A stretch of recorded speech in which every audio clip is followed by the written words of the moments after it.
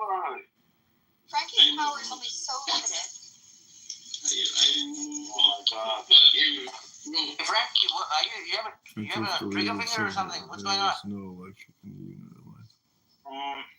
No, Gotcha. You need to smoke a spliff, bro. Oh, What's up, Danny, Frankie? love the new selfie. Pardon me? What is this guy? Is he Punjabi? What the fuck is Danny actually No, really I'm a liked that ganja picture smoker, of you. dude. I don't know about you, but I like tripping. I like this. I Have think you tried LSD and give me a review? It's just too much, man. It's just too much. Surgery, acid, diethylamide or something. That's very Jewish. It's Israeli. I want to hear Danny speaking. Mute everybody. Only Danny speak now. I haven't heard her tonight. Hey, Amos. Danny, speak. Peace, Amos. Danny, Shalom, Amos. Go on. shalom, I want to hear Danny. Danny, speak. Welcome, Daniel. Honor, Daniel. Welcome. No, Hi, Danny, I'm Danny. Daniel. I mean, Daniel is in the... Oh, Danny, the lady. I see. Hey, Danny. Peace. How's it going? Welcome. How's your evening going? It's, Danny, speak. Frankie, you gotta keep an eye on Frankie. He's a bit trigger happy. Right. Amos is Take chill. a break. Right. Take a break, right. Take a break. No, I'm chilling, man. I mean, I didn't even speak for a minute. Frankie kicked me out twice already. You don't understand why we I let you speak. I want to hear Danny and then I let you speak. Danny. I'm just welcoming Danny. I'm just greeting her, Amos. I'm welcoming her. Okay. I'm the doorman. Great. Now mute yourself and let Danny speak. Mute yourself, right? Enough. I did. No, you don't. Danny. I think there's someone in the audience that wants to speak. You speak, Danny. We want to hear your thoughts. Right. I'm speaking with Danny. I don't need your help. Danny, what do you Well, think? There's Rabbi, someone who wants you to bring them up and has something to say. You have such a nice smile, Danny. And Amos, Wait. Right. Hey. Now I understand why I remove you. Did you understand? No, Amos, did you not understand? Did you understand? Yes, Did you now I understand? understand. Now I understand that I like to speak a lot. But he's the young guy. You must be patient with young guys. Sabr in the Arabic Quran. Right. Try to mute yourself now. Yeah, so look Danny, young who to you me. think? Danny. Who you think? Everybody's wants saying to- Danny, not letting her speak, dude. What is it? Give her a Okay, minute. now I remove you, right? No, please don't. Wait, Amos, can you bring Igal back up? He keeps being kicked out, and I want to see Yes, what I he bring him up, yes. What a pleasant smile she has. What a pleasant smile. Enough. Amos, I told you. Amos, why can't you just move now? What? Why can't you just move now? Because I like young people who try to talk, you know. It's the same like you. At least I say something. But I'm soon going to sleep and I want to hear some new people that I haven't heard. Amos. Lord. Amos. There's a lot in Man, this guy, I'm gonna block this guy. Can I say something? Yo, can I say something? Yes. No. Yo, my little bro, Amos, how you doing, bro? Love you, bro. Remember when one time we were in a room together, like with 15 people, they were all attacking you? Bro, I protected you, bro. Remember that. You might have forgotten. I hate when you say that. Every day. So noble of you, Fatima. So noble of you. Bro, I don't give a shit that nobody loves me. I love you. I'll kiss you, Fatima. Don't worry. Bro, calm down, like. Oh my God. Tender kisses. Little Rabbi. Wait, you're really Salman. You're horny. Little Rabbi. Have you read the Song of Solomon, Amos, recently? Song of Solomon. How you doing, little Rabbi? I'm doing amazing, but I love you, Fatima, and I do think you've got a sweet ass, but I think you saying bro. No, that's vulgar, Rabbi. Just be You careful. go from hero Come on, I'm joking. joking. You Like, go from 0 to 0. Listen, Rabbi. Listen, Rabbi. If I fail Fatima to I'm talking about Fatima, smiles listen. and kisses. This guy's going to asses and stuff. I'm saying the truth. I mean, it's so trashy. Just No, don't get no, it wrong. Listen, listen. It's funny to say. Listen, Come on. Fatima. Yeah. I'm a dictator. You know. Look, the only one who can clap Fatima is me. Please, Rabbi, behave. That would be Netanyahu, Frankie. Are you Netanyahu? No, I don't want to clap her. worse. That's how she speaks. I am Ben Gavir. I am Ben Gavir. The bro thing is just joking. Come on, like seriously. It's Listen, funny If joking. you prove that, then I'm willing to clap. Show us. Show us. Show us. Show you what, bro. That's Show not us like according that you are able to stop speaking like that, because I do think you're hot, Boo Boo, but I mean, with that type of She's not hot. That's a turn off. She's I smoldering. think she's attractive. She's old, motherfucker. No, Fatima, Randy. what I'm trying to tell you is She's a giraffe. Fatima, a well-rounded character is much sexier than a well-rounded ass. And that's what I'm telling you. Come on, like seriously. Like, Frankie, not get that your deep. finger off the trigger, okay? First step. Step 2 is let Amos just... Let me just check in with Danny and Amos. Fatima, man. What's wrong? I want to move him down. Yeah, Come what's on, I up? wanna move it. Almost, bro. Like, how you doing, almost? My Almost, I God, protected this you, bro. I felt so sorry for you, almost.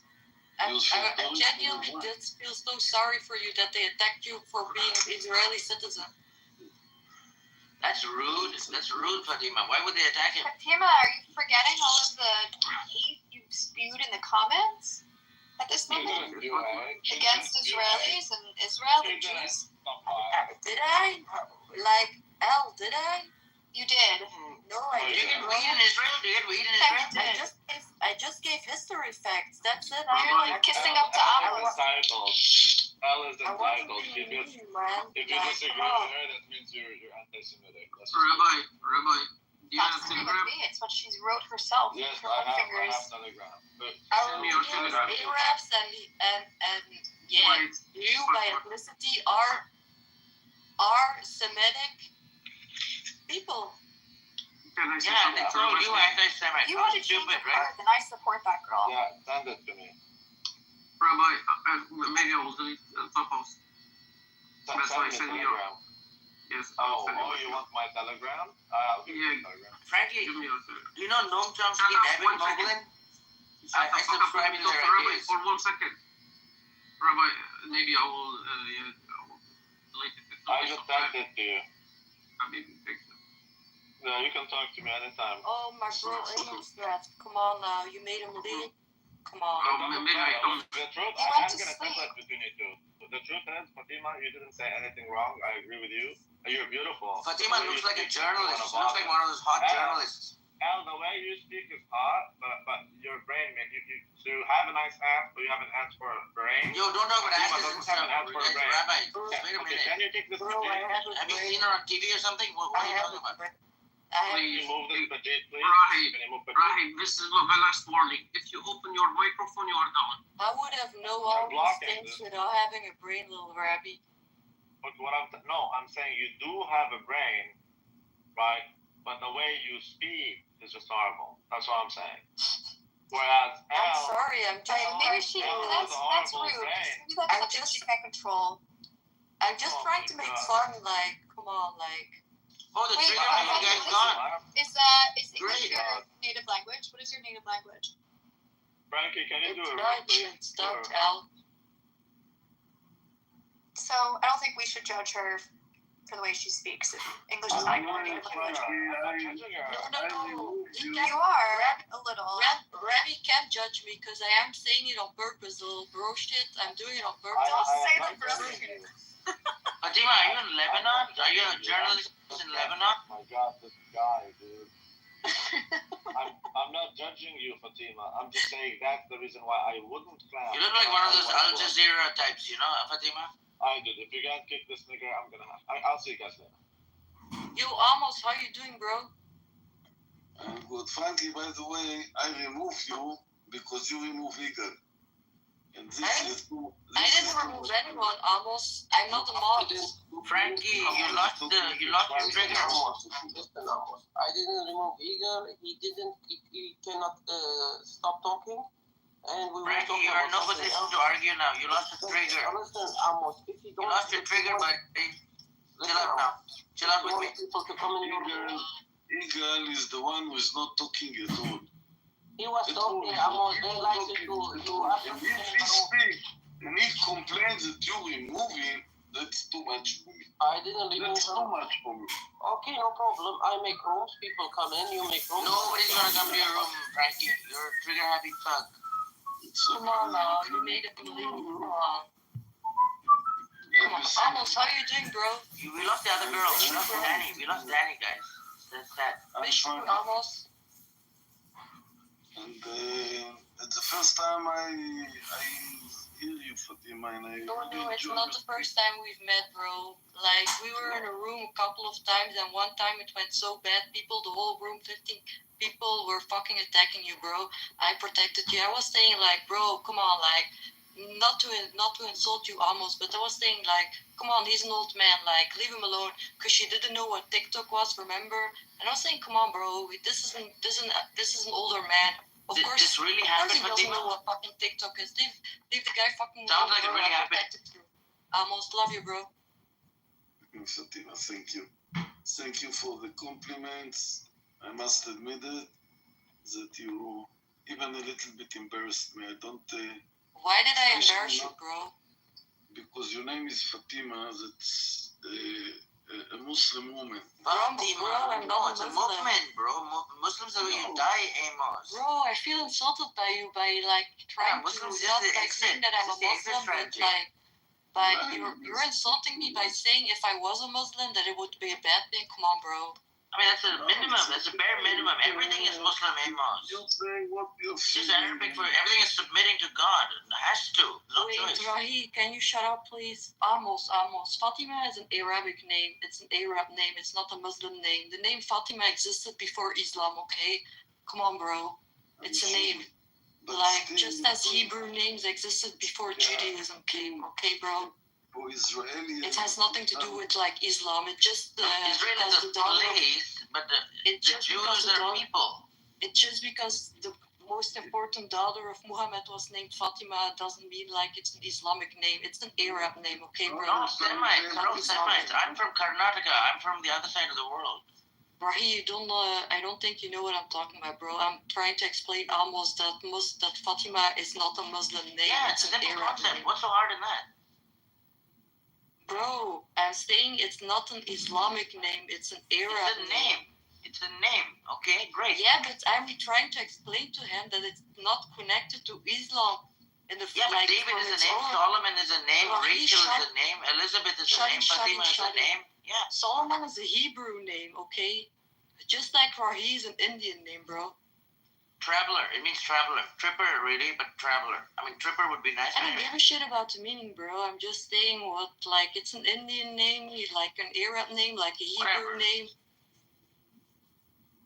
Now you can remove I was him trying to bothering explain you too almost. much. Just remove him from the audience if he's bothering you.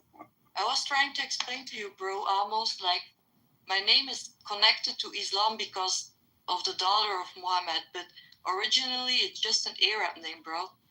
It has nothing to do with Islam, bro. Originally, from its origin, But there what was does it Fatima mean, before. Fatima? Do you know what it means? What does it mean? Fatima, like in Islam, it's the daughter of Muhammad. Fatima's. No, but that's not the meaning of her name. That's just I who don't she know what was. the fucking meaning is. I mean, you gotta know what the meaning of my name means. Traveler. Amos. What does Means Amos mean? something with puredom, purity. Purity.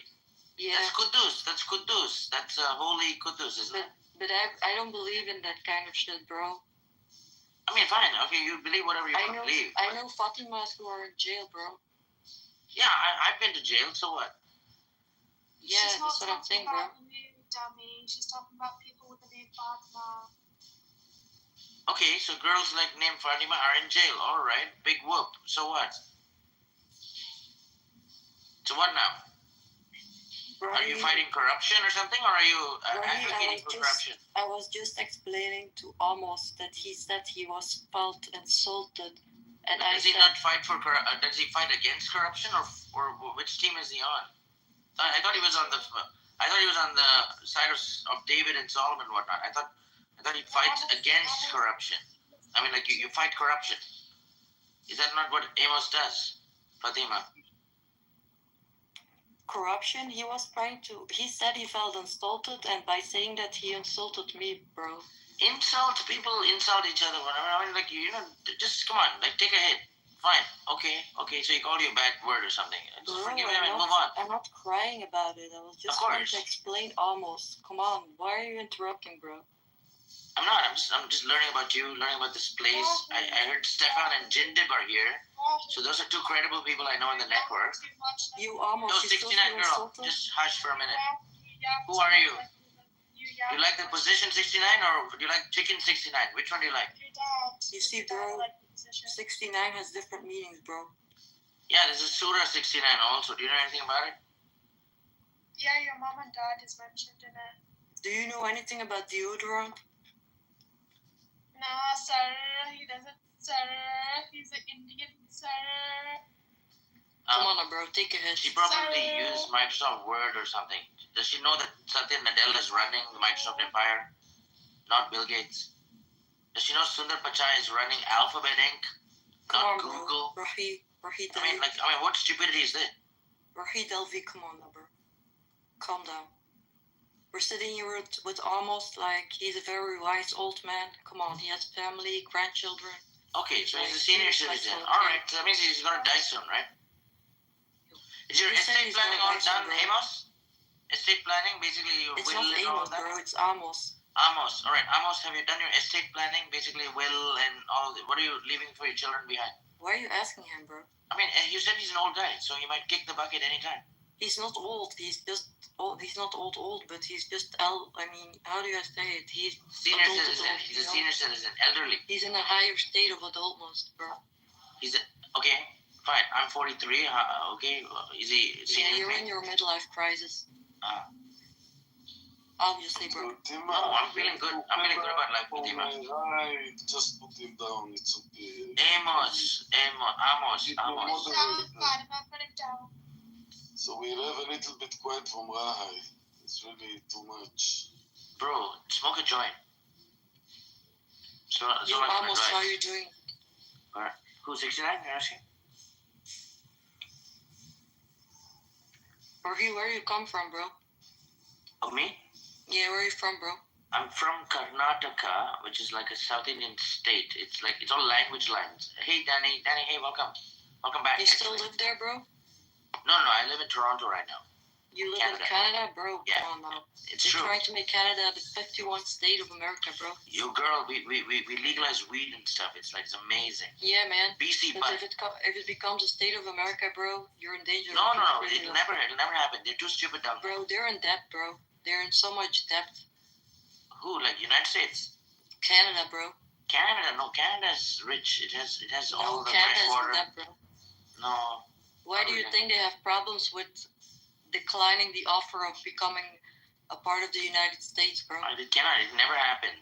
You don't know anything about politics and what's going on, bro? I know. Do you know Noam Chomsky? Obviously, Do you know Eben Moglen? Do you know any of those like Lawrence Lessig? You want to make Are you educated, Canada Fatima? become a part of the United States? Yo, girl, bro. listen to me Come now. on, it's all over The elder is talking. You sound junior to me. Frankly, Bro, it's all over the news. Come on now. what about it? Don't It's all think over about the it. news that they want to make Canada a part of the United States. bro. Yeah, but that's like that. Do you know what Elon Musk and the Doge team is doing? I'm a tech guy. I know tech. What does Elon Musk has to do with this now, bro? The Doge team. You're You know talking Doge? about apples and then you're talking about strawberries. Come on, bro. Dearest Fatima, come on. Talk about Level. one piece of fruit at a time. Come on. Okay, let's just pick. Let's talk about strawberries. You're talking about global politics. I'm talking to you about Elon Musk. He owns Trump and he owns the Doge team. You know what Doge is? Bro, the Jews own Trump, the Jewish own Trump. No. AIPAC owns Trump. Musk has got him under his thumb. It's cool. Yeah, bro, you're right. Completely. Believe you. You're right, bro. I mean, he You know got him. everything. You're so smart, man. Which Fatima. school did you go to? I Can I went go to to that school as well? Yeah, York University, and then and Eben Moglen, Noam Chomsky, that York kind of stuff. University, bro? Come on now. You could do That's better true. than that. No, I just got a BA in psychology and just done with it. Which degree do you have, bro? Psychology and philosophy. Psychology and philosophy, bro. Come on now. It's true. Bro. And then I work in tech. That's I why work in you're crazy, bro. startup and entrepreneurship stuff. That's why you're crazy, bro. Yeah, babe. What do you do? Bro. Journalism? What do you do? What is your thing? Or do you What just do you harass think, people bro? online? What do you think, bro? Guess by the way I look, bro. Journalism. I think you're a journalist. That's what I think you might be. Bro, how can I be a journalist, like, bro? Oh, right. Actually, Rahi, you're You've right. got the look. You've got I'm a the better. look, I'm Fatima. a fucking big ass journalist, man. The way I look up things and go into it and dig deep into it, bro. I could be a fucking fire ass journalist, bro. Yeah, I know that. So that's what I I could thought be you a would be. journalist, bro, but I would be censored, bro. You would be what? I would be censored, bro. Doesn't matter. You just open source software and fuck them up. See what Edward Snowden did. Bro, if I make a page, would you follow me, bro? You bet, babe. I mean, unless you're going to publish Bro, it, how you do I have to be start this smart. You can't do stupid shit. I'm not going to follow like reviews of like Kardashians and stuff. I'm not doing that. How do I start this shit, bro? Okay, I want to join Candace Owens, bro. all right. You know Candace Owens? No, I don't know I who want that to is. join that bitch, bro. All right, Fatima. Come on, I let's don't talk. agree with Let's everything, talk. Let's but I talk. wanna join Give me a that minute bitch, and we'll talk. We'll talk. I'll level with you. I'll be honest, open. You get full Rahi Delvi treatment. Sure, bro. All right. Sure, bro. All right. So give me we'll set a time limit. Okay, like 5 minutes. Let's just chat Yeah, for 5 man, minutes. take your time, man. 10, 5, 100, whatever. All right. Great. 24 hours. All right. May I interview I'm you? still gonna be alive, bro. Fine. May I interview you? Yeah. Would that be a yes? Because yep is a little too informal. What was the question, bro? May I interview you? Yeah, sure, bro. Thank you. So, all right. Well, hi, Fatima. Salaman. Shalom. Yeah, hello. Peace. What up? Hi. What up? All right. Peace. How's it going? Yeah, shalom, peace. What up? How's it going? Good. How's you going? How's you doing, bro? How am I doing? How's you doing? I like that as well. I'm well. I'm very well, thank you. Yeah, thank you, bro. Are you on LinkedIn? Wait, Fatima. I'm asking. I'm not asking questions. You can ask me questions too. We can go two ways. You know. Yeah. I keep it open like a conversation. You know. So Fatima, are you on LinkedIn.com? Bro, no, I'm not, bro. I don't use that shit, bro. Okay, so you think it's shit. All right, fine. I understand. Yeah, I think it's shit. I get it. I totally 100% get it. However, may I offer you just a little bit of background? Yeah, sure, bro. All right. So LinkedIn is now owned by Microsoft, which is owned by Satya Nadella. Yeah. And Satya Nadella he's the CEO basically of Microsoft. He's an accessibility guy. He designs, like his main strength, one among many, is accessibility. Basically, he makes the web, the World Wide Web, the internet, like Clubhouse, like what we're using right now. Bro, where are you going? Come on, come to the point, bro. I'm just introducing you to why LinkedIn is all not. the owners of every business, like, come on, like, go to the point, Fatima, like, look, I'm not fighting with you. No, I'm not look, fighting with you either, bro. I'm just impatient. Slow down then. Just take a deep breath. Just slow down. Do you have a beverage with you? Like, what do you like to drink? What do you like to drink? Water or do you like lemonade? What is your preference? Actually, just water, bro. You're a water girl, huh? I'm a water girl, bro. Do you know how to swim? Yeah, I do know how to swim, bro. I even can be a, like, what's it called? I have Lifeguard. my license. Lifeguard. Yeah, my license to be a lifeguard, bro. Really, eh? Yeah, really, bro. Oh, so you must be, not only fit, but you should also be strong, it sounds like. I'm not fit looking. I'm just skinny, bro. But I'm fit, like fit. I know. I get that. Yeah. You sound like that, but are you strong? Can you punch through like a drywall, for example? No, bro. I'm not strong physically, bro. You're not strong. But You sound. I have how do you say it? When you can run like for a long time, your marathon, ultra marathons. I used to run 10 what's Ks it and called? Your stamina. The way you can keep like going. Stamina. You can last for a very long time. Stamina. Is that what you're saying? I don't know it's not the word I'm looking for, bro. It's Try. Take your time. Take as much time as you need. Yeah, just bro. relax. I'll translate it for you. Wait a minute. Sure. Take your time. No worries. I'll mute up. In fact, I'll just won't say anything. It's nice to meet you, though. Wait a minute, bro. Take your time. Take your time. No rush. Oh, you're right. It's your stamina. Yeah, Yeah, I'm not fit looking, but I have a. You have the lasting. You have the lasting power. Like you can outrun people. Exactly, bro. Got it. All right. That's lovely. That's a gift. It's a gift. It's very much vital and needed in the world. You know, for all the work that is before us. My dream was to become an athletic. Actually, I Really? love athletics. Yeah, bro. That's Fast lovely. running, far running, Can like you high jumping. can you I do love that cartwheels? Can you do I love the cartwheels? Olympics, bro. I got it. Can you do cartwheels? What's cartwheel, bro? Cartwheels is like you're standing and then you put your hands to the ground and Oh your yeah, legs. bro. I can. You know what? I also can, bro. I can stand on my two hands. I make like a roll. You know? Oh really? Eh? Yeah. Oh, really? What they learned at school, bro. Like stand on your two hands, like Yeah. get And through twirl your- and like breakdancing and stuff. Do you and dance? then, Do you dance? oh, bro, I did break dance Me too. when I was I young. can dance. So you got a musical ear, and you know how to bounce to the tunes. That's what it sounds like. So that's cool. Maybe we'll meet at a rave or something. I don't know. Allah No, knows. bro, raves are for drug addicts. No, not necessarily. My brother met his wife, Spanish wife, at a rave. Yeah. They have two under the lovely influence, children. bro. They have two lovely children. They live in Spain. They live in India. They live in a big mansion. My brother struck. Bro, that doesn't take away the fact raves are for drug addicts, bro. It's not true, It doesn't girl. matter that they ended up in a big it's mansion. not. No, it's not true. That's not true. I don't give a shit about a big mansion. Like, come on, bro. I'm just saying that. I mean, you have opinions, and I understand. It's okay. You sound These are no younger than me. opinions, bro. Raves like are the biggest Have you been? drug parties ever. Have you bro. been? Have you No, I been? haven't, but I have heard of them. Yeah, so you Met heard a hadith. People who You, go you, to that. I here's know the thing. people who go to raves, and all of them are fucking taking drugs. Like, Fatima, just slow down. Just let's confront the facts here. You've never been to a rave. You've never been to a rave, so you don't know. no, man. Oh, why would I go to a rave where people are under the influence? It's not fun, bro. See, If you're Amos sober- may have been to a rave because in Israel they produce LSD. Bro, LSD, they are on ketamine, LSD, on cocaine. Slow they down, are slow down, everything, slow bro. down. I didn't name all of Alright. those drugs. I know of those drugs. I know what they can do. But I We mentioned have been one. in Tel Aviv, bro. I have been there too, bro. Okay, I've not been, but I've had like the real original pure Hoffman LSDs in my 20s. I'm 43 Bro, now. I've never taken LSD in my life. What is it like, bro? What Yeah, does it do? I mean, let's talk about that for just a second or two. Not too long. Yeah, please. What Yeah. does it do with you? Okay, have you smoked marijuana, cannabis, Mary Jane? Yeah. Do you- Hash. Hash. Oh, wonderful! I love hash. You need hashish for the LSD trip, basically. Yeah, bro. I'm just asking what's the effect, not what I fuck tell it's you, girl, made of. slow down, slow the f down, slow down. Okay, I'm slow slowing down. down, bro. It is a trip. It is like a journey. It is like an adventure. Bro, really?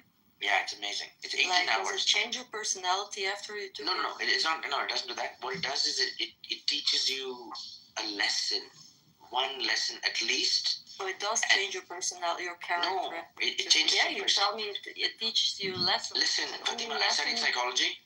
You're using the word only personality. lessons are Oh, only lessons create Yeah. character development. So Yes. it does create a new character. Bro, come on, I'm Technically, not dumb. yeah. So So technically, right, yeah, it does. So I'm right, bro. all right. You want to win Come this on, conversation? you Go at it. No, you want don't to say- always have to be. I'm not saying things to win a competition, bro. I just No. want to state the facts as fact, bro. I You understand. denying it, like, No, I'm not. and I want to explain my Explain. bro. Explain. I am right, bro. It changes your character because it learns you a lesson, bro. Teaches you a lesson, yes. And what Teachers learn the same thing, bro. imparts? Okay, in parts, bro. Whatever you want. It imparts a lesson, and you Do you receive it. see shit like moving and stuff like that? Hold on. Let's take a few minutes to talk about it. It's worth it. I know, bro. It's like it's a gift from Allah. Yeah, come on, bro. I'm not Muslim, but bro, come on, continue. But I'm telling you, I'm a Quran subscriber. Bro, I'm a come on, scripture. let's I not look talk at all about the Quran scriptures. here. Come on, bro. I'm not gonna talk about the Quran. I don't want to know that you're Muslim, bro. Come on. I'm not a Muslim. That's not. I don't identify. I have a bad reaction to that label. I don't like it. Yeah, bro. Me too. To Christian. Okay, bro. Let's move on. I used to be a Baptist Christian. Yeah, man. I'm a Baptist, bro. I mean, I'm no non-denominational, bro. But I go to a Baptist church, bro. But they're not like the ones in America. I sang They're not- hymns and stuff. Yeah, I still My, do. my Baptist church are not like the ones in America filled with black ass people like singing and like yelling and stuff. Like my Baptist Tone church. it down. Tone it down, Fatima. You don't have to be so Oh. wild. It's tone it down a bit. Come on, like. I feel I mean, do you want to be civil or do you want to be? What do you want to be? Like a giant? What do you want to do? I am civil, bro. How am I You're not. not civil? You're not. I'm civil. I'm the one who's Bro, showing I'm you the talking example. to you. I keep talking to you, bro. If I hated you, I wouldn't be talking to you, right? I know, Fatima. So just slow down. I'm asking you Yeah, humbly. but I feel like I want to say so much, bro. So then I'll give you all the space you want, but we need time. Okay, bro. You can't rush this. Okay, go on, bro. I'm listening. I'm Thank to you. Great. I like your hair. I like your hair. It looks nice. The picture, is that you? Yeah, it's him. Yeah, I like your hair. It looks nice. Good. All right. Cool. So this great. What the fuck are we talking about my photo now? Like, I thought we were talking about LSD, bro. I'm getting to know you, Fatima. I like to get to know my clients. But what client? What client am I? For what business am I fucking applying for? I'm the business person. Yeah, but what? Am I your patient? Because you're a psychologist? Like the fuck? What am I? I'm not a psychologist. Not yet. Okay, bro, come on. We were talking about LSD now. Come on, let's continue, bro. Fatima, I'm interviewing you. Just relax. Put up your feet. Get a beverage. My feet are down, bro. Okay, so just calm down. So I learned so much about you already, and I'm enjoying this. It's wonderful. Okay, bro. You seem like a nice gal. Yeah, gal. Yeah, pal. Come on, continue, bro. I'm waiting. Okay, just why are you in such a rush? I don't get it. I'm not in a rush, bro. You keep yapping. Like, ask me a question, whatever, or talk about the effect of LSD, bro. Slow and steady wins the race. You know that Come proverb? on, bro. You've said it 1,000 times by now. Like, come on, talk about what you want to talk. Oh Lord, brother, Bro, my little bro's in the audience, bro. Am I overreacting, or is this guy keep saying the same shit instead of talking about the subject? I want to talk to Come on, you about bro. so much, Fatima, but you're like raise your hands if I'm the No, it problem. doesn't work like this. Raise your hands if I'm the problem. No, raise your hands if he's the problem. See, Amos, we lost Amos. No, Amos is messaging me, bro.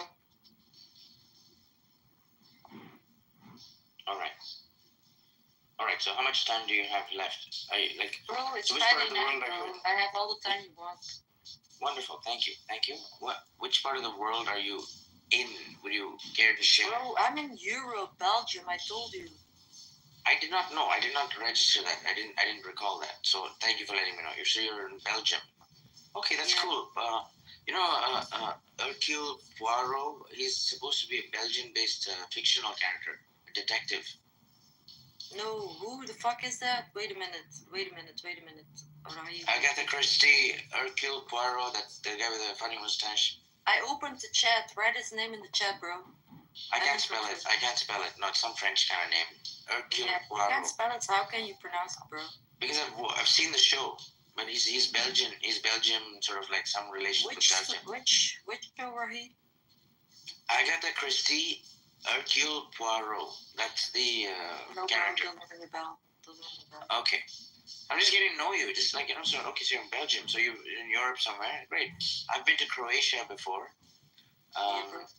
I enjoyed the visit, except my ex-wife is from there, meaning she's a former Yugoslav. Yeah, nobody want to hear a tragic story, bro. Come on, we're not here to talk about exes, bro. All right, Fatima. Okay, all right, girl. Like, look. If you don't want to talk, that's okay. We can do I this want another to time. talk. I mean, we're not gonna make it tragic, though. Okay, so you're upbeat. You like. Okay, so what makes you smile? What makes you laugh? Like, what makes you? Bro, What cheers you up? I love fucking cosplay and shit, you know. I love going to Comic-Con and facts. You know, it's the same as Comic-Con. I love that shit, bro. I love... I love drawing. I love bicycling. I love swimming. I love hanging out with my friends. I love hanging out on Clubhouse like now. Yeah, bro. me too. I also love Clubhouse. It's really a good app. Yeah, Okay, bro. great. And if Yeah, it's you nice. had You to almost- choose between me two Rai, who would you choose? Who would I choose between you and Rahi? Almost, bro. Bro, almost. You know who I choose, bro. Come on, almost. I choose you over everyone in this room. Wow. I want everybody to hear it. You choose I heard it, Amos. I heard it, bro. I heard it, Come man. on, almost. You knew that, right? You didn't Wow. have to ask. Wow. But everybody heard it, bro. I choose Amos, okay? I choose Amos. Done deal. It's just like it's such a good pair. Such a cool pair. Yeah, Amos, bro. Love you, bro. Such a cool pair. Wow. Yeah, Rahi, you're jealous, bro? Come on, okay? No, I'm not jealous. What do you think? What do you think girls are hitting on me? Rahi, like, I don't give a shit. Stop being You feeling. said you sit in prison. Why did you sit in prison, Rai? Stop defending yourself. You don't need to know that girls are hitting on you, bro. So let's keep the conversation going, bro. What were you Hold gonna on. We need to know Amos. I mean, like you've already signed him up for like a very big adventure. Okay, Amos, you can talk with Rahi, bro. There you go. Thank you, Fatima. I'm too tired. I'm Nice to going know you, sleep. Fatima. Belgian girl. Very Yeah, good. Belgium. Yeah, love it. Love it. Let's we'll have coffee one day or something. I don't know. It's fine. Yeah, bro, sure. Maybe Yeah. if you come to Belgium, because I definitely ain't gonna move for you. I'm not, babe. Okay, whatever. Fine. You don't have to move for me. I'm not saying that in a mean way, bro. I'm just not moving for anyone, bro. I'm But sorry. except for Amos. Amos calls you. You're gonna pick up the phone. Bro, not even Amos, bro. I'm not moving for anyone, bro. So you're married to Belgium, eh? Bro, I'm happy here, bro. You can be happy wherever you are in the world. Bro, no, I'm happy here, bro. I know the place. I know where to go. So you like I was security? born here. I grew up here. My memories are here. Why the fuck would I move, man, bro? You like Why would I security. lose all that? No, You like this is nothing. security. This has nothing to do with security, bro. This Oh, is where trust I me. was born. My memories are Amos, here. the Everything guys is get here, it. bro. Fatima. This is my Boys. life, bro. Why would I And- move? Okay, It has girl. nothing to do with the country. Like, this country could be named next year Belgianstan. I wouldn't give a shit what's the name of the country. It's just the place, the region.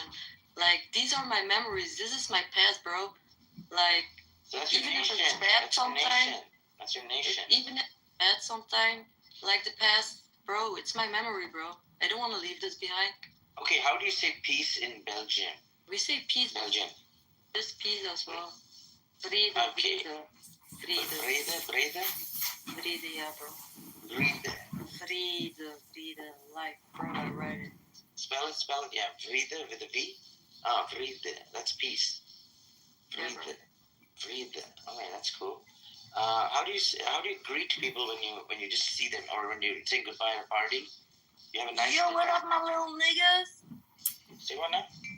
Yo, what up, my little niggas? That's how we greet people here, bro. No, in Belgium. Bro, I'm joking. Yeah, in Belgium, yeah, like, how do we greet each other? Like, hello, hey, Vrede? No. ça va, met u, ça va, alles goed? Things Yeah, like that. that's what I'm looking for. I'm looking for like the native stuff, the good stuff, Yeah, bro, that's the not name. this imported American yo what up homie stuff. I was joking, come on. And even though, like, sometimes we do greet in English, bro. English is so integrated in the world everywhere.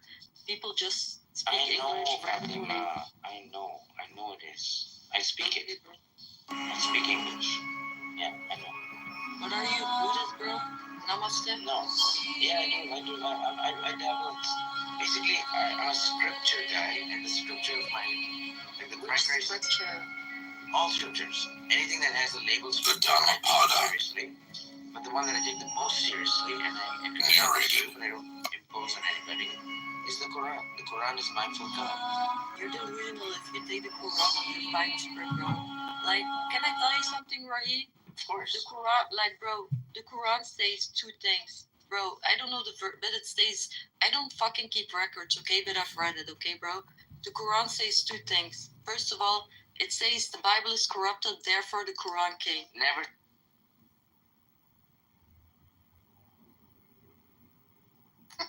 Listen.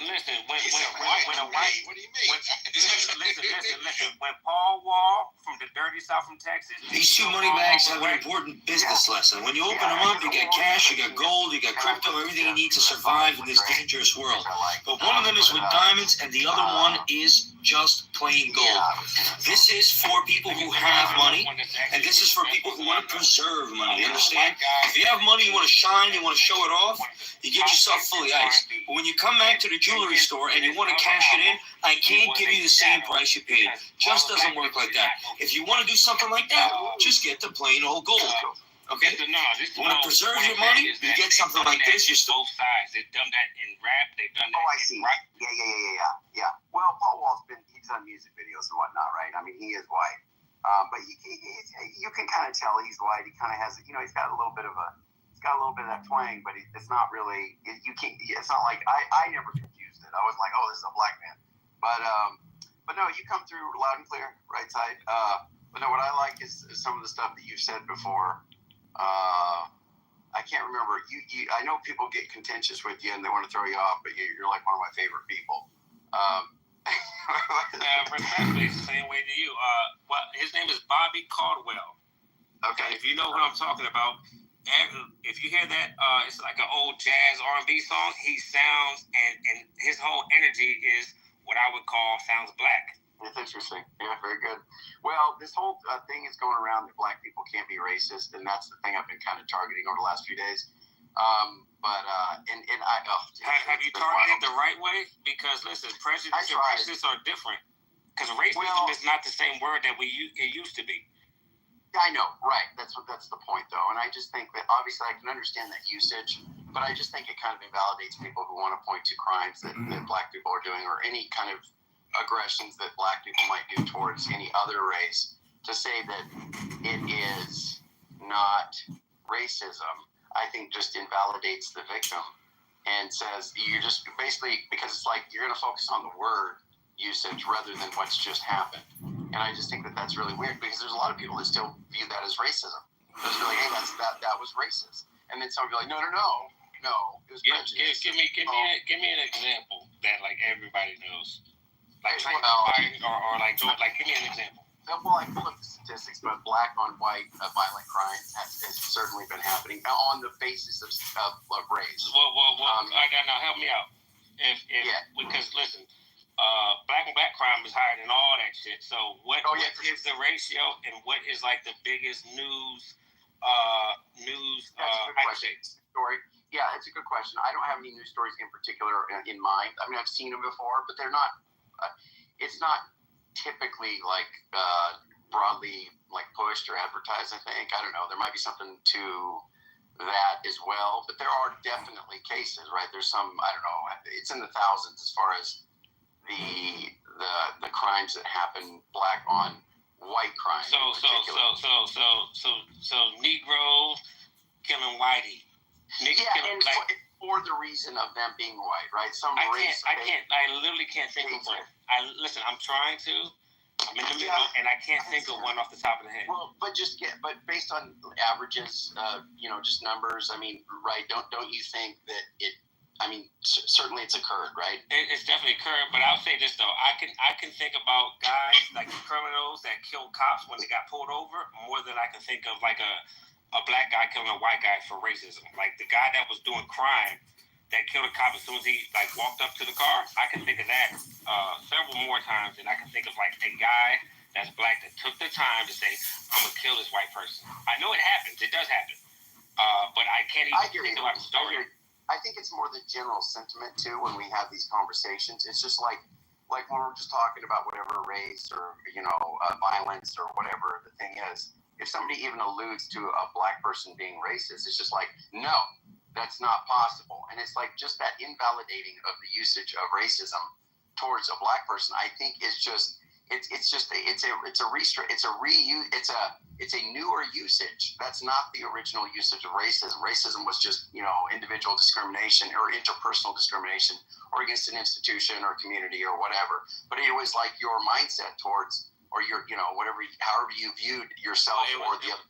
Not to cut you off, but it was way more than Yeah. that, because when I know, I've done some research. I know when it comes down to like the root of it, it had to do with power and control, and it had to do with like a lot of money. It had to do with how you control the people using like money, using resources. Like real racism is how you're controlling a people and giving them no way out by using everything that they can use to get their way out. Like, if you own, go ahead. Well, I'll just put it like this. I understand what you're saying. That's like systemic racism, right?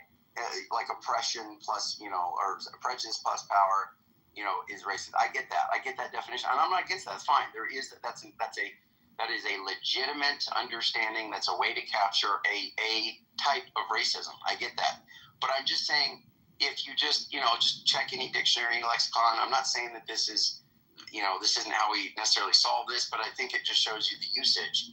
At least that, like first definition usage, it's like prejudice, discrimination, or antagonism by an individual, community, or institution against a person or people on the basis of their membership in a particular racial or ethnic group. Based on that definition, if a black person kills a white person because they are white, that's racism. Right. That's a usage of racism. So that's all I'm saying. Now, I just want to add to that racism is different from tribalism. It's different from colorism. Racism, I almost want to say it starts in America. Once Europeans or all the other people that come from the East, from different countries, they come to America, now they circle the white bubble. But then other ones circle the black bubble. What I'm saying is that it's the same game. It's the caste system. Rich and the poor, colorism, white and black. It's the same tactic in a different something to focus on. But I think that racism actually starts in America, because we have a white race and a black race. No other country has that. They have a European, an Italian. They're country based. So it's unique to America's. That's interesting. And also completely. Now prove it. How am I false? Get him, Bob. Get me. How am I false? Are you like suggesting that the U.S. is unique in like having multiple nations and ethnicities? No. I'm saying that you only are considered a white person when you give your allegiance or your citizenship to America. So, because you're not white in Europe and you're not white. And you're not white in America. I don't understand. No, John. Hold on. Go. Sorry. You say you're only considered white in America if you pledge allegiance? Well, let me make it easy for you, because you're trying to either gaslight something. Listen, white and black is in listen. Well, listen, white and black is an American concept. Time out. Hold on. I'm gonna say it easier. White Okay, and well, black are no. Don't tell it to me easier, because I really have to get this out. No, wait, hold on. Let me rephrase. No, you hold on, bro. Listen. How can it be gaslighting if I'm just repeating in a question form what you just said? That's why I wanted to reset and give it to you much easier. White and black. But how is it gaslighting? Yo, man, you're wasting time. Why are they not letting him talk? So listen. Oh my God, sailors. Listen. White and black is an American concept. Oh, you're so bad. Never mind, I don't want to talk. Oh, you suck. No, you so don't, bad. because you suck. No, your moderation is just horrible. You're like just it's actually terrible. The worst. There's never been more Is that Bob? Am I talking to Bob? Am I talking to Bob?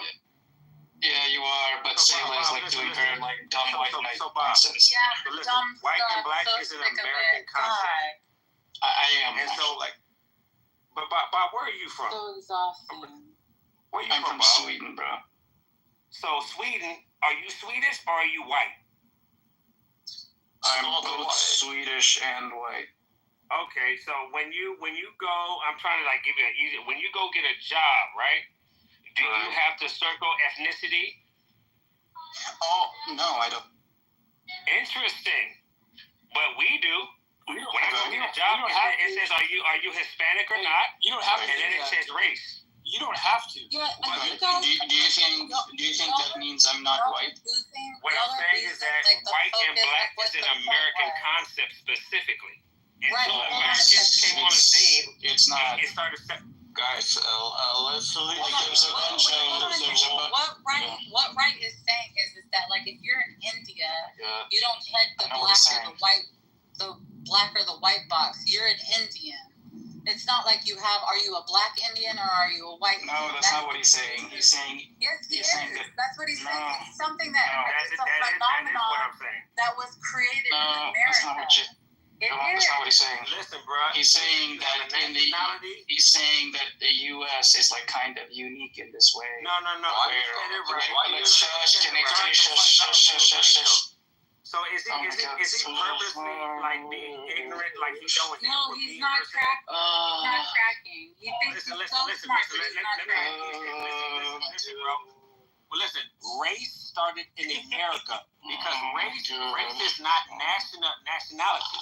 No. Ethnicity. I know.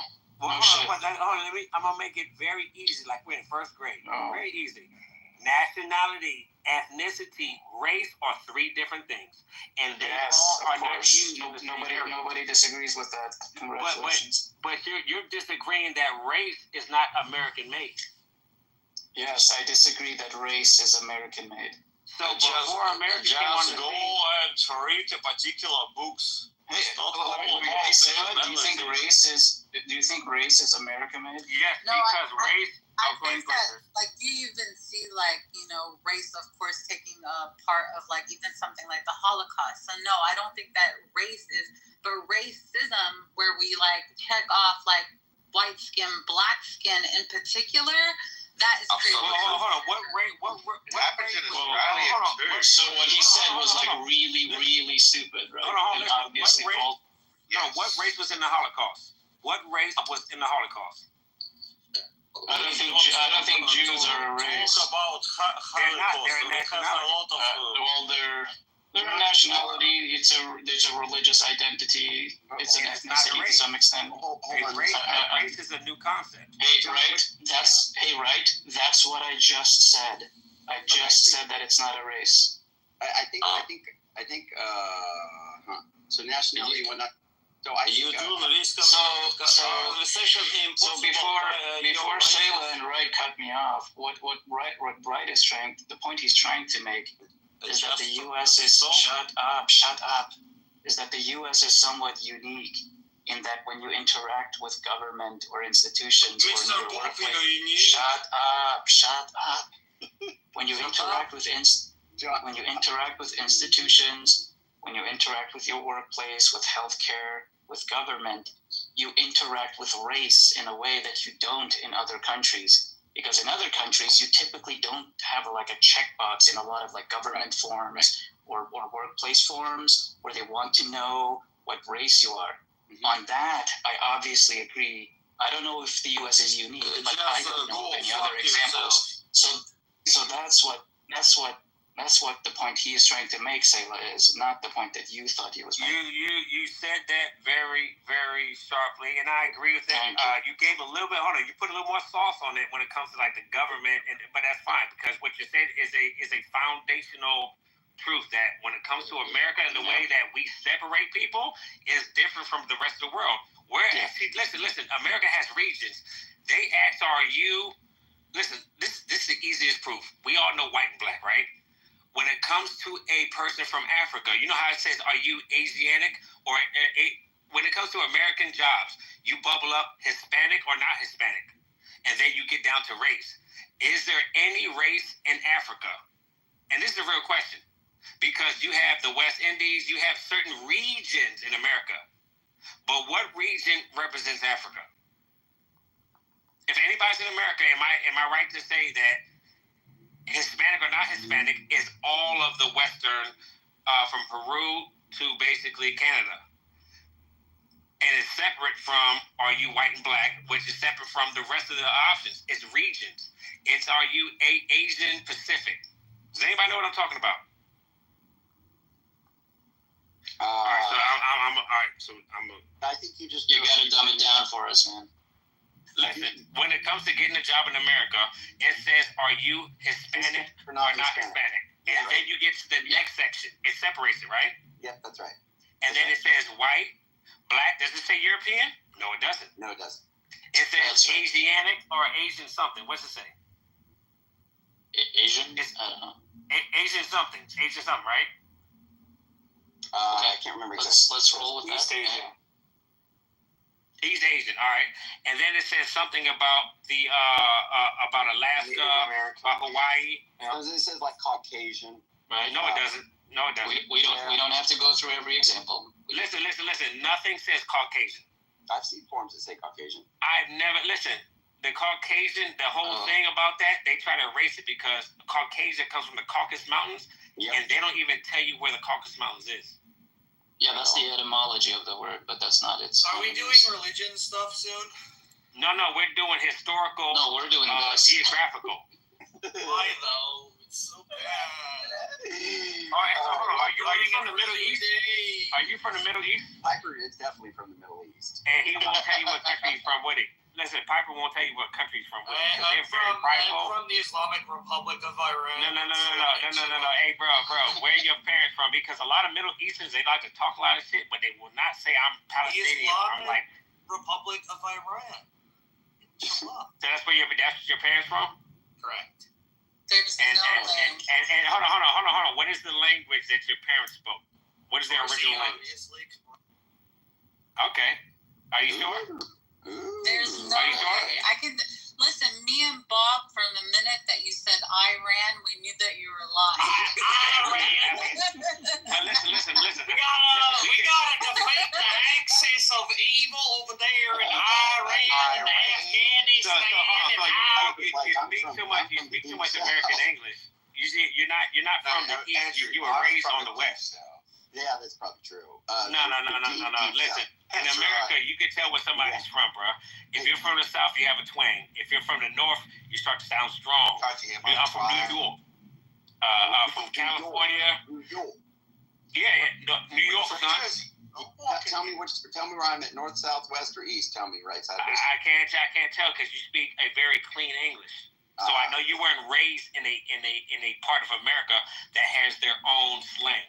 Like you're not from Louisiana, you're not from Memphis, you're not from anywhere around there. You're from either from like I would say Pennsylvania. You're from the East Coast. Am I right or wrong? You're wrong, but are you from the West Coast? Yes. So you're from California? I mean, good enough. Yeah. Hey, listen. Either you're from the East Coast or California. Ain't nobody from Arizona. I thought he would do like from something like Colorado. Well, you know what's funny, right? Is I was born in Arizona, but that's okay.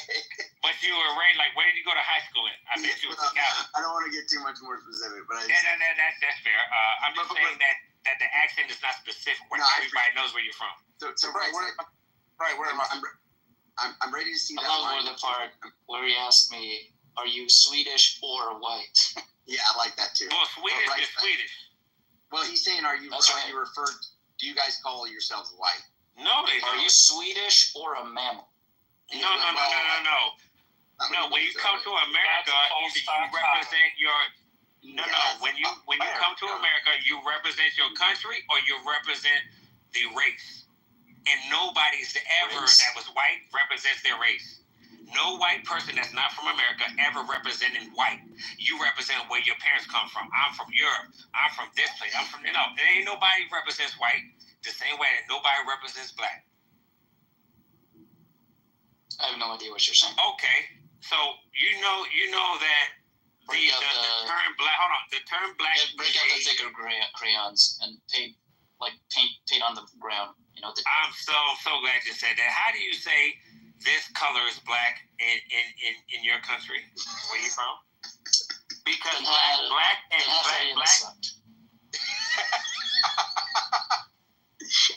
Oh, he said that very fast. No, he didn't. Say it again. Den här färgen är svart. That is not how you say black. Black is black. It's a sharp, straight word. That's his language. That's how you say it. What language is that? The word black isn't black in Swedish, right? Yeah, listen. You have black, the color, and everything in language. His language is wrong when he used He's lying. No. What I'm saying is that there's a difference between dark-skinned black. No, there's a difference between dark-skinned people and they color black. And so if I say, how do you say black in Spanish? You know how it sounds, right? It's Yeah, it sounds like Negro. Negro. It's what? Negro, isn't it? Yeah, I think negro. so. Yeah. Now that is talking about a specific color, like a crayon, right? Right. Blanco, negro, right? Right.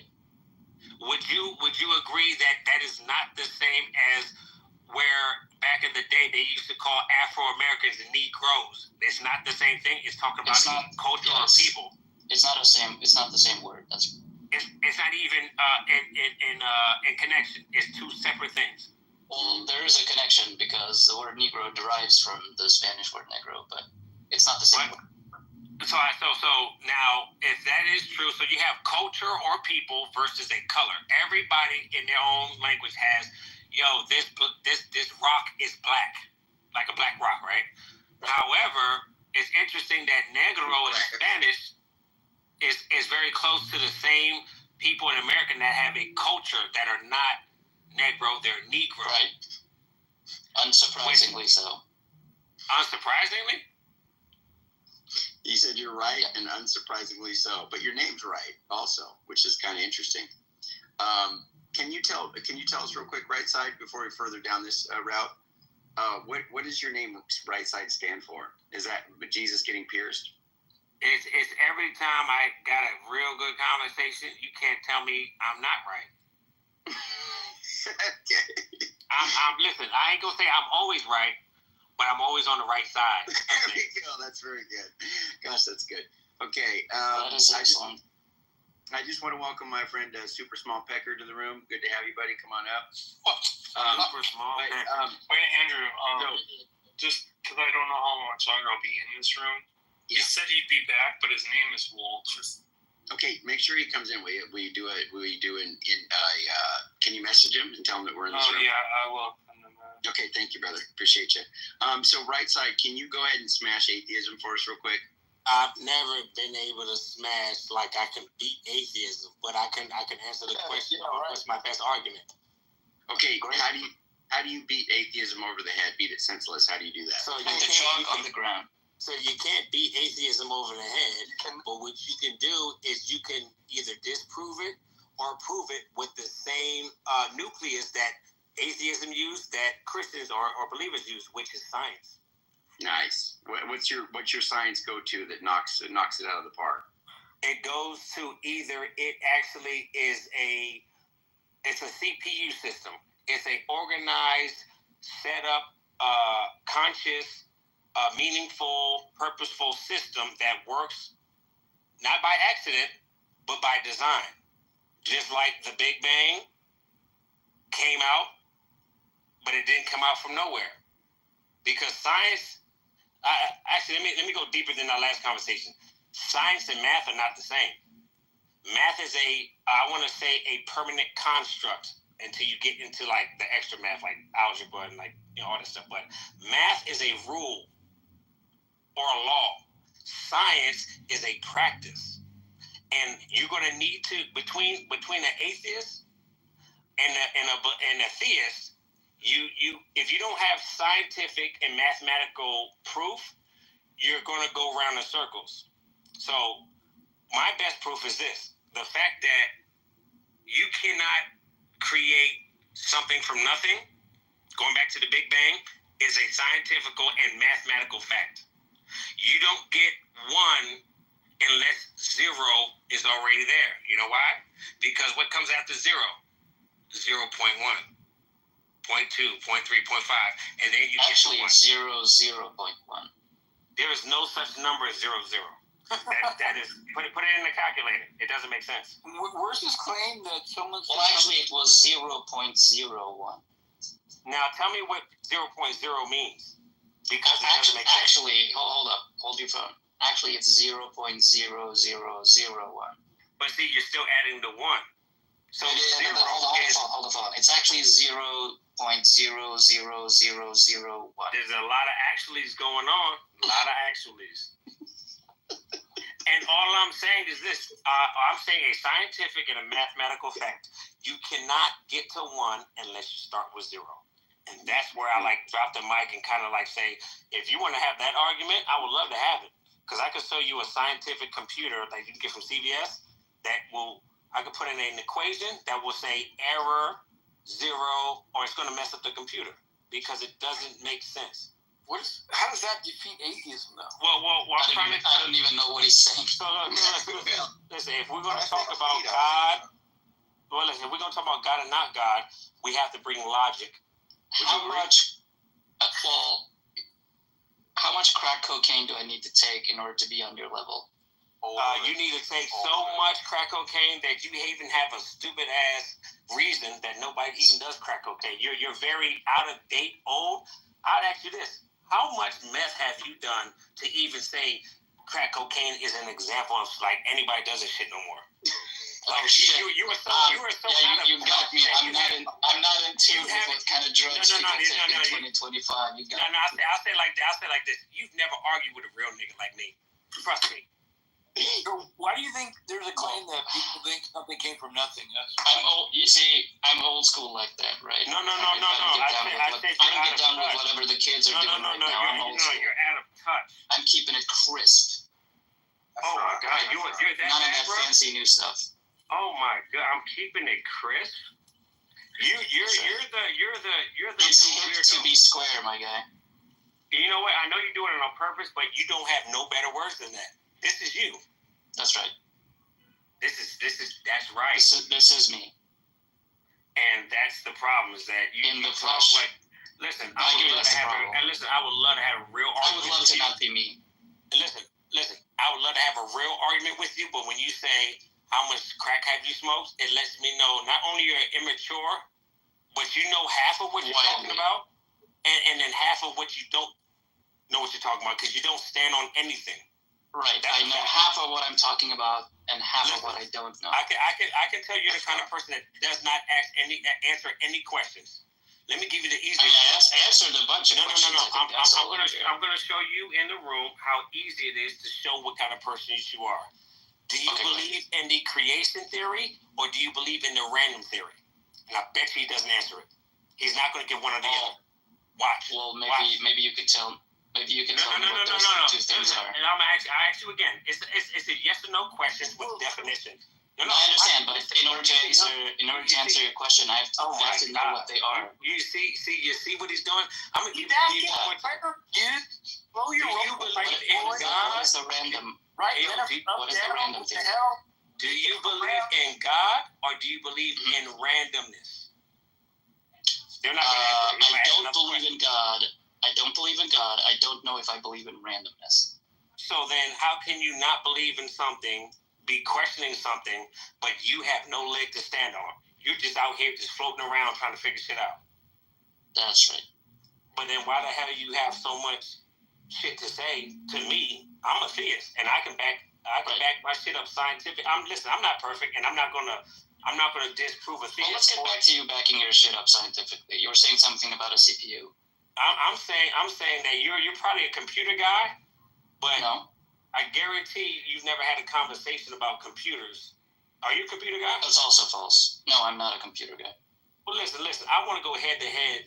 If what you mean is like if I'm a computer scientist, I know computers. Listen, I want you to get down to the root of whatever the hell he's an atheist, right side. He believes God is Harry Potter. Okay. Well, see, he when I talk to atheists. I'll tell you one thing. Atheists have a lot of Bible to disprove Christians. Is one thing, right? But a person that is a denier with no proof, I'm like, why are you sitting here in this conversation? Like I'm talking. Listen, a lot of atheists know Bible, and they will disprove Christians more than Christians should even talk against this same Bible. So a lot of atheists know Bible. That's for sure. And the whole thing about like the problem of evil, that's something they don't really need the Bible for too much, right side, right? They can just say Hitler and all this stuff, God didn't stop it, bad God, no God. You said evil? Yeah, Hitler, etc. God doesn't stop it. It doesn't lead to no God, it leads to just it can be no God. Well, it can lead to no God. It can be no God, it can be evil God, it can be evil is actually the opposite of what a non-God believer can even make sense of. Because listen, you have good and bad. Speaking of things that make sense, what did you just say? Listen. I'm gonna give you. No. Listen. Watch this. I'm gonna give you science, and then I'm gonna give you math. Fuck yeah. Good In and computer evil terms, is though. different. Is different from good and bad. Evil is Same different good. from good and bad. No, yes. And it's the same good, isn't it? I don't know what that means. Isn't that good? It's the same good. Good is good. Positive, plus. Good is good. I agree with that. So you have good and evil, which are not opposites, but good and bad that are opposites. No, it's Ike and Mike and plenty. That's a candy. It's different. Well, let's think about this. -1 and +1, are they opposites? Yes, because the nucleus is 0. Is that fair? I mean, in one sense, sure. In a mathematical sense. Well, in a mathematical sense, -1 is not the opposite of 1. But they have an even nucleus, and they're on different sides of that nucleus. I'm saying if that's the way you're conceptualizing it, sure. Well, I'm just trying to But there's no formal math definition that speaks about opposites in that sense. Well, now watch this. Is math only linear? It's only from. No, there's non-linear mathematics. Now, can you show me a number system that is outside of linear mathematics? And what I mean is this: plus and minus is the control of the rest of all the stuff that math makes, algebra, chemistry, all that stuff. It still uses the root of +1, 0, and -1. Yeah, those are definitely operators in math. They're the rules, in a sense. Well, yeah, they're operators, but yes, in a sense, they're rule.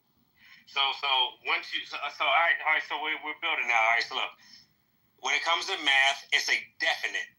You can't prove it, you can't disprove it. It's a law. It's permanent. It's what works, right? But now, once you how to say this the right way? Once you add another number that is outside of the 1 and 0, watch this. Once you add a 0, then you put a 2 in the upper corner, 1. That's when you start to get the table of contents. Like H2O. It ain't H2O. It's 2 of one thing and another of another. Am I right? Can you say that when again? It comes to the table of contents, it's H2O. What is the 2 focused on? The H or the O? The H. So 2 hydrogens, 1 oxygen, right? That's right. Now watch this. H2O. Did you notice that it only introduces the 2 and it doesn't give you any other number other than that because you don't need it? H2O. Right. 2 hydrogen. It didn't say 1 oxygen. You know what the law says? The law says if the oxygen is there, it's automatically 1. Right. The table of contents does not have, and we're talking about science now. Science does not have the understanding of 0. Math has the understanding of 0. Well, so listen. Is there anything on the table of contents that has 0? On the table of contents of what?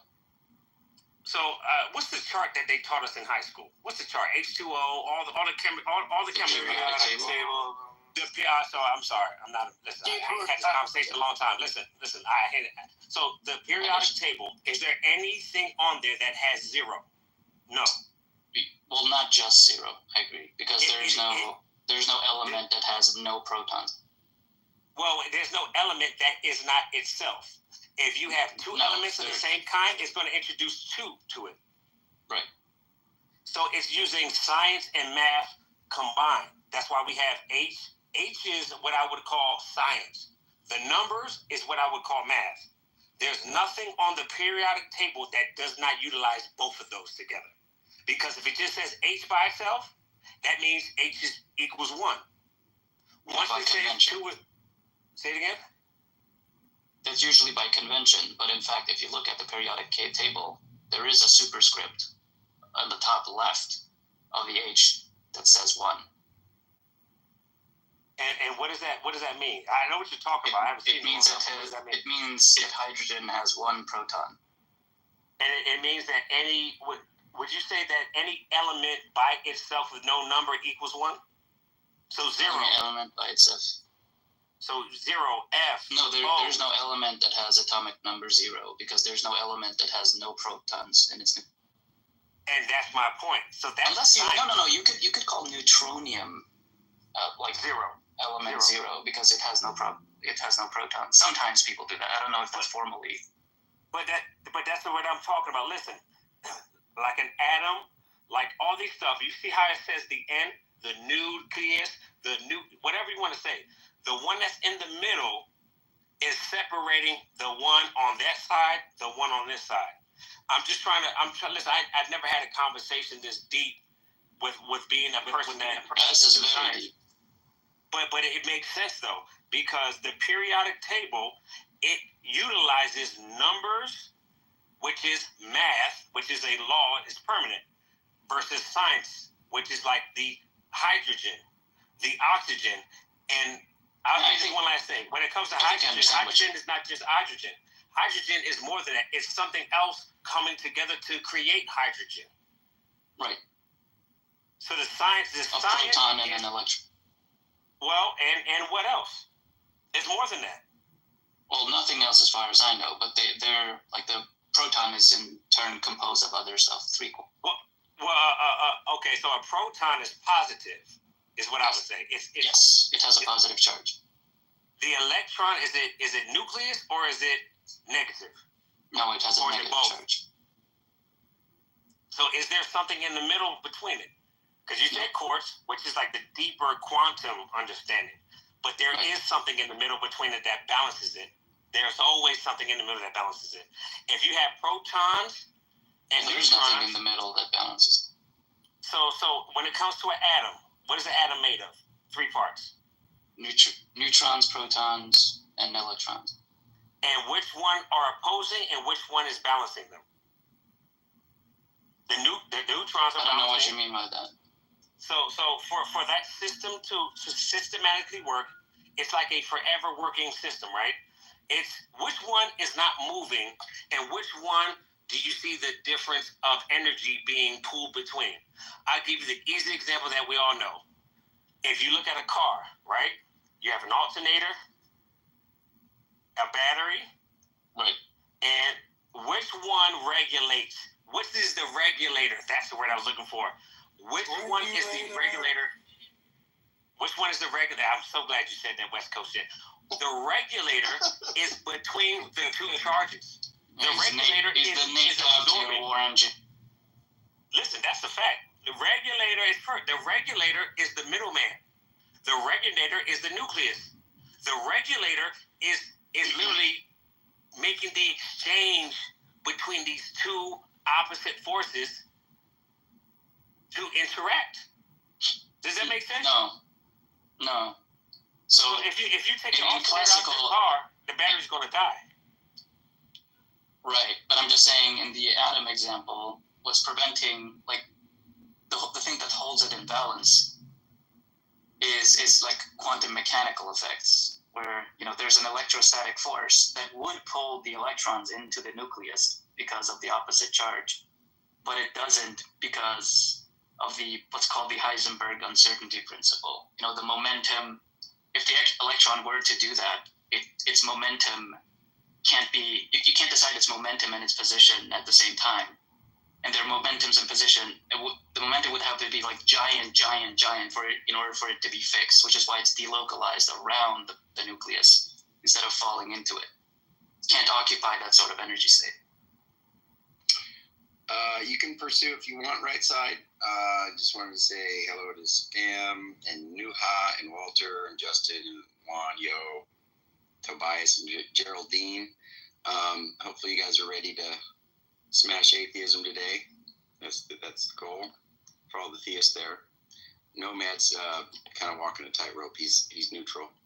So although he claims theism, but he's I'm gonna say you're neutral, Nomad. But right side, do you want to bring it home? Because I'm not sure where you're going with this. Well, I mean, me and a brother were like doing a beautiful science and math and religion dance. It's gonna go way deeper. So I land my plane. Hope everybody caught something from it. And let's continue the conversation. All right, sounds good. You got Brother Walter in here. Yeah. Oh, yeah, Walter. What am I thinking? Walter, are you there, brother? Looks like you're on the phone. When you're ready to talk, it's cool. Yo, are you there? Yo, check it. Yo, check it. Are you there? Yeah, I'm here. Hey, yo. Oh, good. Just real quick, yo, are you a theist? We'll come back to you, but are you a theist? No. I can't remember. No. You're an atheist? No God? Yeah, no, I'm not an atheist. Yeah, okay. I'm just going to call you an agnostic then. Yeah, pretty much. Okay, cool. Good to have you, buddy. Join the house if you would. The link is at the top. Walter, you can join the house too. I know you're new to Clubhouse. I guess I guess you're like a foiled Charizard that I need to be introduced to. Well, I hope I can live up to that expectation. But yeah, great to be. Yeah, thank you. Are you? What's your commitment? Are you Orthodox or Catholic or Protestant? Yeah, I lean Catholic, but I still have yet to go through the RCIA process. Okay. Do you think atheism is the most foolish thing in the world? Walter? Given time, I could probably think of some more foolish things, but I don't believe in it. Okay. What is the best reason you have to believe in God, or the best reason you have to falsify atheism? Yeah, to at least show that, hey, that's not the plausible answer to say there is no God. Or do you want to say you have a reason for God? Either way. Those are great questions. Unfortunately, I have to mute for a little bit here, but I'll let you know when I'm back. Sorry about that. Okay, it's all good. We'll come back to you, brother. Tobias, are you there, bro? Tobias? Yeah, I'm here, bro. I'm waiting for a takeaway, so I'm a bit distracted. But yeah, I'm here, bro. Okay, I can't remember. Did you tell me you're a theist? Or I'm an atheist. I don't believe in God. Okay, well, we'll deal with you. It's good to have you, buddy.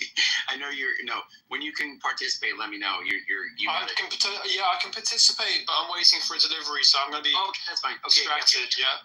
Yeah, just let us know. But so why is there no God, Tobias? I think Justin's not going to... Because I see no good evidence for God. Okay. Do you agree with that, Justin? You see no good evidence for God? He just straight up said it. Wait, but that's not why there's no God. That's just saying you don't see it. No, but absence of evidence is not evidence of absence. Well, you see, Andrew, you remember way back when I told you, when you ask random people if they're atheists, they're not going to understand atheism in the way you understand it. Oh, no, I get that. I'm just trying. I'm with Piper here. We're trying to change the world again. I'm really willing to talk about it. I'm not an aggressive atheist. No. I listen. I use my brain. Hold on. I use my brain. I listen to various copious arguments. Okay. And I try to learn myself. But I so far have seen absolutely no good evidence to support the theory that a God exists. I'm not close to the idea. Yeah. But I don't believe a God exists in accordance to our conception of it. But Tobias, I asked you what the reason is to believe that there is no God, and you said there's no good evidence or whatever for God. But then I said, well, wait, that doesn't mean that there's no God. And you said absence of evidence is not evidence of absence. That's what you said. That's weird because that works against you. Unless evidence is expected. How so does it work against? Right.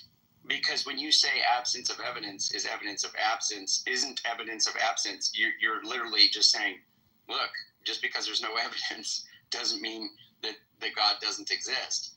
And so I'm just asking you, why are you saying that there's no God? It just brings right back to the same question. I think what you mean to say is that absence of evidence is evidence of absence if it's expected that there should be some evidence, given if the claim is true or whatever. Right, but you're saying so what? I don't know if you understand what I just said. But why are you saying there is no God, or that the absence of evidence is showing you that there's no God? Is that what you're trying? Not if it's true. if the theory predicts that there'll be some data that they're not. Well, that's exactly. Yeah, I think if you make a claim, you need the slightest bit of evidence to go on. I've yet to see the slightest bit of evidence. It's as pointless as making a claim of anything that I could make up in my head if I can't back it up with the slightest bit of evidence that scientists can actually focus on and build on. There is nothing to suggest God exists. Nothing. Okay, hold on. You said nothing. So, are you an agnostic? No, because I see agnosticism as a 50-50 observation. It's not taking a stance. I feel obligated to take a stance because I don't approve of believing in something that I believe has no evidence to believe. So I don't like the idea of being agnostic because I think it's kind of backing. Okay, you're saying there's nothing that would count as evidence for God. What about the fact that there's billions of people who believe in God? You don't think that's any evidence? That's not evidence. That's billions of fucking idiots. That's all. Really? Okay. What do you think about? That's absurd. But what do you think about? Have you ever heard of something called testimonial evidence? Yeah, it doesn't mean anything because testimonial evidence is subjective. You can't prove or disprove what somebody claims they have seen or felt. That's subjective. That's not evidence. You can't prove that. You can't demonstrate that. If you can't demonstrate it, it's not evidence. Wait. So when we use testimonial evidence to put people to death, you're saying we're doing the methodology there is flawed? Is that what you're trying to tell me, Tobias? Putting somebody to death. I mean, what's that got to do with God? He killed this person. I saw him do it. Well, I mean, if there's no evidence to support that claim, then no, it's absolutely not a justified way of. No. They need a camera. If you have a testimony, if you have a testimony from somebody, 800 people saw him kill it in plain daylight. No other evidence. Can we convict? You're comparing something supernatural to something human related. If somebody kills, you just claimed testimonial evidence is not a form of evidence. Are you going to retract that? Well, I think if 800 people saw somebody kill somebody, the chances are very high that person did kill them. But I don't think it's good enough. Hold on. Let me ask the question. I don't think it's a good enough reason to make any decision on taking their lives. I think you need more evidence than that. Even if it seems like the odds are that the person did kill the other person because 800 people saw it, that's not enough. Testimony, the multiple independent attestation is evidence. You grant that? It's a claim. It's not evidence. Evidence is a scientific thing. 800 people. Yeah, it's still a claim. It doesn't matter if every single person in the world saw it. It's still a claim. You have to support it with evidence in order to have concrete enough reason to make a serious decision on that when it comes to life or death. It seems very likely that thing. No, I'm not talking about life or death. All I'm saying is put to death. He said that. I'm saying it's evidence, which is the point that he's trying to make. It's not evidence. It's not. It's a claim. All it is. It's a claim. It's not evidence. All it is for something to be evidence is that it's more likely given a hypothesis than the negation of that hypothesis. So something is evidence if I would more expect to see it given that a hypothesis was true than if that same hypothesis were false. I would find it much more likely that 800 people would purport to have seen a guy kill somebody in broad daylight if the guy did kill than if he didn't. The probability is high, but evidence, at least as far as I'm aware, is a specific thing, especially nowadays in 2025 with the advancements of science and how we come to conclusions when it comes to. Yes, so you need evidence. So, in court, we call it evidence. There are rules of evidence for the admission of testimony. We all agree it's probability raising. The way scientists use the term evidence tends to be a Bayesian definition, which is the one that I just gave you, which is something that's more likely given a hypothesis than its negation. Just you're seeming to conflate there's evidence with basically like dispositive evidence. So the sort of evidence where it wouldn't leave any room for doubt, which obviously no scientist uses evidence in that way, nor does our legal system use evidence in that way, nor do historians use evidence in that way, nor do any of us use evidence in that way when we're forming our own personal beliefs about what's happened in our own personal life. When my friend Gio comes and tells me that he went to the store this afternoon, that's strong evidence that he did in fact go to the store, because Gio is generally reliable, and I know that to be true, and he's more likely to tell me that given that he did do that, since he has no reason to lie. That's a form of evidence, even though it's testimony. He would need a receipt. It's a form of evidence, but you're still talking about something that happened thousands of years ago. The longer time that's gone on, the less evidence is creditable. So you're still talking about something that happened thousands of years ago. You're not in a position to say just because people back then, a large number of people claimed that these things happened, it definitely happened. But you're again equivocating. So earlier you were talking to Andrew, and you said there is no evidence of any form whatsoever for the existence of God. Now, scientifically speaking, yes. Okay, what do you think Kant says scientific evidence? Testable, repeated, testable, repeated and testable methodologies.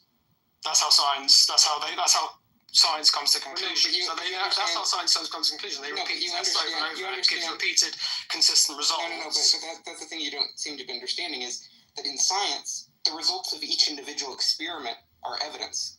Now, you may take each individual experiment, and the more times you can replicate a conclusion in these experiments, a finding in these experiments, the more and more evidence that you're accumulating. So scientific evidence, right, includes the results of individual experiments. You can't say that what we saw using our telescope on this day, that we record down that observation, that is evidence, and then what we saw the next day is additional evidence. So you can't say it's not scientific evidence. It is scientific evidence. Just you might want more and more and more, and when things you can design a controlled experiment. You can isolate something from the environment and control for all of these different variables to test your causal hypothesis. That's the ideal case for scientific. I'm trying to listen. My deliveries are right, but I'm listening. I'm trying to listen to it. Yeah. So, anyways, the claim that there is no scientific evidence, as if the concept of evidence used in science were all that distinct from the concept of evidence used everywhere else in life. No. Scientists have a methodology that they use to collect evidence, right, and to test their theories, and they have certain standards, right, for how the evidence is to be collected, how much evidence they need before they accept a theory. But that doesn't mean that observations, including the testimony of a scientist that they saw something through a telescope, that's scientific evidence. I think the likelihood that there was a man called Jesus existed, and the evidence and the testimonial evidence for that is very high. But I think when it comes to the claims of supernatural events, I don't think you can just go on testimonial evidence to assume that stuff actually happened, because that's a large claim, and I don't think just because a large number of people claims that these things actually happened is enough for you to conclude that it actually did. I'm not sure how you would justify believing that simply based on number of people that claim that these things happened from thousands of years ago. That to me seems rather absurd. Well, but we're just having to take one claim at a time. So the first claim I wanted to make sure that we got on the same page about is, what is evidence, and is there any evidence? Now there's a separate question. Okay, and I'll let Andrew steer the conversation again rather than presenting my own evidence. But there's a second question, which is there sufficient evidence to warrant belief? Okay, now I happen to think that there is, and we could go into the evidence that I have, right? But I think probably Andrew was steering the conversation, but I just wanted to establish that this counts as evidence, and there No, must I be at never, least some. I never stated that testimonial evidence isn't a form of evidence. Everyone heard you say that. Tobias. I didn't say it isn't a form of evidence. No, I understand that you don't think that all of us hearing you say it is evidence, but we did all hear you say it. I don't think it's conclusive. No, I don't think it's conclusive evidence. I don't think. Tobias, you said it's not evidence; it's a claim. Like you repeated that several times. Well, it is a claim by someone. Come on, be honest. I understand that. Well, I don't. Either way, whether or not I said that doesn't negate the fact that I still don't. Someone intellectually dishonest. You're not willing to admit something that was incorrect, when you were wrong, when you had to revise your belief. You have to revise the facts in order to fit your model of yourself as someone who never makes mistakes. If something happens and you witness it, then absolutely it's important that you speak out about what it is that you witnessed. And the more people that speak out about certain events that they witnessed, the more in favor it is towards that actually happening. But it's still not concrete enough to 100% say that thing happened. You need a lot more than that. And nowadays we have such scientific advancement that it's incomparable to how they were able to justify back then whether certain events happened and being able to prove that.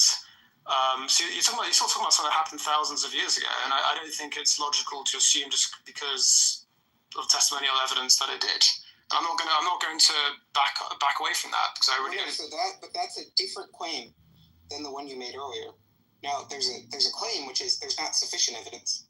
Now what you said earlier was there is no evidence of any kind that you've been presented with that claims are not a form of evidence, that testimony is not. With regard to the supernatural.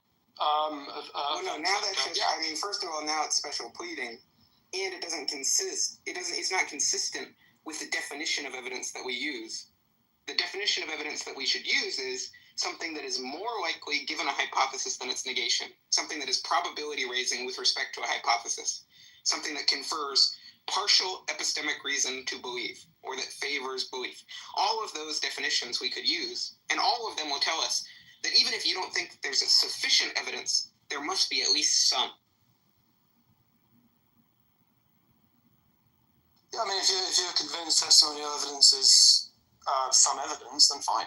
I still don't think it's enough. I think it's a very simple observation I'm making. I think you're the one who's overcomplicating it now. I don't think testimonial evidence is anywhere near sufficient enough evidence to suggest something happened. It's a very simple claim. Maybe he's not overcomplicating it, and you don't really know what you're talking about. Yeah, listen. I'm making a very simple point, am I not? I don't think testimonial evidence is sufficient enough evidence. How am I not understanding? I think you're just adopting. I think you're adopting his notion of evidence now. You're saying that it's sufficient evidence rather than just saying sufficient. If that makes more sense to use sufficient evidence. Fine. My point still stands. Well, hold on. No, Tobias, your point doesn't stand. You're being dishonest right now, my brother. Please, by all means, please. Let's just be honest. The problem is people are so motivated. You have idiots in the chat thinking Ethan's being, giving word salad and whatever. I don't care what you think of Ethan. Everything he just said was spot on. There's and analyze the merits of what he's saying. Who cares about what you think his history is? I'm respecting what he's saying. I'm listening very carefully to what he's saying. I'm not talking to you. I'm going to talk about you in just a second. Sure. I'm saying to some of the people in the chat, Mulder, you're absolutely just retarded. Saying I'm being slimy by asking him questions. I'm sussing out his arrogance. Hold on, stop. I'll move you down, New. I'm sussing out the arrogance and the condescension towards theists, which is fine. But I knew that he was going to make some ridiculous claims, which he did. He said there is absolutely, quote, no evidence for God. Okay? And then we talked about testimonial evidence. You said that's not evidence. Sufficient. No. You didn't say that. Well, maybe I should have. I apologize. Do you want me to apologize to you? Is that going to make you feel better? Sufficient evidence. Does that make more sense? Hold on, Tobias. I'm glad you remember when you said you weren't one of these aggressive atheists. No, because he's accusing me of. Obviously. I'm saying sufficient. Okay, I just said sufficient. It's triggered. It's not Tobias' notion, bro. No, but the problem is that originally when you were pressed on this, you did say that testimony isn't evidence at all. Sufficient. Maybe I forgot to say the word sufficient. I'm so sorry. You didn't just forget, because people brought this very specific objection to you, and you still claimed it's no evidence. You used phrases like, it's not evidence, it's a claim. It's vague evidence at best. It's vague evidence at best. If you think that's fine that you're saying that. If you think of evidence the reason as people call you research to be proven factually, then yes. The reason people call you dishonest is because you did in fact say that, and then later when pressed on it, you said you didn't. Well, I don't consider it. I don't consider it important when it comes to evidence. So whether or not it is defined as a type of evidence is kind of irrelevant to me, because it's so minuscule in terms of enough sufficient evidence to conclusively say that this thing happened, that it may as well not be irrelevant, though? How is it irrelevant if it's essential? No, he means irrelevant. No. He means irrelevant as in it has so little force. It has so little relevance to evidence, even if it is technically a form of evidence. That I don't care. I still don't think it's anywhere near enough sufficient to say that this thing happened. It is deep. That's a position you might take, but it's not the one you originally presented. Well, I'm evaluating now. I was waiting for a delivery. I'm busy. No, that's. I made myself more. Wait, Tobias. Tobias. Tobias, yeah. Could you just be honest and say, I stand corrected and thank you for your correction? Wow. Yo, I don't know what you're doing. You're being weird right now. But Tobias, just to be clear, Ethan just showed you what you were saying was fallacious. Fine. I already said to you that perhaps earlier I should have explained that I was waiting for a delivery. I'm busy. Sorry, go ahead. No, hold on. Do you think that adequately? It's very hard for me. Look, I want to engage in conversation. I really do. But I sense that you were going to say something that would be over the top, and you did. And now it's like when being pressed on it, you have nowhere to go. So you're just basically saying, well, I just didn't explain myself clearly. No, I never actually considered anecdotal. I never considered that form of evidence to be even counted as evidence. Now we're discussing it. I've come to the conclusion that perhaps it is a form of evidence, but it's such a minor amount of evidence to me that it still is far from being conclusive. That doesn't mean But you don't think it has such little relevance to me. You don't think that generally, right? Yeah, but Tobias, would you now say there is evidence? However, this evidence is not convincing to you. Yes, that is what he's saying. Jesus Christ, Tobias, you agree that that's not a general principle you hold, right? If somebody sees something illegal, terrible, and they inform the police about it, the police take it seriously based on what they've seen, because they have to assume that what that person is saying is in fact true. Because otherwise, a crime might be committed and they'll do nothing about it. So, of course, it's important if somebody says they've seen something, it has to be taken seriously, yes. But I don't think it's they're going to take it a lot further than that before they come to any conclusive conclusions. But it's like testimony is generally regarded, it's weighted pretty heavily in like a court setting, for example. Yeah, but I think it's fair to say there's an extreme qualitative difference between someone testifying that something they missed had an unseen supernatural cause and someone giving a straight account of something that they were an eyewitness to. Sure. Because one is talking about something supernatural, the other one's talking about something that could actually happen. So you're talking about one extreme compared to the other. If somebody's claiming something supernatural, that requires even more evidence to conclude. I agree. In like if someone says they saw a ghost, I think the weight of the force of testimony, the evidentiary force of testimony, is going to be lower than if someone said I saw a dog. Yeah. Is that Yeah, precisely. Yeah. certainly you could have the quality of a testimony that could raise the probability that ghosts exist. You can have people who are honest, that have never lied to you in your entire life. You can have multiple people from different angles, different backgrounds, tell you, hey, we saw this exact same thing. They don't seem like they're drug users. They're not sleep deprived. They don't have any cognitive problems, as far as you can tell. This is something that you need to acknowledge would count as decent evidence for the case that there is, in fact, a ghost that they saw, or they had an experience that they saw a ghost. And you just dismissing it in the way that you are. Well, I first need evidence that a ghost exists. External. He's using naturalist presupposition. Yeah, well, yeah, exactly, of course. But I mean, look, Tobias, this is crazy. Look, it's reason giving that ghosts exist. If you have testimony, now you may have background commitments to say, hey, the prior probability of a ghost existing is very, very, very, very, very, very low. Okay, cool. But this is reason giving. This is evidence. Now, you may not evaluate that the same way I do, but it is the case that it is evidence. And you just acting like there's no evidence. There's zero evidence for God, even though most of the planet believes in God. It's pretty weird. So ghosts, if you want to make a claim, if hundreds of people saw a ghost and want to make a claim that that there is a ghost because they've all seen it collectively together, you would first need evidence to suggest what a ghost is, of which there's none. So you're talking about a claim based on something that hasn't even been researched or verified. Okay. So it doesn't have to be that we need to know exactly what a ghost is. We can define it as something that it's visible, but it's in something that can go through walls. It looks like it has intentions. It did some kind of interaction with you and knocked things over in the physical world. You saw it doing things, okay, knocking cups over, pulling paintings off walls. A bunch of people witnessed this. It would walk right through you.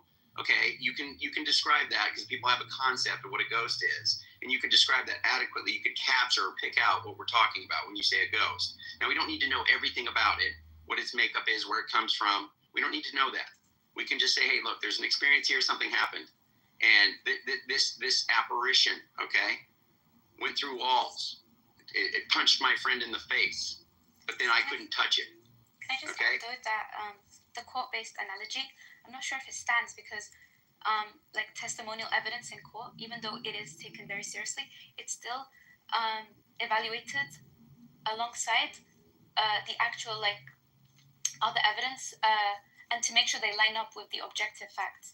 And when there is some kind of inconsistency in the testimony, it will be rejected, right? That's incorrect. So you can have a rape without having any evidence that the rape occurred except the testimony. That can be enough to convict. But it needs to No, that's not. The testimonies need to be in harmony with one another. She says if there's other evidence that counteracts or it refutes or is it inconsistent with the testimonial one, that can render a testimony invalid.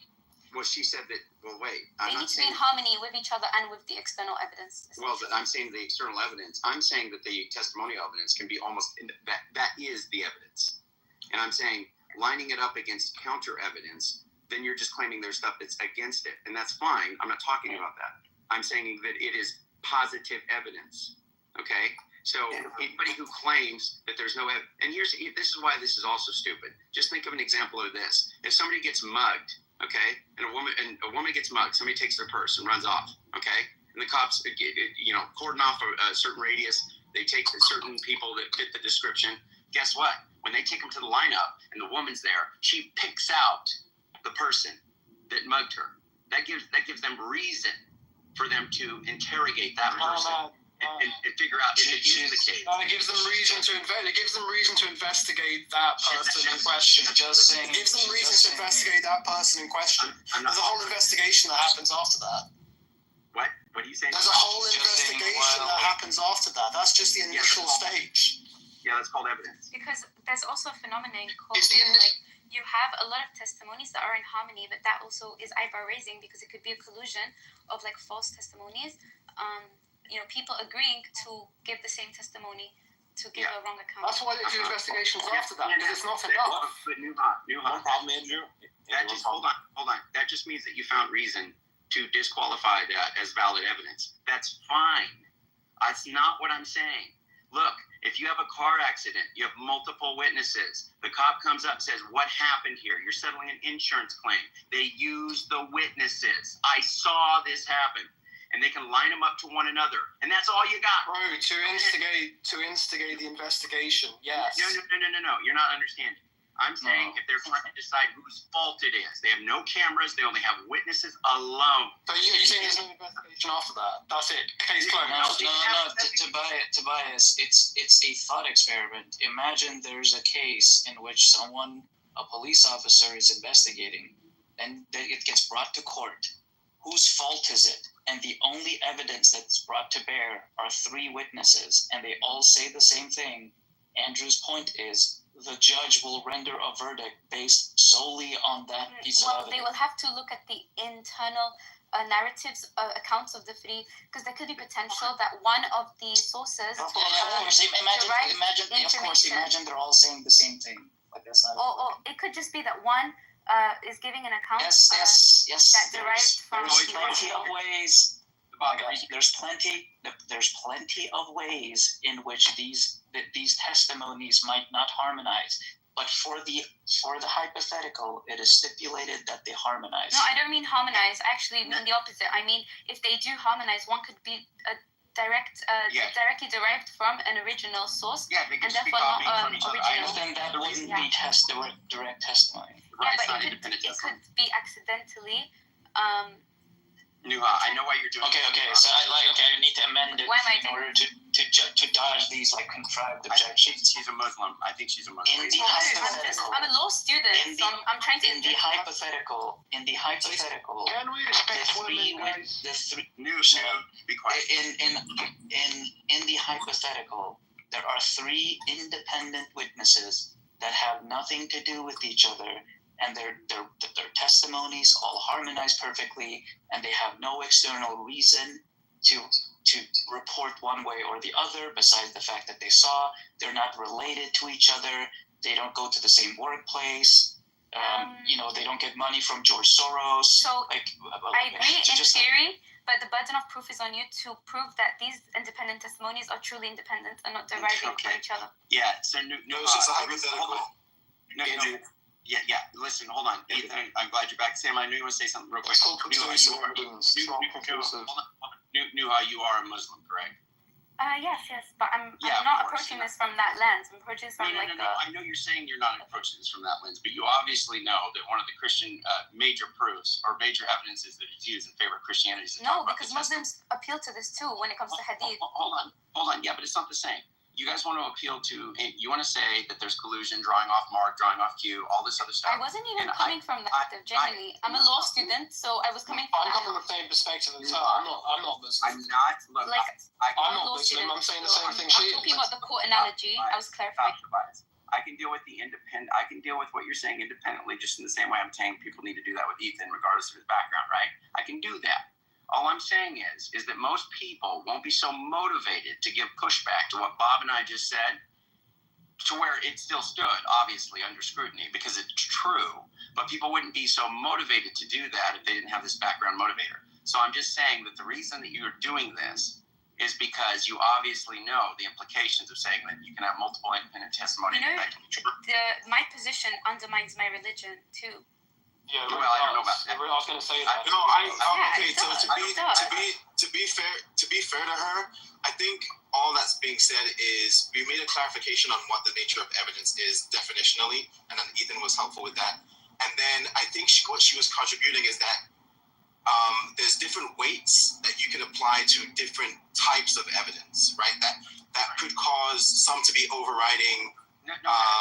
It's not conclusive. That's what I said a million times. It's not conclusive. Tobias, when it comes to you've been conflating the nature of Tobias, you've been conflating the nature of conclusive evidence with like proofs and 100% certainty. Yeah, we're not talking about that. Tobias, you weren't granting any evidence. None, zero, zilch. You said it multiple times. It's on recording. Please don't make a fool of yourself. You didn't grant any evidence, okay? Don't make it seem like it's not conclusive. Well, I think you can see it now. Yeah, but he's doing right now. It's like backpedaling. It's weird. in many cultures around the world, the testimony of women is considered less valuable. Like in Islam, it's like half as valuable. And like Andrew doesn't believe that women can reason. So that when the women came to the tomb, you should probably be skeptical of these like women's reasoning capacities because they're like, you should trust women's testimony. Never believe women, according to Andrew. So, brother, Shabbat Shalom. This is what we call Jewish subversion of authority. Thank you for that, Sam. I appreciate you, bro. But no, you believe in ghosts, bro? Are you a ghost believer? What'd you say? Do you believe in ghosts? Palestine. You believe in ghosts? Is that you? Is that you? Respect him. Are you a ghost believer, bro? You fucking Zionist. Shut up. I want you guys to meet our friend Caveman/warrior/ something. He has another name too. You are a Zionist. You support genocide. Okay. Yeah. Hey, New. How many wives? New. How many wives do you have? Andrew uses retard word, like he insults people. He's a genocide supporter. You're a retard too. Literally, I'm also Asian. You're a fake guy. You believe your guy is stronger. Yeah, genocide. You support killing people, Andrew. So let's get back to it. And I'm going to move you down, New, if you don't stop. So, Ethan, I'm glad you're back. So Tobias wants to do this thing. He wants to stay conclusive now. No, so I think it's an assumption. If you see if somebody says they've seen something, it's an assumption until it's proven evidence. I actually don't take back what I said. I don't believe it is evidence. You don't see testimony as evidence? Are you? No, I don't. No, I don't. I still believe. Tobias, it's called testimonial evidence. What are you talking about? It's actually called evidence. Well, maybe it shouldn't be. Somebody claims they've seen something. Until you can prove that what they've seen actually happened is not evidence. Wait. Why would an insurance company who has strong interest in determining whose the fault is and how much money they're going to pay out use testimony alone to come to a conclusion? Why? Explain that to me. Because it's an assumption. It's all on evidence. If you view evidence as something scientific, where it's definitively proven that thing happened because they put all the dots together. Wait. Do you think evidence has to be definitive? Well, this is stupid. And your definition of evidence is really loose. It's a very loose definition. ACC, please. No, what's up? Do that though. They don't just take it upon someone's word. No, you're not understanding what I'm saying. They have zero other evidence. It's testimony alone. They obviously have the cars that are messed up. They don't know who did what though. And my point is, when you have testimonies, which is it, they can measure trajectory and say, oh, blah, blah, blah, blah, blah. But the point is that you have testimony that they use to determine what happened. And I'm saying, it's different than the eyewitness testimony, right? That's an eyewitness testimony. They saw it occur. They were at the intersection. They got out of the car. They said, what happened? The cops are like, hey, what happened here? Tell us what happened. They asked the witness. It's crucial. What are you talking about? This is insane. Bias. Evidence is just whatever raises the probability of something. So yes, when I say I saw a dog, it should raise your probability that the dog exists. And then even if it's a tiny amount of evidence, because it's not 100% proven, is it? That's not 100% proven. No one thinks that evidence means scientific proven. It's all we're talking about. I'm not. If I say I saw a dog, it raises the probability in your head that I saw a dog. It's just obvious that that's how it works. That raises the probability, fine, but it's still not conclusive evidence. What is that? If you're looking for conclusive evidence to prove something and you haven't reached it. We are just talking about raising probability. We're not talking about dispositive or conclusive evidence. That's all we are talking about. But you want to prove that something 100% happened. That's not proving that 100% happened. We're not talking about conclusive evidence. We're just talking about probability raising stuff. That's all we're talking about. Hey, John, I'm glad you're back, but chill out. Tobias, what do you think evidence means? Prior to this conversation, what's your standard understanding of what evidence means? Define it. Go ahead. It's absolutely simply. Tobias, not you, John. John, is your name Tobias? No, it's your name's not Tobias. Your name isn't Tobias. Please hold on.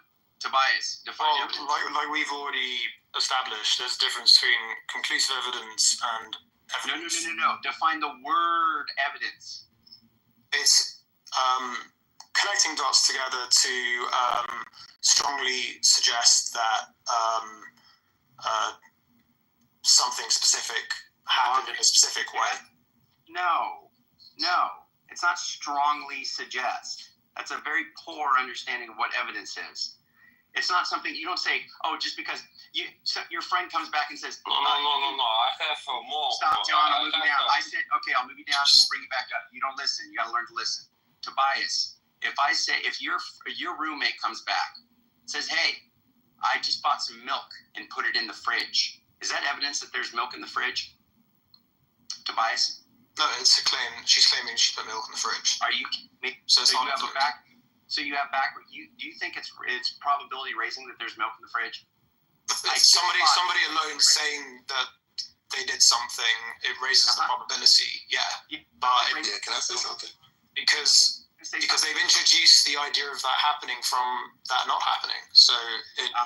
And what does that? Why wouldn't you call that evidence? Why does that have to be? I already told you there's a difference between evidence and conclusive evidence. That is. Well, in a legal setting, you would have to be proven beyond reasonable doubt. Well, that's conclusive evidence, right? Well, it's not conclusive, but beyond reasonable doubt. But we're not saying somebody saw something happen is not beyond reasonable doubt. I agree. Right. That's what I'm trying to say. But the thing is like, what you guys are asking for is like, what can make a conclusive evidential witness? It's not what we're talking about. It is. It's because that's what he's trying to say. See, they're like, oh, this proves it 100%. I know what he's trying to do. I know why he's doing it. Black, they're not allow you. Yeah, I know it. Thank you. I'll move you down, brother. Peace be upon you. So here's the deal. Look, it is the case that when somebody makes the claim like that, especially if you have this background of them being honest, continually telling you the truth, they buy milk a lot. Every time they've said it in the past, it's happened. They have given you a good inductive case to believe it is true when they say there is milk in the fridge.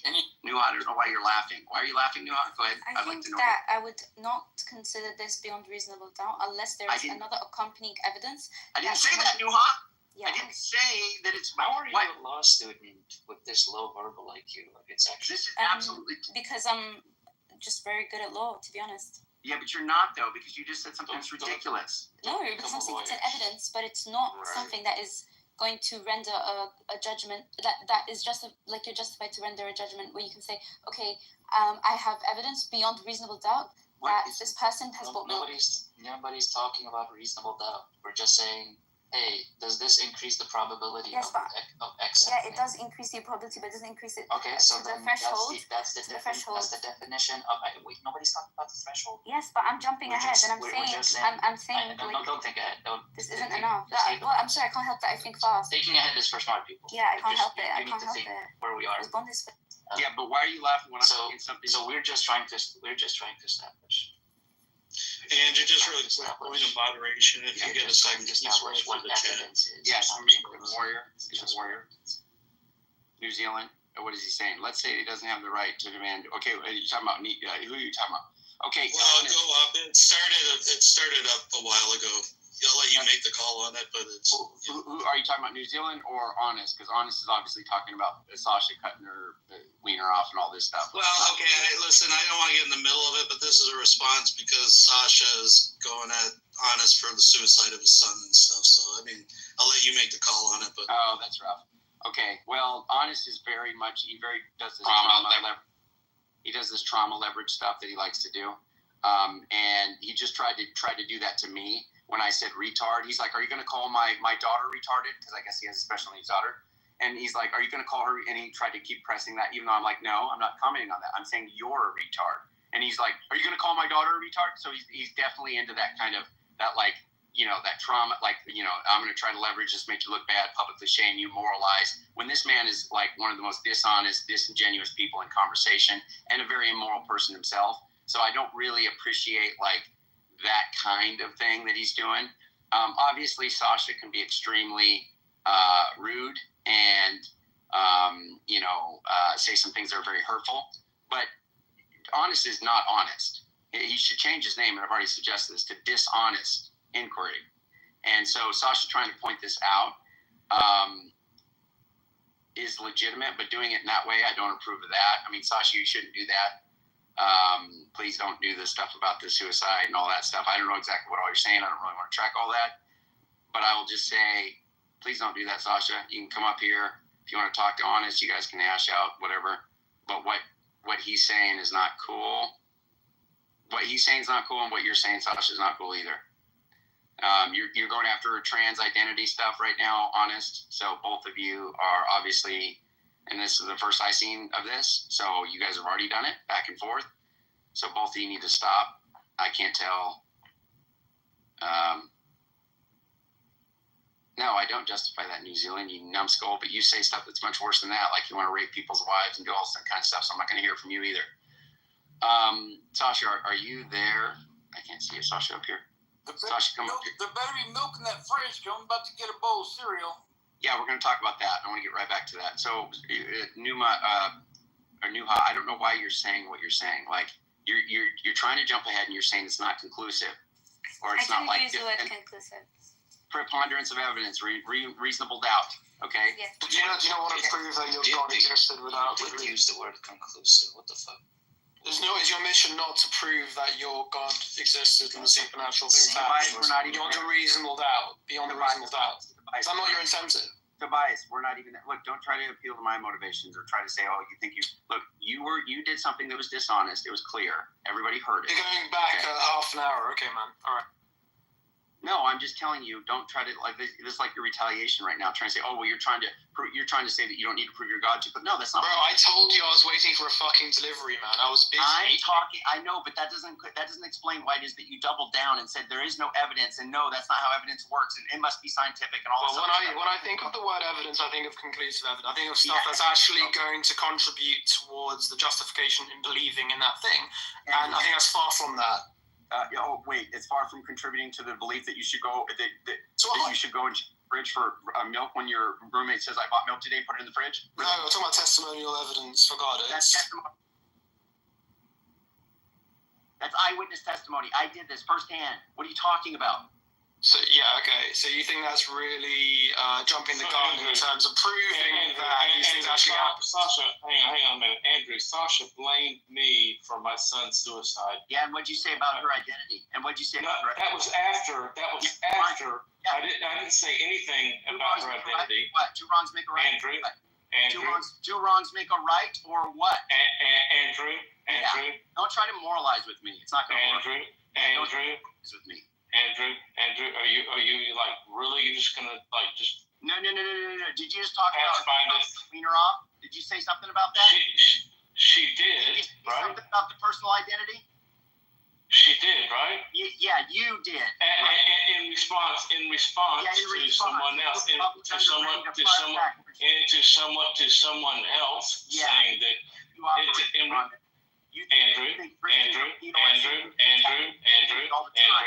Andrew. Calm the fuck down, dude. No, you don't. Andrew, please calm down. Andrew. Yeah, don't try to make it seem like. Calm down. Don't try to. Calm down, Honest. Calm down.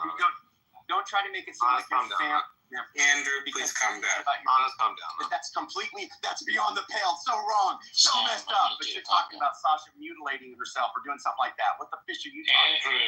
Yeah, what? Andrew, Honest, calm down, Honest. Yeah, let's get back on track. So listen. I was in the chat. If you go back up in the chat, yep. I said nothing about Sasha. Until afterwards, I got it. Andrew. You don't I said nothing through me. Andrew. I understand what happened. Okay? Andrew. Yeah. Andrew. Yeah. I said nothing about Sasha. And Andrew. And she said that my son's suicide was my fault. Uh-huh. You think that's okay? No. Okay.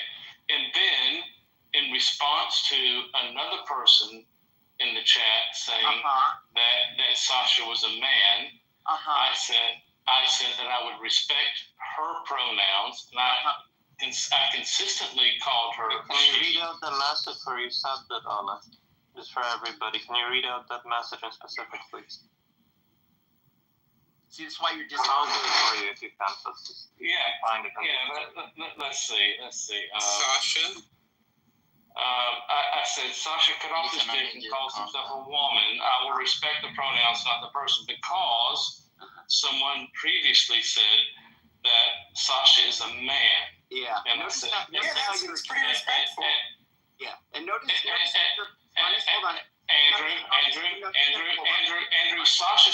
this. Sasha started this. Yeah, two wrongs. You don't care. You don't care that Sasha started this with saying that my son's suicide was my fault. I want to point out that my son's suicide was my fault. Honest. You're going to condone this. You're going to defend this guy. Interrogate Sasha. Hold on, real quick. Wow. Say something. Honest, let me just say something to you real quick. Okay. Sure. I'm going to point this out. You can say whatever you want. You're a piece of shit. Sasha can say things that are very mean, and I don't condone it. Okay.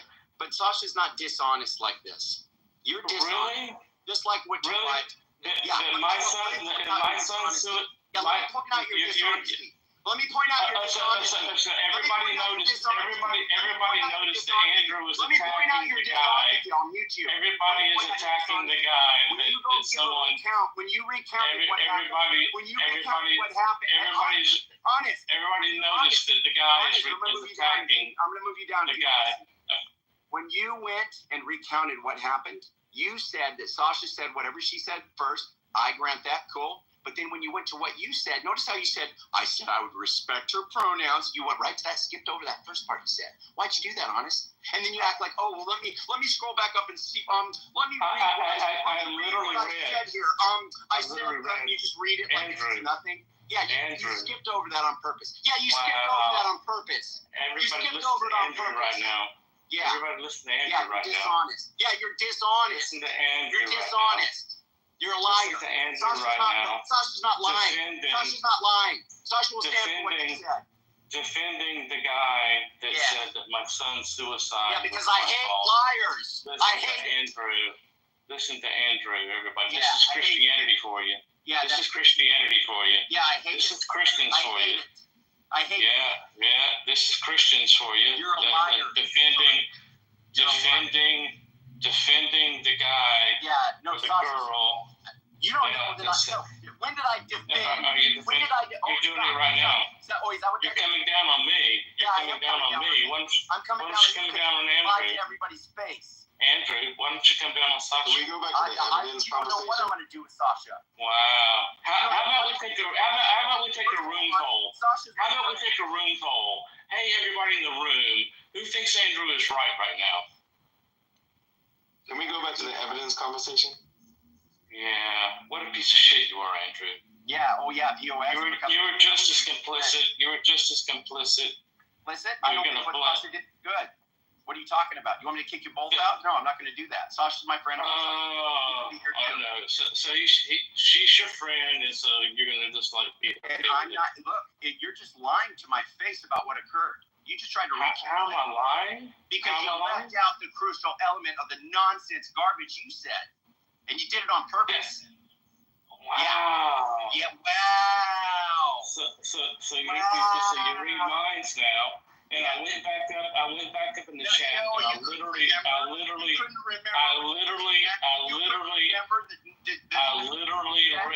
verbatim what I said. Pointed it out.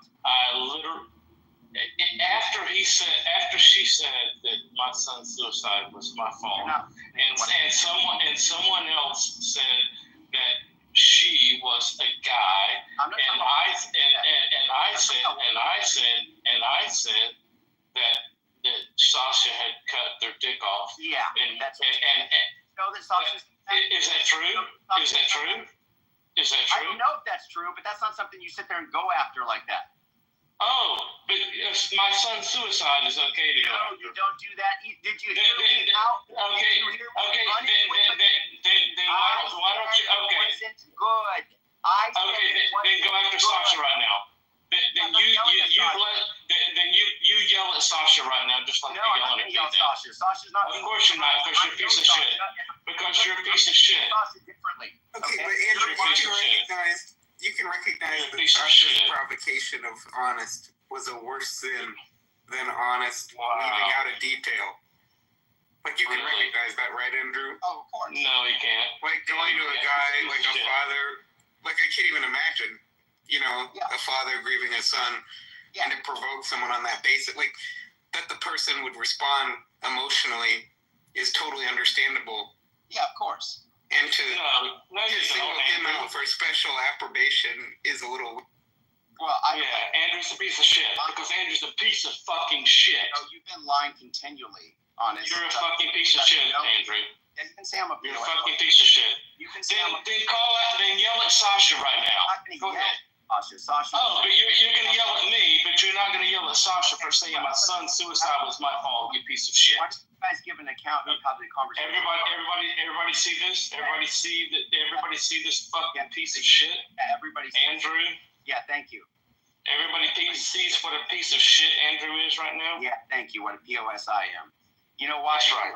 You know why I don't like this, and the reason I don't care as much as you want me to care is because of what you just did before that conversation took place. You dishonest. Because you're a piece of shit, Andrew. What you did because what? Oh, after. In response. Stop dishonest. Can we go to what did Honest say that caused us to say that? I'll move you down. What caused us to say that?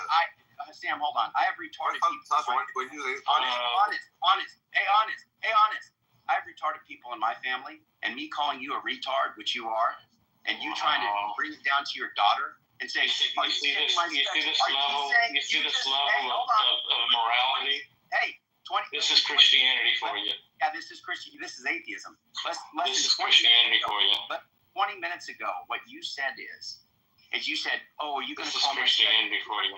Are you going to say my special needs daughter is a retard?" And I said, "No, I'm going to call you a retard because you are." And what you said, you keep repeating all this. Not listening. I'm going to move you down. Of course you're going to move me down. Yeah, because you can't listen. Because you can't actually take it. Because you can't stand it that I'm calling you out. Because you can't. I'm calling. Abuse your mods and send me down. Go ahead, Andrew. I'm trying to tell people what actually happened. Everybody knows what happened, Andrew. Hey, don't be a retard. Listen to what I'm telling you. About there 20 you go. minutes Listen to them using pejoratives. Listen to the Christian. About 20 minutes ago. Yeah. You said about my daughter that special needs. Yeah. Is she a retard? I said nothing about your daughter, numbskull. You brought up your daughter to try to use that. You tried to moralize with it. You tried to use leverage and say, Of course I did. Because that's sick. Of course I did. Yeah. You're sick. You're sick for using the word, and you're sick for not. You called. It's okay for Sasha. It's okay for Sasha to say that I'm involved. Did I ever say it's okay, numbskull? Then why don't you call him out? Her out. I'm dealing with you right now. I'm dealing with you right now.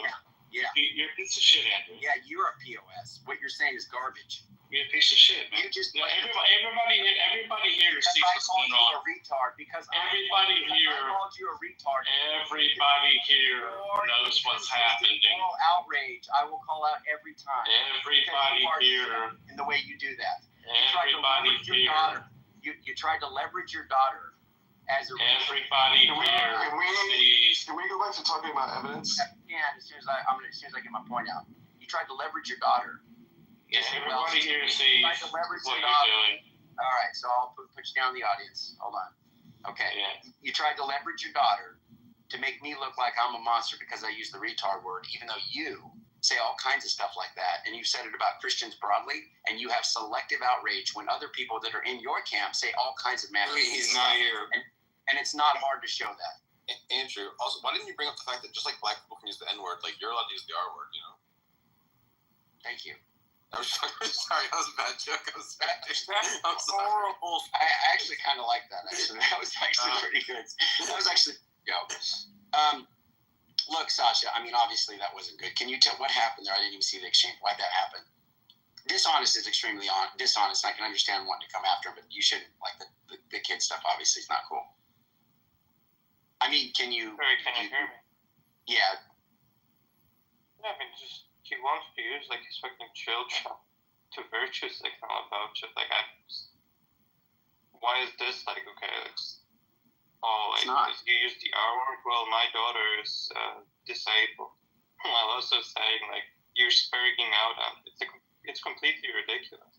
It's like if you think it's fine to trauma dump about this and to weaponize your personal trauma, I don't think it's off the table for you. I'm very sympathetic to that, Sasha, and that's why, like, I thought about this and I was like, wait, this isn't in isolation. This is on the heels of him just now, just a little bit before this whole. It's like I remember St. Paul was like, overcome evil with evil. No, look, I'm not. Ethan, look, I don't mind you doing that. You know how I appreciate you coming after me, and that's fine. But dude, you got to understand that when he's doing stuff like this, I don't think that, I'm not saying that I would have done that in Sasha's position, but I'm sympathetic to why it is that she responded that way. It's pretty gross that he's doing. No, I mean, look, here's the thing.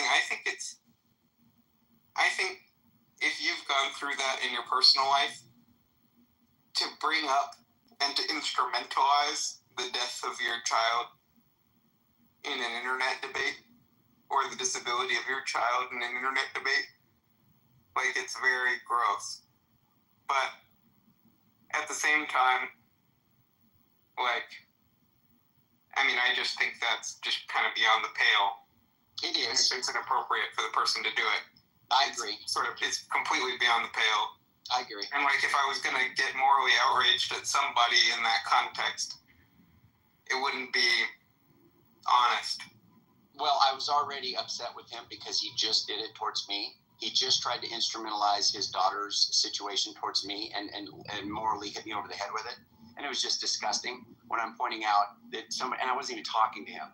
I said somebody else was a retard up here, or said something was retarded, and then he wanted to down there try to poison my reputation and say, oh, he said retard. And then he's like, Andrew, do you think my daughter's a retard? And all this stuff.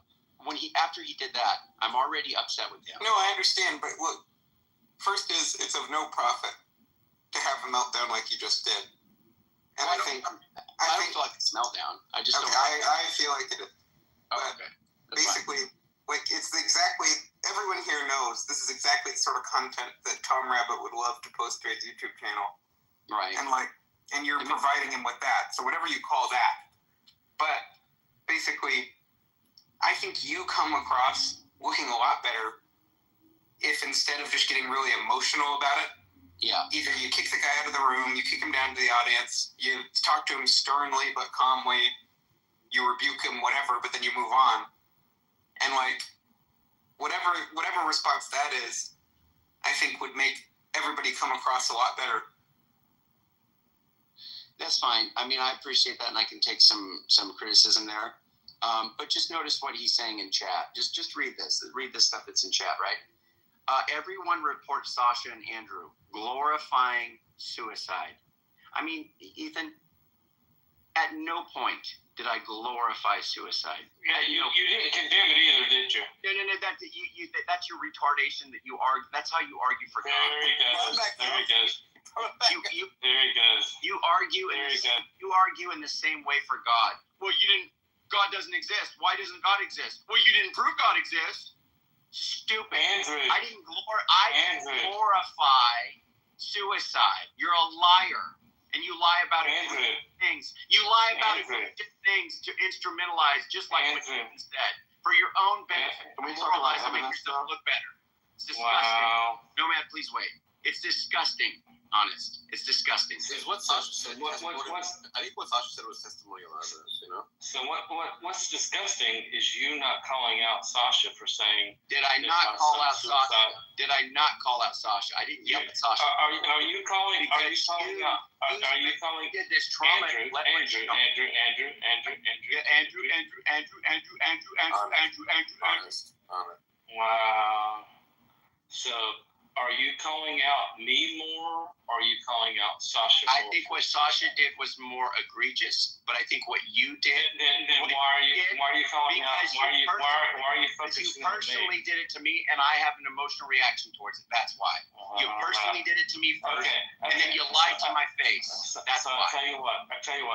How about I mute up and you go off for the next 10 minutes? It's not going to go off on me on Sasha. Go off. Well, go off on Sasha. No, I'm going to go off. Do you understand? I had a reaction to what you did to me. How about you go off on Sasha? Did you hear what I just said? Sasha just made a point, which I agree with. I can understand the sympathy. I'm sympathizing with her. How about you go off on Sasha for saying that my son's suicide was my fault? I'm waiting. I'm waiting for your moral outrage. Your Christian moral outrage. No, Ethan, do you not see what he's doing right now? Can you? I mean, dude. The Christian moral outrage. I'm waiting for the Christian moral outrage. Using this to attack Christianity, obviously. It's not like, oh, you hurt me so bad. Are you making Christianity Christianity look better by reacting this way? No, he's not. Yeah, he doesn't care.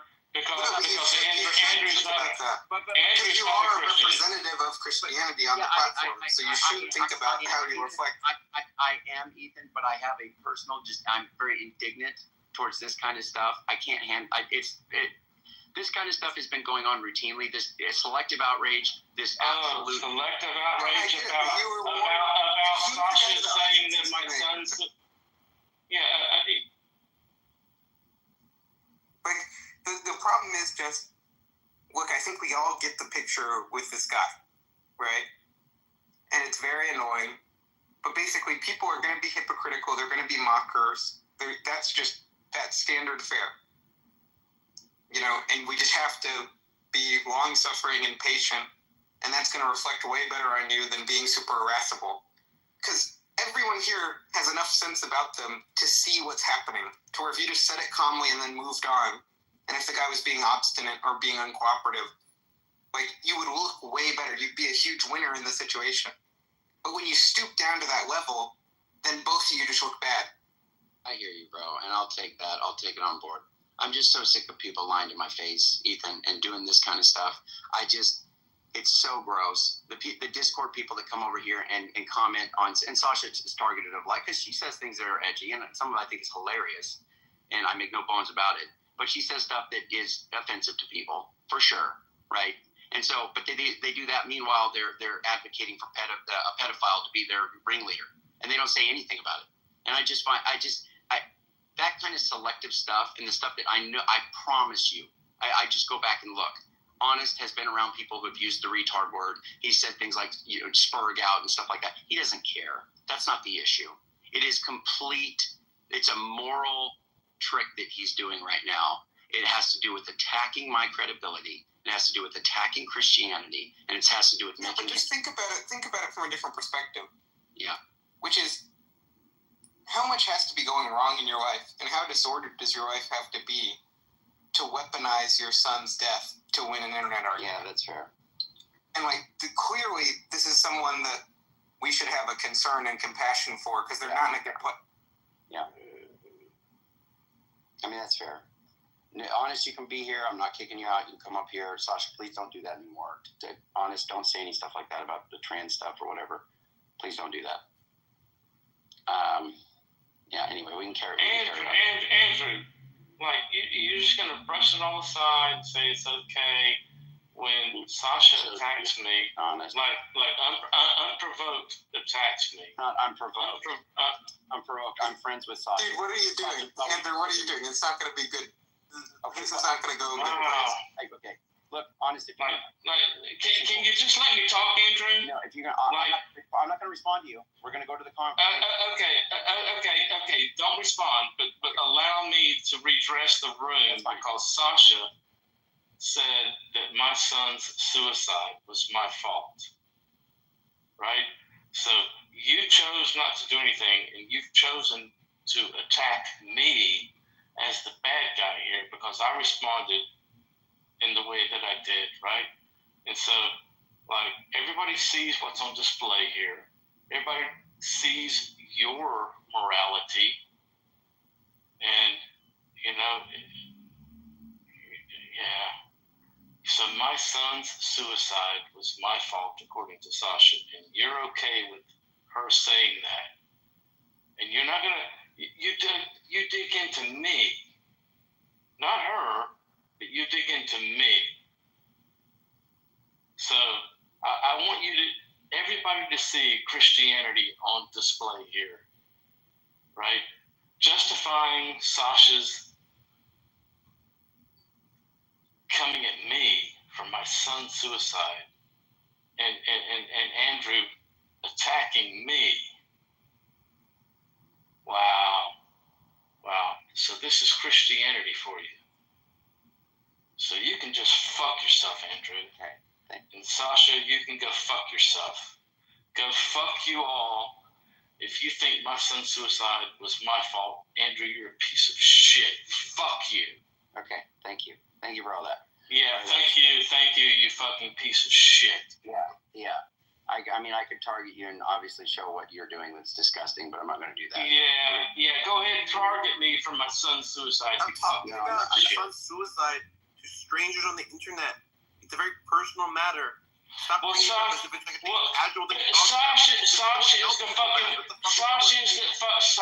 the fucking one that brought it up, not me. Why? But in general, why are you fucking talking about your son's suicide? Because fucking Sasha is the one that fucking brought it up. Sasha is the one that brought up my son's suicide. You fucking dumbass. Sasha is the one that brought up my son's suicide. You fucking dumbass. This is what actually occurred. I am done. Your special needs daughter. You brought up your special needs daughter. We're not talking about my special needs daughter. We're to try to use that as Listen to Andrew. Listen to Andrew. You're a dishonest person, bro. Listen to Andrew. The Christian. You're gonna get Christian. He's so Christian. He loves everybody. He just wants you to love everybody. You're talking this. You didn't bring it up in this conversation. But the only reason why Sasha knows about it is because you brought it up. You told. This is years ago. Look, my son has been dead for 10 fucking years. Fuck you guys, right? And of course, I have said at some point to people on this fucking app that my son committed suicide. It's no fucking like it's not a secret. But for her to use it as a fucking weapon is fucking. If you don't find it disgusting, then fuck you, Sam. You fucking piece of shit. You too. Do you think that I would just tell all of you guys like the worst things that ever happened to me as if it's a casual thing? Dude, my son fucking committed suicide. What the fuck, dude? It's something that fucking happened. I don't expect it to be weaponized by a piece of shit human being like fucking Sasha. Right? It is not moral to weaponize it against you. That's right. Then shut the fuck up, Sam. Go the fuck away and shut the fuck up. It's not a thing. That's right. On this internet, a stranger. It's not a thing like, oh, I'm just gonna talk. Because the people know that my son committed suicide, that I've shared that I can't be honest, that people should be able to weaponize that. Suicide is not something that we should hide. It's not something we should not talk about. It's not something to be ashamed of. Of course, it's something I'm going to share as part of my life. Like, even Christians have family members that commit suicide, you fucking dumb piece of shit. See the way he's dealing with you in the blog, Sam, it just shows you that. Exactly the way I'm doing. But right. I'll give it a no. Exactly. No, but this is just malicious. Like, we can't keep him up here. Yeah, well, here's the thing. He just tried to make it. He's like, y'all are glorifying suicide, said a bunch of stuff like that. How are you holding him accountable? Just let's move him down. to move him down, Andrew. Stop this. Hey, honest, do you want to engage in the conversation, or you're going to say anywhere you're more? No. He doesn't get to decide. Just remove him and stop this conversation now. I wanted to give him a chance to participate reasonably, but if no, it's not...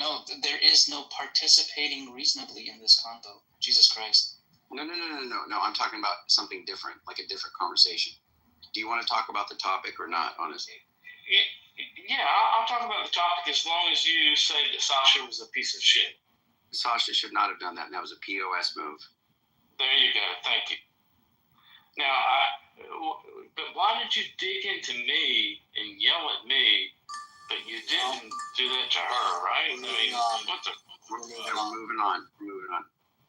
So, Walter, welcome. How do you like your first day on Clubhouse? Well, it's been a roller coaster, but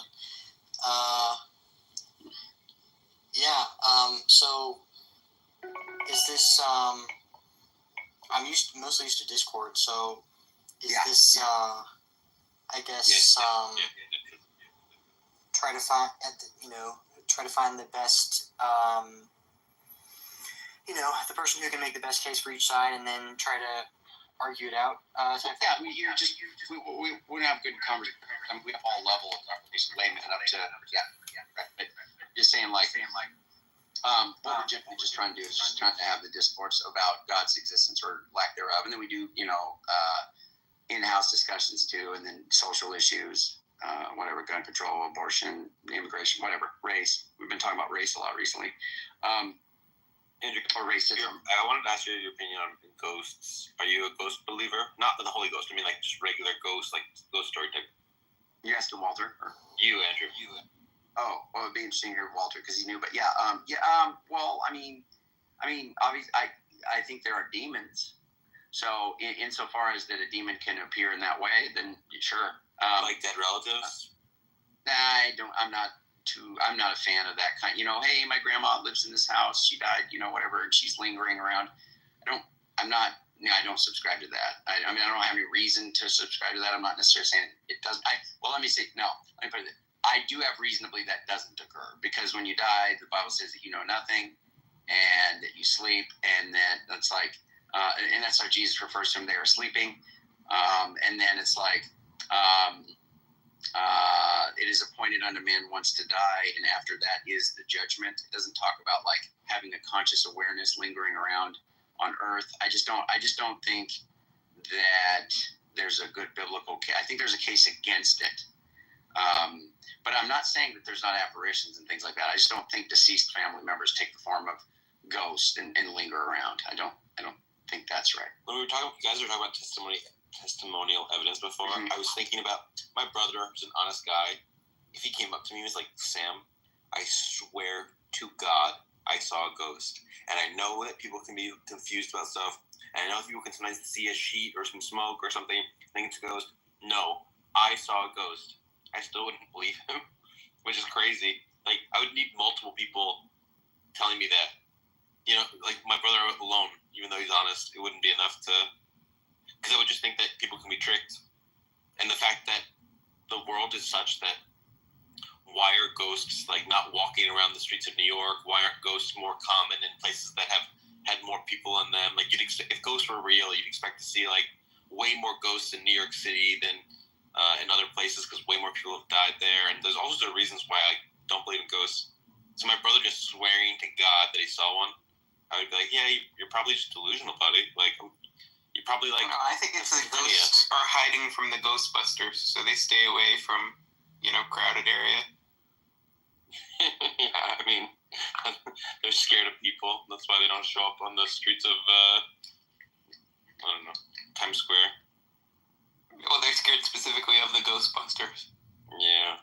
So how many people would have to come up to you, Sam, for you to be convinced that your brother was right? 4. Okay, I'm just gonna count people as equally credible as my brother, like skeptical, smart friends of mine who I trust are honest. Like 3, and they'd have to be like 2 or 3, but they'd have to be different instances. They'd have to be like different situations. Would you feel the need to investigate further, or would that be definitive for you? It would be enough for me to say it's probably more likely to be ghost than not ghost. Like if my brother, and then I have a friend who's like a skeptical atheist guy named Chris, and then I don't know, one of my cousins who's also like that, and they're like and they all separately did it. I would be like, okay, well, probably. But you still wouldn't be 100% certain. Well, I assign all my beliefs are have probabilities, so I would just assign like a 60% chance that it's true, something like that, 65. Something like that. So 40% more investigation involved, yeah? I just don't think my beliefs don't work like that. They're like on or off. It's just like probabilities for all of them. It's just like all my beliefs are like degrees of confidence.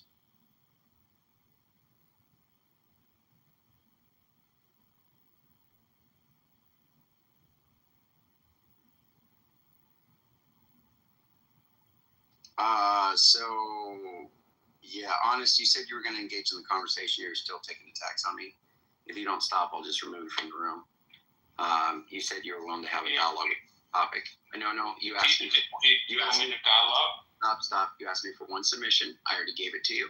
I said what she did was a POS, and you said thank you, and then you tried to go into other stuff. I'm not doing that. And quit attacking me in the chat. I already got Mirna saying dumb stuff. So we don't need to double up on the nonsense. Let's try to keep it on topic. Yeah. Okay, so you don't want to be called out for your hypocrisy. I got it. Why did you bring him back up, dude? What? I can call you. Maybe it's just it was inevitable. You wanted this to happen. No, he's already been here. He's been here. I told you this wouldn't go well. Okay, well, you. No, but you're just getting baited into having another his word. repetitive, just terrible dialogue. Yeah, but he didn't keep his word. He didn't keep his word. What a shock! The person that you've rebuked 18 times in a row for dishonesty was not honest? Yeah, that's fair. All right, honest. I'm going to have to move you down. And if you say anything, I'll just remove it from the room. If you do any more of that stuff. Just remove him from the room, dude. What is this like? Whatever. Ethan, what do you think about beliefs having credences? Do you like all your beliefs have credences? No. I mean, because a lot of my beliefs are just like commitments, you know?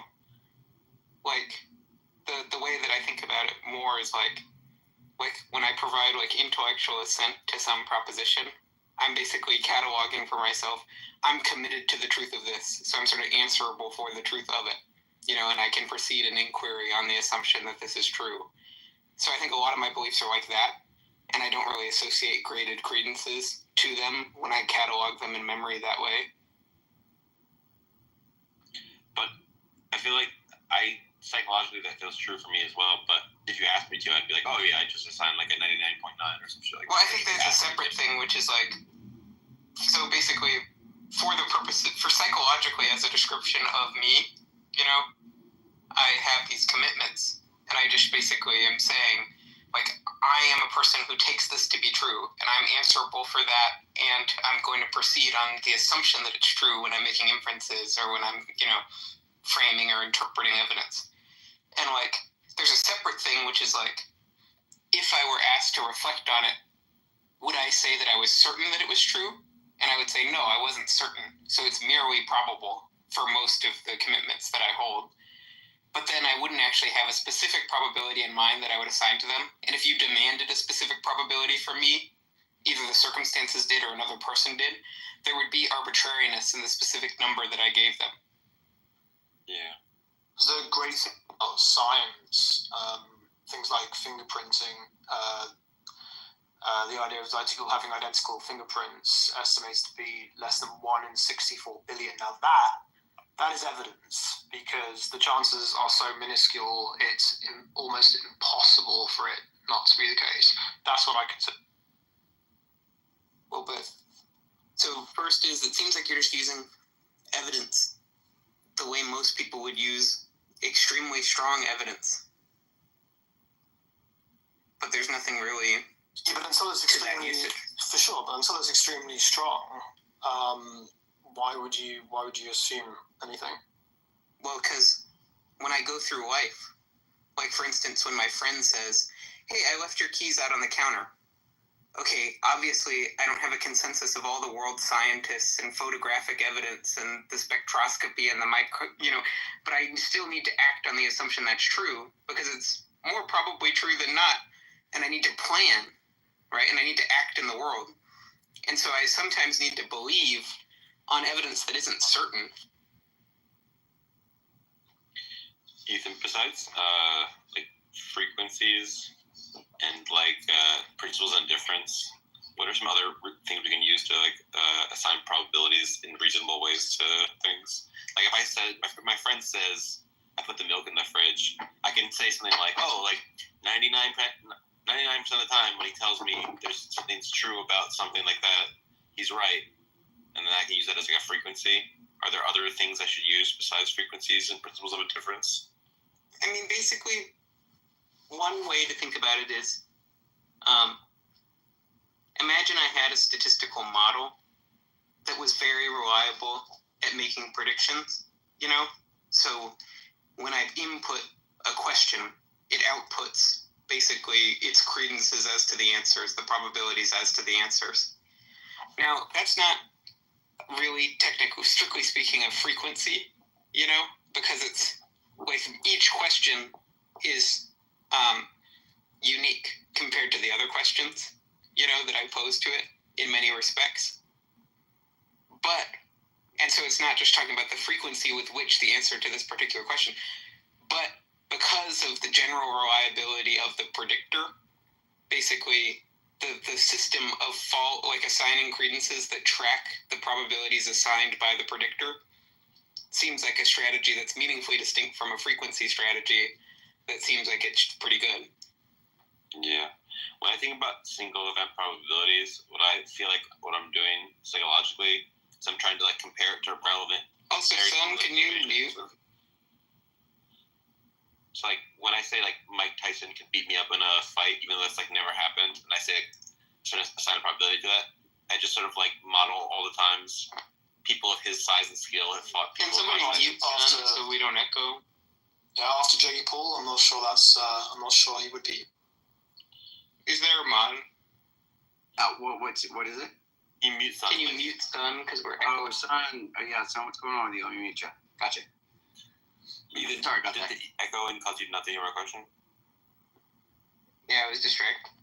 So like when there's like single event things, like would Mike Tyson beat me in a fight? What probability do I assign to that?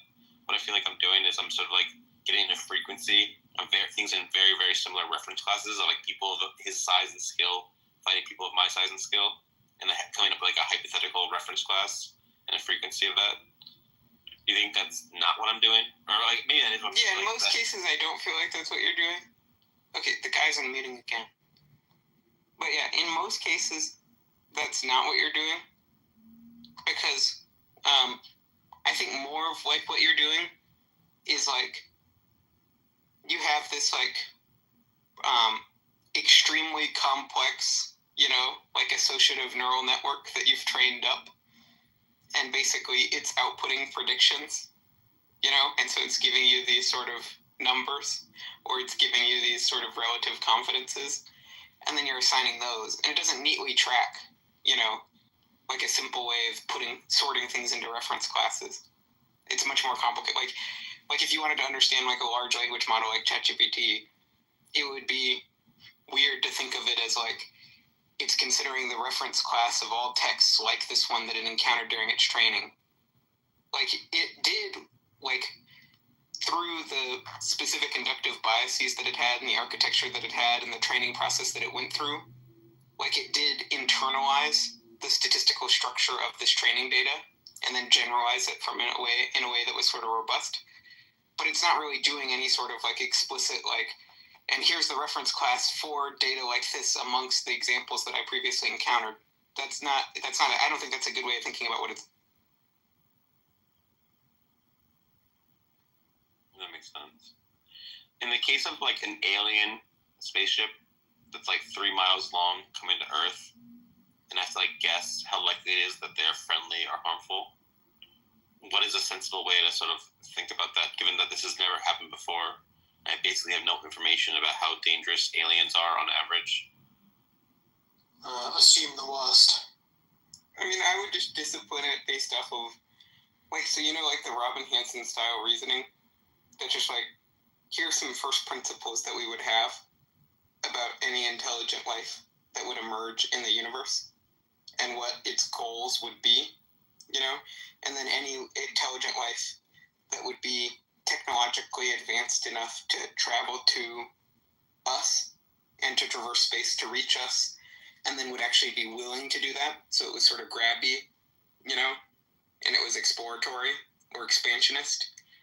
And basically from that, I think from just disciplining it based off of that model, which is based on some local observations that you have that confirm the assumptions of that model, you should kind of assume they have hostile intentions, or that they're here to basically, extract information from us. Basically just like, it's like ecological observation for them that they're using to inform their models.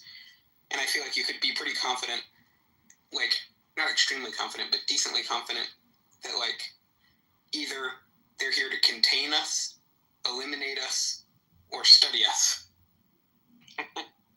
And they just want to meet us and be friends with us is just like a very low probability, you think? I think that's probably that's way more unlikely. And it's within the realm of possibility that they just turn out to be like a super pro-social cooperative species.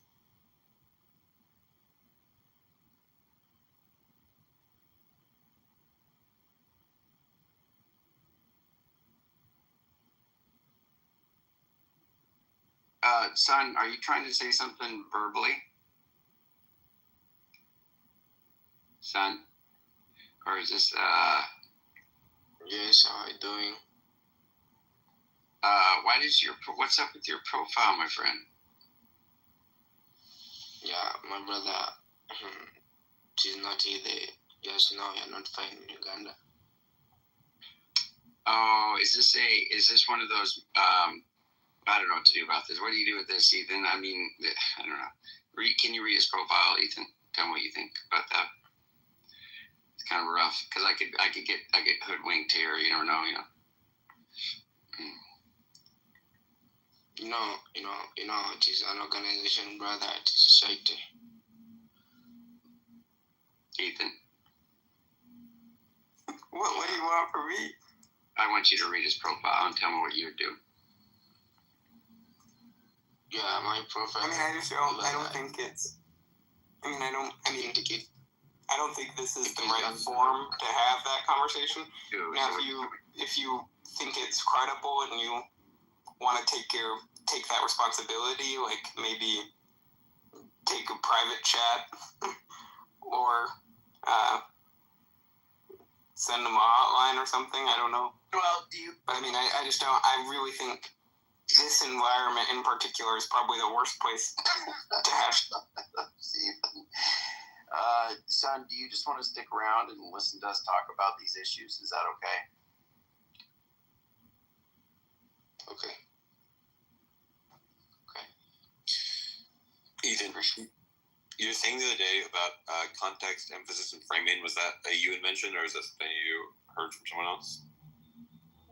Yeah, I just said that. Yeah. You found it useful?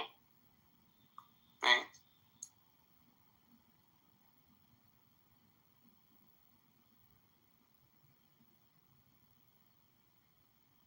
So let's get back to it, Walter, Tobias. So Walter, what do you think? What's the best reason for God's existence? Cloud Albedo sent you to us, and I'm glad you came over here, man. I really appreciate it. Sorry about the, I don't know, I guess people would call it a crashing out that I did there. But that being said, what do you think is the best argument for God's existence? Walter. Yeah, I'm not sure. The one that I like to give, though, people disagree about. But I at the moment I like to give something like the moral argument. So, sweet. I think we have. What's that? I said sweet. The moral argument's awesome. I just don't know if there's too many people actually running it. So please, Romy. You hear people run it all the time. No, they don't. No, I mean adequately. Where do you get morals? But that's it. Oh, I see. You mean give it well? Yeah. Well, yeah. Either formalized or in a way that you're ready to defend the premises in such a way that's I know somewhat rigorous. But go ahead, Walter. Sorry. Walter, you gotta unmute, buddy. Your mute's on. And my connection is kind of bad, so sorry if I cut out or something, but, just feel free to interrupt me if so, but, so I take it that we have moral knowledge, and I think if we, were to do something like inference to the best explanation for what best accounts for the fact that we have moral knowledge, it seems to me, something like, a theistic God would be the best explanation. So that's one argument I like, but there are others that I think are good too. But I don't know which one is best. But I like that one at the moment. Is it based on moral knowledge specifically, or moral ontology, or both? Moral knowledge. Okay, I actually think that's pretty interesting, because I don't really like the moral ontology argument, but I do think that the moral epistemology one is a bit stronger for that reason. Why is it that you think that being aware of the moral arena points to God, Walter? Yeah, well, for one thing, I think if we ask, okay, what are possible explanations? Well, I think I think it's actually pretty hard to come up with alternative ones that are plausible. So you can get moral ontology. So I agree with Caleb, right? So you can get moral ontology from something like a Platonistic view, for example, but that, you know, you still have to do some work to motivate, well, even if there's that moral realism or something, right? What accounts for the fact that we can come to know those facts, right? So, yeah, now some people might want to put forward something like, oh, you know, evolution or something, right? Possibly, right? But I would just run a sort of evolutionary debunking argument against our moral beliefs. Probably the one used by Noah McKay, I think, is pretty good. So, yeah. I mean, I just don't know what other options people might want to put on the table, but it seems to me the best one, if we're doing inference, the best explanation is going to be a theistic God. I like this guy already. Okay, Tobias. No, I'm just curious to know what was the debunking thing you were talking about? What was that? Against the evolution arguments. He said evolutionary. So what is the counter argument? Well, I mean, he can answer if he wants. No, because he said that he had a counter argument. No, because he said that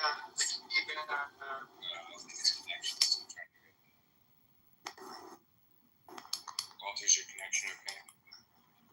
Oh, can you hear me? It's pretty bad. No, it's not. I'm in the Matrix. Okay, when it clears up a little bit, Walter, you want to try again? Maybe just, you want to just mute for a bit and then just see if it clears up?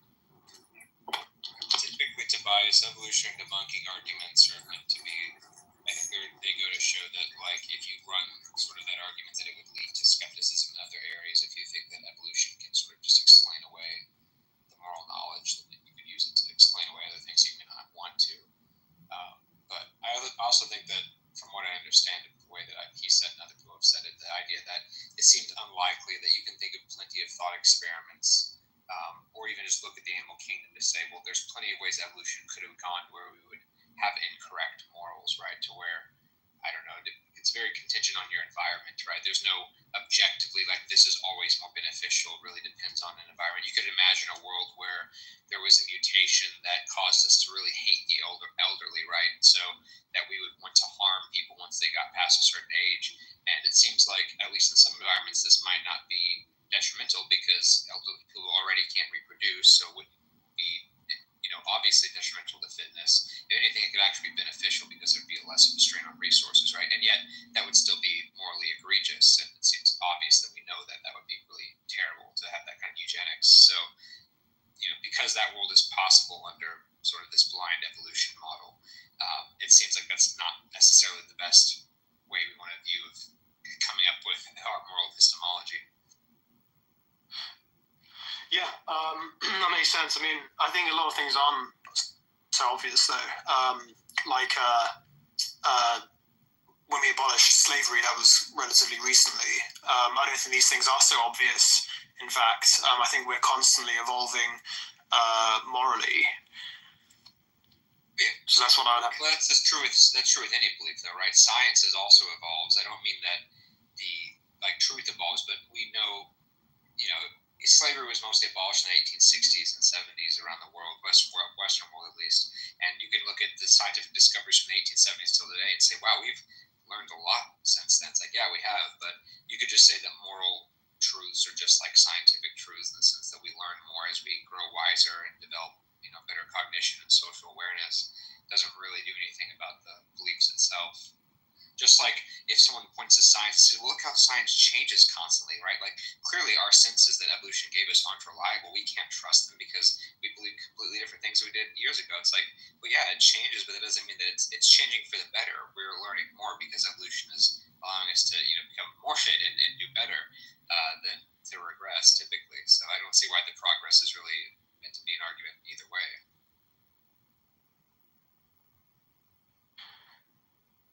Yeah, I think it changes in accordance to what sustains the human race. I think it's literally as simple as that. I think every single animal, every creature on the planet has the same. They adapt and they become stronger, they reproduce more, they grow as a race, and whatever definition that is to us as human beings is completely unique to us, as it isn't unique to any other creature on the planet or most other creatures. They all have different uniqueness about them, but either way it's benefiting them in terms of growth and evolving. Yeah, but I think at that point you might be sort of denying one of the other premises. It seems like you're sort of just suggesting that evolution itself is the cause, and that morality is sort of you're taking almost the anti-realist approach, right? Which is what Walter was saying, is that his argument presupposes that there is an objective moral truth, like a Platonic view or whatever, like almost like a law of logic, like murder is bad, stealing is wrong, like these unchangeable just truths that are always true. And if those are the case, then it seems like, how do we come to learn that these things are true? And he was saying that evolution is not a good mechanism because, as you just pointed out, evolution gives you a very wide variety of truths. Of morals that most of them are not actually in accordance with this truth, right? I think you were denying the first part where you said, well, maybe there isn't this objective truth at all that's related to morals, and that would be a different argument at that point. But Walter's saying, if you grant that there's this Platonic, or at least possibly Platonic, moral truth of these just brute facts that exist about morals, then evolution, it's surprising under evolution that we happen to get the right ones, right, if these don't causally interact with each other. Well, isn't evolution fraud on the whole?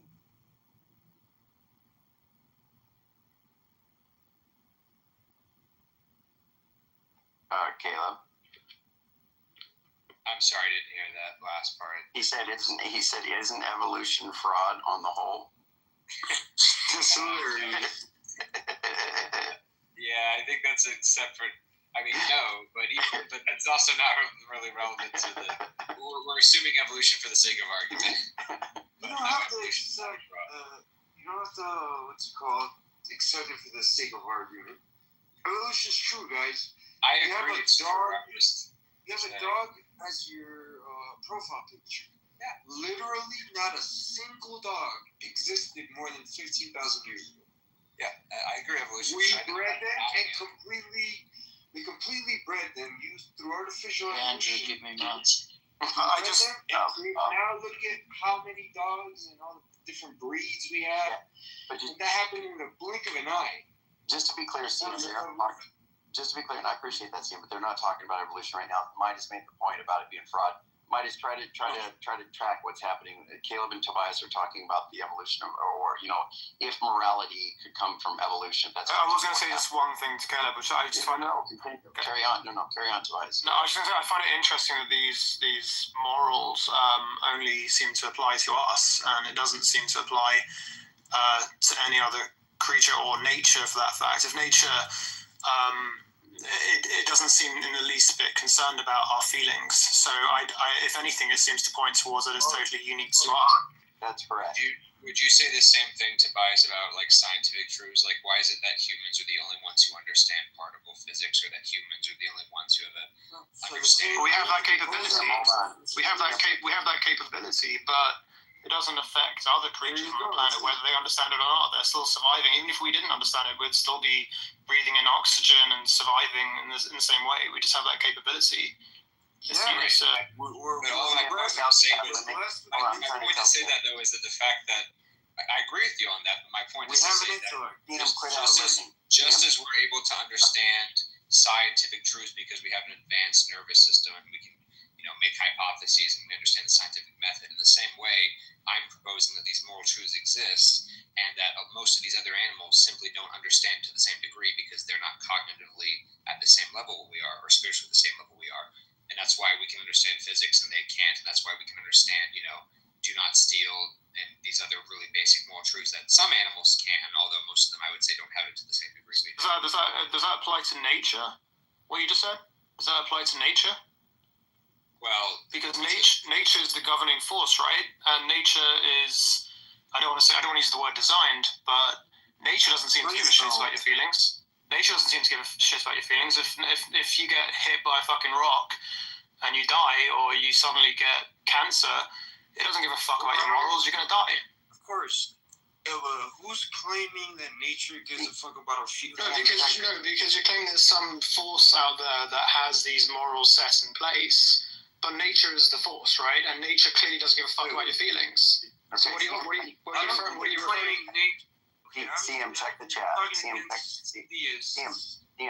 check the chat. Okay, buddy, they're talking. Just let them talk. Yeah, Tobias, I think that I understand what you're saying, but that would sort of be a separate issue. That would be like a problem of evil, which is a valid objection for theism, but that's, I think, besides the point, right?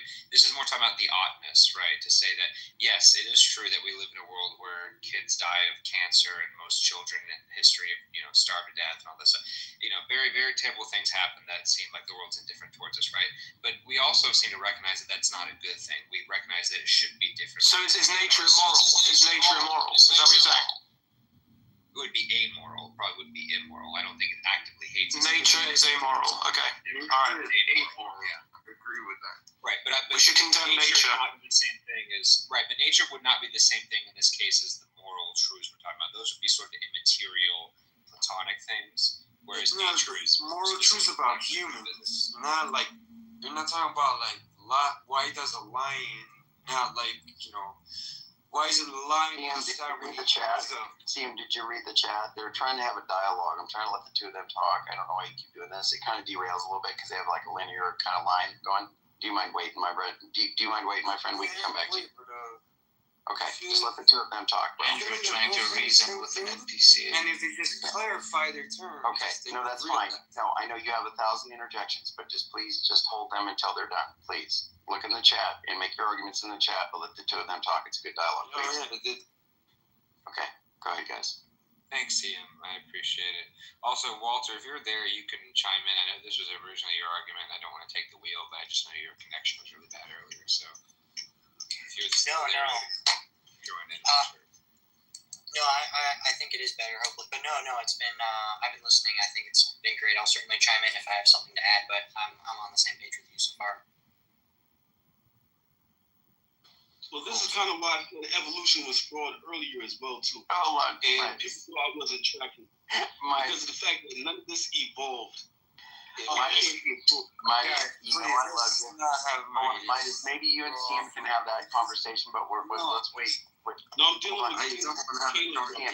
You gotta wait. Well, he's definitely. You guys are we're not even debating the validity of evolution. Yeah. Right? When I said granted, this is what CM also misunderstood. When I said I'm granting it for the sake of argument, I also do accept it. You can.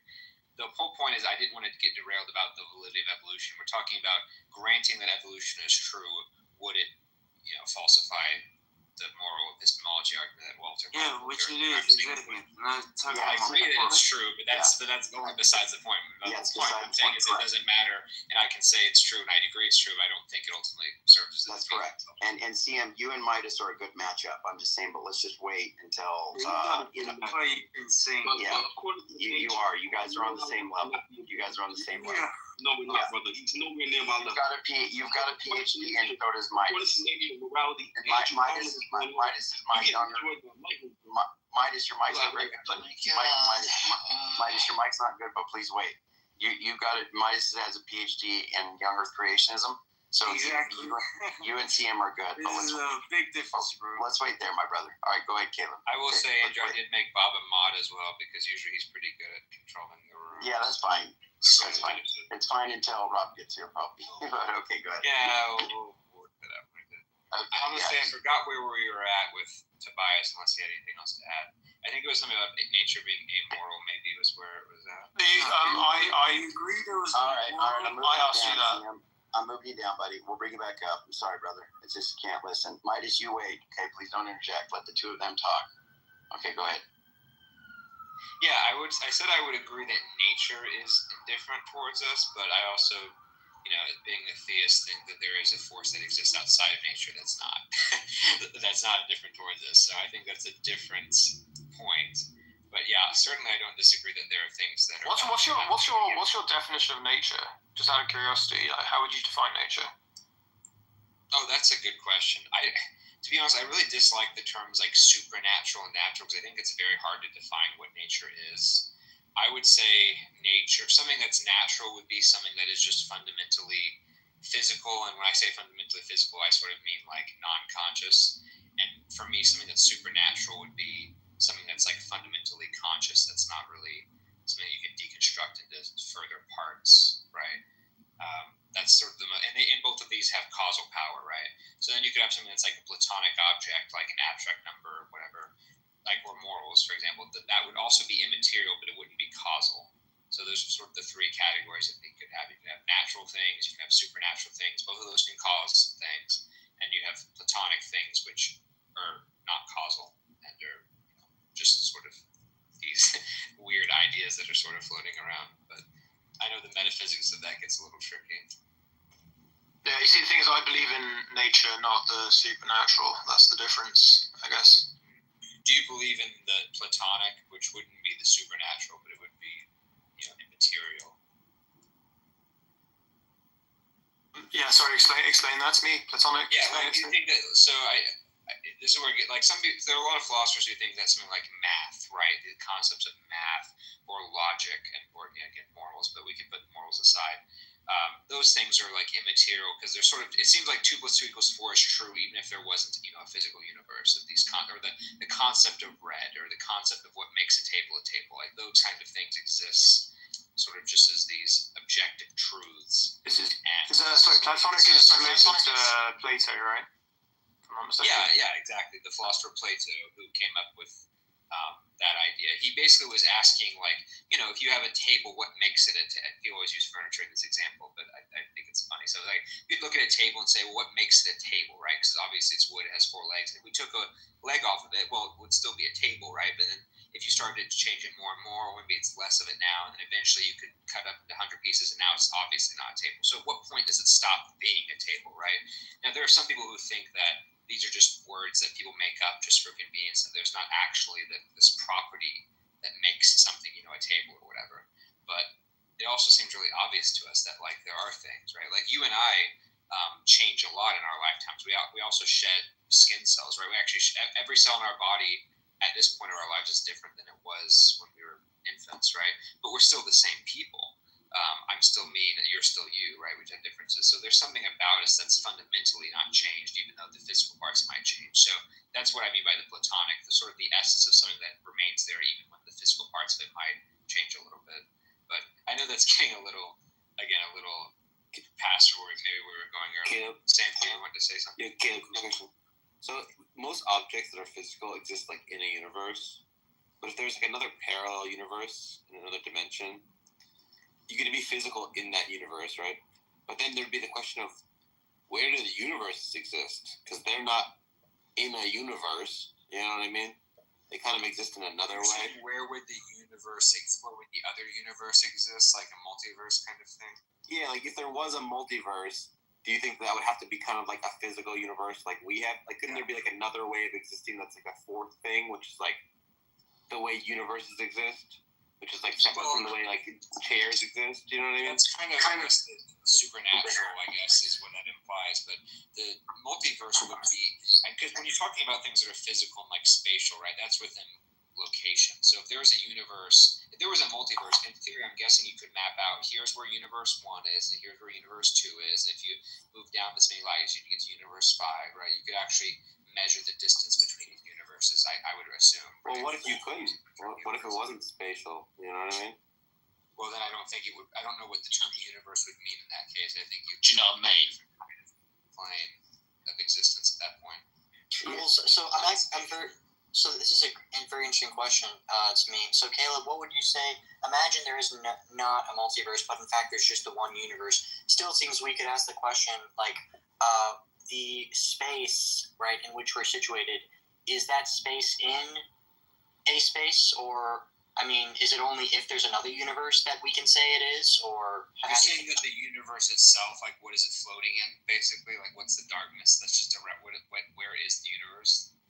Is it somewhere, or does it not have to be somewhere? I think I don't think that question makes sense, because I think the way that we locate, I think it would almost be like it's like asking, what's more north than North Pole or something. Like, by definition, space is just like the distance between two physical objects. So if you're saying the universe in theory was every physical object that exists and nothing exists outside of it, then to ask well, where is it or something is just you're implying that there's another physical thing to relate it to, which there wouldn't be. Is there any boundary? Is there any boundary to the universe? Yeah. I think that there is a finite. I think from what I understand, I'm not a physicist, so someone correct me on this. I think there is a finite space. It is expanding, but I do think that's that true. It's not infinitely large, right? Right. So if that's true, then what's past the boundary? Hi. I think I know the answer, even though I agree with the Andrew that the question is wrong. Okay. So there is a huge difference between multiverse and parallel universes. First, we need to know that. So we cannot say that we cannot categorize both of them in the same level. So there is a huge difference between multiverses and parallel universes. But we're bracketing First, all. I We're need to know bracketing. yes, I need to know the question. Did he say multiverse or did he say parallel universes? No, neither. Neither. So we're saying, imagine there's just the one universe, right? But the question is, sometimes one question here is, many physicists and others talk about that it's expanding, and so we might ask, oh well, expanding into what? How could we make sense of that? And assuming it's just the one. Right. Is there space that it's expanding into? I don't think it would even be space at that point. I think that's what I mean. I think the language at that point would be kind of. It's like if I asked, where does God exist, Andrew, and you're like, well, right. Yeah. But when we talk about space, and that's another thing with I can't talk today. Omnipresence is that I think that we often think because we are embodying things, we think of things in space or in a location, right? But I think when we talk about that, we really are just talking about causality. We're saying that the atoms that make up my body can interact with things within a certain distance, right? And it happens to be what my body is. But if someone could have superpowers where they could cause something to happen miles away, then that would be within their causal. It's same with a radio or with a detonator, right? The physical detonator in your hands might be only within a certain feet long, but if you hit the button and the radio signals go over and set up the bomb off, well, it has causal power from much larger distance than just where you can hold it. So I think in the same way, when we talk about something where it's located, you have to take into account its causal abilities, and with God, it would be everywhere. Yeah, so I just wanted to, before the door fly off the hinges here, there's a whole different tangent going on, but before, I wanted to get a better understanding when it comes to the moral epistemology. So is there a presumption that it is, that we have moral knowledge, I should say? Yeah, that's right. That's right. Before we move on to the universe question, I really wanted to say, I think it's very plausible. You know that physicists don't believe in God, right? Hold on. Some do. So before, when it comes to universes, I don't think the universe as a whole exists in the same way objects do. Maybe it does. Maybe there's a meta universe where this universe is just an object in it, but it could also be that it exists in a mind. That ultimately this universe exists in the mind of God or something. It can also just be that it exists in a totally different way. That there's it's just a different mode of being that universes exist in. That's separate from the way objects exist that we just don't understand. I feel those are all live options. Yeah. I think a lot of it comes down to what you just said, which is we just don't understand. In the same way that there's this suggesting that there's this. There are these morals that occur objectively that we have access to. There might be zillions of other things far more complicated we don't have access to likewise. This is the problem. You always go towards imaginary morality at some point in time. You always go towards a fantasy. But all societies are based upon some kind of moral boundary and moral law that is usually based upon their religion. So where is this non-theist society that is really thriving that we can look at? Well, in fairness, I don't think all religions have I don't think that the Aztecs, as they were ripping out the hearts of their enemies, were necessarily practicing good morals, but because of their religion. But I think that's a slightly separate question than what we were talking about earlier with the epistemology behind it, right? It's not even about religion per se or about secular versus religious societies. It's just about the idea of it's surprising that if you think we have moral knowledge, that we happen to have moral knowledge given the alternative models if it's not theistic. Yeah, how do we even prove that moral knowledge even exists? Like, I don't even know how. Like, how do we do that? You mean to prove that it's objectively true? I don't think there is a way of proving that it's objectively true, and that's my problem with that theory. Well, it would depend if you think that there's been. Do you think that there's been moral progress at all, Cogito, in the world, or not? I mean, it seems obvious to me and to probably to most people that we've gotten better over the past several centuries with human rights and civil rights and not having slavery be as common and all the way that we have humanitarianism and virtually every metric. But again, it hasn't evolved. It changed. It hasn't evolved. It changed. There's a difference, right? And I think that is in correlation to how we treat each other in a negative way. So therefore, we have to, in return, we have to produce a positive to it, right? To offset that negative. So therefore, we create different moral codes, right? And doesn't even necessarily tie to religion.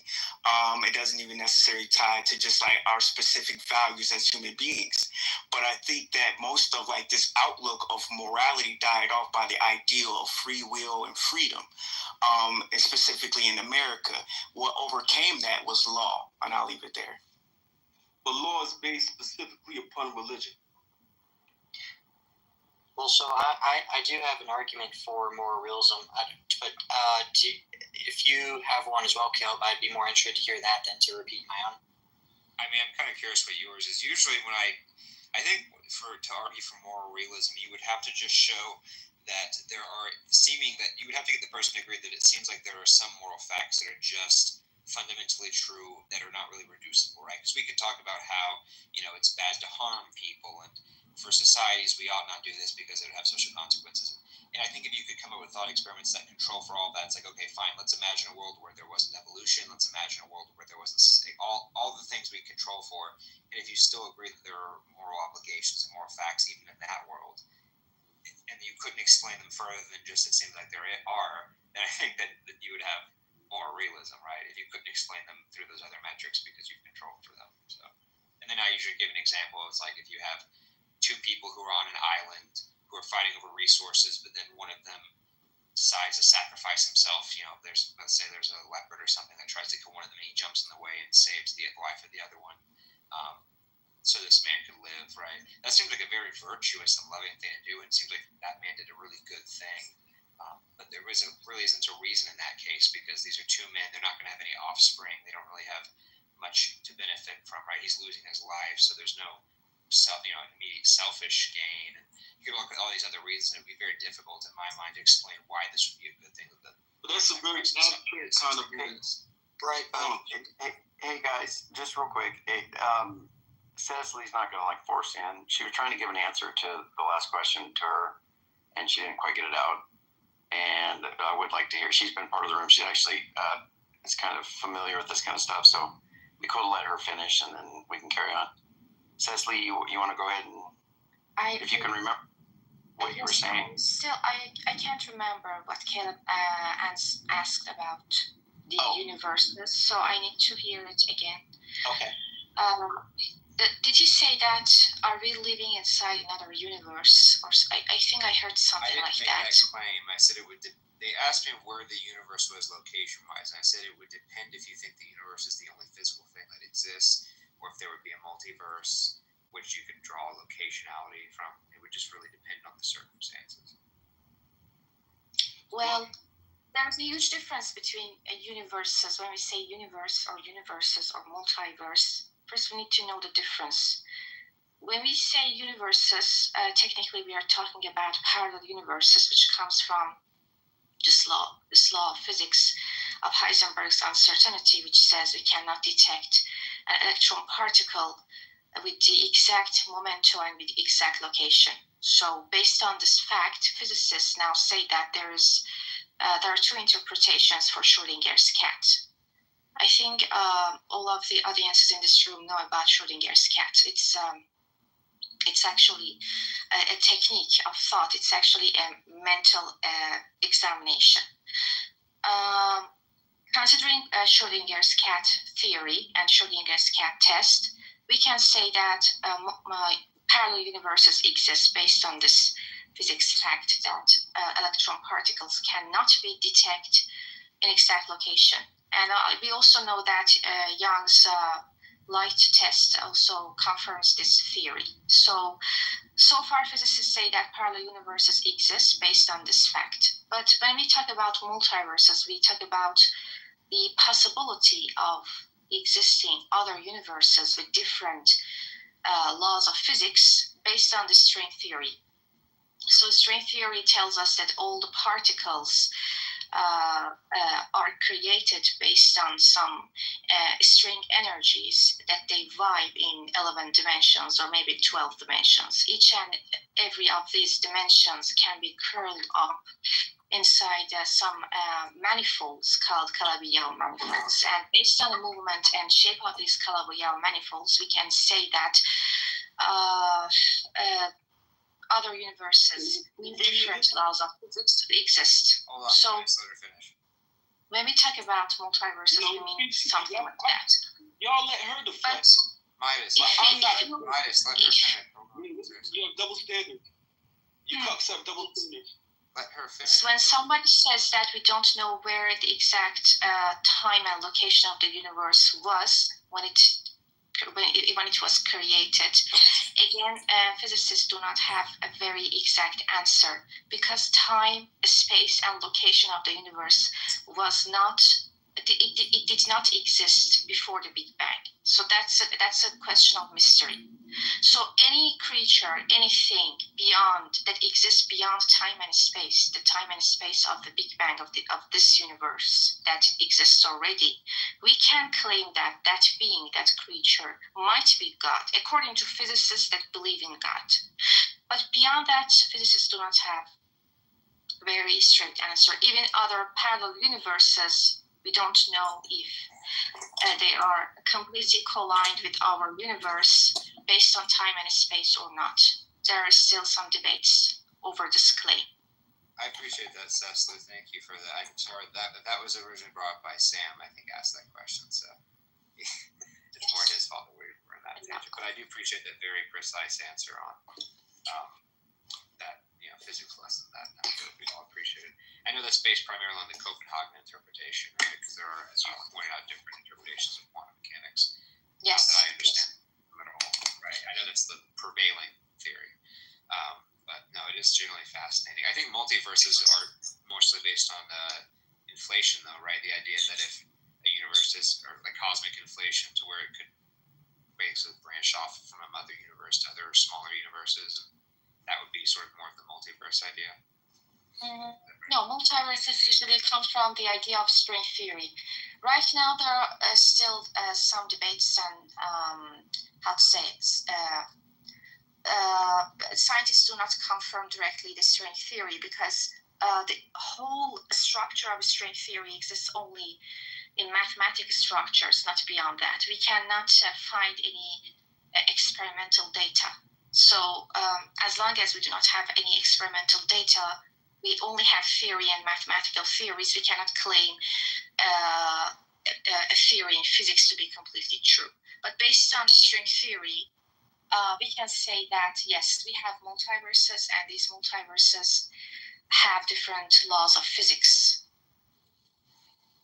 M power to 500 types of multiverses exist, according to the manifold simulation. Would there be some, I know this will be the last thing I say on this, because I don't want to go back to the other one. Would there be a general, broader set of laws that would govern these parallel universes or these multiverses, depending on which model you're taking, overall, to where we could talk about this, bigger entity that has all these smaller universes, and then would that itself be governed by some kind of meta laws that would be more fundamental than the ones in our particular universe? Okay, so about parallel universes, we can say that same laws of physics might exist in parallel universes, because when we talk about parallel universes, we exactly mean that universes that look exactly like our universe, but there are some slight differences, not huge differences. But when we talk about a multiverse, we mean a whole different type of universe with another physical structure with another type of physical structure. So the physical laws of physical structures are completely different. There might not be any rules about gravity in that universe, for example. So then how could one make predictions about something that is like inscrutable to us? It seems like we have to be able to say some things about what properties this multiverse would have, right? I understand that parallel universes would have pretty similar laws, although slightly differently. But it seems like if you're positing an entity that has completely different laws than we do, then it seems like it'd be hard to make any kind of predictions about what that would look like. Yes, it's very difficult to make any predictions, but it kind of looks like talking about higher dimensions. When we talk about other multiverses, it exactly looks like talking about higher dimensions. So physicists also say that multiverses might be versions of the universe in higher dimensions, or there might be higher dimensions of existing of other universes other than us. So this is what is the physicists are talking about. But imagining and predicting how the laws of physics might exist in higher dimensions is very difficult to even imagine. Even the theoretical imagination is very difficult. Only presumptions. We only have what we all have is just presumptions. I think we know basically nothing about if there's a multiverse, what these other universes would be like. I think we have basically no evidence about it.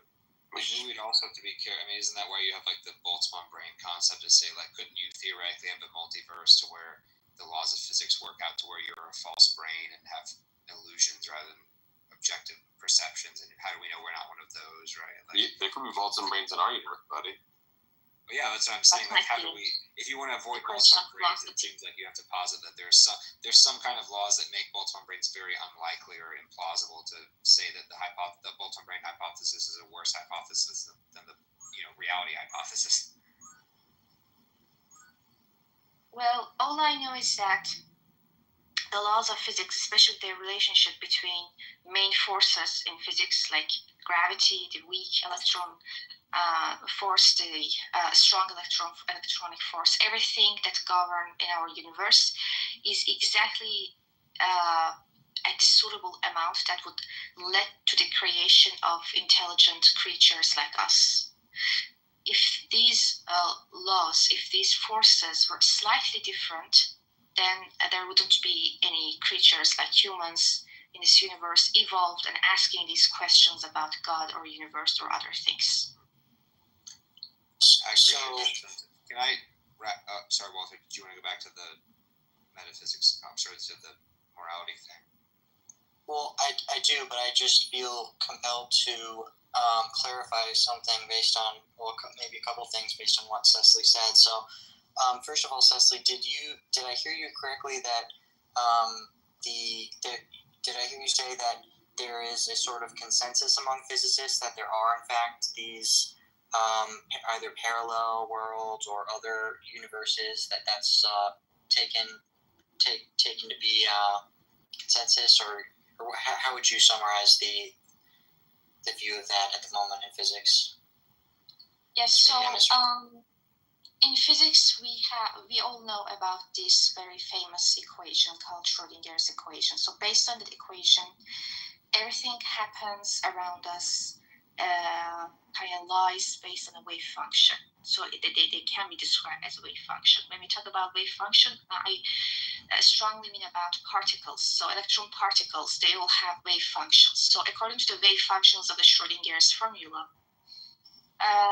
several states of electrons can exist, and also based on the Young's formula and Young's test. So in Young's model, in Young's test, we can confirm this fact that electrons can have different states at the same time based on the wave functions. So if we accept that, we can say that based on the interpretations from Schrödinger's cat's test, we can have two main theories.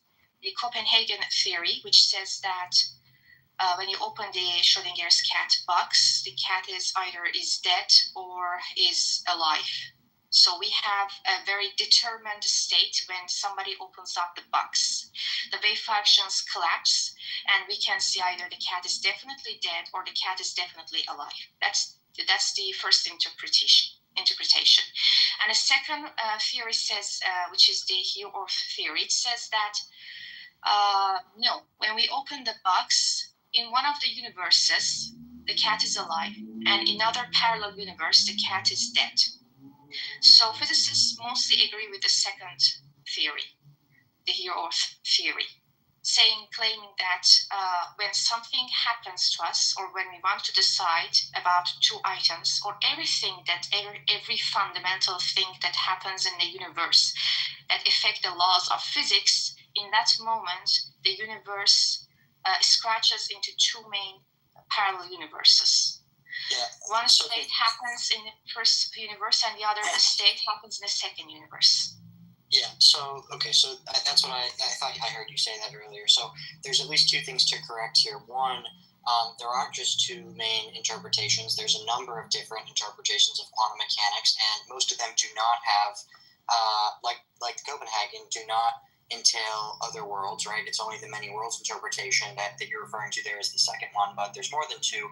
Second of all, it's not the case that most physicists agree with the many worlds interpretation. It could be a plurality of them at this point, but it's certainly not above 50%. So I just wanted to correct the record there, because I think that we could be giving misleading information to people. Okay, thank you. Yes, there are still debates over that. They do not confirm, but they say that there's a high possibility of a second interpretation. But the first interpretation is not also wrong. Right, people that believe in the many worlds interpretation say that, that's what we should believe, right? They're advocates for it. Last I checked, it's somewhere around 30%, so it is, 20 or 30%, and it has been increasing recently, so it's certainly in vogue, right?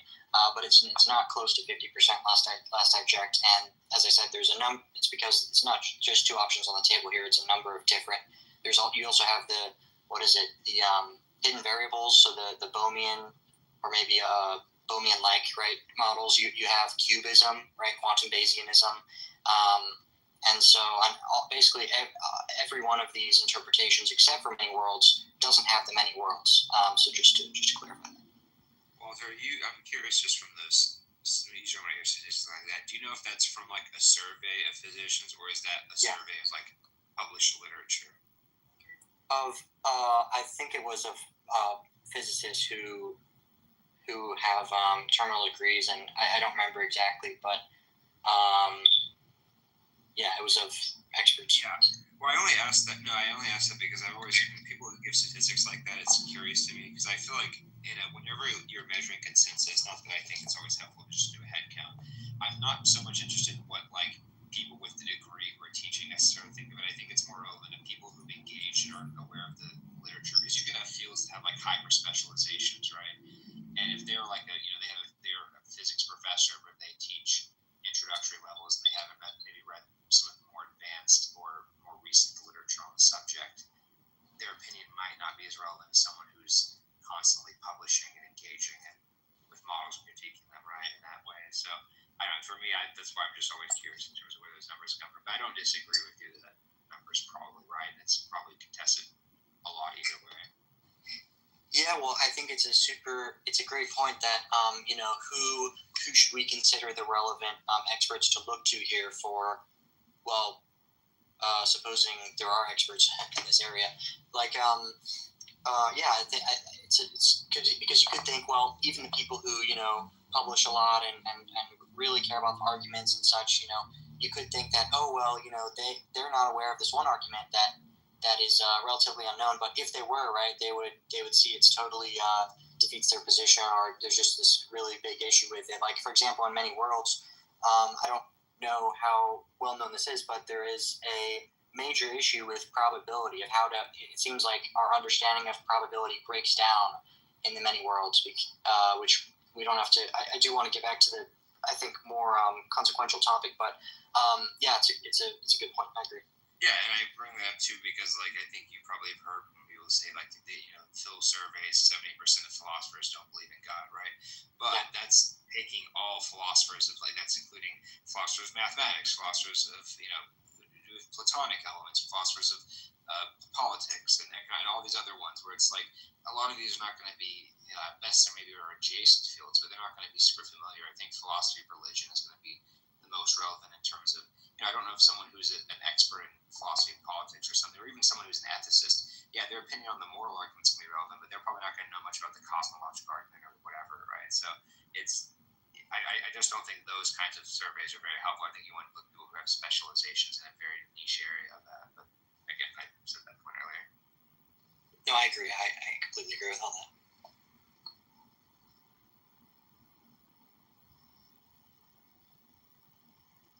Anyway, did you have some of the moral realism point earlier that we were getting at? I think that Tobias was maybe pushing back on. Yeah. So the Tobias, are you still here? Yeah, man, I'm still here, so I'm just busy doing some stuff. I'm here, I'm listening in.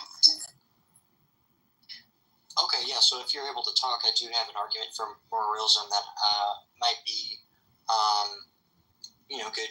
Curious to get your response to if you're up for it. No, I do. Right now, I'm a little bit busy. I'm a bit wrapped up. But if you're going to be in the chat in like 20 minutes, I'm happy to talk to you about that. Okay. I'm running some errands right now, but I am here. Yeah. I'd love to talk to you about that. We could probably put that on hold then until because I know it's kind of hard to engage with an argument when you're. Yeah, it is. And it's quite. There's a lot to cover there. So, but I would like to talk about that. Also, I love your accent, Tobias, by the way. You sound thank you so much. Yeah, thank you. Whenever you're talking to Yanks like us, or I presume Walter's a Yank, then we're very easily impressed by accents that are slightly European. We automatically think they're smarter than us. Oh, I appreciate it. Usually my voice is not as high-pitched as it is today, but this always happens to me when I go to the gym. I had like an hour and a half workout session. My fucking vocal cords are like squeezed. You know that feeling? I don't know if you guys get that. It's like, yeah, so it's unfortunate, but usually my voice is a bit deeper. But thank you for the compliments. Very much appreciate.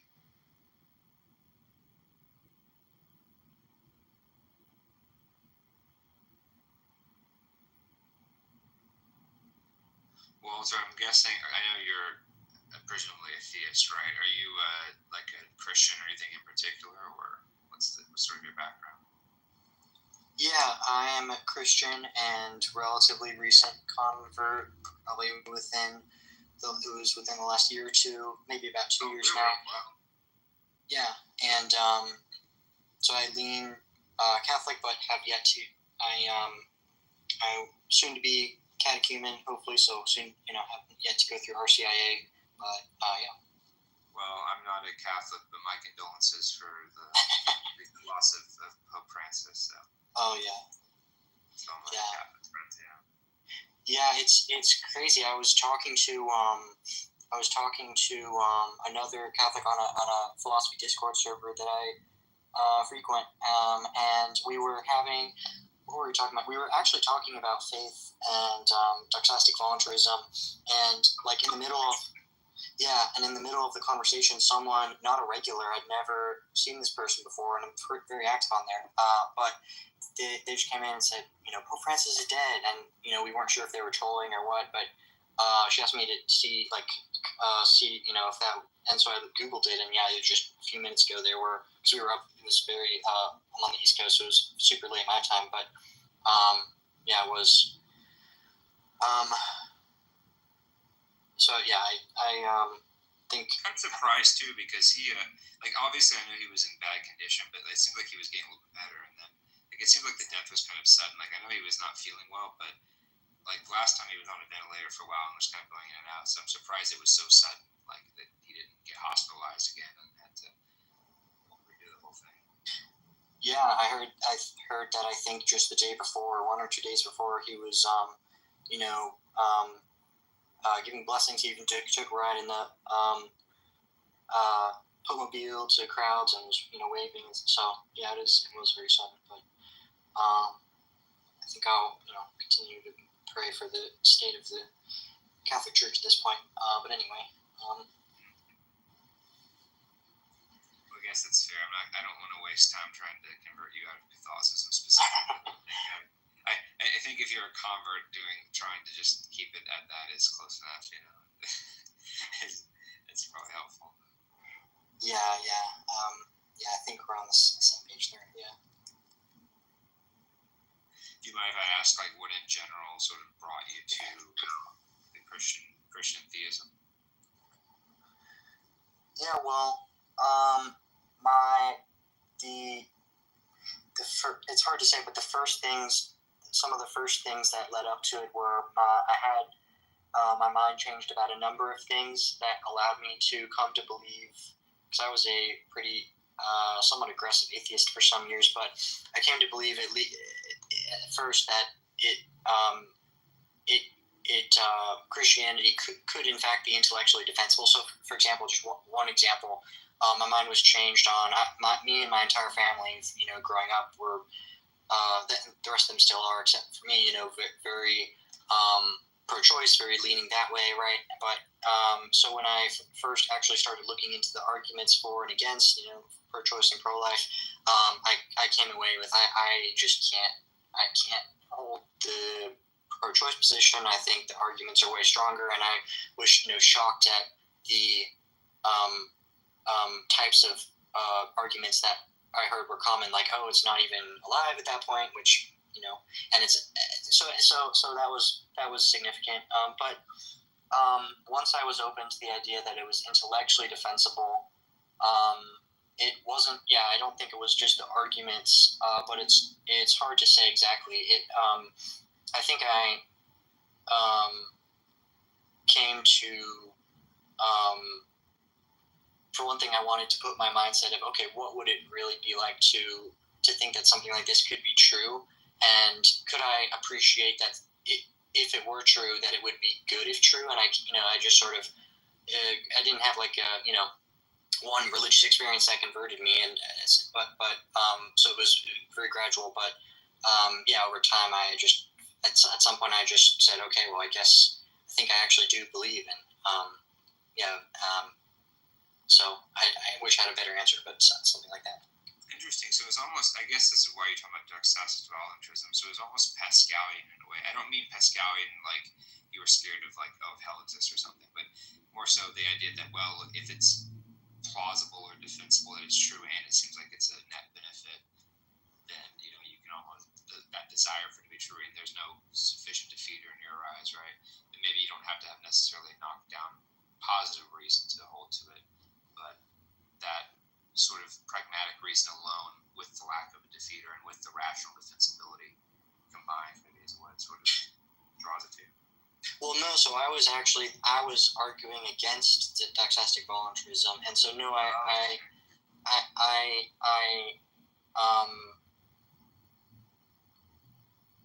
a certain, it's hard for me to pinpoint what it was, but at a certain point, I found that I actually can't doubt it. I actually can't.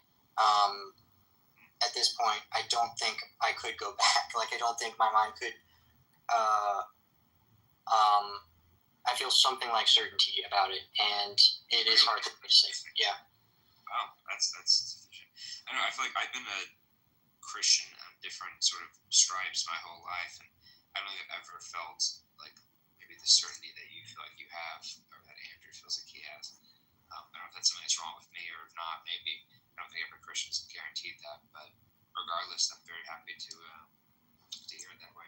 I don't really have a position on this doxastic voluntarism. I also haven't read much of the literature on it, but I kind of go back and forth. I feel like there's some days I wake up and it's like, yeah, obviously, people can't choose their beliefs. Like, on the other hand, there are also days where I feel like people have epistemic obligations where, like, if I was debating with like a flat earther or something, right?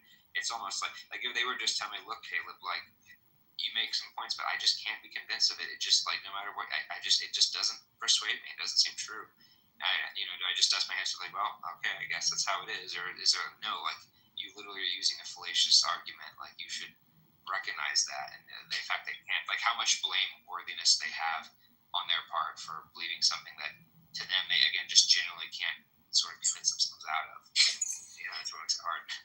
Yeah. Well, it's a super fascinating topic, and my mind is slightly changed on it from the Heartland positioners. So one answer that I heard, I think it was Ethan earlier today in another room, if I'm not mistaken, answer that he gave is no, it wasn't Ethan. It was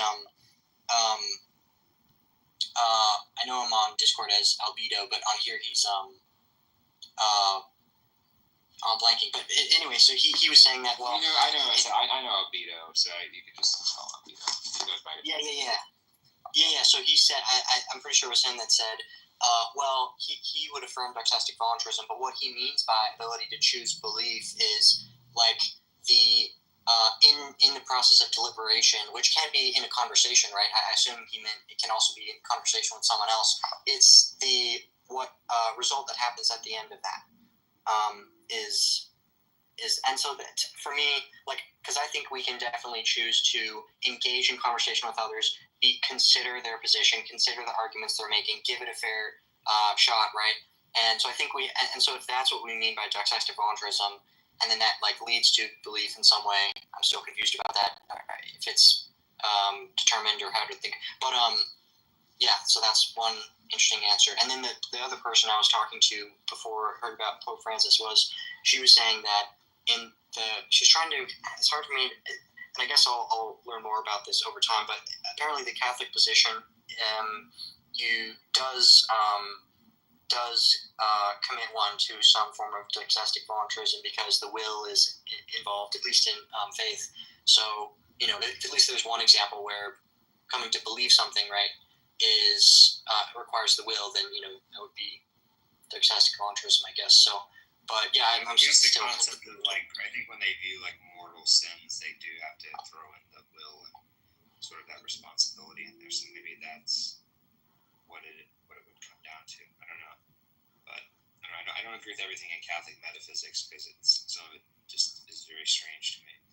But I guess you could say that with any kind of Christian faith to some extent. But I think Catholics have a lot more specificity that makes it a little bit more difficult to defend, in my opinion. But we don't have to go down that route. Yeah, well, for another time. Yeah, for sure. I'm curious if there's going to be any canonization cause for Francis. I know they have to wait like 5 years, I think, is typically it's the normal standard, but with John Paul II, they expedited that really quickly, only a few months after his death. So, curious to see how that goes. It's funny to say that you're a Catholic inquirer, Walter, because I've actually been making the claims. I'm letting people know as of late. I might be cutting out. I've been letting people know as of late that I'm kind of. Don't say you're considering Catholicism. I'm appreciative. Don't say that. Well, I'm just going to tell you. Look, just got to call a spade a spade. Like Andrew, Catholics do not hold to universalism. They won't confirm it. Some of them cheat and like they go up to the line and they don't like jump over it, but they are like very much basically the same thing. They're like, well, yeah, I can't say it because the dogma says I'm not allowed to affirm it is absolutely true, but it's plausible. Like I personally think they can do that. They just can't declare this dogma. Oh, so it's like you're allowed to believe it if so inclined, like evolution. Well, look, the Catholics. I believe under Catholic dogma, you have to be open to the idea that some people could, in theory, be damned forever in hell, right? But they don't have to affirm that any one person is. So you could say, like, hell in principle is possible, but yet I don't think anyone is in hell. Like, you could say that. Well, the thing is that could be a conflict, but I'll just tell you, I really, really like their social stances. Like, I'm talking about, like, hyper-social conservatism that Yeah, I love it. No, they also don't like the death penalty, though. So they would. Well, I'm not in favor of the death penalty. Well, you've defended it in other cases. It's like well, of course, I defend what God did historically, but I'm not saying I defend us too. Caleb, how can I know you so long, brother, and you still don't know that? No, I'm pretty sure you've given examples like in modern day, where like if we brought back like public executions, that it would be a deterrent to crime. Oh, I think it would. Yeah, I think that's not the same as saying, but yeah. But don't conflate that with me being in favor of the death penalty. We don't have. First, a couple things is, the one huge thing is that our government is incompetent on certain things related to that, and I don't think we should be putting. Yeah, and then secondly, the biggest thing is that I'm not sure that we're permitted to put people to death. And now that's given Christ in new marching orders. Now it is the case that God did it historically, and I stand by that. I make no apology for it. But I make an apology for it, but I don't apologize for it. You're an apologist. Yes, exactly. But that being said, no, I'm hold on. I'm agnostic. Okay. Hold on, buddy. Right. I'm agnostic on the death penalty. I lean towards it, but I'm agnostic on it. So I won't accept it until I get a good conviction that it is the case that we can kill other human beings. Now, if somebody wanted to put the death penalty in place for certain things, if they make a good case biblically, if I think that they're being led by the Spirit, and even if I'm not convinced biblically, I might be. I probably wouldn't resist that law coming in. I wouldn't vote for it, but I wouldn't resist it. I resist it actively. So fine, let's just grant the social issues that, like, do you not find the other things like, I don't know, the Marian dogmas or transubstantiation to be? I think they're tenuous. They're speculative. But so I have problems with like the praying to the saints and stuff. But given certain apologetics that have been done, I'm like, oh, okay. Ironically, that's the one that I have the least problem with. Like, okay, right. I don't like this co-redemptrix. Eve is or Mary is the Eve 2.0. Mary's Ark of the Covenant. Mary's Ark of the Covenant. She's co-redeemer in that way because she housed God, and I don't know. She didn't have any other kids either. She was a perpetual virgin. That's kind of a problem. Cousin, and I do find that problematic because I think he didn't it say he's got siblings, right? Jesus had more. Well, they don't. Well, they take that as being either half siblings from like spiritual brother. Well, they would say either it's a half sibling from Joseph's prior marriage, or that it would be the word aldephos can also mean cousin, so that it may not be like. So, again, it's the interpretations that are kind of tenuous, but that's typically how it goes about. But I'm not a fan of that. But what I am a fan of is their Trinitarian stance. I am a fan of their abortion stance. It's a huge thing for me, and just the fact that they're publicly stating that. They are like the single biggest contenders against abortion as far as a group of people. And I don't know. I think that's such a big thing. I'd have to think about, there's some other stuff that they're into as well. It's funny because they're actually the only ones who are consistent with that, because in the early 20th century, most Protestants weren't against it. They had no issue with the other side. The Catholics were the only ones who were like, well, I don't want to say the only ones. They were consistently like always, against stuff. Yeah. You had plenty of Protestants in the early 1900s who were like the modern sort of evangelical opposition, conservative opposition towards abortion really comes from the 1970s with I'm blanking on the name, like Pat Robertson and the before basically the way that it evolved or whatever was, originally in the United States there were very little prohibitions against that. Then during the era of like eugenics and race science, Christian conservative, Americans wanted white women to be chaste, so they would make laws against white women having abortions while they were sterilizing black women.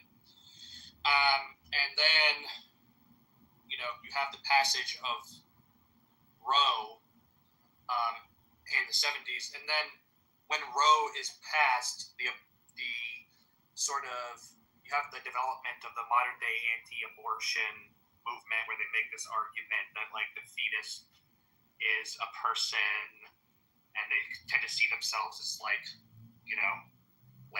akin to like slave abolitionists and that kind of. Yeah.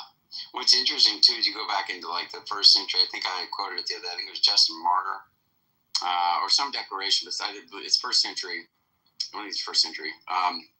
Right around there, just the turn of the first century, or turn into the second. It is there's just a clear declaration that not to abort your child, and it was just like and I wonder where that would play a role as far as the lineage, like the apostolic lineage, like what tradition they would be part of. I can't remember who it was. It might have been Justin Martyr. It is true that it was pretty good. So go ahead, Piper. Sorry. From what I've been able to glean, reading a little bit about Abrahamic texts on the issue, it doesn't seem like those texts had provisions for allowing it under certain circumstances, and then people on here will come back. No, you're not interpreting that right. So right. You can have an interpretation. I haven't been persuaded of that, but I don't know. Well, I think in Islam and Judaism that is true. I think he's talking about the post New Testament tradition. Well, yeah, I don't know about post New Testament, but I was talking about Old Testament actual text. Right. Yeah, I think that the strongest text, Piper's in Genesis. The one that I've been pointing to for a lot of people is that when it says, if a human sheds human blood, his blood shall be on his hands, and his blood shall be shed. Well, but when you read that, right, the interpretation you're doing is, okay, well, then since I think that principle extends to a pro-life position, that must be what the authors had in mind. I don't think that's the right way of interpreting it. At least what the author's intent was. Your broader theological commitments aside again.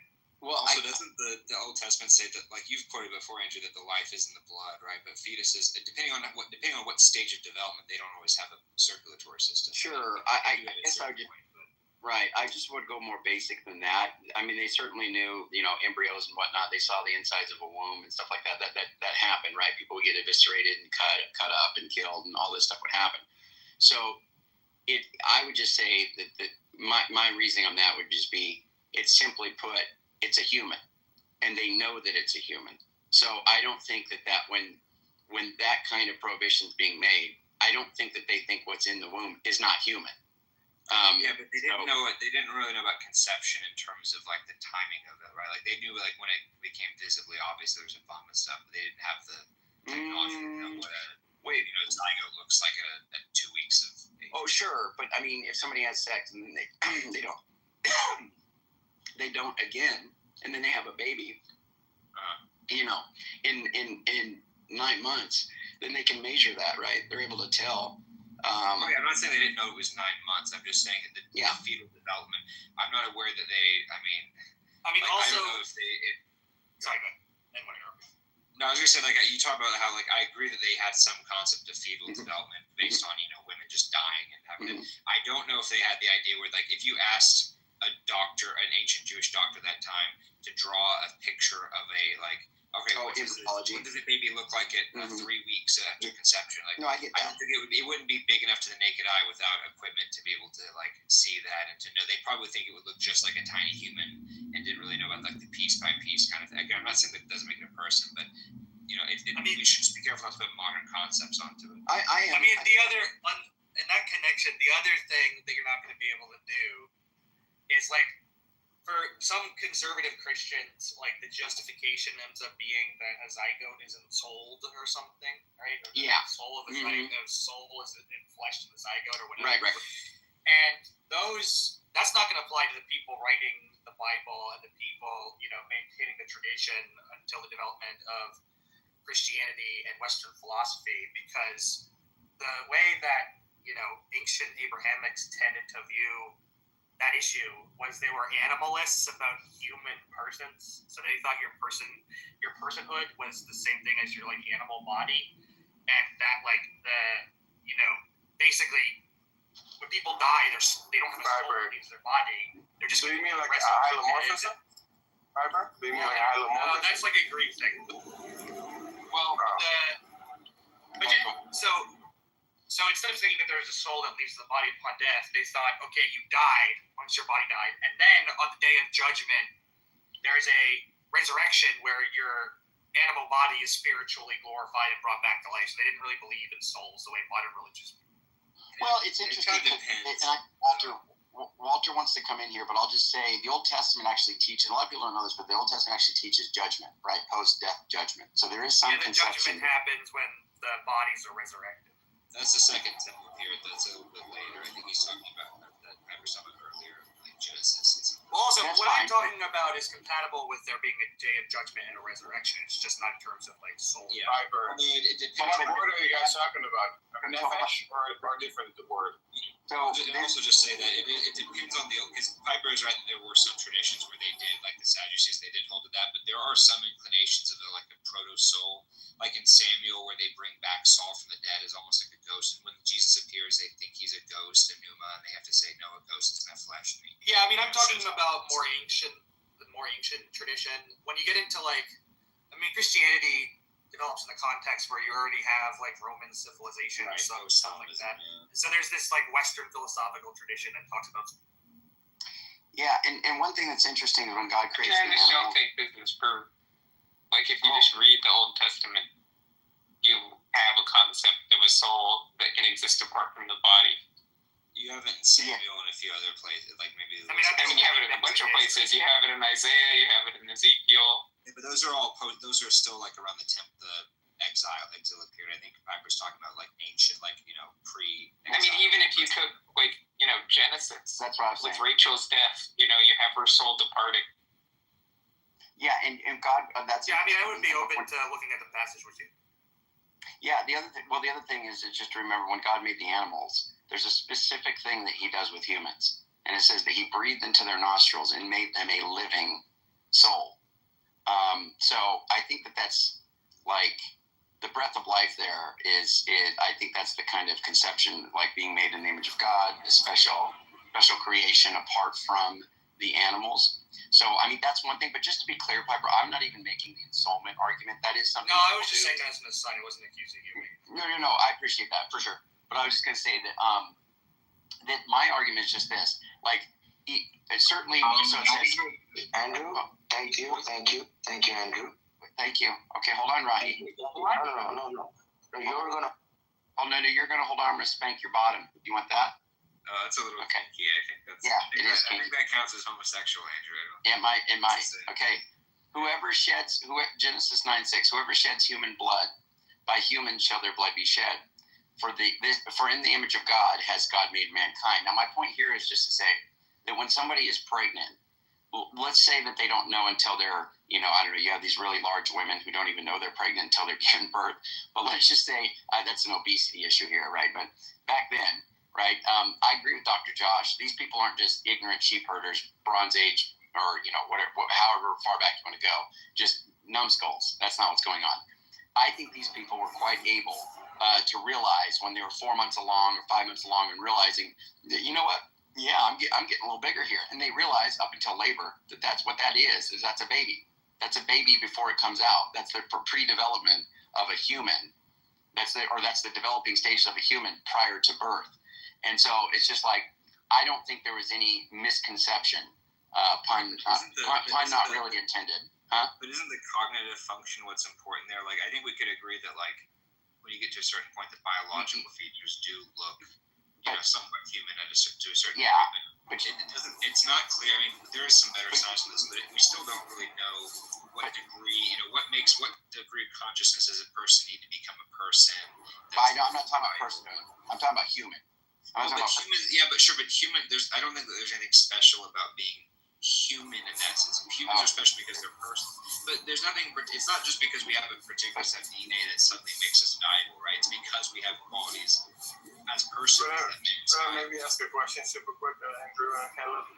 Yeah, go. On topic of birth. So the passages that Andrew referred to in Genesis, and so Andrew and Isaac are now Muse with the Sarah soul departing and the breath of life and stuff. I assume nefesh is meant there, right? And is it true that the word nefesh is also applied to animals, also like the life force, by lack of a better term, for animals? I'm just curious. Is that the case, or do you guys not know?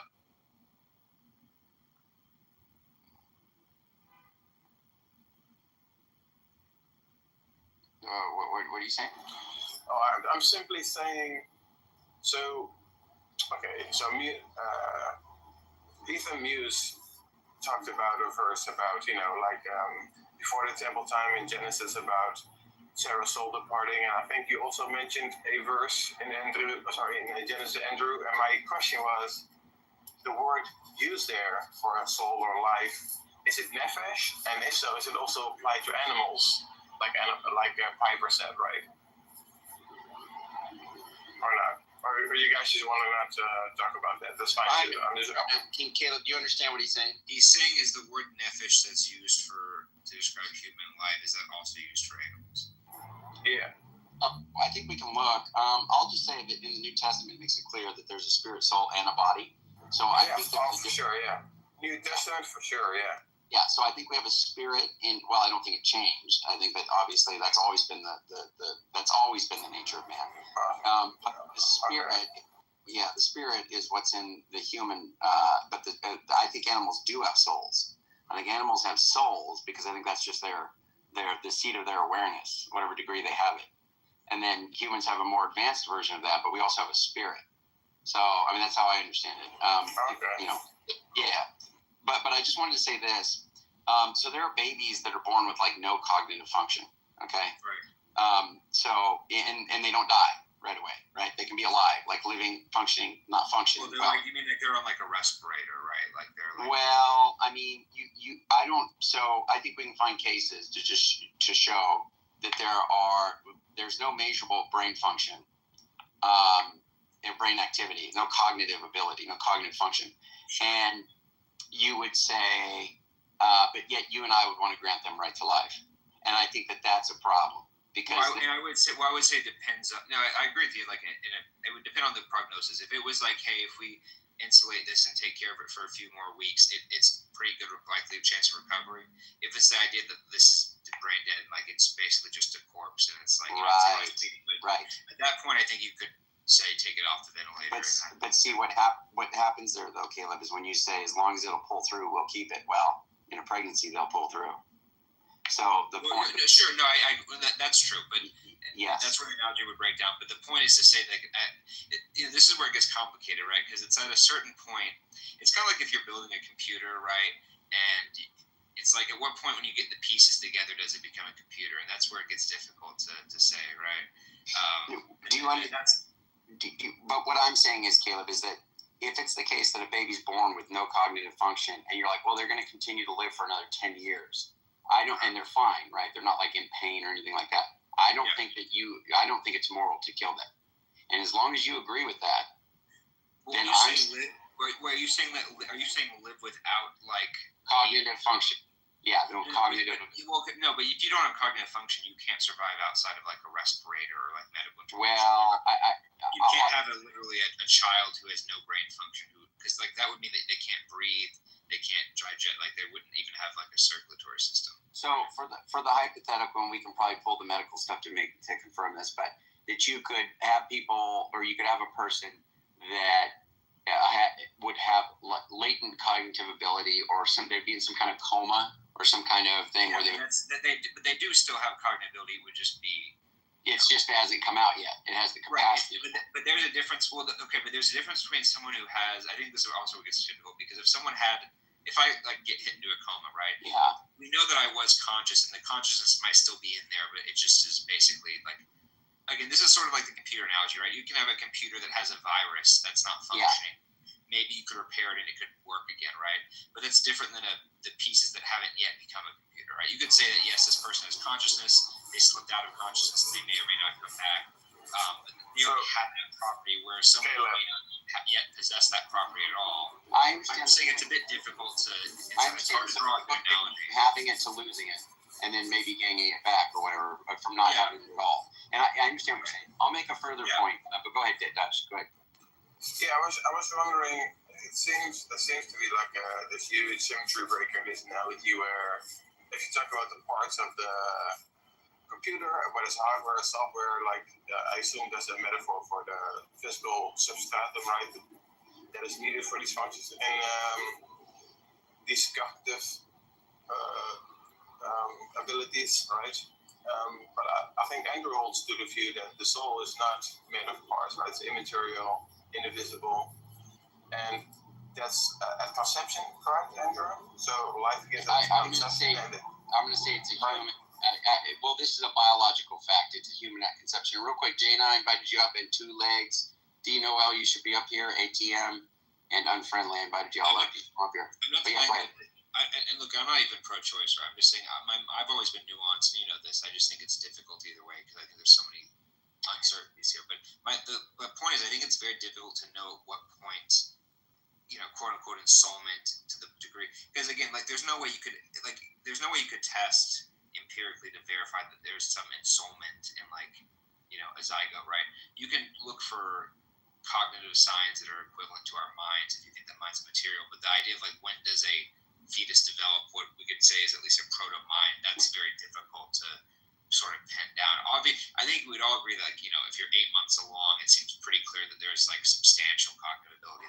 That's much more difficult. If it's something that's earlier, it's going to be harder to verify that. So I think the soul is meant to be an immaterial substance that endures over time. I think it's Andrew's point. So that's where the analogy of the computer parts, I think, break down. Right, but how do you know that the soul? How do you know that it's ensouled at conception and not 4 weeks later? Oh well, as you said, that's something you cannot empirically verify. This is like an article of faith, basically. So real quick, are you just to be clear? And welcome back, Nuha and Walter. Love to hear you weigh in on it. But let me just what is the? Let me just ask you, Caleb. Do you think that there's a moral imperative to be concerned about what we do to this earth, like how we treat climate change, and be considering of future generations? Yeah. Okay, so I would just say future generations are unborn, right? These are unborn people that have zero capacity. They're not even born yet, and we are putting a moral obligation. We're saddling people with that, saying, "Hey, it's not about you. It's not about your life. It's about the life to come. That's going to be your progeny. That's going to include pregnancy. That's going to include newborns. It's going to include all the people that are unborn. And if you have a moral obligation to care about climate in that way because you care about the life of these unborn children, these children that don't even have any capacity, that's showing that you can have a moral obligation to completely not even conceive of not just pregnancy-wise, but even you haven't even thought of having sex, right? You can have an obligation to those generations, and that's future generations are done. You're talking about children who are born, though, who have fully functional or mostly functional cognitive systems, right? And that's in the generational system we have. That's not really the same thing as okay. Do you think that I don't think you would agree that we have obligations to children who aren't born yet, though. You have ones that do you think that if someone chooses to not have children, that's immoral?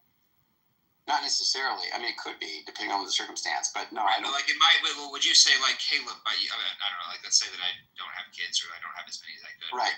Caleb, if you were to conceive a child with your wife, you could have little Johnny. It's unfair of you to prevent little Johnny from existing in this world because you were selfish. I don't think anyone would really think that's persuasive. There's an infinite amount of people God hasn't created yet that you don't think He's doing anything wrong by not, by depriving them of life in that sense, right? So that's sort of how I see the generational thing, but that's different than if Johnny was born. If Johnny is in fact born, then yes, I do have an obligation to take care of him and to provide for his needs up to a certain extent. So I think we recognize there's a difference there. It's a little bit. So what I'm saying is, say every woman on the planet was pregnant, okay, but they're not in the state. The baby's not in the stage of development to where it's before the cutoff, okay, and then this idea of climate change comes up, and you say, okay, you are morally obligated to maintain this earth in such a way for the future offspring, right? It's not for you; it's for the future offspring. Okay, well, that's a consideration of all these pregnancies because that's the ones where that is directly. That's because you know that there's some of them will be born. If you could tell me, Caleb, this climate change isn't going this is going to affect us 120 years out. And every woman who's pregnant is not going to have it. They're all going to get abortions, let's just say. And this is the last generation. All of us will die out. Then I would say, well, at that point, I agree. We don't have the obligations of that. But your premise rests on the idea that some of these women are going to carry these children to term, and they're going to we know that's true. No, it's more subtle than that. It's that there's a moral consideration for ones that will be born that are behind the time of cutoff. So the fact that they're under moral consideration. They're still planning on being conceived, but the whole point is that some of these women plan on bringing them. Well, they could change their mind. I mean, you don't know that, right? In this hypothetical. Okay, but I think you would agree that statistically, that's fine. We can be very confident that people will continue to have kids. Well, but here's the point, though. You don't. That's fine. You may think that, but you don't make the determination. They do. But really, the thing is this. You just even if all of them are going to have their babies, the point is prior to the cutoff, you are giving them moral consideration. You are concerned about what life you're leaving towards whichever one is going to be born. You don't know that yet. Let's just say all of them are, though. It is the case that you're giving it to them prior to the cutoff. So they are worthy of moral consideration prior to the they're cutoff. future human beings. Exactly. Right, but a woman who might be considering an abortion, right, is going to think, well, I'm not going to carry them to term, so I don't have to worry about their well-being. No, I understand. I understand. I'm just saying that the moral consideration tied to the future human beings can happen prior to cutoff. And I'm saying the fact that you can confer moral consideration onto the babies prior to cutoff, that is something that we shouldn't just dissolve or say is not applicable when you have a pregnancy that's happening now. Well, of course. And I mean, if someone was doing heavy drugs or drinking when they were like 8 months pregnant, right? I think that's another point. Yeah, because they were planning. But again, that's because they think they're going to bring the baby to term. Oh no! There's some states it's illegal, regardless of what you think. Well, I understand it's illegal, but I'm talking about from the abstract, like, you know. Oh, I think it's immoral. I think it's immoral. Yeah, as do I. I think it would be wrong to do right. that. And even if you're planning on aborting it doesn't matter. The point is that you are doing something to affect, you're causing harm to your fetus, and it's something that has consideration. And that's why if a man shoots a woman in her womb or whatever, and it kills her and it kills the fetus, even if the fetus is prior to cutoff, that's a double homicide. Yeah, but typically they're not charged with the same degree. It's not the same degree of severity as it would be if it was the woman. But the point is that's moral consideration. And I'm just pointing out that I think that it's very intuitive, and I think a lot of people that's the reason why this war has been waging. But I think that it is just something to show that this moral consideration, this cutoff thing, which is nebulous because it's so funny, that's dependent on current technology. Right? You go to a different country where you don't have certain technology, that can deliver the baby or, whatever in such a way where if you were to do an abort, be able to sustain the life of a removal of a fetus, right? If you don't have the technology that's cutting edge, the weeks can change. And so it's very strange to have a dependent thing, like where you go to one country and it's immoral to abort your baby, or it's moral to abort your baby. Yeah, and again, I don't think that obviously, look, I think that I say most, that actually not true. I think that most people that I've talked to at least would have the intuition that as a human fetus and zygote has some degree of value, right? That it would still there are some, I think radicals out there who think abortion is actually a good thing, but in general, I think people treat abortion like it's a tragedy. It's like, it's unfortunate the woman had to go through that extremely emotional decision, and it's upsetting, and no one should ever have to go through it, but it's maybe a necessary evil, right? I think that's probably the majority position where people don't actively. I'm not saying that there aren't any out there who enjoy it, but most people think of it like, euthanasia or something. Like they don't enjoy it, they don't celebrate it, but it's like, oh, it's, you had to do it, but it's sad. So I think they would agree, we obviously as a fetus does have some degree of value, but then the question is, I also think you would agree that do you think that a living child, like a toddler, let's say like a 2-year-old toddler, has the same value as zygote?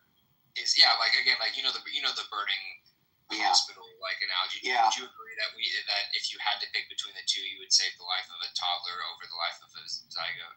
Well, if I had to, I mean, I'd be killing anybody. Right. I understand that, but if it comes down to still all conceding that there's some, you would still agree that the toddler's slightly, maybe not by a big degree, but that they can both be valuable, but I get here that the toddler's slightly more so. Then it gets the question, okay, now that we know that there's degrees of value, right, where but that's not based on, But I don't think so. If there's degrees of value, then the question is, okay, we also have, the woman's autonomy, and that's also important. So then, how important, even if we grant the fetus has some value, is it more important than her value? And that's where the debate goes, and that's where a very difficult question, like what degree of autonomy is more important or less important than the life of a fetus or something. So that's where it gets very difficult, and that's where I think these are tough conversations, and I'm not really sure where I sort of fall in it because I can see the arguments on both sides. Yeah, I just don't ever find the elective abortion arguments to be superseding that of preserving the life. I mean, I do think the baby has more value, only in that they have equal value in the sense of both human. But the reason I would make a pragmatic choice to save the babies rather than the zygotes in this situation is because of the connections that the baby has made and the experiences that have been built up with family members, etc., and the effect that would have. I think that's something to be considered. That's just doing the least amount of harm. That's not Well, just. suppose it's a baby that was abandoned immediately after it was born. I think it still does harm to the society. I think that's still a bad thing to do. So I think just given the fact there's going to be consideration of something that's alive, that has that kind of visual experience. Now, this does not devalue it. Just because the zygote is internal, not visible, that kind of thing, that is not saying that there is a value that is there's still a base value of life there. But I'm saying... Yeah, there's a base value, but there's still degrees. Okay, like, do you think that saving, if you had to pick between the fire and there's a guy in a coma versus a doctor who's fully awake, you would save the guy who's fully awake over the one in the coma, even though, yes, they like ideally you want to save both of them, right? But again, if you had to pick, you would probably agree that the guy who's not in a coma is more. I don't want to say, maybe valuable is a little bit of a tricky term. Well, yeah. I mean, because look, you have the suffering, you have the emotional attachment, you have also the suffering of the baby. So like. Or the man that's in a coma or whoever, right? If there's somebody that has the capability of suffering, it is something that you do need to consider, because we're not going to be heartless here, right? But that doesn't mean that there's not equal moral value in their life. It doesn't mean that, right? It just means there's other considerations that are pragmatic or that are going to be you're going to need to have consideration of those. So that's why you would preserve a baby or a conscious man versus an unconscious, or somebody in a coma versus somebody not in a coma. You're going to have considerations of that. So I'm not saying that, right? But that's just the intrinsic value is still going to be equal. And that's why I'm saying these other factors are they're going to all be about just the pragmatic nature of it. And the visibility of it's a big deal. You can see it. It's like that's not to say that just because you can't see the fetus, that it's devalued. It's not to say that the emotional attachment's one, right?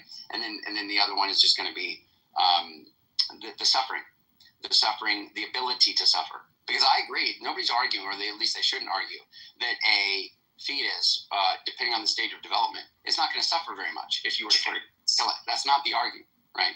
That's not the issue. So if you didn't do it, I know, like, you love to read the chats.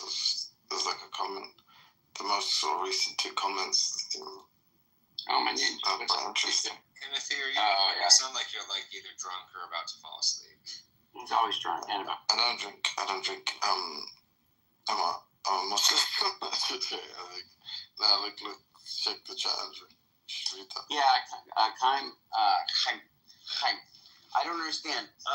I'm not sure. I think he's unfortunately stayed. Usually you read the comments out loud. Well, I'm in the middle of talking. I don't usually read while I'm talking. But No. But you're not doing it right now. No, I'm not. Argument is just Christians did bad things in the past, therefore they're hypocrites. The weird thing is he's a Christian. I mean, professor. He asks you a question initially.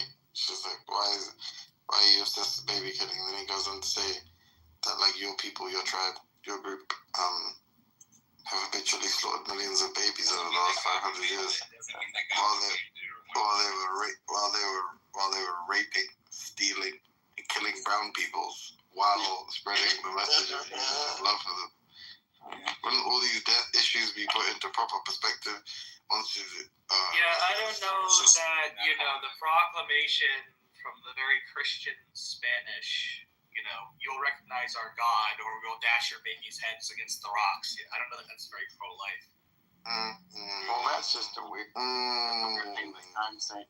So, obviously, why this obsession with baby killing? Well, hopefully you have some concerns for babies. I'm not sure why you're asking that. Can I ask a question? So this is completely. Timothy, what would be your non-frame lordy question you would like to ask? This is completely related to what you guys were discussing. Which is, our Christian brother. Well, I say Christian brother. I mean, our Christ-following brother, Yawael. Yes, I think I'm pronouncing it.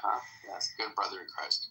It seemed like the kind of smoking gun in the case that was being presented against him was the fact that he himself admitted he was a racist. Is that correct? Well, that's a good smoking gun, but I mean, it's just he called himself a racist, so he admitted. Yeah, it's pretty undeniable. So we can just I mean, it's just interesting because it feels like I can think of another case in which someone did that. I know. And like, but that's not. There's like some people, and I can't remember who I wasn't off the top of my head. Yes, But they were very like they. And okay. Yeah. Also, okay, so it's the combination of saying racist things, racist slurs, attacking whole groups of people, and then being a self-admitted racist. Right. And that is just irrefutable. That's just undeniable, right? And having authenticity, right? And the authenticity, so presumably the authenticity is that which is gleaned from the admission as well as the fact that you say the racist things, presumably. No, it's not like you know the person. It's not like you've hung out in real life. You've been to a lecture. So I know Cool Man, and I know the stuff that he has said, and he's consistently said the same thing. And it's going to be. No, I mean, that's not like, that's okay. But like, I just want to because this isn't really about you. Levels. They're yeah, I can't actually even remember. Like, I'm just saying, I can think. I'm trying to think because I want to get your evaluation of this individual. The asymmetry would be the asymmetry would be you have a troll.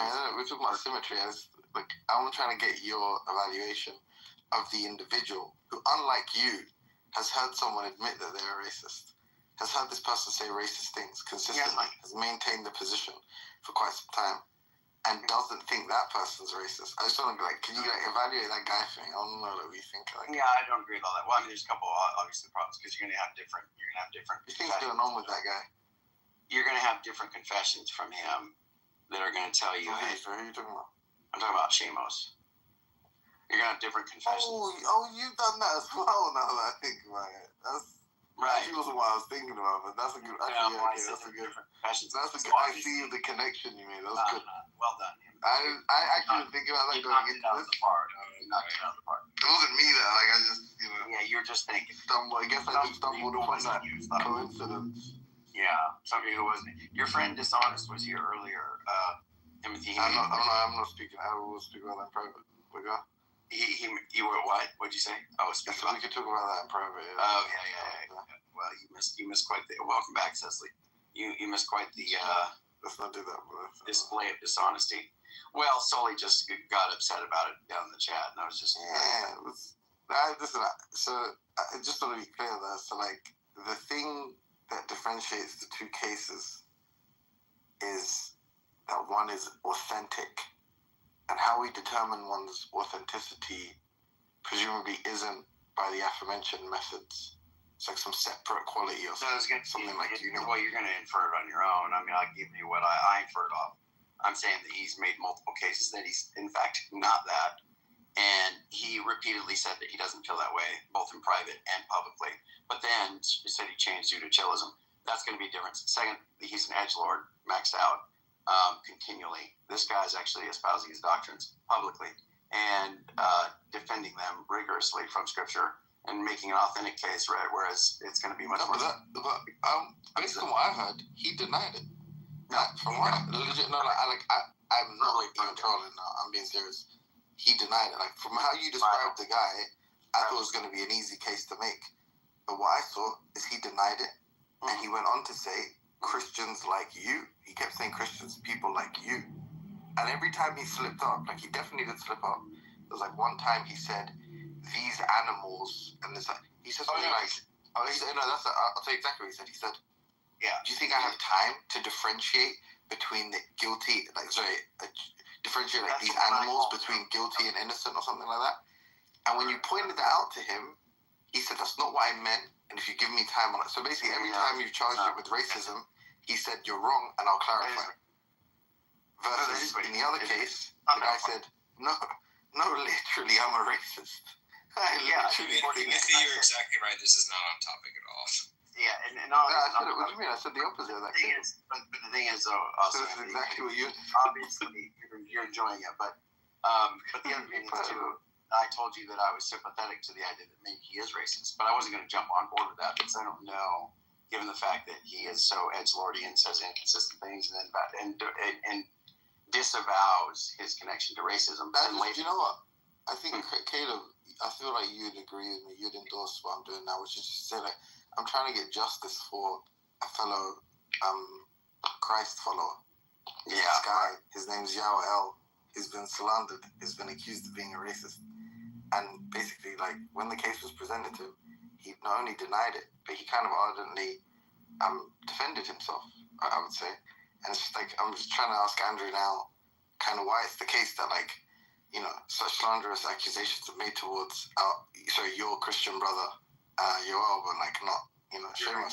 And the way that relates, the way that relates to the previous discussion is he's a child of God too. You know, he has a child of God too. He has a right to be defended. He has a. Don't you think, Caleb? Don't you think that in that way it's pertinent to the discussion that was being had? Yeah, I think you love to stir the pot. Someone needs to get you a wood. He's a child of God, Caleb. So we're just gonna turn off the life machine, the life support machine of justice. Is that what we're gonna do, Caleb? Well, what we're gonna only if God commands it per Andrew's morality. That's right. And what we're gonna do is we're gonna target your pro baby killing now because that's on topic. Committee, or do we want to stick to this because we've been on a no, we don't have to. We can tell. Abortion. No abortion. We can. Wait, Piper, do you understand what Andrew is saying just now?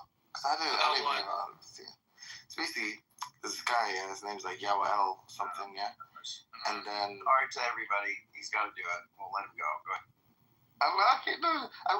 This might be more interesting, legitimately, and it kind of ties in both. So basically, like, Andrew had like a horror show performance the other day in a BHI room. He went in there to prove this guy was racist. He came out looking like a racist, and all of his friends looked like racists. His A1s as whatever that guy's name is. Yeah. I don't know. I feel like his reputation was like it came out like somewhat blemished, but not too bad. Like everyone else, not hanging around BHI people. They're kind of a waste. Completely trash. It was Down syndrome come to see, my brother. It was pretty. I know. I just don't know why. There's very few people I want to interact with, but flat earthers and BHIs are on my list. What do you mean Caleb? He lost to them. If that's the case, then you have to distance yourself from Andrew too. To be fair, I think also Andrew would lose a debate to a flat earther. But that's true. Yeah. Well, no, I mean, to be fair, Sam so your point is Andrew lost the debate. I don't see what the Sam has lost numerous debates. No, Charlie lost the debate to flat earther. I don't think. Bro, there's a flat earth final boss. His name is Jamal. But some of them, because these Piper, I fear for your safety. These people know these like hyper specific details that no normal person's gonna research because it's like Well, that's the thing. Like they're very. You know Albedo's championing his new campaign, Andrew. What? Sorry, I only remembered because he just came in the room that basically on whenever it was the other day's evidence that Justin Wilson is a better reasoner than.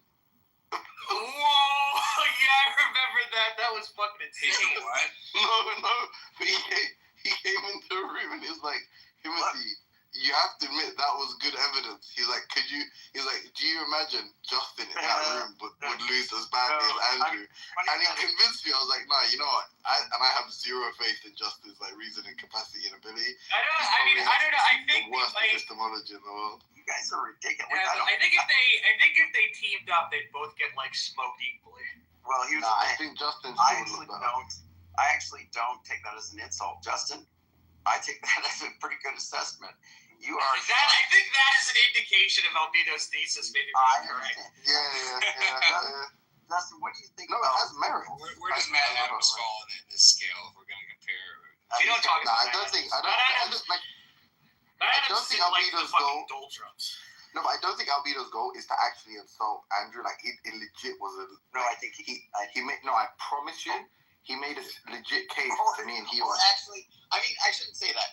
Justin, that's actually that I don't. I have mixed feelings about it, but let me just say that I think you actually do well, and unfortunately, because people are so staunchly against you because they're evolutionized, they're naturalized, that they don't like what you're saying. Like they think that it's just completely nonsensical. Starting from false premises. It's axiomatically you're just off. Justin Wilson is in the top. Like just definitionally almost, right, is in the top 1% of like the worst epistemologies in the world. He literally said, the worst possible epistemologies. He literally said, if 99% by his lights of the evidence disfavored God, he would still believe in God. Major, I have a confession. Undeniably. Every time I talk to Justin, my faith in evolution gets shattered. I have to go to God and pray that He will restore my faith. Very good. In evolution. Okay, Justin, we gotta allow Justin. That was I just want to say that is verbatim. Like we're not going to debate that. That's a quote. Direct quote. He objectively has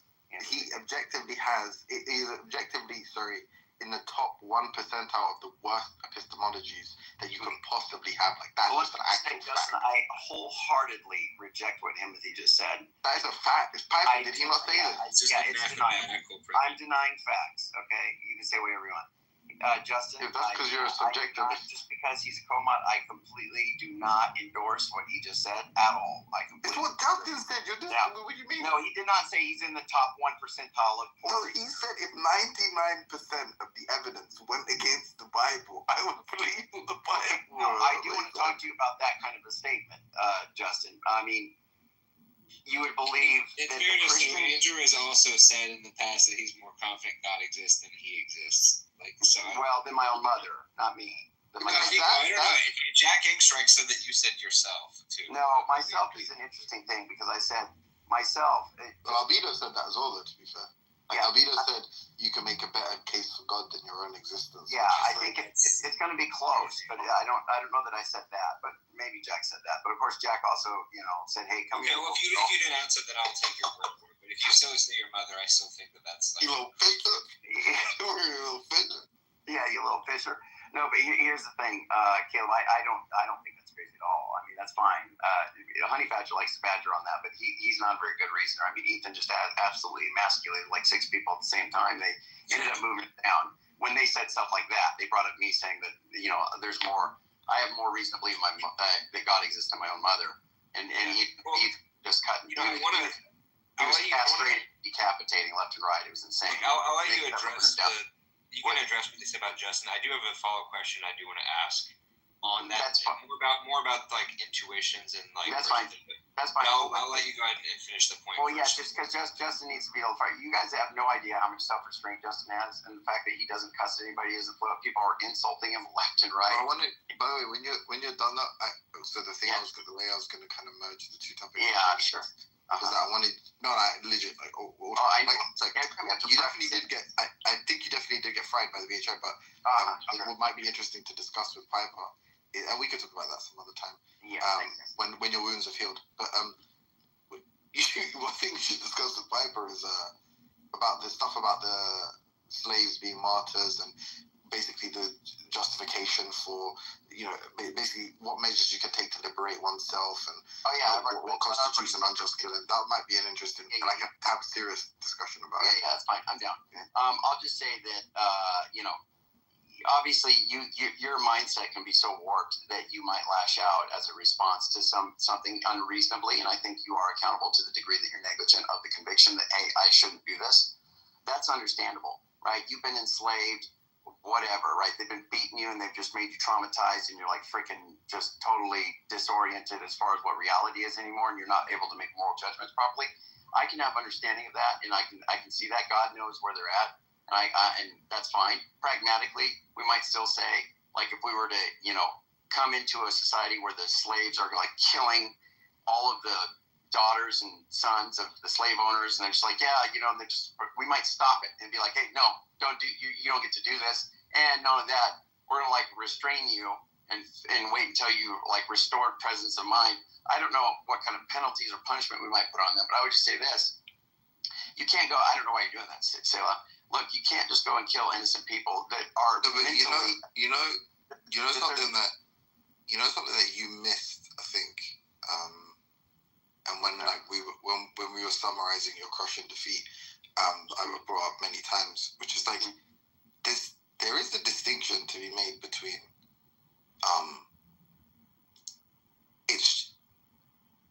take a like Nat Turner slave revolt or something. It's like right. I don't think it's justified slaughtering the children of a slave owner in the sense that like it's a good thing to do. Wait. But it doesn't mean that like you being murdered for it, so you being killed for it, is in itself justified. And it seemed like what you're supposed to be defending at that point which obviously they didn't pick up on because you're not what I was debating. No, it was though, because remember, his point was that this is literally what you were defending. His point was that all the slaves that died were martyrs, and the reason they were martyrs is because they were killed unjustifiably. And you were defending the claim that actually some of those claims. I promise you were. You defended that. I made a hypothetical. That can't be what I did. I made a hypothetical completely unrelated with none of that stuff involved at all. Wait, what are you talking about? Yeah, what are you responding to? I need to be clear. You're saying that the whole thing was supposed to be a response to the martyrs. I'm trying to make it seem like, the clip he played that you guys ended up debating was you saying what he said was retarded, because of course there could have been some black African slaves that were murdered justifiably by their slave owners. And one of the cases that you presented was if they had murdered.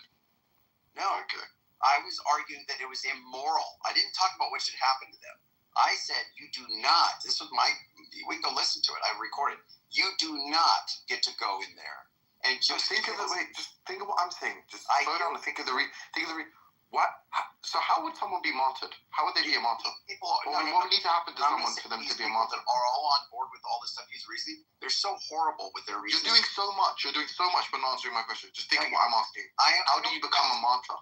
Oh my gosh, dude. How do you become a martyr? For a cause. No, but what needs to happen to you? For a cause. Persecution. But in this particular context, we're not talking about the enslavement. We're talking about what happens to those people. Okay. Right. And the question and the point he made was the justification he's giving for why you should accept they're all martyrs is because they were killed unjustifiably. And you push back on that. But what do you think? What's the antithetical claim there? No, I didn't. I wasn't saying you can't. That wasn't what I was pushing back on. I was pushing back on what. So your hypothetical wasn't in service of the proposition that some slaves were killed. When I joined the conversation to help you, that's not the question I posed to you. If you're enslaved, you can kill anybody that stands in the way to your freedom. And that was all subsequent to you saying you're saying is retarded. And the justification you gave was because you can think of at least one case where it's justified in killing the slave. That's what you argued for. Talked about killing the slave. I don't know why you're saying that. I didn't talk about that. Then maybe part of the reason you just look so terrible in that exchange was because you didn't even know what you were talking about. No, it's not that I look terrible. You're the only one that's saying that. So obviously I'm not. You are. Apart from actual racists, they were saying their stupid stuff. I'm not going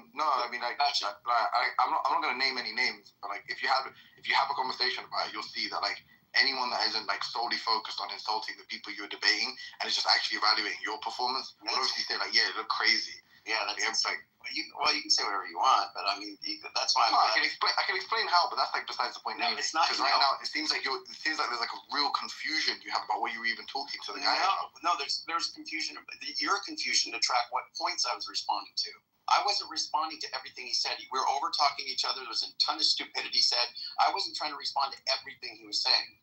I was just latching on to specific points that he made that were absolutely ridiculous, such as someone who's a slave owner can just do whatever they want to get free. No, you can't. Period. I'm not denying that was part of the conversation. Okay, you need that's to focus. No, what am I talking about? And I'm talking about martyrdom, and I'm saying to you, part of the reason you're really bad at this.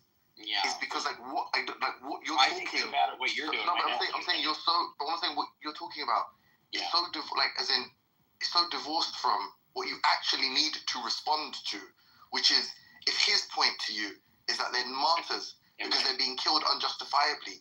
It's weird. You don't need to say. Listen, you don't need to say it could just be true that the fact that they've killed children, the slavery, the Nat Turner, and that's unjustified. That can be true, and it can still be true, right? It can still be true that it's unjustified for the slave owners as punishment to kill them. That was what you needed to defend in that moment. I already said Nat Turner. I already said that was justified. I wasn't really arguing about points. What was justified? I said the Nat Turner case. He said that he tried to explain. They killed children. What do you mean? They killed women and children. I wasn't saying I can understand that depending on what we're saying, but if he's saying that it involves killing innocents who are dispositioned against having the slave even be there, then it's not okay. And I was just pointing out that his point that you can do whatever to get free, which he did say prior to you coming in. This is something he said a while. If you go ahead and enslave us, we'll do what we have to do, and we will overtake you, and we'll do this, and we'll get free. That's absolutely a stupid position. It's retarded. No. And he's gonna, What? Yeah, it's a retarded position. You can't just do whatever you want. Are you kidding me? It's absolutely stupid. No, but he's being before you get. He's being autistic, like he's saying, like, "Oh, you can't fucking rape someone." No, don't do that. Don't do that, him. Obviously, A lot hinges on anything for Andrew in this, like, and that's way he converses with these people. That's the framework. I'm sorry, but That's Andrew, framing. like, Yeah, the you way say you're proposing, because he's making a categorical. I hate this. This stuff's so dishonest. He is How is making it a dishonest? Do you think categorical. everybody talks in like autistic Philbro speak? He Do you think that's like literally how said- normal conversations are conducted in the Listen world? to what I'm telling you. He literally said you can kill anybody. I don't care who it is. He said anybody that's even part of the society. yeah, That so is not- Andrew, there's That is not something. disposition. That is not actually trying to get you free. You can kill them, and that doesn't Okay. follow. All right, hold on.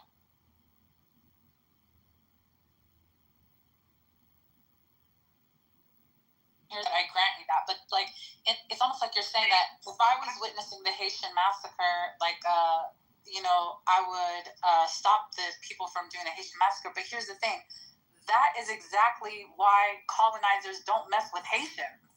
Like that, like literally, like if you come over here, any of you can get it. Like if you come over here setting up shop, trying to rule us and oppress us, anyone you can get it for trying to do that.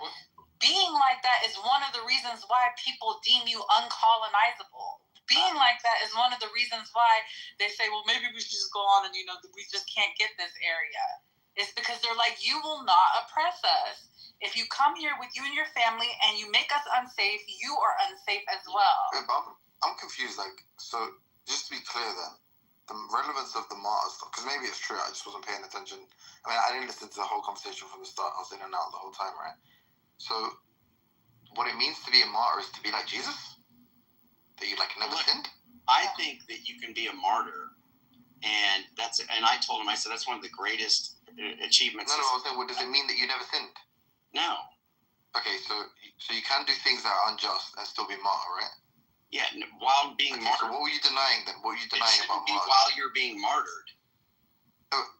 That's what I'm confused as to, like, what is, because it's, I think there's probably a recording. I can ask brother Yoel, we're good friends right now. The recording. I think somebody has the full recording. Daniel. Okay.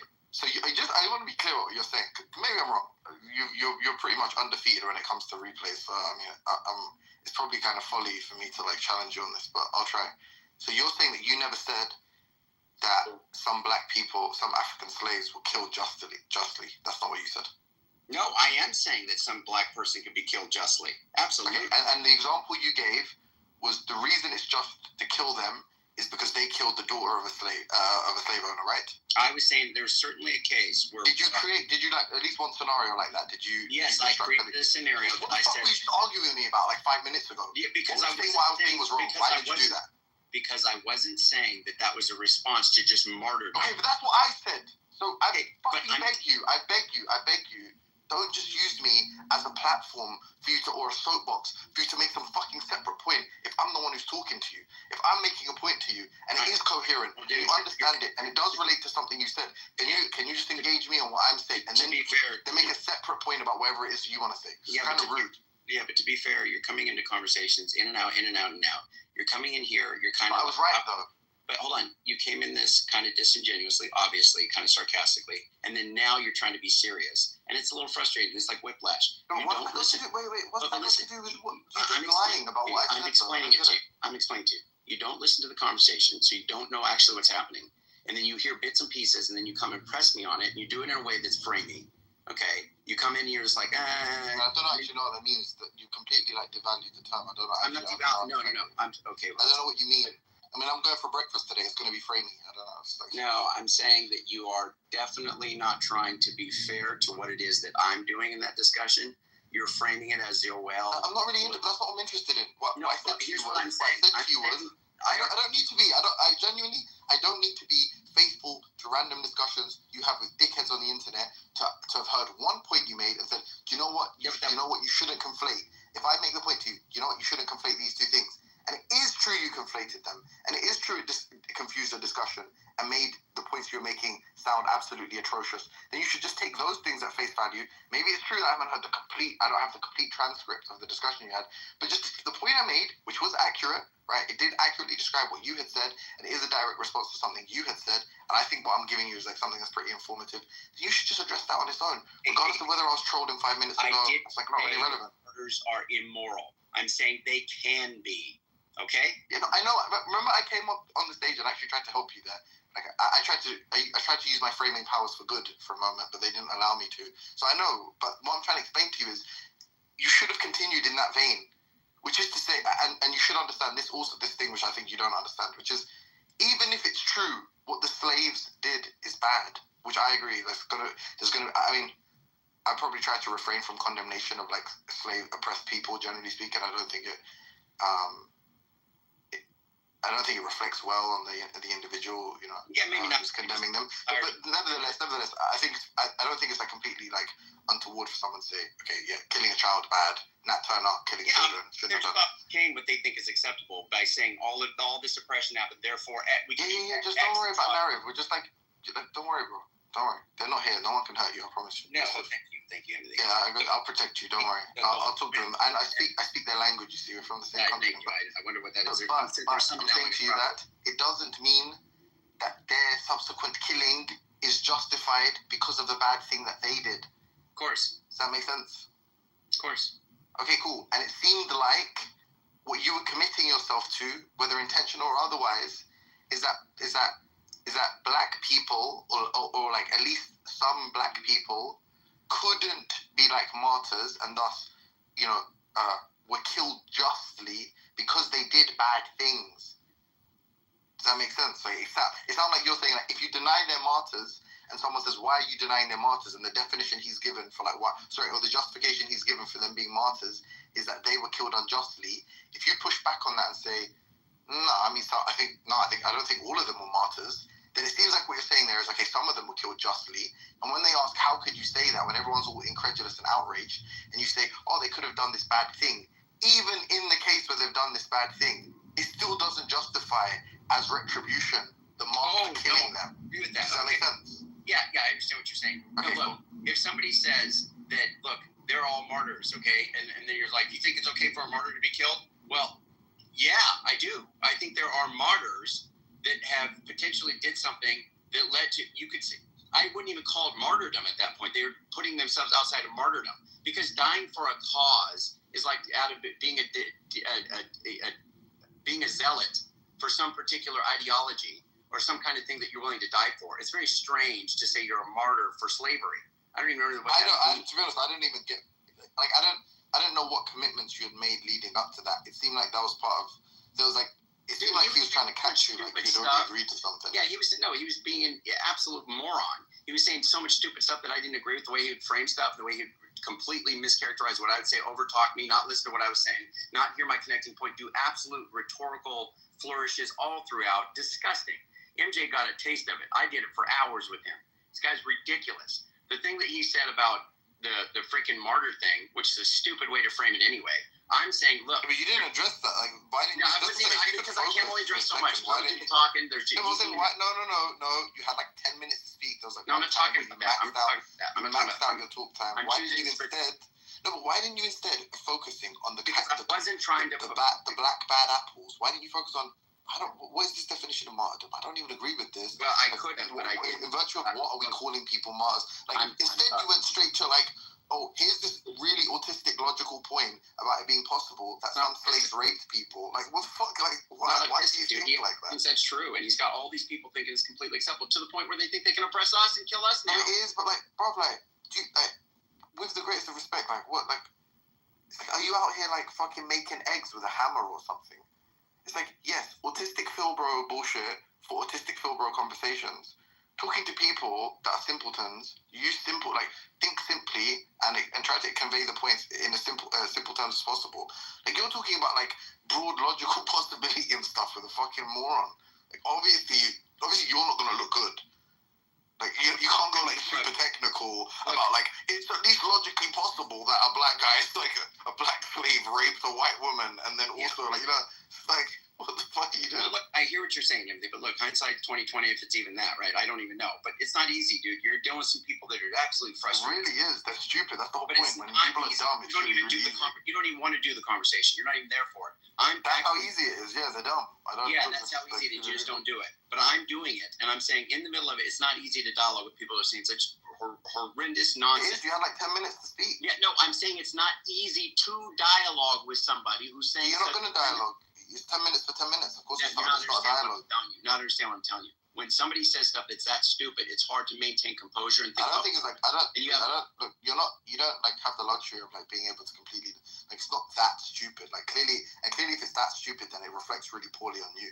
What are you If it's talking? that stupid? If it's that stupid, then you're the idiot who's responding to it. No, because I told you before, just because somebody has a position that is it's worthy of a response clearly because you dedicate like 5 hours of your life. Absolutely, and it's okay. So then you can't just outright dismiss it as like it's the most stupid thing in the world. Clearly, it's not that. No, it is stupid, but it deserves attention. There's a huge contingent of people who think it makes sense, and it doesn't. And I think it makes perfect sense. He's saying that he thinks you're a white racist and that your brand of Christianity is oppressive to black people, and he's going to demonstrate that by the dialogue. Your position was that he is in fact a racist, and your evidence for it was that he had said it. You ended up debating slavery. You ended up debating slavery. One witness you called black people apes. Yeah, that's not. Yeah. You admitted that a significant number of slaves were killed justly. African slaves. Black African slaves were treated totally. Exactly. Okay, tell me what's brainwashing about these three. Because you're undoing, dude. I mean, I don't know if this is a nod to the crowd or whatever to their crowd, but that was stupid, dude. That was their crowd though. Their crowd's not here. I think in the audience. I think 99% of the people in that room were like probably subhuman level intellect. So that they're not my pals. Okay, I'm just being honest. There are people. These are three things that off the top of my head I can think of more. One, you said that you said that like I think it was clearly like you could clearly infer from what you were saying and the stance you took was that like there is a countable number of black slaves that were killed justly. 2, you ceded your time to someone who called black people apes. And three, you said that black African slaves in America were treated decently, or at least some black African slaves in America were treated decently. My boy, that's like. Are you for real or are you just you guys? I swear to God. Two claims on the table. You're being dishonest right now, or you don't. Andrew calls Sasha to the stand. Andrew calls Sasha to the stand, and Sasha proceeds to call them apes, to call someone a gorilla. That's one of the charges. All right, that's evidence for one. The second one is Andrew said that he just admitted that as much. That he said that some slaves were killed justly.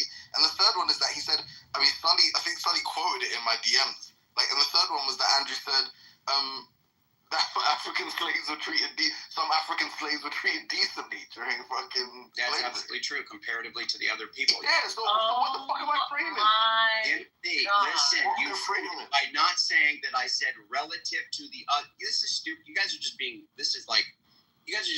absolutely ridiculous right now. Yes, Sasha said something stupid. Dumb Sasha. Cool. Secondly, I said there were. Hold on. Let me respond, Timothy. Second, there were people who were killed that were black and did stupid stuff and got themselves killed that they shouldn't have done. Yes. Thirdly, were they killed justly? Hold on. Like, can I finish? Is it okay if I respond now? Thirdly, there were people who were treated decently relative to the other slaves. I am not saying it's good, and I made it quite clear. Slavery bad. Slavery bad. Well, no, you said no. Sorry, that's another quote. Sorry. The problem he said is some that slavery. No, he said some slavery was justified. When you're talking about Yes, that's 4 points. When you're talking about slavery, like any comment for you to be like it's better relative to, that's fine. Is like so insensitive. Yeah, no, so insensitive. I get it. You're like a bull in a china shop, to be quite honest. You can look. It's easy to target that rather than the nonsense and garbage he was saying. I'm not gonna stand for that. The stuff that he was doubt about it. The guy was a slime. Was just the absolutely. stuff he was doing was so dishonest. He was horrible. But that's not what was being So discussed. disgustingly. Yeah, we're talking about that. Qualities that you about your Yeah, we're talking blunders. about like no one's I'm dealing with the one that you guys. He was in a, I'm telling you my response to it. You take it or leave it. I'm telling you what that guy. yeah, and this is what Your I'm saying. ace You're in not, the you're not, hole. Your ace in the hole, Sasha, right? Proceeded to call them apes and gorillas. For heaven's sake, you don't see that as a fucking blunder. But this is really important, okay? And I see it. Wait. That guy You is know an what? You know obnoxious what's nice? retard. That Victor was actually there, a black man down in the audience. I don't know who He's that not. He's not necessarily in favor of anything that I say, but he's not against me either. But he said, they're like, you at least, Charles, brother Charles. He's like, or brother Charles and Cool Man. They're like, if you're gonna have somebody speak on your behalf or in your stead, and the way they were phrasing it was like, this is my spokesperson. It was really weird. But anyway, he's like, if you're gonna do that, you asked for her to speak. No. Hold on. He said, if you're going to do that, you should at least give some qualification and say, hey, look, this person's a little unstable or whatever. And I did exactly that. And Victor pointed it out in the chat prior to me having. You said, don't get yourself. I said, this person. I said they say some wild stuff. They say some stuff. I worded it however I did, but it was something to the effect of, no, there is something that Sasha's unpredictable and might say some stuff that I don't agree with. There's something that I said to that effect, and Victor pointed it out, and I was like, yeah, that's right, I did say that. And it's just a complete. No, but you're not. But Andrew, look, brother, look. The point is. What's the point here? What's the point you here? can't appeal. I'm trying to explain to you. But this, because in all of this. I don't have to debate about my position when we're talking about. Because you're so. Look, I'm not. I don't make I've been pretty clear. I'm always clear about what I'm saying. It seems like you're always in this manic frenzied state with so many points that you want to respond to, half of which have not been proposed by me. You're talking when I'm talking now. You ask me a question. You're talking when I'm talking now. So this is evidence of the mania. All this frantic. There's 75 points on the table. I don't care about the 3 that you've presented. There's far more for me to respond to. Kind of attitude. Obviously, it makes it difficult for you to understand what I'm saying because you're not really listening and you're not really thinking. You're thinking about so many things you want to respond to. Okay, I said something pretty clear, which you said accused me of framing. You said I was framing in service of it, which is okay. It seemed like the debate from where I stood, because I remember I messaged you and told you to go into the room initially. I said he's talking to Truthy about racism. You came in and accused him of being a racist. He countered with white Christians like you, and the kind of Christianity that you kind of propound or whatever the kind of Christianity that you're responsible for or adhere to is oppressive towards black people. So it's basically you're calling him a racist and he's calling you a racist back, right? Pretty much. That seemed like that was what was at stake in that debate. And I'm saying that yes, he's an obnoxious retard, super Dunning-Kruger, kind of character, 100%, no problem. Nevertheless, I don't think a great case was made that he was a racist because even though you pointed to problematic things he said, he tried to defend it. Versus you came to the discussion, right, and things he wasn't accusing you of. Evidence of you being racist that he wasn't accusing you of, you presented on your own behalf. It almost seemed like you were making the case. Not at all. You were making his case. And I gave you 3 instances where at least in terms of optics, I 100% understand there's subtlety and nuance that you want applied to all 3 of these points. And I'm not even denying each that, one. I'm not even saying there's kind of exculpatory. Yeah, there's exculpatory context. I'm not denying that. Listen, I'm not denying that. Listen to what I'm saying. I'm just saying there's 3 instances of in a room full of 250 people, all of whom are black people baying for blood, who think you're this white racist Christian guy who's trying to okay, cool. Yeah, you said slaves killed justly. You said slaves treated decently. Yeah. You said let this person speak for me, and this person proceeds to call them apes. Okay, do you think you look good or bad in that? But I think the majority of what happened there, he looked absolutely comically bad. Obviously not, bro. What do you mean, obviously not? I'm talking to a rational, neutral observer. If we're talking about he's just jibbing bullshit. That's what he was doing. If we're talking about his acolytes, of course not. I could say this guy could literally stab me in the face. Oh, I'm neutral. And they wouldn't care. They wouldn't say that there's anything wrong with it. They'd be like, he got what's coming to him. He wasn't saying things like that, though. That's the point. He was saying things like that. You weren't there. I'll explain. No, but I'll explain. Look, in this, I've already made this case. Historically, there are people. I think abolitionists. Norman Finkelstein often quotes them when he basically says that refraining or being reticent to condemn the acts of oppressed people is like almost like a political strategy, where it's like, okay, clearly, like, it's why people like Normal Finkelstein only refer to October 7th as like an atrocity and don't call like Hamas evil and blah, blah, blah, blah, blah, because they say it's an inevitability, blah, blah, blah. Like, that's not to say clearly they think they don't think it's wrong. It's just to basically be like a quietist, to like withhold judgment on it, because it's like, it obviously doesn't serve their political end. And clearly he's someone like a black activist, blah, blah, blah, blah, blah. So he wants to kind of like basically refrain from condemning black people in that context. But what's interesting, and what I was telling you, what you should have been doing is going like the condemnation of the black people doesn't justify their mistreatment and their killing. And that's how it was being framed. It was being framed like, Andrew, if you deny they're martyrs, then you're saying they're being killed justly. And you just weren't even focusing on the implication. You were just like focusing on these weird fucking thought experiments, like you were talking to Sam or something. Like you're talking to Ethan about like hypotheticals. You're talking to fucking Andrew, I do think that you're being honest. Like, I think that you're giving the information that you know and the information that you think is right. But you have a lot to learn, particularly about other cultures and how they frame things. Saying that, Taylor, but you're taking up for the position that they were espousing, and I think it's disgusting. I think their position's disgusting. I think all of that is disgusting. Give us empirical data. White people can be trusted. Shut the fish up. That is some dumb stuff. And the fact that he did that and tried to employ that, and we had to sit there and entertain that for so long, that's disgusting. That's a disgusting statement. That's disgusting. Based off of some of the things you said, I wouldn't doubt that people got triggered. No, I'm not talking about that, Sailor. You don't get to do that. I'm saying that's his position prior to him meeting me, okay? His position is white people can't be trusted. And he maybe the very reason is that you're blaming them for the... No, not you. Did you hear what I just said? Prior to me meeting them. But maybe because the white people, maybe because every time he has a conversation with a white person, they prove themselves to be a threat. Is Sailor for real right now? Is Sailor for real? Yeah, Damn, you No, I'm gonna be honest though. Like, I'm gonna be real. Like, from what I heard, he was hard to listen to because he goes on for like ages and it's like all gibberish. But from what I heard, when you said that he doesn't differentiate between innocent white people and guilty white people, he denied that and said that's not the only thing. No, I know. Just wait. I'm trying to my best to try to steelman him. Right. It seemed like what he was saying there is that like collectively versus individually. I could be wrong. He could just be. But I never heard him say when you said you're a racist. He said no. He denied it. When you said he thinks all white people are guilty, essentially, I'm paraphrasing, but that was like the kind of the summary of the exchange.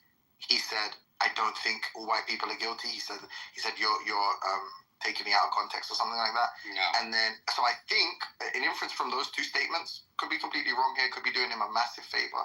I think what he's saying is like a collective distrust versus individual instances of like white people being good. Because I think he said, and he also said this. You said white people, you hate white people, and he said, no, I hate. So you said you hate white Christians or white people, and he said, no, I hate white Christians like you. Yeah, so he definitely did say that. Yeah. That's like a verbatim quote. And I think a fair implication of that is that he's saying that like your kind of Christianity. Obviously, he thinks you're a racist. He's saying your kind of Christianity. It's grotesque. What you said? This is grotesque. This is grotesque. Grotesque. I'm saying what though? I think the and Walter, I know you guys are talking about opening a room because maybe you don't want to talk about this or hear about this, and that's fine. We can switch the topic because obviously it's very frustrating to me. I find what he says to be the fact that you're making this case, you're cobbling together some statements. You don't understand what happened with that conversation. You don't understand how sick this guy is and how sick it is that there are people that agree with this. And the fact that you're putting this together to try to critique me right now. And Sayla's over here banging her drum. Yeah, this is crazy. That's disgusting to me. It's disgusting. It's absolutely wrong. What did I just say that was wrong? What did I just say that was wrong? It's the fact that you're trying to make this case like. What did I just say that was wrong? It's not a matter of what you're saying. It's the framing of way you're putting this. It's like you're trying to go after the nuance and say you didn't look good and optically did good, and then the white people statements that he said where he put this together and if I was to infer and give him be real charitable. Is that wrong though? I'm telling you. I could be wrong. I'm saying I'm telling you the statements. I already gave you them. If you wanted. Okay, you apparently forgot the statements I said. He said white people can't be trusted. We need to get away from you all. You guys are just being white. You're a demon. What? How is it even possible to be upset by the words of an obvious low IQ grandstanding buffoon like Joel? Did you think see, Andrew looked? You see me always going gonna have- around. you're You see me going around creating rooms, being all huffy and puffy about the latest caveman thing Cynic Mikhail said, and then litigate that for 10 hours. Oh, that's a great example. I'm glad that Honest you to brought. God. Hold on. I'm Honest so to glad that God, you brought I can't. I'm so I glad can't that wrap you my brought head that. around actually being upset at the words of these cockroaches. I don't get it. These cockroaches. Listen, even with people like Cynic, or even like people like Yeah, he's a cockroach. No. Excuse me. This is the thing. No, Listen, no, you're right, I'm wrong. can y'all He's way please worse. let me finish my sentence? May I please finish my sentence? You have sentiments that people feel and think, and you have them from level 1 to level 10. You're gonna meet people that vocalize a sentiment on 10. They exaggerate something that is very true. Cynic's a cockroach. Hold on, no. Cynic is a cockroach. 69 members of his family have been killed. So How what? mad would you be? No, hold on. Hold So on. what, bro? We don't make it racist to big No, but at some No, he doesn't point, get that. He doesn't get that out there. at some point, listen, how mad does somebody get to be when up to 70 members of their people have This been is eradicated? legitimately October 7th logic. This No, is legitimately October explain 7th to me, fucking logic. how Holocaust mad is somebody justifies supposed to be? colonial project. How logic. mad does somebody Are have you the listening right to what I'm to be? saying to you in response? Are you listening to Hold what I'm on. saying to you in No, response? but my dad's calling me. 1 second. Yeah, that's like inane. I'm happy. Here you are. Please, before you go. Do you think, no prompting, sorry, let me focus. Do you think Andrew looked good in his exchange in terms of what's at stake is he's arguing this guy looks like a racist, the other guy's arguing he looks like a racist. Right. Given that's how we're like the metrics we're using to judge the debate, do you think he looked good? No. Andrew, do you think he was as biased as me? No, I mean, it's fine. Maybe I didn't. I mean, that's fine. I mean, I don't think, again. By the way, you're talking about two people who came on that stage to defend you, by the way. Yeah, me that's and you are. Look, that's So, like, before you tried to call me a frame lord, No, I didn't my come up only to defend contribution anything. there I was to had save no your life. idea why I was there. Well, no, like, as in, when you asked the question, talk, Bob, during the stuff that happened. But that's fine. when you asked Bob, when you say I didn't, Bob would have what do you mean? vindicated. What do you mean by I didn't look good? What are you targeting? I mean, you said several things that even though at the bottom of the barrel you had a reasonable point to make, that's never going to be what anyone is going to take away from that conversation. Yeah, I probably agree with that. But Oh, fucking hell! So when Bob says it, No, this no, me is, because are I you agree. frame lord? You're a frame lord. I agreed with you on the optic point, okay? And to that degree, yes. But what I'm saying, what I said in there, I stand by, and I would defend it against all the freaking nonsense they were saying. The But point what's is, the goal? yeah, Why do you do that then? It's Well, if everyone just I didn't know comes how- away from it thinking I you look didn't- like a I didn't racist. know What's the point? I don't normally engage in 250 room debates with Well, racists. why don't you take advice from people that like try like What do you telling mean you take like, advice? that's bad? I'm not going to Like, stop. because of your attitude now, it's why like you're almost certainly gonna find yourself in another one of those. Of course I will. exchanges, Of course and I you're gonna come off worse again. So what's the goal? Maybe I will. Is the goal just to convince everyone in the app you're a racist? I mean, I don't Listen, get it. I said I can take your optic point. I can modify real it with to you, optics. Huh? What'd you say? You want me to be real with you? Yeah, sure. I don't think you have the tools to have a conversation in a space like that, given the fact that you're prone to being emotional about stuff that you care about in that manner. I don't think you have the tools to go in a hostile environment and come out looking good. That's fair. I think you can develop them. That's the thing. Well, It's not like you're fucking. Listen, I'm receptive to constructive criticism, but what I don't like is that the emphasis isn't put on what a numbskull he was, and the stuff that he was saying was absolutely.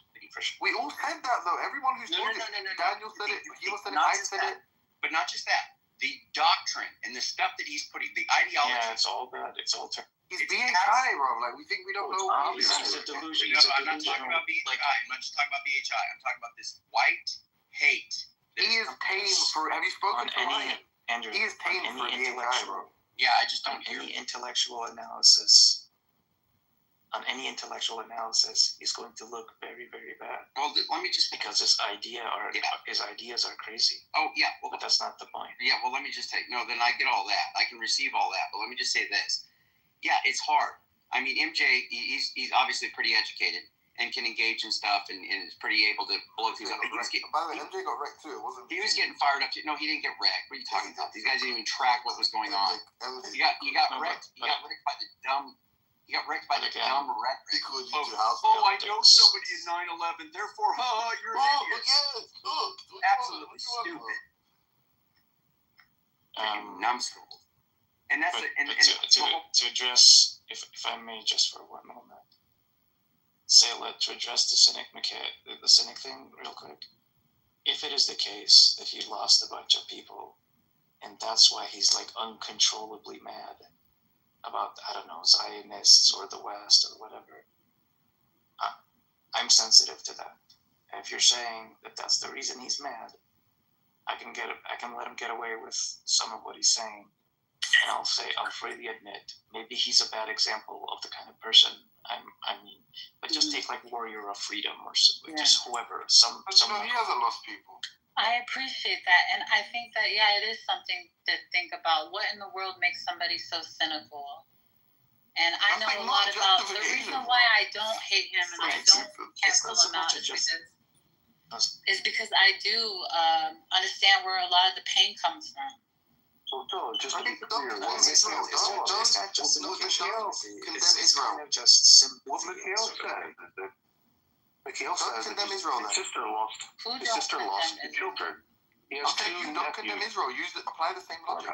Don't condemn Israel. They lost. Think about how many people they lost in the Holocaust. Look, black people, didn't kill. Black people didn't kill 69. Criticize Israel because black people. Whoever's talking, stop. Look.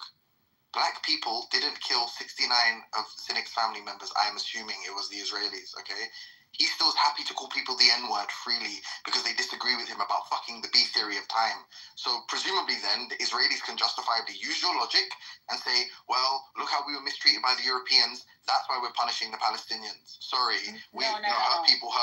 No, I believe that. I do believe that part hurt people, and I'm not arguing that. It's not the justification, so we can Mikhail is a mess. I'm not saying that Mikhail arguing that Mikhail is not a mess, but I even actually, like you say, do understand why Israel is a mess. I do understand why all of that is a mess. Just like that, as humanity, knowing that the anti-Semitism of Europe pushed the European Jews into Palestine. Like, here, we don't want these people. This is our anti-Semitism, and now let us put that on top of the heads of the Palestinian people. Please don't use this as a random platform to preach about it. He's a piece of shit person. That's the point. No, all I'm saying is that we can understand what causes people to do things out of fear, out of pain, out of anger. We can understand that, but we have to rectify it. I don't think if my family died, if all the members of my family died tomorrow, I don't think that would make me hate Indian people. No, but it might make you a grumpy person. It might make you an all-around grumpy person. Not a racist. I don't know. It's not specifically justifying it, Timothy. It's kind of like if you go into a coffee shop, if you go into Starbucks or something, and there's some Karen there that's like yelling at some poor 19-year-old trying to serve her coffee, acting like a complete asshole, whatever, making a whole ruckus, treating the employee really disrespectfully. I mean, we're all gonna look at it like, what the fuck? This person is like, this and that. But if like, if I found out later, but if I found out later, like, oh, she lost a child the other day, like, okay, that's not going to justify her actions, but it's certainly going to deflect some of the indignation I have.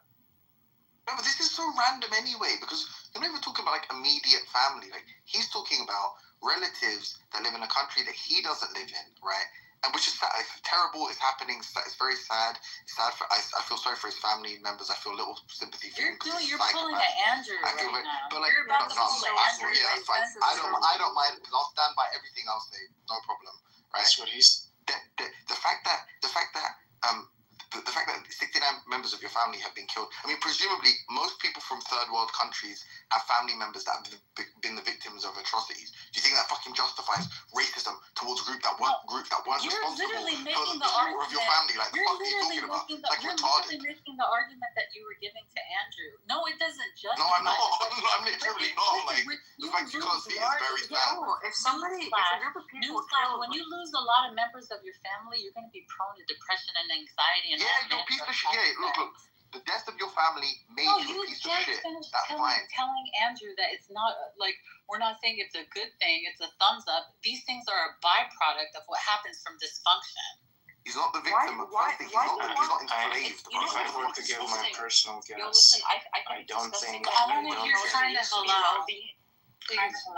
I've been trying to speak for a while. My blood is boiling behind the screen. It's actually disgusting that you want I almost guarantee Palestinians you to don't know be. what the fuck is being spoken about. I can almost guarantee it.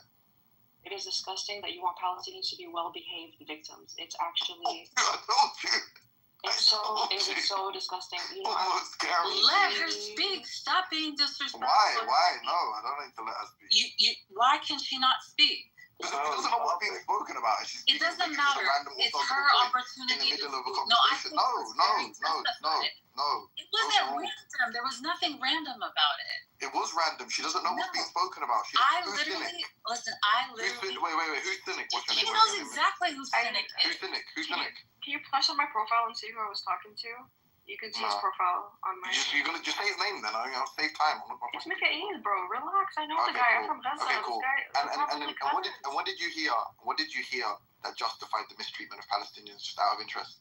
Given that that's what your response began with. I know exactly what you're talking about because I've been in a lot of rooms where cynic is. This is not about cynic. This is just about you. But it and is the way about that cynic. you're It's about framing him this. being a racist bastard.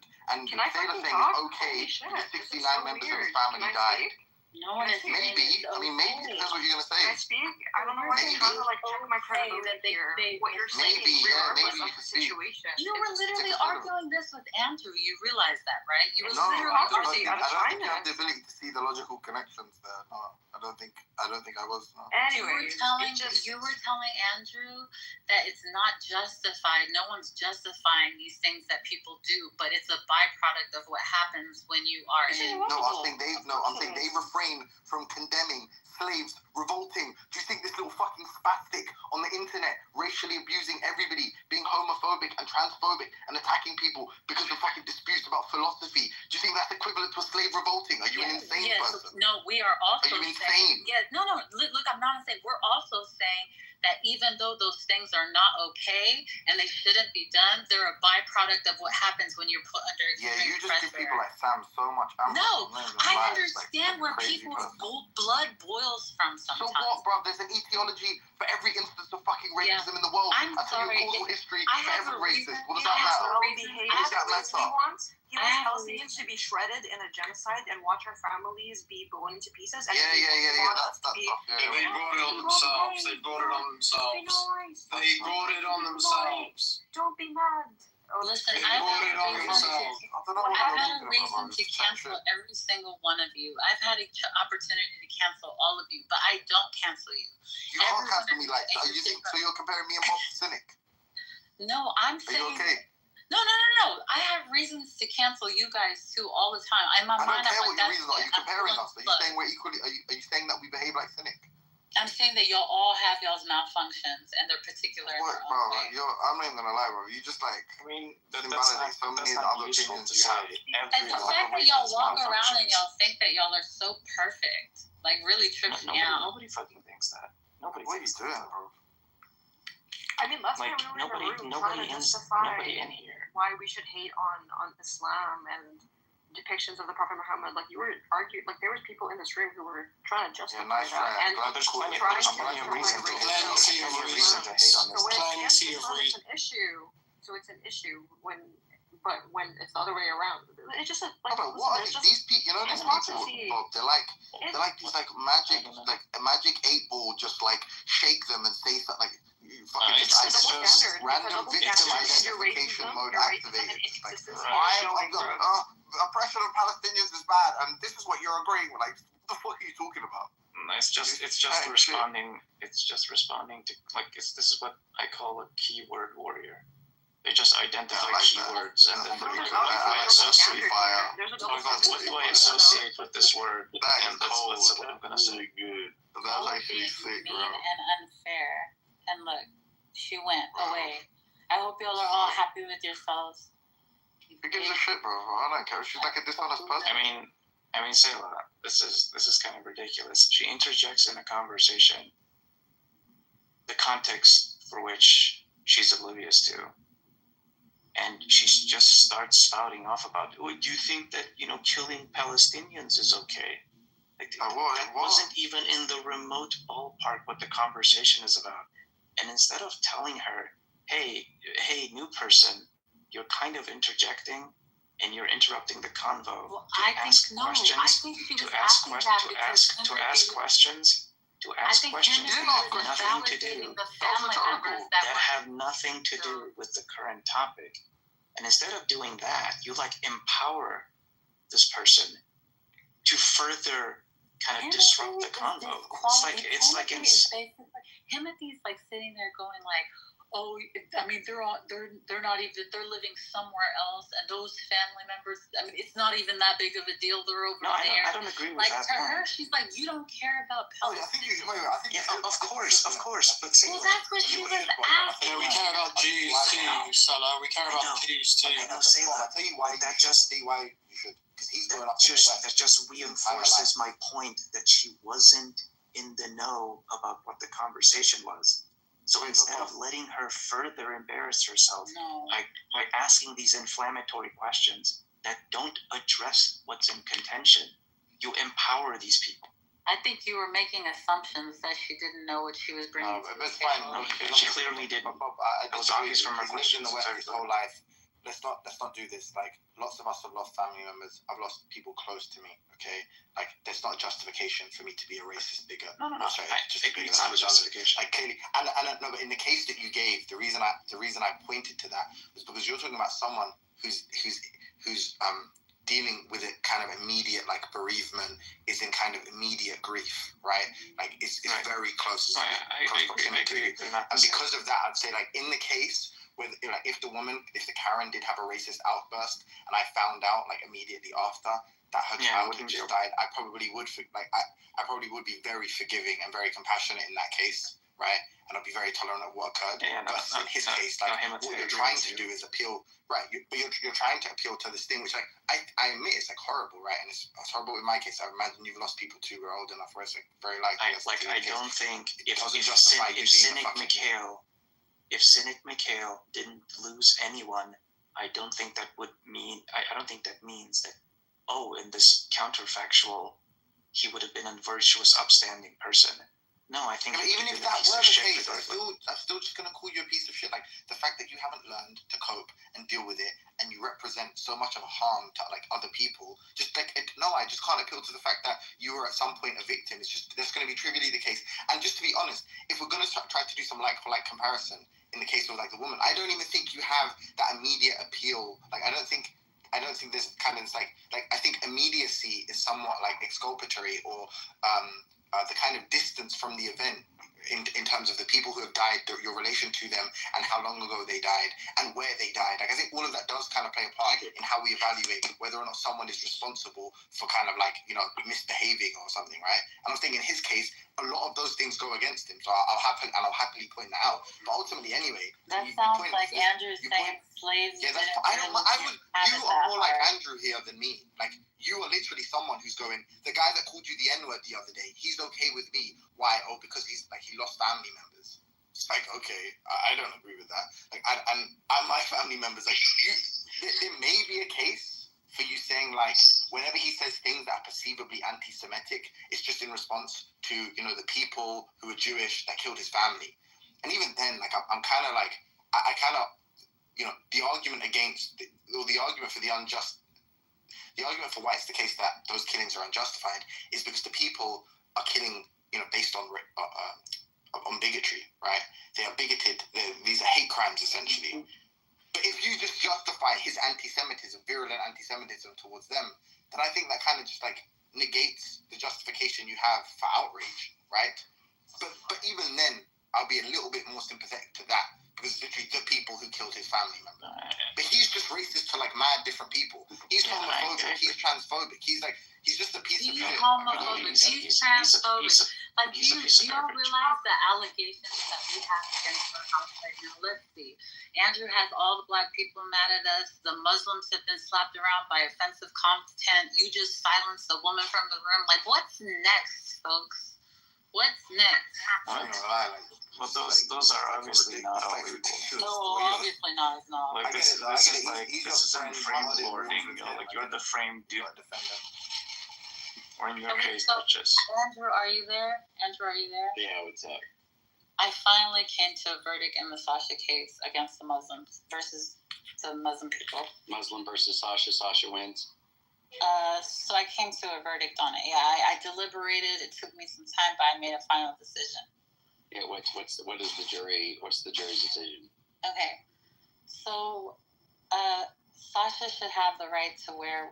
Oh, not wear. The way that I play this scenario in my head is like a T-shirt, right? Imagine that Sasha is wearing a T-shirt. If Sasha shows up to let's say something like Speaker's Corner in a T-shirt, nobody is there to say like you can't come to Speaker's Corner or Speaker's Corner is going to ban you. You don't know who's going to show up to Speaker's Corner and what they're going to do. Now, on the other hand, it's a right thing for a friend to point out that if you come to Speaker's Corner wearing a shirt with that image on it, you could get yourself yelled at, you could get yourself attacked verbally, and maybe even physically.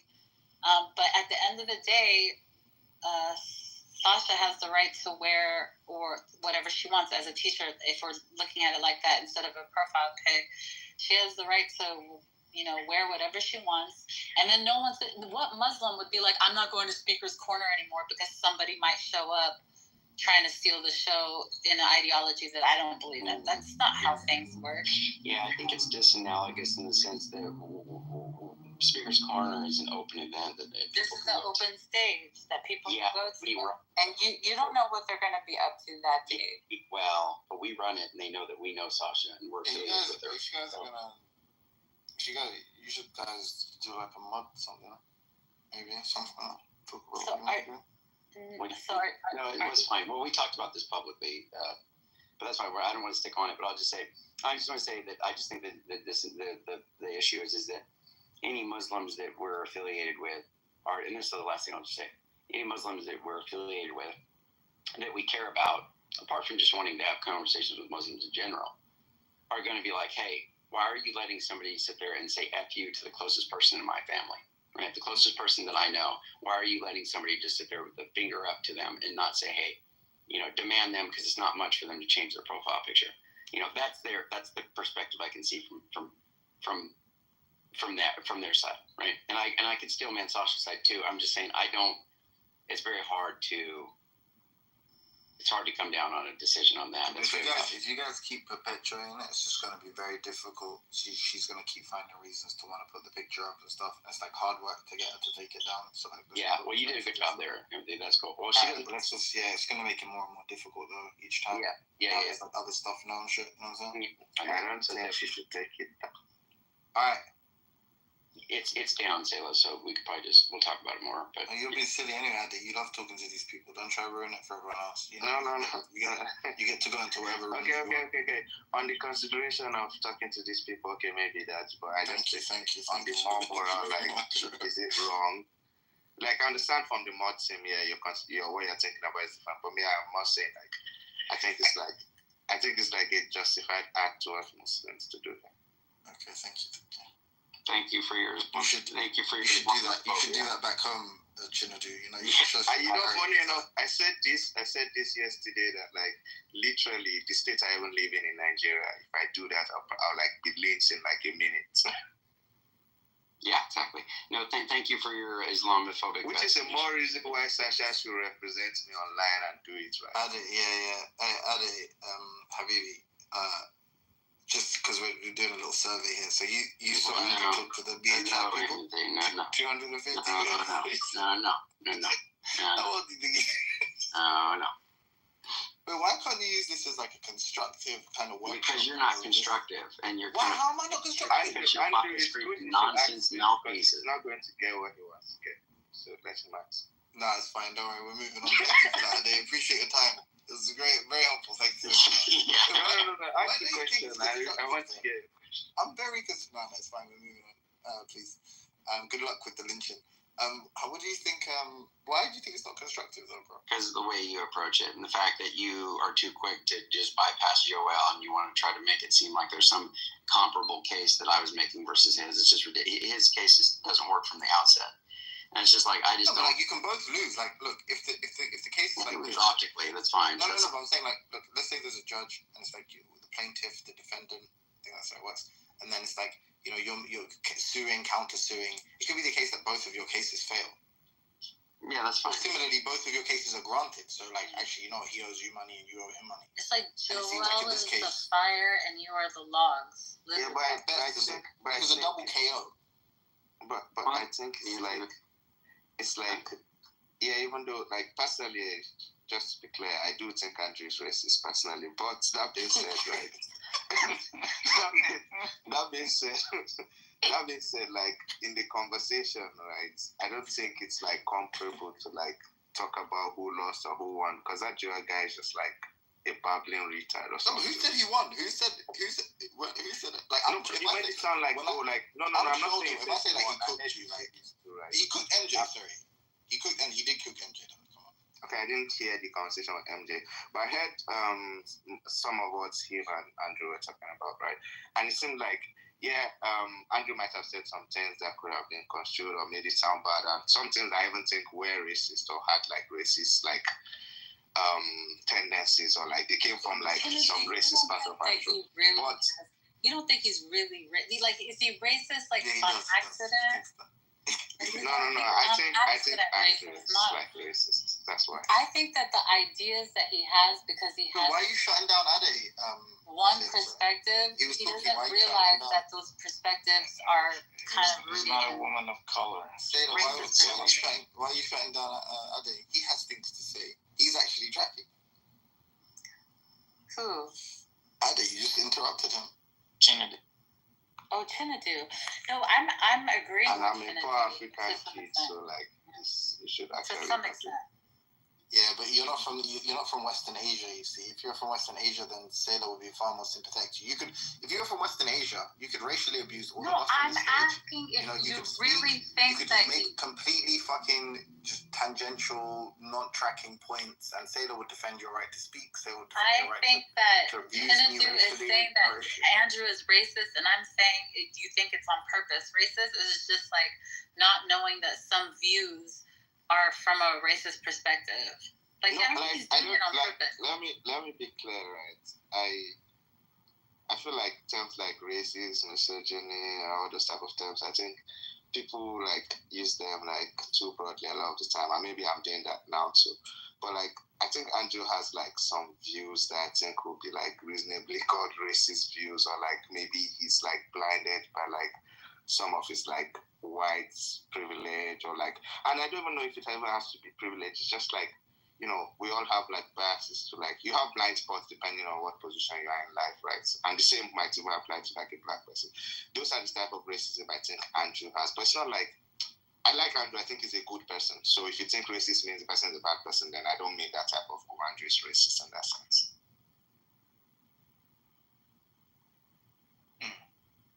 Yeah, but like exactly, like I said, he lost in terms of like his own objectives and his own goals in that conversation. Like his goal was to prove this geezer was a racist, and it was. I don't think that's the main. I don't think people's takeaway was like, oh, that like this strong case was made. Instead, given like, I guess owing to this guy's like fucking stamina, bro, like this fact he could just talk for so long, whatever. In such like long fucking bursts. It's like I don't think it was clear like it's not like he clearly tripped himself up kind of thing. It was like, he clearly like, you know, he wanted to add context to absolutely everything. He wanted to go, and then Andrew, yeah, I think like Andrew, there was like multiple foot in mouth gaff kind of moments. So like clearly like the highlights or lowlights, depending on how you look at them, clearly like were in the guy's favor. Like it's like Andrew said, like if someone was to say like, oh, what was the outcome of the discussion from his perspective, he's just gonna point to a few things. Andrew, you know what this Andrew guy said about slaves and da da da. You know, his friend called us apes. Like, you know.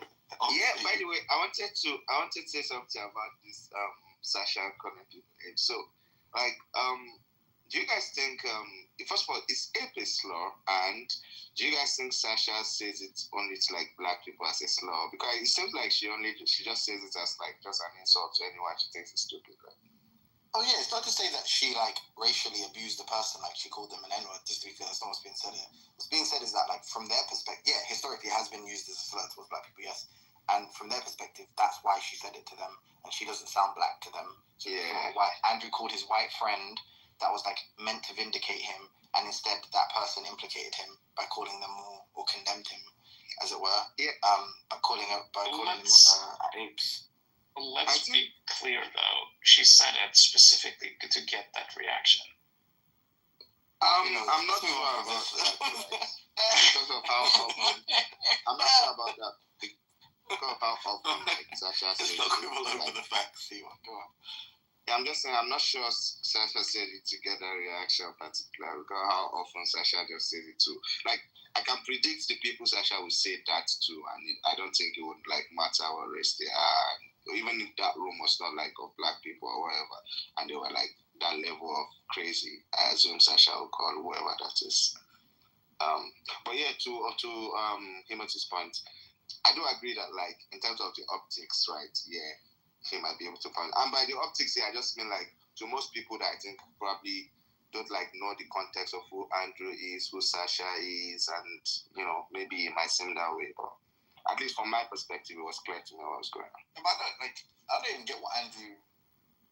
I don't know like how you socialize in the real world, Andrew. But like, what do you like? How do you expect people that you closely associate with to kind of react to instances where you perform poorly? Like, what do you think? Should they lie to you or something? What do you think they should say?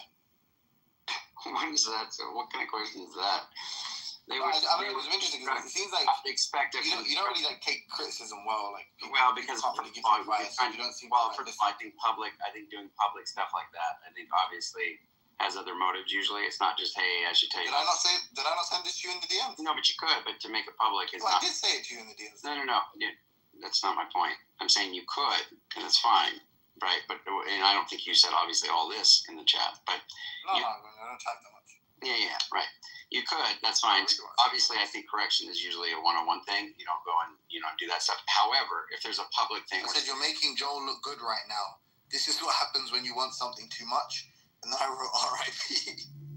Yeah, but that's not what I mean. So I'm just saying, and then obviously because you don't listen to conversations all the way through and you just pounce in and out, you cobble together these kind of strange. I mean, Bob was there longer than me. Yeah, that's fine. Daniel was there the whole time. I think he had more context, and I think MJ was there for quite some time. Albedo was there for a long time. Sure. Yeah, but MJ's a victim. Like, you two are both victims, obviously. Sure, victims, that's fine. But the point is like, when you don't know how people are going to react. We're in the infirmary together, like, locking hands, like, I'll tell you what, several people. His face is all bandaged up, you can only see one eye looking at you. Yeah, exactly. Yeah, I just wanted to squeeze your hand, like, be strong. Andrew, I want to make note to you that your favorite senior Catholic conservative is very tired of talk of racism. So, just putting them. Well, can you bring him here? Are you able to tell him? We'll talk about some other things. I would actually be curious on his take on it. No, not him. What are you talking about? It's her. Walter? No. I said senior. Oh, wait, who are you talking about? Oh, Michaela. Yeah. Michaela. Oh, thank you. I'm sorry. I misunderstood what you were saying. Sorry, Michaela. We're almost done. I just wanted to say that, but Timothy, I don't need to make my case for him, but several people from that crowd actually have come and said, actually, you were right on that. And Joel, Like who? and multiple people I didn't even know. No, who ranks higher than me and you? They go No, to I'm not different talking about, no, look, I'm not talking about the critique you're giving me. You probably have nuanced critique, and that's fine. Bob might have, and that's fine. Or Chin or whoever. I think me and Bob think the same thing. Well, that's fine. Look, the points you made. It's not really nuanced. I mean, Anybody who has half a brain would realize what I said there is correct. If they don't, that's fine. It is the case that there's going to be a decent. That's obviously not true, though. It is. There's a spectrum of treatment for slaves, dude. One can be treated decent versus the other comparatively. A guy can be like obviously, that's just not the point. Like. No. It is. If I went into a debate, like a public debate, and my goal was to prove was to like exonerate myself, absolve myself of accusations of racism, and I went in there and I called someone the N-word, right? But I explained it was like I was trying to explain to them the subtleties of the use mentioned distinction. What do you think? Do you think it's fair about you? You fucking folded. You fucking threw that debate, or you fucking lost. Like, do you think it's fair for people to say that? Yeah, maybe. The use mentioned distinction is something. Yeah, man. If you don't, I think you have like a good grasp of like. Well, listen to what I'm talking. I think that undermines the purported motivations you have. You don't know what all my motivations are. I've explained them. I'm saying like when you try to bullshit us and you say this isn't you flogging yourself or some self-flagellating like indulgence of your masochism. When you say like I'm actually going there to convert people. Way off. When you say that, like obviously wrong if you're absolutely happy. Right, if you're absolutely happy to completely cede ground. I didn't say I'm absolutely happy. Okay, so then you should care. Then what's being said is you shouldn't think you won. You should think you lost.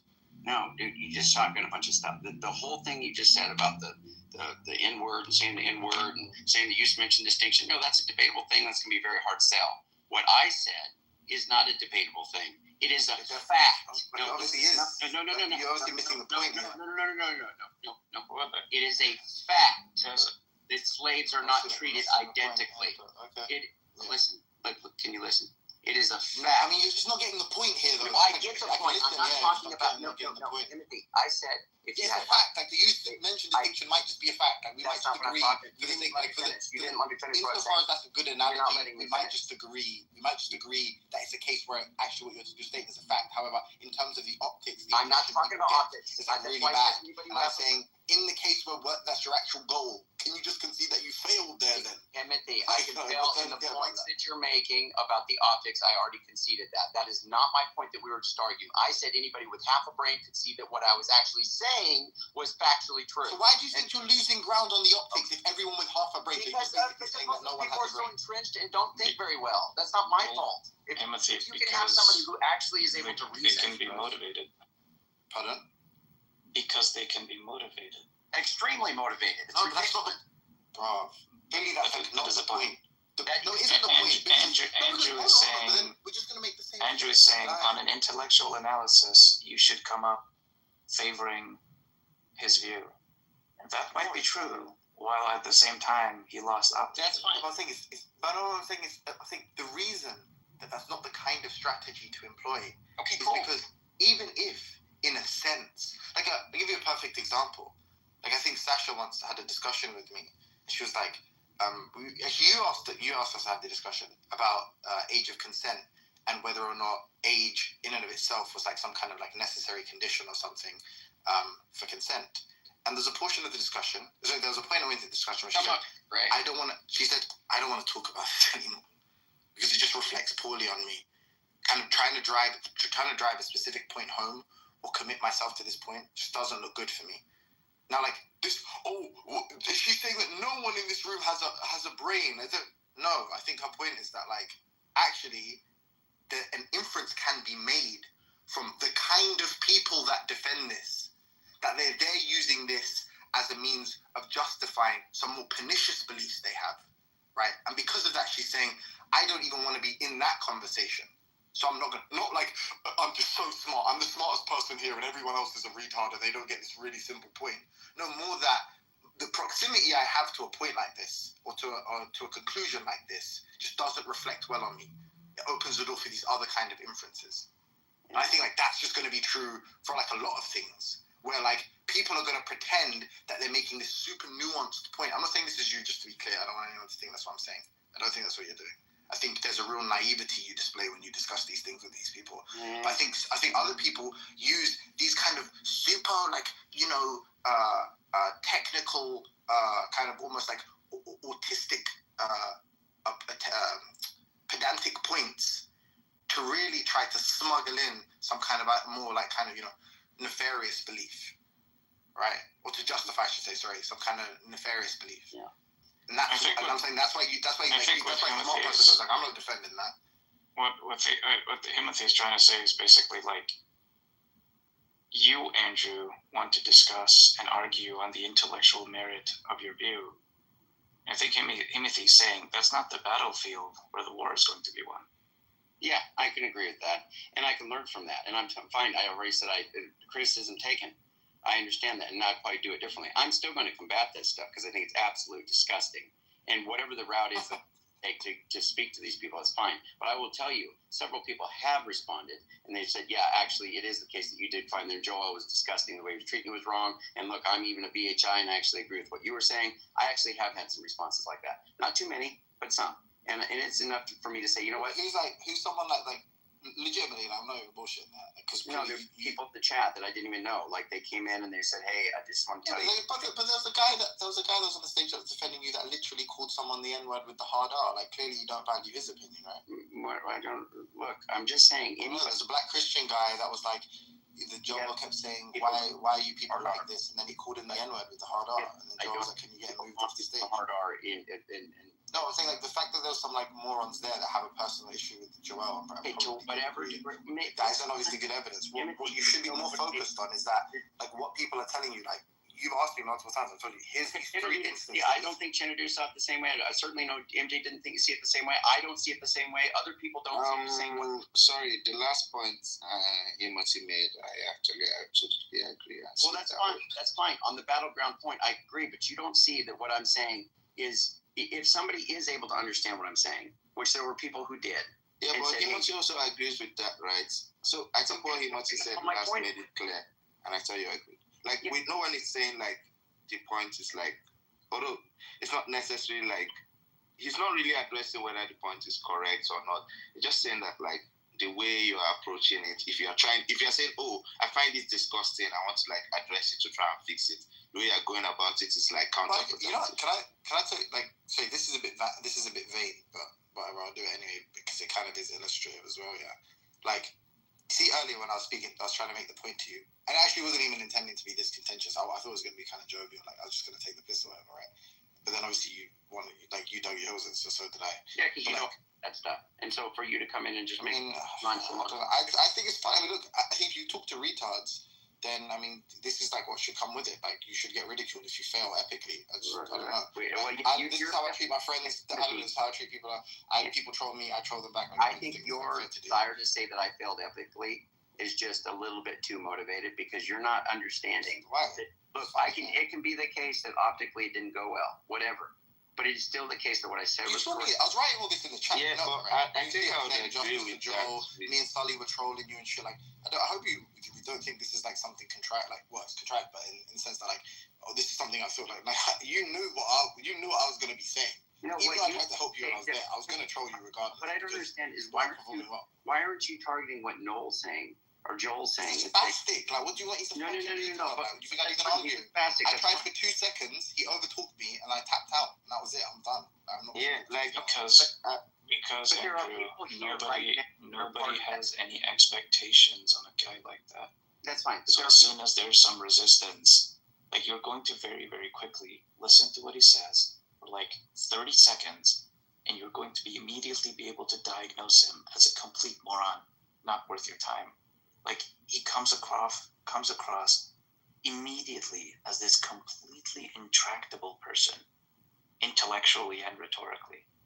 So, like, why don't you call him out? It's like, we're in this like hyper hostile room. No, I'm not talking about this. Just like super incorrigible guy. I think even now he's asking us why now. I'm talking about there's people down retarded. Now he's retarded. Like, what? You call him a? Do you think anything? There's the same being a racist. The same reason applies to why we don't condemn him now. Like, do you genuinely think any of us need to explain to you that what he said was retarded? Not me. Like, to who? To whom? To his. I think all his friends are dumb too. Like, what are you like? Optically, Is there anyone in this room who's like under the You're impression like, that some PHI retard is making valid point? You have this like.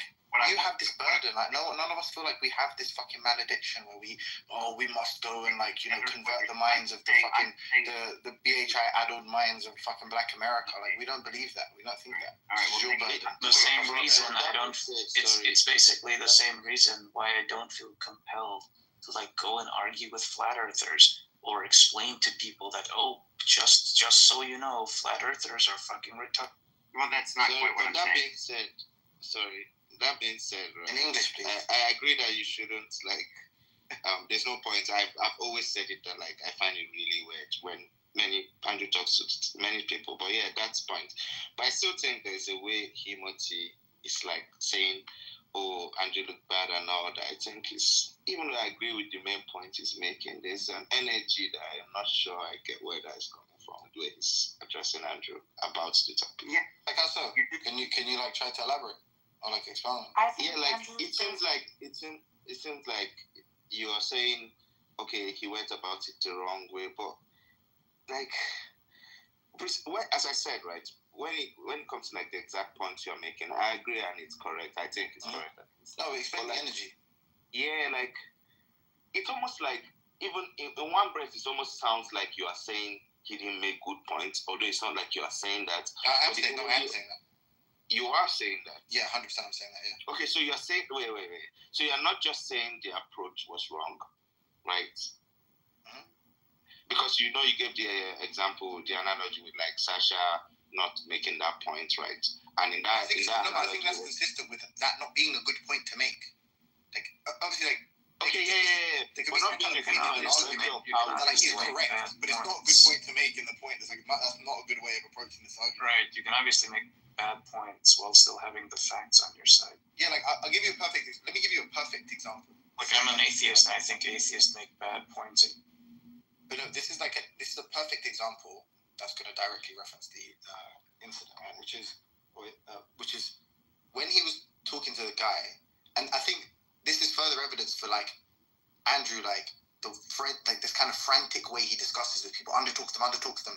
Even when he gets a moment to speak, his thoughts are not clear and organized, because the central contention there, the thing he should have been focused on, was that this guy somehow, I don't know, tacitly or otherwise, he's agreed to this this kind of definition that this guy was proposing of martyrdom being people who are killed unjustly, which seems strange to me. It seems like a really threadbare definition, but I don't know.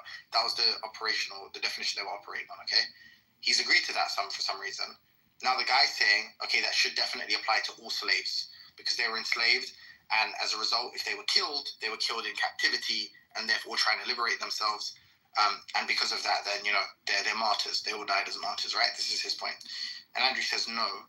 And the case he gives, the counterexample he gives to that is a black person killing a white slave master's innocent by his lights, in quotes, child, and then being killed. Now, clearly, that's just really contentious. That's contentious amongst abolitionists, historians, the ethicists that think about this kind of thing. Like, this is not like it's not like pretty simple. Now, what would have been kind of interesting if he had said something like, well, I mean, clearly it's the case that, like, black people could have committed crimes against one another. Like, one slave could have raped a slave woman, right? And if, let's say, the husband of the slave woman killed that man defending his wife's honor, or maybe killed that man in self-defense because the man attacked him afterwards, I mean, was that a justified killing? Now, that would have proposed a serious issue for the guy, right? Because now he has to say, no, like, black slaves are allowed to, you know, black women can be raped by black men. That would have been, like, really problem. And he would have put the ball firmly back in that guy's court.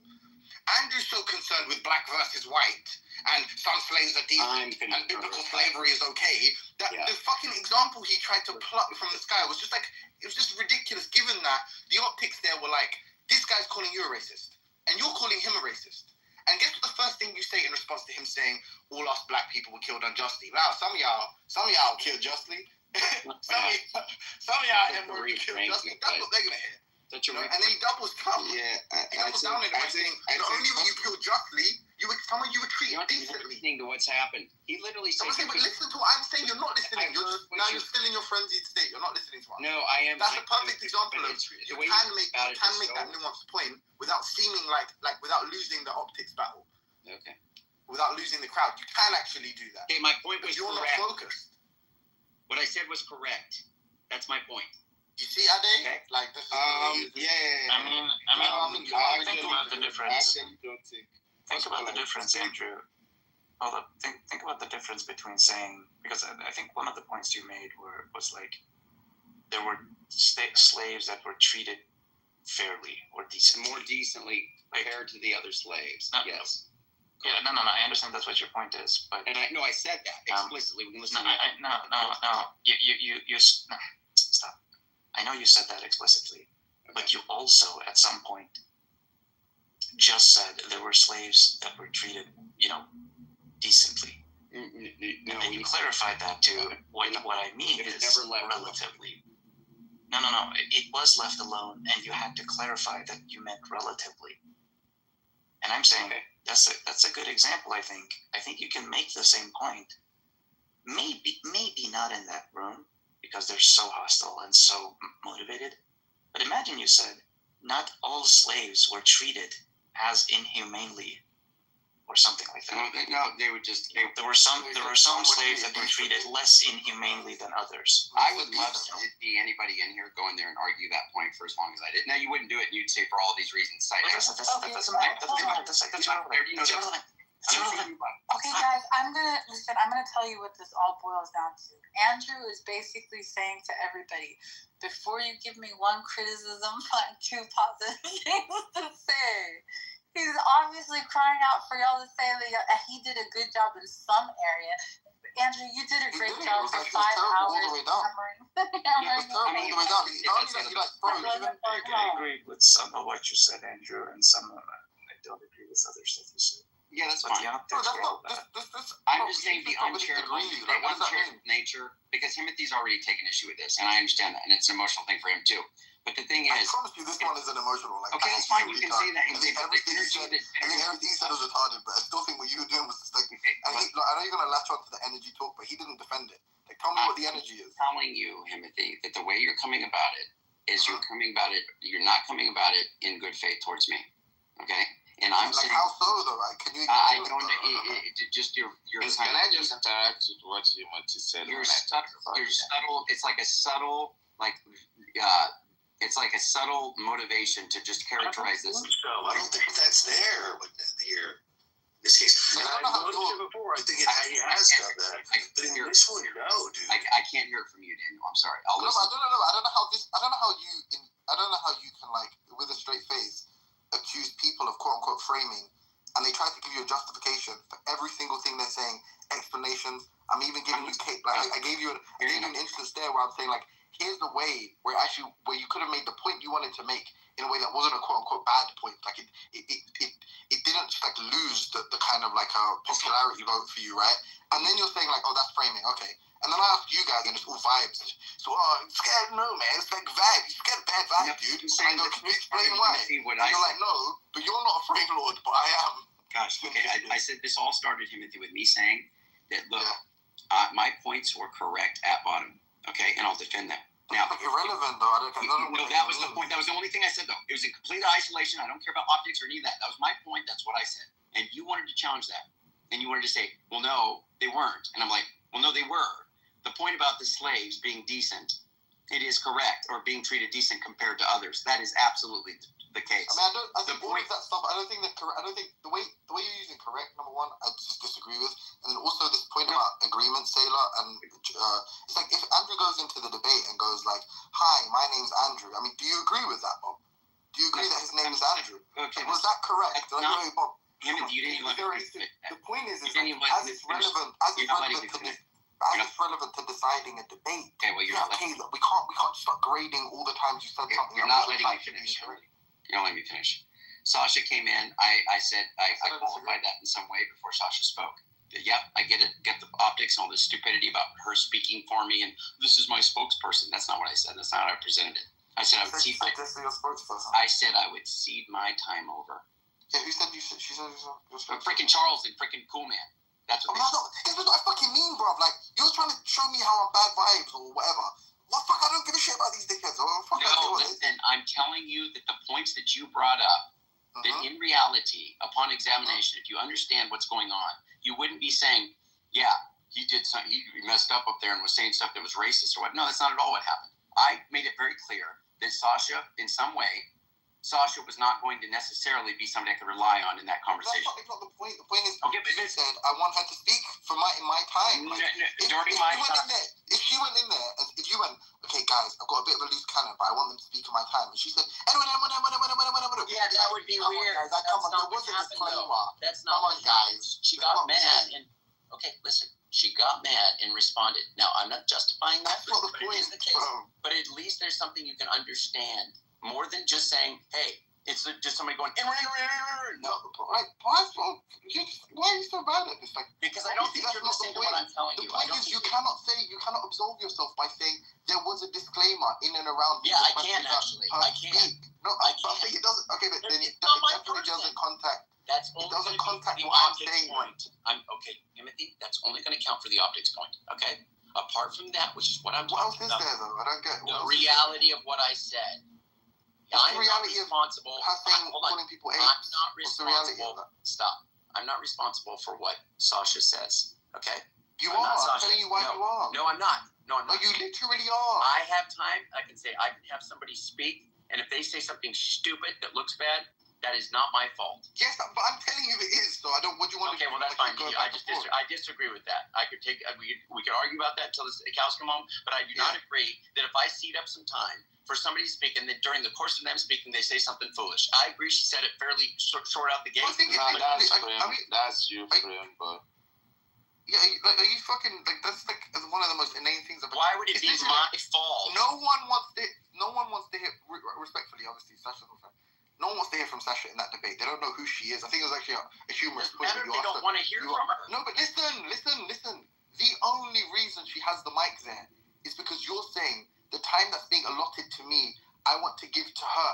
That is literally saying I want her to represent my side of the argument. No, that's in that time. She calls someone an ape. She calls someone an ape, right? And they believe, right, that reveals her to be a racist. Okay. That you asked for a racist to speak on your behalf. I understand to vindicate that's not the accusation of racism. Okay, what that's do you not get what I'm about saying. that? Look, Sasha obviously would have something very meaningful to say about all of that.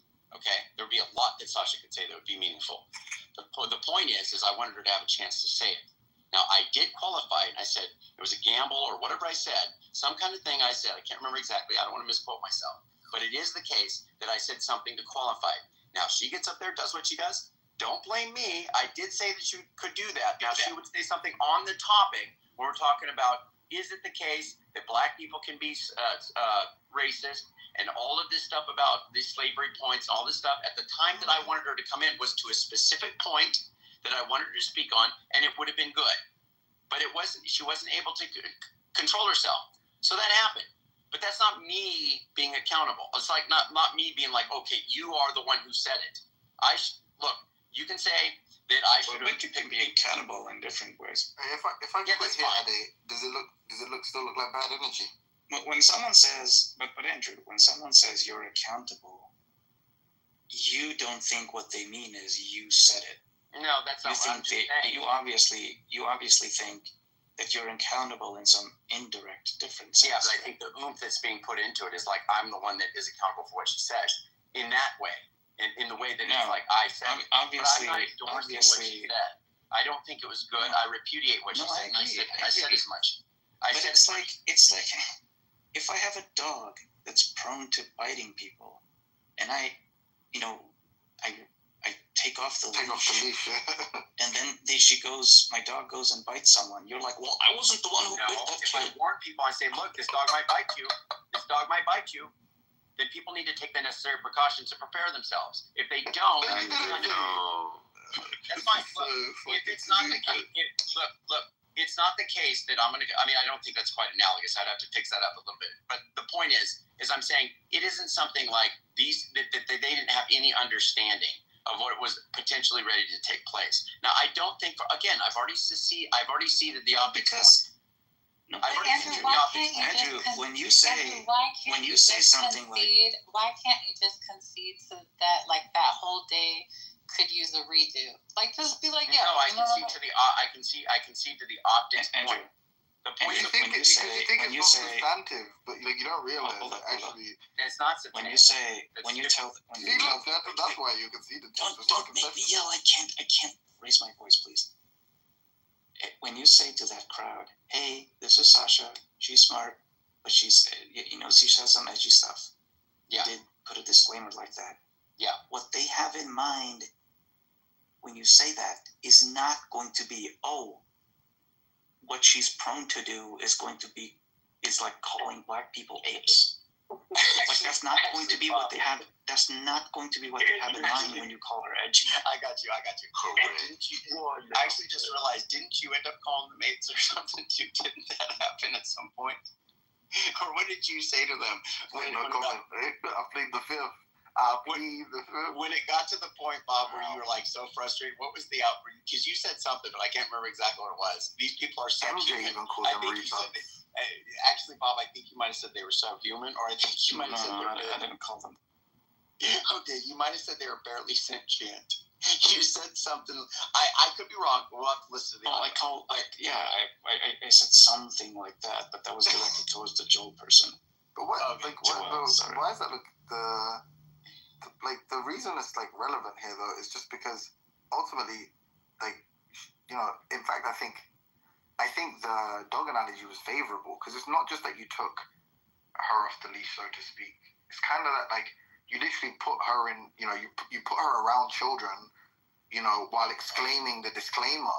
Yeah. But nevertheless, you took a dog. The point there is that implicitly she's speaking on your behalf. Yeah. Because you're saying she's going to forward back. So if she just to be clear, it's not even, obviously I think she says it to everyone. I don't think it's like specifically to black people. But of course, anybody knows her. Yeah, I'm saying she by their lights has revealed herself to be a racist. I get it. So it's almost like you're saying the person who's going to defend me now, the witness I bring to the stand, Your Honor, is a racist. Yeah, I got it. Right. Now that obviously reflects poorly on you, regardless of whether I got that. Okay, sorry. You seem like you were disagreeing. Please quit fighting for the optics, okay? Because to me, that's not all that matters. To me, what matters... It is that way. It isn't, because if anybody's in that community that has half a brain and can understand what's being said, and there are some people that are, and I don't want to talk about that right now, but there are some... I guarantee every single person that thought you did well is a fucking spastic. Show me them. I guarantee you, we'll go through the list of them. Why would you say that? Why would you say that? That's a weird thing. All the smart people I've spoken to that were witnesses, they're thinking all the smart people should understand the points I said were correct. No. What Andrew means is, if anyone has half a brain, they will intellectually assent to the merit of his argument. No, that's not what we're disputing. That's what I'm talking about. That's what he means. Just stop. That's what he means. No, he doesn't, Bob. That is what I mean. Just stop. What he just said is that he received all these like well wishers and people that said he actually did well, and he said some of them were BHI, and I just said let's find each one of those people. That's not what I guarantee you. That's what I just said. So if I misheard you, and that's what I responded to, just to be clear, when you responded to me, this is the point you're responding to. No, and I just said I guarantee you all of those people are spastics. That's what I just said. You didn't make the BHI point just now. I said, listen, I have a reason for. Look, if there's people in there, even a few, they can understand what I was saying in the intellectual merit, as Bob put it, which is correctly what I was pointing out. I don't think it has into. I think you're very confused about what it means for something to be a good point, a correct point. I think even this idea about optics, like if you lose, if 5 debate judges say you lost, I'm about to debate this with you, Mark, because you're not even listening to what I'm saying. I was saying, if 5 debate judges say you lost, and you maintain, if you had got the opportunity, you would have made your point clearer and correct. Did you does that mean? I don't know. Like, what does that mean? Does that mean you were like? Again, I'm just going to go over the points again. Yes, the Sasha thing. I think that wasn't something that was the best for optics. Agreed. I don't think I am ultimately the one that's accountable for what she says. I think she has a lot of good stuff. Why are you repeating this? If people don't understand her character and don't why are you repeating this? Because I'm not. Can I just get it out and then you can say whatever you want? Is that okay? Why? Because I want to. Is that all right? That's just because you want Hey, to. can we go a little easy on Andrew, please? For God's sake. Okay. So secondly, I just want to say that it is the case that the point I said about decency relative to other slaves is a fact. I don't care about any of the other stuff. If somebody, I don't know if that's a fact. Yes, I'll just give you the. What do you mean by decent? I'll just give you decency decent compared to other slaves. Like Bob. So better than. Does decent mean better hard than? for Bob to understand the inverse of that. Does decent mean better than? Yes. This is so I stupid. swear to God, look, the problem is if you want to be super anal about what it means to be correct, that like you fail, you capitulate epically, like you're but really- what we're supposed to accept is that there's a kernel of truth in every single thing. It's not a kernel of truth. I don't know. I don't know. Like, should we be as precise? Should we be as precise? Should we be as precise? Should we be as precise as you were desperate for the crowd to be? I mean, Dude, you're not. Okay, I'm just. It's unreal what you're doing. I don't know what you're saying. Look, Bob, here you go. Look, I'll give it to you. I'll explain it to you, Bob. If somebody says this statement, okay, yes, I think some slaves were treated decently. What they're saying is like that. They want you to do a lot. Wait. They want you to do. That is what you said. Like Sully's quoted it. It's in my DMs. If he's lying, we'll listen back to the replay, and then we definitely will. Yeah, we can listen back to the replay. Yeah, we'll cross-examine him, no problem. But I've got that in my replay. I think he even said like Black American slaves. Some Black American slaves were treated decently, and usually Sully quotes pretty well. He could be wrong, of course, right? I could be wrong, no problem. I'll show you the quote if you don't believe me. But he said that, and I think he did say something problematic like that because we were all in the chat laughing our asses off. So clearly, like, it was something kind of egregious. Hold on, just wait. Now he wants us to do a lot of the heavy lifting there, which is this is a relative analysis, blah blah blah blah blah. Okay, clearly, like these It terms. doesn't have to be like, relative analysis. Yeah. Read on. Yeah. It could be a better lifestyle for a slave than it would have been had they not been a slave. I mean, that's also true. You're also talking about relative. Wait, but you're also talking about relatively. I'm talking about relative to existing. Like you're saying, like it's not a good lifestyle. Like you're saying it's not a good lifestyle. It's not a decent lifestyle, isn't it? It's not a decent lifestyle being owned by other humans. No. Compared to being free. Yeah, look, you see, no, but hold on, but here's my point. See, my point is there's a lot of work you want people to do. That's not a lot of work. Now when they run the magnifying glass over where it is you said, then it's just uncharitable. Like be fair, Bob. That's not be fair, Bob. at all. Like, why should charity go in that direction? The original. I'm making a point that he performed poorly, and he's trying to justify it. I'm not talking about the optics. And it seems like it should be scrutinized. Then. That's so stupid. Like, I don't think we should just accept. Okay, well now you've had time to think about your answer. You want to be skeptical of everything that I'm telling you. I'm not trying to be skeptical. I'm saying you did it. Look, you did shit. I mean, that was terrible. It was a fucking horror show. Okay. You're just not being fair, dude, at all. How though? I mean, you keep saying that, but like when we try to go through it, you just like spaz out. You just be like, okay, on that's that opinion, and boom, bada on bing. that comment, I don't think it requires a lot of heavy lifting to understand what Andrew meant. You don't think it requires a lot of heavy lifting for a white guy who's being accused of being a racist? For a white. And says, I think some black American slaves had a decent life.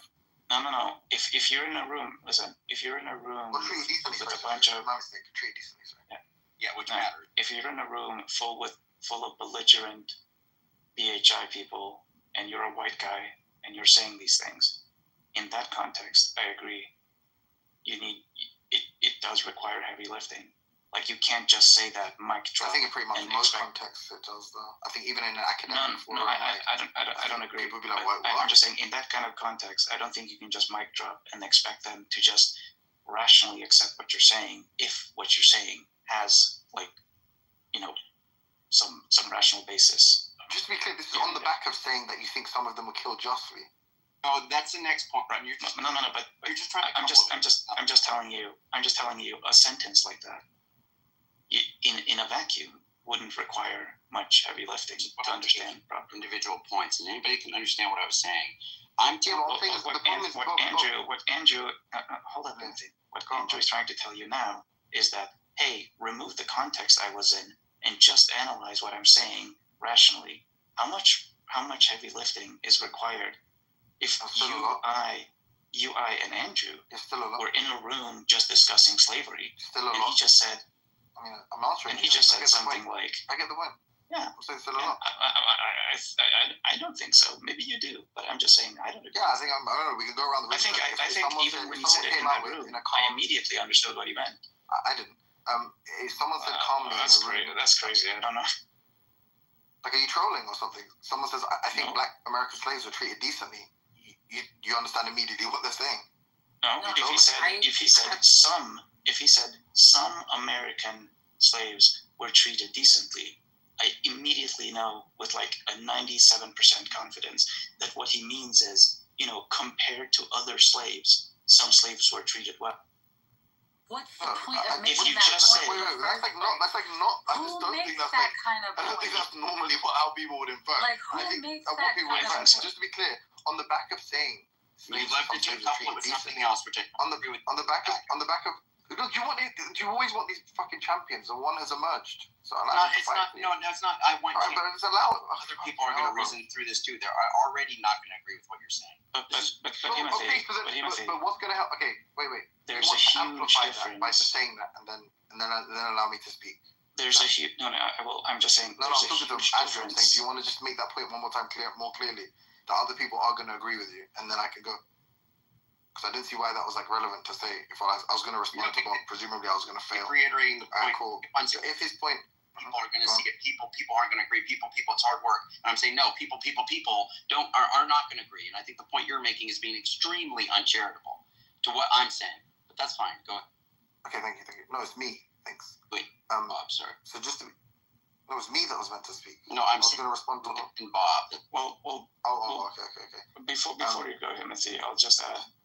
What changes the equation for me completely is that there's a giant distinction between saying African slaves were treated decently and some African slaves were treated decently. Yeah, it completely changes the emphasis. I get it. You fucking think I don't fucking understand what you're saying? Okay, I don't think that when you use the word like decently, I don't think that's what's being said there. I think it's equal. I think it's fair to say that they're saying, hey, some people held in captivity and held in bondage were treated all right. It wasn't that bad. Yeah, that's what decently means to me. And I think most fucking normal people, like competent speakers of the language, would think, yeah, a racist person would say something like that. A racist person might have a tough time denying that people that were fucking held captive and in breeding farms and stuff were not treated decently by any kind of standard. That might be your reading. I'm not saying it's invalid. However, some black people, i.e., slaves who were kept in the big house or whatever else, they were treated decently. It wasn't that bad.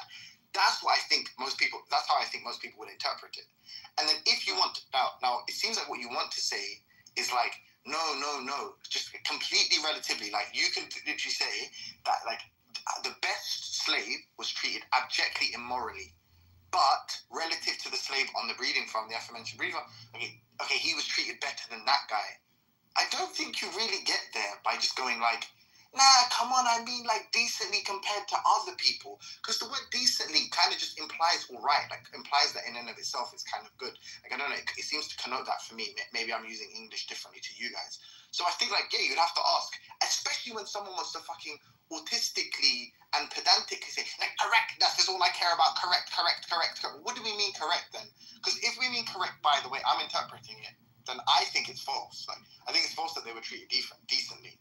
In that, right? Now, all this like relative, comparative, better than, worse than, contrast with X and Y and others, it's like, yeah, maybe some of those statements, if we formulate them correctly or precisely, maybe I'll say yes to that, no to that, yes to that, no to that. But the problem is like, what you want to do is say like, you want to do this kind of like, almost like this mathematical operation on the conversation you had that you like, most people think you perform poorly in, and say like, well, if we just reduce it to symbols, I was correct. Well, all right, then if we're going to do that arduous process, then we have to be very precise then, don't we? We can't just say, nah, decent relatively, come on, man. You know, man, it's vibes, man. You get the vibes. Like, no, like, obviously we can't do that if you want to be anal. Or if you want to do the vibes thing, let's just do the vibe check. And it was just like an epic blunder. That's it. I don't know, like, how... Wow, epic blunder. I love it. So listen... Can Bob, remember his name, Bob? Bob, do you get that or not? Yeah. Like, do you get how decently there is a bit of a confusing term, how it definitely can denote all rightness, or like it's just, it's good, it's bad. Okay, cool. And you get that how it's like, if he wants people to interpret him really precisely, then it's fair to run the ruler over what he's saying too. If it's like, okay, this was like an imprecise statement, but come on, man, be charitable. It's like, if we're going to be charitable, we're going to do extra work. Let's proper, like, you know, get our hands dirty and do the real work, which is formulate as precisely as possible so as there not to be any ambiguity or confusion. Is that fair too? Just gonna, of course.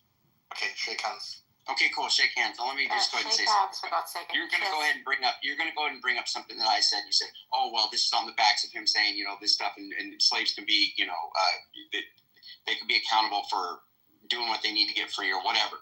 You need to take it on the other stuff that I said, which is slavery bad, over and over. I said that. And not only that, I didn't just say some slaves were treated decently compared to others.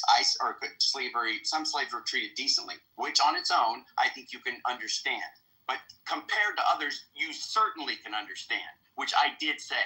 So that's what I'm saying. I'm saying when you understand what it is I said, if you look at bottom, it is the case it's true. Some were taught to read, some because of the moral convictions of the slave owners. Hold on. That's not what I'm talking about. I want to know what the he wanted to make it seem like any slave could just kill people to get free. No, some slaves didn't have this psychological damage to such the degree that it would be like, oh, I can just kill anybody and do anything to get free. I disagree with you. Yeah, I disagree with you. Chattel slavery was. You're not listening to what I'm saying. Some people. The slavery that happened in America is one of the worst slavery. Yes, I agree with that, Sayla. And you're That's not my saying that point. some people should be happy that they got taught how to read. Yes. What are you talking? I didn't say that either. You might as well be. What I'm saying. You might as well be. You are that's just you just then being. What's the point it's of completely. making that point? The point is that he wanted to say that anybody that's enslaved can do whatever they can do to get free. I don't think that's a biblical principle, and I don't think it's right. I don't think that's right. Yeah, it's not right. It's just not right. You don't get to do whatever you want to get free. And yes, he meant whatever. He said that's crazy. So the slave master can do anything that they want to you and your children, and you're not supposed to resist. That's the epitome of what they're talking about. He said, if anybody's standing in my way to my freedom, I can. Has a racist tint. Hey, Sayla. He said, if anybody. No, go stand in front of the listening to what I'm saying. He said, this is so stupid. And talk about how you don't want people to do the Boston Tea Party. It's so crazy. What are you doing right now, Sayla? Like, Sayla, do you think you can just like shoot the 1-year-old in the crib? You think that's okay? Just dumb. What's dumb? You can't do anything that you want to get free. Okay? Listen, and he made it explicit. He didn't qualify it. No, don't be charitable to him. Say, oh, well, he just meant it. No, I explicitly got him to say that you can do anything you want. I agree. Yeah, but that's another one of these points, right? Like, he's a retard. Like, he said something false. I'm not saying that people should do whatever that they want. Don't minimize it when it serves your case, Timothy. I'm saying that people will. I'm saying he's a fucking retard. Yeah, and what I said was correct. Have I said, wait, Andrew, have I said you're a retard? Have I said you're a moron? Have I said you're a fucking subhuman? Have I said any of those things about you? You said intelligent people aren't going to think I made the case, and anything I said was correct. Yeah, what do you mean? The points I said were good. What does that mean? Does that mean you're fucking retarded because you lost the debate? No, but you're saying that the points I'm saying are correct, and it's not something you should be like, oh, well, this is something that is. No, you just said I minimize. Firstly, you said I minimize. Yes, you're minimizing what he's doing. I said how many times he is like, you know, has like a subhuman level intellect, is like an actual moron, pretty confident. I know you didn't say that. I'm saying that. You're saying I'm minimizing. I just want to be clear. It's like saying this. Like, I expect better of you, right? I tell you this like frantic, manic approach you take to these discussions with people, where you try to like address every single micro point, and there's like these epic gaps with people that you try to sub in for you and all this kind of stuff. I'm saying like that led to a double knockout. You both got knocked out. And you're saying like, oh, you're trying to minimize. No, he got knocked out. He got knocked out without a question. We're not even talking. His performance, he got knocked out in the first round. And somehow the fight went to round 12 and you still got knocked out. Okay. Well, in some that's sense, what I'm saying. Okay, fine. So you don't say I'm minimizing what he's doing. And to be honest, because you're so intransigent and you take absolutely no criticism, constructive or otherwise, I'll grant you, half of this hasn't been constructive, or 90% of this hasn't been constructive. No, but this is, you see what's happening now is what happened then. It's like, you just don't, like, the point I just made about the decency stuff, that's an epic, like, that's an L. That's not. I disagree. Yeah, because you're not, that's why you'll lose again. No. You'll likely lose again. You'll lose another debate. Listen, Timothy, I'll take on criticism that I think is actually being constructive. And people tell me What does something. the word decency Daniel just mean said to something you? in the chat. What does that mean? Daniel said something in the chat, and I said, "Yep, I'll take that. That's fair." And it What wasn't does positive. decency mean? What does decency mean? If I say this meal is decent, what do you think I'm talking? What do you think I mean? That you liked it, and I think there were some slaves that were treated very well compared to probably how they would have been treated. No. Look, don't tell me about comparison. Like, that's a trivial case. Like, rape is better than rape is one rape. Listen. You're missing one what rape I'm saying. One rape is better than 1,000 rapes. Not what I'm Is rape saying. decent? Is rape? Am I treating a woman decently? No, that's not what I'm saying. Okay, so tell me about fucking relative then. That's not what I'm saying. You're having a debate with someone. Where they're accusing you of being a racist. You've just moved from saying you're doing all this. You're trying to connect points. Absolutely, I'm offered an absolutely horrible counterexample. There's other undermine stuff his point coming that up all other of than them just were me killed being racist. unjustly. And then you move to, as a rebuttal, bear in mind, as a rebuttal, some slaves were treated decently though. Some slaves were treated decently though. Yeah, you're commenting on a discussion you didn't hear. You're connecting points and I didn't hear that part. Hold on. Listen, here's what you're doing. It's like I come in there, he says, you're a racist. I say, yeah, no, you're a racist. We're going to try to prove it. And then you jump straight to these points to where you think it looks bad and you think, okay, well, this is showing how this is not good for your case. Brother, I brought you into that room, did I not? I heard the first exchange. And then remember that then Coolman said you have to let someone else speak and then you two will get your time after. Right? Yeah, I remember the whole way. And the opening was this. You said you're a racist. I'm not a racist. You said you're a racist. Someone has the recording. No, I said by you're your a own racist. admission He you're a said racist. stop. Yeah. He says no. He did. He pulled the Shamos move. I know you're familiar with that one, and you thought that was a legitimate defense. He is a racist. Yeah, I already showed you that. Hold on. Shamos. Yeah, I know, brother. That's fine. I'm just saying. Okay. He's pulled the Shamos move, didn't he? He said, "Oh, I just meant I'm a racist by your standards of the word racist. Yeah, by my standards, I'm not a racist." Which kind of, by the way, incidentally, kind of undermines the other point you were making in the discussion we had, but that's kind of besides the point. Because your whole point was that they couldn't even acknowledge there was any other usage of the word racist. So clearly, that's false. But that's what I said. That's why I said lost the debate.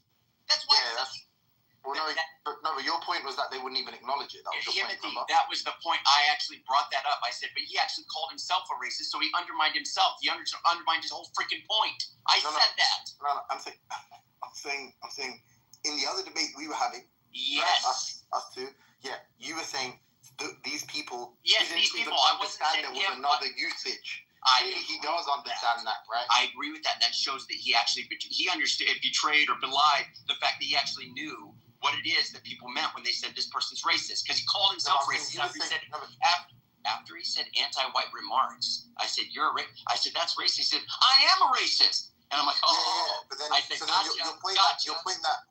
your point that like the source of great frustration creating the room all this is because they wouldn't even acknowledge there was I'm not talking about one person clearly that's just not true mistake and reveal. No, listen, I'm not talking about the one person making a mistake and revealing that his name was in the title. I'm not talking about. Yes, I said he's a racist. Okay, brother. Okay, no problem. I said he was a racist. I take your correction. No problem. It's fine. That you weren't leveling that criticism towards him. I'm saying he knows that criticism the title for other reasons. Timothy. That's fine. Yeah, okay. Timothy, listen. I'm saying he was a racist. Okay. Yeah, I'm agreeing with you, bro. I'm saying he revealed that he was a racist and understood the term the way I was using it. Yeah. And that's how I was using it. Yeah. You're a racist. Okay, yeah. Okay. Yes. Okay. That was just like I shouldn't have brought that point up to be honest. It's confusing things, but I'll take your point of correction. No problem, man. Anyway. So I was there for the opening throws, the opening exchanges. I was there. I was there for the martyrdom point. I was there for your response to the martyrdom point. I was there for the point about decency. And I'm just saying, at best, you asked for charity, here's your charity. It was incredibly sloppy. And given the circumstances and given what your goals were, probably negligent of you to phrase it like that. For you to respond kind of as impassionedly as you did with that, right? With that phrasing. I think it was like, negligent of you, or what did I say? What was the first time? Sloppy. Yes, it was very sloppy. It was a very sloppy use of language. I think what you want to say is, Timothy. I think what you want to say is, he was Donald Trump, and you, Andrew, were Hillary. Okay, well, let me just say this because I think this point's being lost. I think that's what I want to say. When I say that, like, but Timothy, when somebody says, listen, I hope you understand this. If somebody says a movie is good, okay, that means in any context, whenever you say somebody it did well, that was good, I liked this, that was decent, any of that stuff, it is always going to be in relation to what the norm is, or whatever the general norm is compared to their environment, or in their environment, their community, their nation, whatever. It's just going to be something that you're comparing, like your experience of what indecent is. If there are no external value properties, then the spectators fish, Piper, fish. Right. But so here's the point. I'm saying that if anybody who's not, thoughts on that as a statement? Please let me finish. I get interrupted all the time. Go. Yes, fair. Okay. The decency.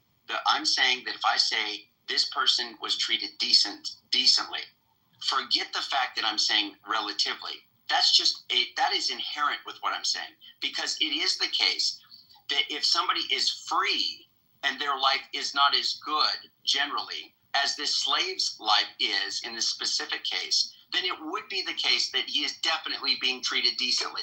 So it's not, you compare, you need to listen to what I'm saying, that there's a base. I hope somebody can understand what I'm saying. There is a base of what it means to live decent in America. Slave or not, there's going to be a base, okay? Or we'll just say non-slave at the time, okay? There's going to be a base.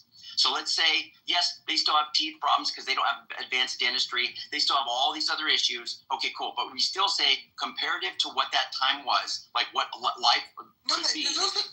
But when you think that you're talking about being treated decently by fucking cosmic forces, or by like the laws of nature or something. They're talking about being owned by another human. And if another human possesses me and has the ability to trade me like fucking Pokemon cards, right, and buy and sell me, yes, exactly. And that isn't treating me decently. Okay, so you can't appeal to the fact that there were some fucking Irish people or something. I'll make it very clear. Bro, you know what, man? It's actually tedious talking to you. No, I feel the same way. I lose. You win. Don't do I that. ain't bad vibes. You started this whole thing. You wanted to give me. I didn't want to have this discussion. You got it. Yeah, no, you got it though. I didn't want to have. You wanted it. I'm done. So now you're just going to tap out after doing this thing. Yeah, I can lose. Look, see me. I can just lose. I don't care. If you tell me I lose, if someone starts room tomorrow, you lost that debate against Andrew. You actually conceded. I'll say, yep, 100%. No, it's very frustrating because, dude, you started this whole thing. You say these outlandish statements by my lights. I want to defend certain points. I can take some of the criticism, but I want to make a point. You're not even conscious at this point. Like, what the fuck are you talking about? I am conscious. I was getting ready to give you an example. This is not the heavy lifting, by the way. Let me give you an example, and you'll understand it. If it's the case that the slave owner, I'm done. Well, can I say what I'm going to say? Yeah. Sorry. If the slave owner switches places with the slave, and lets the slave sleep in the big house and he sleeps in the little house, he's treated decently. Okay? And I don't have to qualify that. If there is cases where that happens, and if there is cases where because of the moral conviction, because the person feels bad about the slave, feels bad about what he's doing, he gives him a better lifestyle than himself, or treats him at least on par with what he's living like. That is decent. That's decent human treatment. And I'm saying that is something that you don't need to do a lot of work to figure out. Are you just saying if you freeze him, just out of interest? They did free him, by the way. They taught him to read and freed them. That happened. So then, obviously he's not fucking a slave anymore, is he? Yeah. No, but he was a slave. No, but that's the whole point. They're talking about people. The whole point was people in captivity. If you free the person, if you fight for the person, if you fucking jump in a time machine today, go back in time and grab a slave and bring them into 2025. Obviously, you treated them pretty fucking decently, didn't you? You treated them okay, didn't you? Yeah, okay. That's obviously not what we're talking about. We're talking about the people who are maintaining the practice. Those people, even if they are like teaching their slaves to read, are not treating them decently. They can be borderline. Because they own them. That's the whole point. Okay. Andrew, I think what it is. Narcissus. They can build up moral conviction and feel like that it is the case they should free them, but in that interim point, while they're still enslaved, they can treat them with compassion. I'm saying that did happen. So you're saying it must be either free or slave, and everything that's slave is terrible, and everything that's free. Okay, there is no compassion in any action unless you yourself don't have the ability or the power to do it. There is no compassion in owning a human being and not releasing them. I don't get it. No, you're telling me somebody who doesn't treat. Wait. You're saying somebody who is intending on freeing somebody or getting convicted towards freeing somebody. Yeah, but obviously, I'm not going to regard that. I'm not going to regard that. Like, I just think of that person as the person who's freeing the slave. As in, if it's just like, you're not going to regard the only day we can get the paper signed is on Tuesday. Like, I'm not going to be a fucking idiot about it and go like, well, it's Monday morning, he still hasn't freed a slave, he's not a decent person. Okay. If the person is actively, think about all the abolitionists and stuff like that, people who are purchasing slaves to free them, whatever. It's like, obviously, I think those people are decent people, and I think their intention is to treat those people decently. The point is, like, clearly that wasn't what was under discussion. And this is my point. You are fucking seemingly, for reasons unbeknownst to me, because you're a highly articulate individual, and I do think you're smart. I do think you understand things. Like, I don't think there's many things I understand you can't understand. If anything, maybe it's the other way around. So the fact that it's just like, it's so horrible the way you interact in these kinds of discussions, and it's like, you're so bad at articulating yourself. You expect so much. Like, you expect essentially the most extreme form of charity from these inhospitable environments, or these hostile environments. It's like bizarre to me, bro. Like, no, I don't think people should do all the inferential work that you're proposing or you're insisting upon them. Like, I don't think they should be doing that. I think if you're fighting for your life against the allegation of being a racist, I think it is a massive blunder to go in with a statement like, yeah, I think some blacks were killed justly. Black slaves were killed justly. Some black slaves were treated decently. I think that's like an insane L on your part. And the fact that you need to like differentiate between optics and correct points and decently can be used in all of these different senses is just like evidence of you just being incompetent when it comes to these kinds of discussions. You just shouldn't discuss them. If your goal is to not, if you don't want people to think you're a racist, you should literally stop. If you're not prepared to take any advice, you should literally just stop. And I actually do have an investment. The investment is people going, your mates are racist. There is an investment I have. Okay, that's because fair. it gets progressively more difficult to defend the stupid shit you say or the stupid shit like the way. And then now also the jokes don't seem like jokes anymore. It doesn't seem like you're memeing anymore. When you go into rooms and go like, oh, some slave masters had it more difficult than slaves. Some slaves were killed justly. Some slaves were treated decently. Yeah. Like, it seems like when you make a chicken and watermelon joke, you're being serious. Okay, that's fine. I hear you. Okay, but look, I think that you are, and maybe there's just gonna be no way. To be clear, I don't think you are. Sorry, on the record, I don't think you are. Right? I just think it's like weird. It's a weird combination of like just like naivety about these kinds of things. Then why engage me on? If you don't do. Like, if you're gonna come in, because you need to fucking take it seriously, bro. Like, I don't know. Like, it's embarrassing, isn't it? It's fucking embarrassing, bro. You took it serious, and you came in here and took it. Yeah, I'm serious now. What I'm saying is like, no, and I didn't want to have a conversation because I knew it was probably going to turn into this, and why do you do it though? Why do you go into because embarrass yourself? No. I'm not talking about that. I wanted this conversation. I'm saying I didn't want to have this conversation, and you wanted to have it, and you kept saying seriously, and I don't want to have it because I don't think you're going to see this as objectively as I think I am seeing it. And if you think that I'm being motivated because I'm actually racist, you're wrong. I'm thinking what he's doing. I literally just said the opposite. Okay, I'm telling you what he's doing is weird fucking autism. Timothy, you said it doesn't seem like a joke, okay? And you're saying it's getting progressively harder to defend it.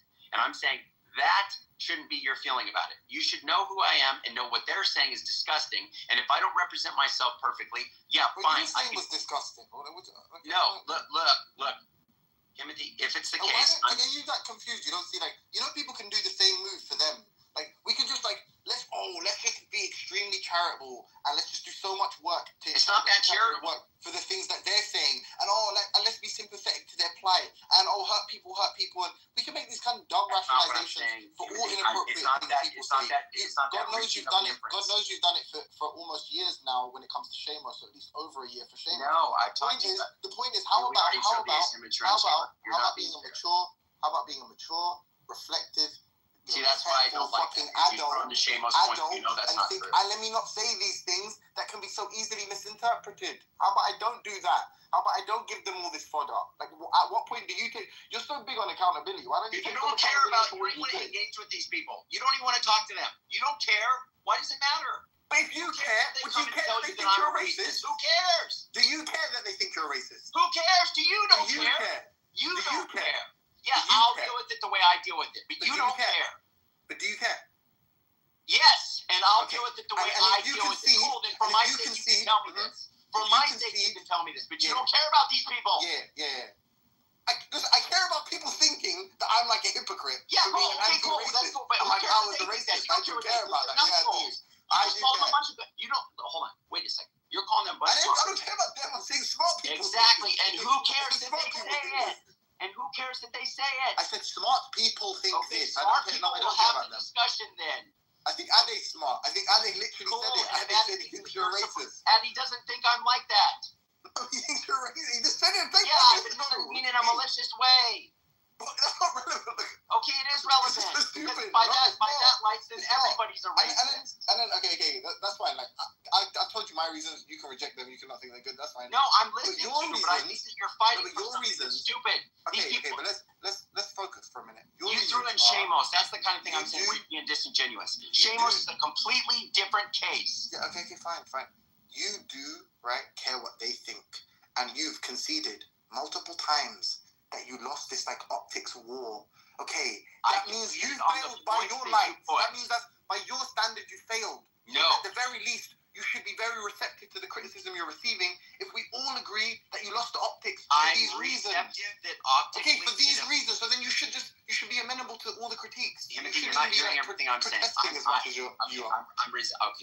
I'm receptive to the optic points that you're making. Yes. I don't think everything optically looked bad. He said some absolutely terrible things that were optically horrible, even for the people on his side.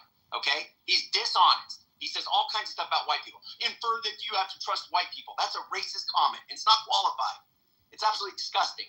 And he was saying stuff like that optically didn't look good. And there were people that were his acolytes that even acknowledged that, that wasn't right what he did. You actually did. I appreciate what you said. People were saying that in the chat, in following rooms, to me, there were acolytes of his. There were people I've never seen before that said that. Okay? Now that's one thing. The other thing is the other point that I made, that there are people that have intellectual stature that I'm hoping heard the conversation. I'm hoping they did. Right. And were able to maybe morselize it, or that they're trusted among that community, and break it down into pieces and let people understand, hey, this isn't right. You guys shouldn't talk about white people like this. Yeah, who are you hoping? Anybody. You just said there's intellectual people. I said I'm hoping that there are intellectual people in the room, people that are listening, that would break it down into morsel-sized pieces that the adherents there would listen to and be like, yeah, okay, I trust this person. And actually, if he's saying that maybe this is right, then maybe this is right. And I'll stop saying stupid stuff like black people can't be racist and invalidating the crime and the hatred towards white people. That's what I'm saying. It's not right. And this, the stuff that was going on in there, I wasn't trying to hurt them. I wasn't trying to be mean to them. And I do understand slavery is terrible. I said it over and over again. Slavery bad. What do I need to say? Slavery bad. But what I said is that, look, if you were to take a slave and say that they lived as good as a slave owner did, would that be decent treatment? I mean, I think that's decent treatment. I don't think that's that hard to say. I'm not saying that was the norm. I get it. By and large, the overwhelming thing that's going on there was egregious. I acknowledge that. But I'm just saying the way he's coming about it is just like every excuse he can find to be violent towards white people, not only then, but even now, is disgusting. And that's the thing I'm fighting against. I'm not saying that what was done towards him is right. I'm not saying that the black people were treated right. I'm saying that was wrong, terrible, bad. But it is not the same as saying, look, it is, but it's not the same as saying that this is okay what he's doing. It is absolute. The stuff that these guys were saying in the chat, the stuff they were saying during the conversation on stage was disgusting. It was disgusting. It wasn't just a ill-informed. It was gross, deeply gross. Yeah. It's like you no consideration for what you're saying. These are other humans. You're saying they're terrible people. You're saying these people can't be trusted. I would give my life maybe for someone of color. But he's sitting there telling me that I can't even be trusted. I'm a liar. He's treating me like garbage. That's not right, dude. I don't know what to say. It's not right. All right, enough now. All right. Go ahead. I'm done. Are you done, Timothy? Are you satisfied? Yeah. Andrew, is it that insane that? I just think that it's like just so you don't feel like it. I agree. I mean, they probably are all racists.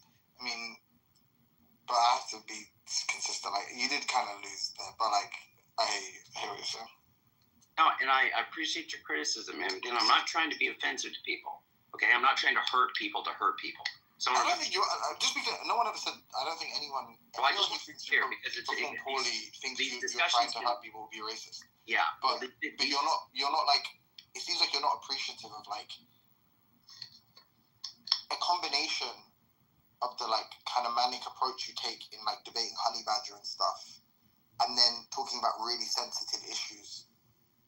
I think you're smart, and I'm confident that you're like smart enough and mature enough and receptive enough to hear me say that like that almost constitutes negligence to treat a debate about these kinds of topics in rooms full of people that like, you know, are somewhat aggrieved with respect to this kind of history, or you suffer the kind of trauma of this kind of a history, this kind of a past, right? I think it's kind of almost negligent, right, to treat a conversation of that kind of sensitivity.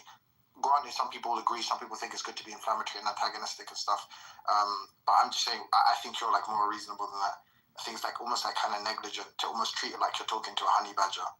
I think you also need to exercise a little bit of discretion going forward, where you're just like, I probably shouldn't talk to these kinds of people. Like, they're not capable of having the kind of discussion where they can observe subtlety and nuance and stuff, and they can understand the points that I'm going to make. Like, I think you need, like, genuinely, I feel like you need to do that just generally, not just with conversations about race, but you need to start being a little bit more selective with who you talk to and what you talk to these people about. Because it's just like legit, bro. As a friend, it's just like a bad look. It's just like, looks bad.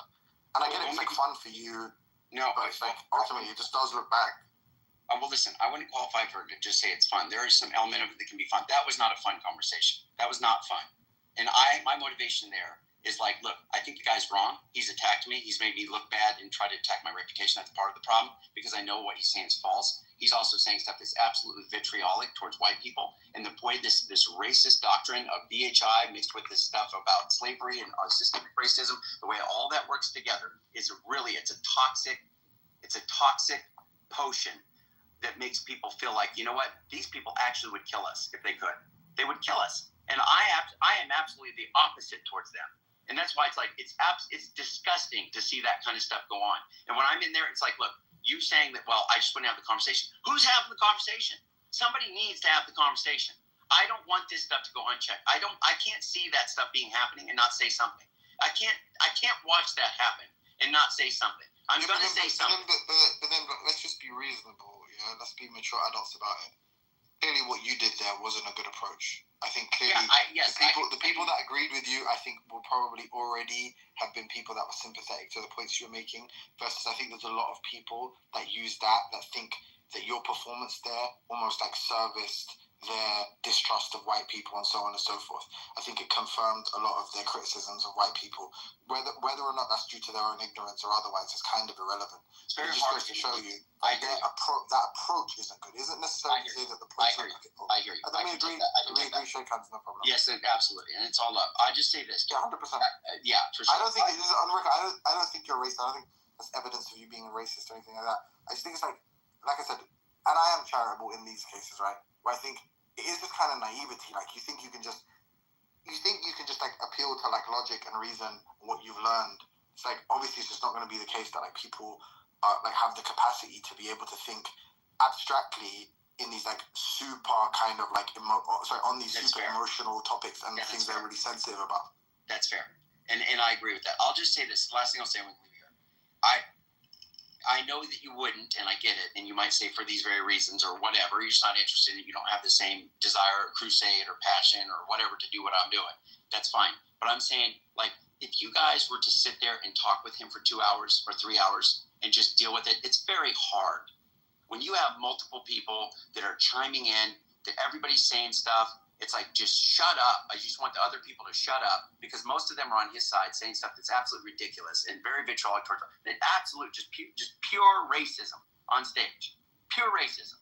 And then when you have some of the mods kind of agreeing with it, it's very difficult. It feels very, the environment is rough. And I'm saying, yeah, my mistake for doing it, maybe you might say, but I'm not going to not stop talking to them. I'm going to find a different method. That's fine.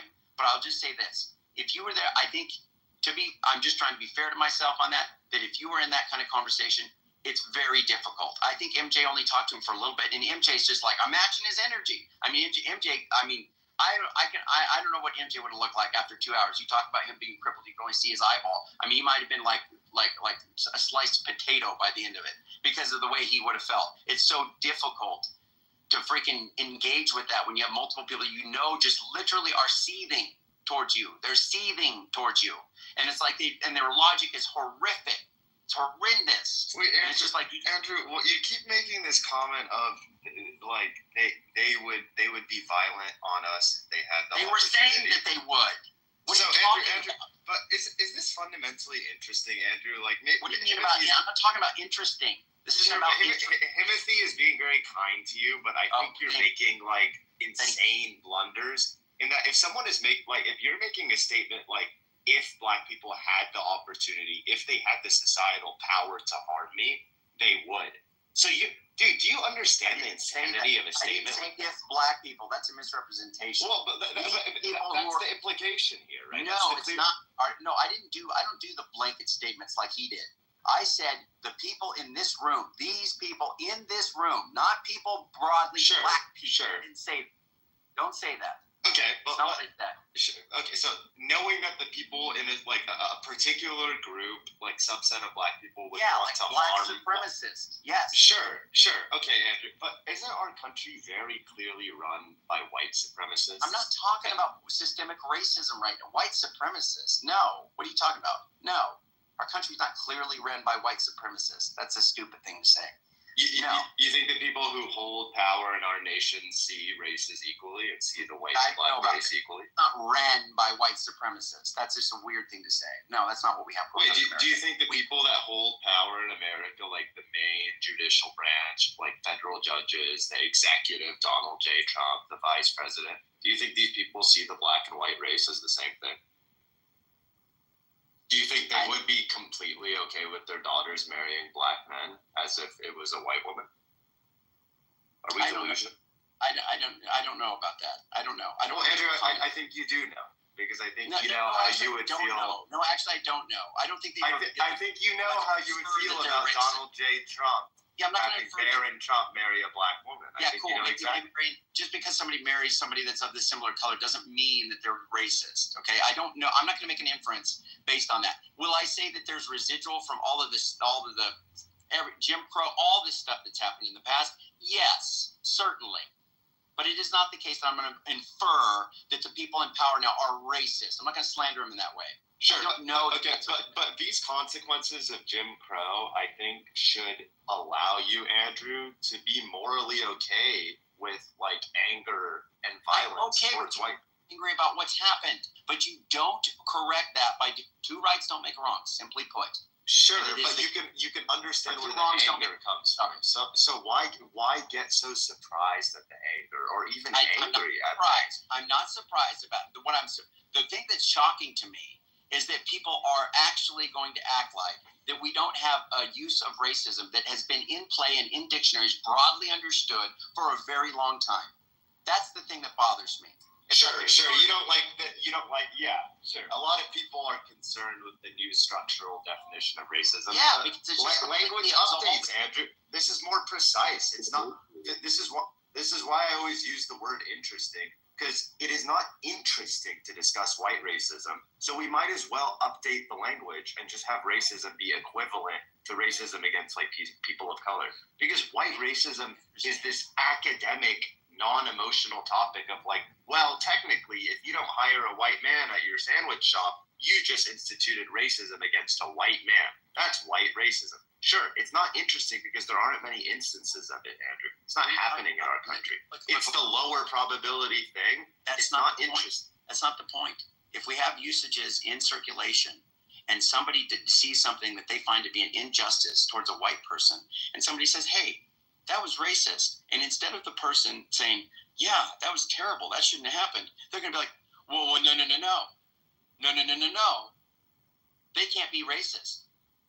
And I'm like, what are you talking about? Why do you do that? You know what's being meant. Sure, it's being meant. Sure. Person, killed the person based on the color of their skin. No one serious on the left disagrees with you here, Andrew. Dude, But like, I'm telling you, it is. Yeah, I don't. When you say no one's serious, I mean, I guess I would agree with that. because it's a semantics point. People, Yeah, there's a subset of the left, Andrew, that you have a big problem with that have changed the definition of racism to POC racism. That's just like such a niche thing to be mad about, dude. Let them change it. It doesn't matter. It's actually a kind of a better definition because most instances of racism in America are POC racism. No, I'm going to use. Look, I am going to utilize the convention among the communities who employ the convention, and I'm saying the conventions. There's two conventions that are being used. One is systemic. One is interpersonal. Okay, and I'm saying I'm going to use both. Both are valid. Both are legitimate. Both are fair. Okay? And when I see something happen, I'm not going to do this in unequal weights and measures. This is not to say that there has not been oppression towards people of color or various minorities. There certainly has. No. Not there certainly has. The vast majority of existing oppression in America today is towards people of color. Andrew, do you agree with that point? The vast majority if I can measure oppression, like being murdered is minus 1 million, being not hired at a job is minus 4,000, and we agree on numbers, that if you add up the numbers, controlling for population, against POC versus against white, which do you think are going to have more? So you mean by way of the fact that a majority of the United States is white, you mean controlling the oppression? Yeah, the oppression is going to be overall more towards people of color than it is towards people who are white. But actually, that's interesting because if you think so, you have white people, but there's a ton of white people. So obviously, white people, just on averages, are going to be doing more towards people of color or oppressing them. That's true. Now, we talk about per capita. I mean, if somebody wants to import the Fed stats, you can do that and say, well, look, they're doing more crime per capita. So technically, they're oppressing us. If there's a bigger contingent, it would be very bad. But no, that's not the case, right? So yeah, I agree that just based on sheer numbers, white people are doing more. Yes, they're doing more oppression. Absolutely. Towards people of color. Oppression. Yep, I agree. Yeah, I agree. But that's not to say that we can't call out racism on individual basis. That's not to say that we can't say that when a person does something hatred, like what Joel did, I'm not going to say he's not a racist. I mean, he's just prejudiced. No, I wanted to have the punch of racism. But wouldn't an academic like you, Andrew, and you admitted this earlier, like someone who claims to have engaged with these topics a lot and know about them and want to debate them in a public forum? I don't know about engaging with them a lot. I don't have a public discussion with 250 people in the room a lot. That doesn't happen very often. Sure, you know what I mean. This topic, you talk about. I talk about race relations. Thought about it quite a bit. Yeah, I think it's wrong. Yes. It's wrong. Yeah. So, but why are you? Back to this question. Why are you surprised at his anger? If you actually understand this topic, you're going back to a point I already answered. It's not that I'm necessarily surprised. I'm just offended. You use the word disgusting. Doesn't disgusting? Yeah, it is disgusting. That's not disgusting. Disgusting doesn't connote surprise. Okay, you can be disgusted. What? Yeah, sure. I agree. Actually, it doesn't. Okay, thank you. You said okay. So even at the same, a very tangential point holds for disgusting. Like, why are you using such intense language when it's very understandable? And you understand that. Understandable. Look, understanding that someone is outraged is different than saying it's understandable to say white people can't be trusted. They are demons, and we need to get away from them. No, we don't even talk to them. Get away from them. That's not acceptable. If we're going to have a multicultural United States and people are going to have to live in harmony and work together and vote for common interests, we can't have that kind of mentality. I agree, Andrew. As an Egyptian brown man, I agree. However, I am not surprised that a Black American is making that statement because of the history of this country. It's still, and I feel like you should hold the same perspective. Dude, it is not disgusting. Okay, stop. He has not been enslaved. Okay, he's not been enslaved. It's not happening to him. He is not enslaved. That's not how society You can have works. ancestry. If you want to say there's some trauma gene or something, I don't agree with that. But I do agree that you can say, hey, my ancestors went through horrific oppression. Yes, but you don't look at me and blame me. You don't look at me and blame me for what my great-great-great-grandfather potentially did. I don't even know my ancestry. You are discriminating against me based on a terrible inference. It is not correct. You don't get to say that because there's been historic oppression by people of my skin color, therefore I'm guilty. You don't get to do that. Doesn't work like that. That is an improper inference. Now, if you want to say that I'm part of a culture that's benefited from it, cool. I didn't even freaking know that. Okay? Now I've come to understand it, and in a very real sense, they're benefiting too. To whatever degree there's some stuff that's been passed down that is just generally good for society, they're benefiting too. If you want to talk about individual wealth that's been passed down, generational wealth that's been, taken off the backs of minorities, okay, yeah, maybe. I don't know all the different ways that's affected me. I don't know all the stuff that's come from that towards me. I don't know. But what isn't right is you coming up to me and saying you think I'm a demon and you think I can't be trusted. When I'm sitting here wanting to help you and work with you, what are you doing? Sure. And, we're going to just go in a circle here. I don't personally think that white people are demons, but I'm not surprised that certain Americans would make that statement. Well, I appreciate the ambiguity of your conclusive.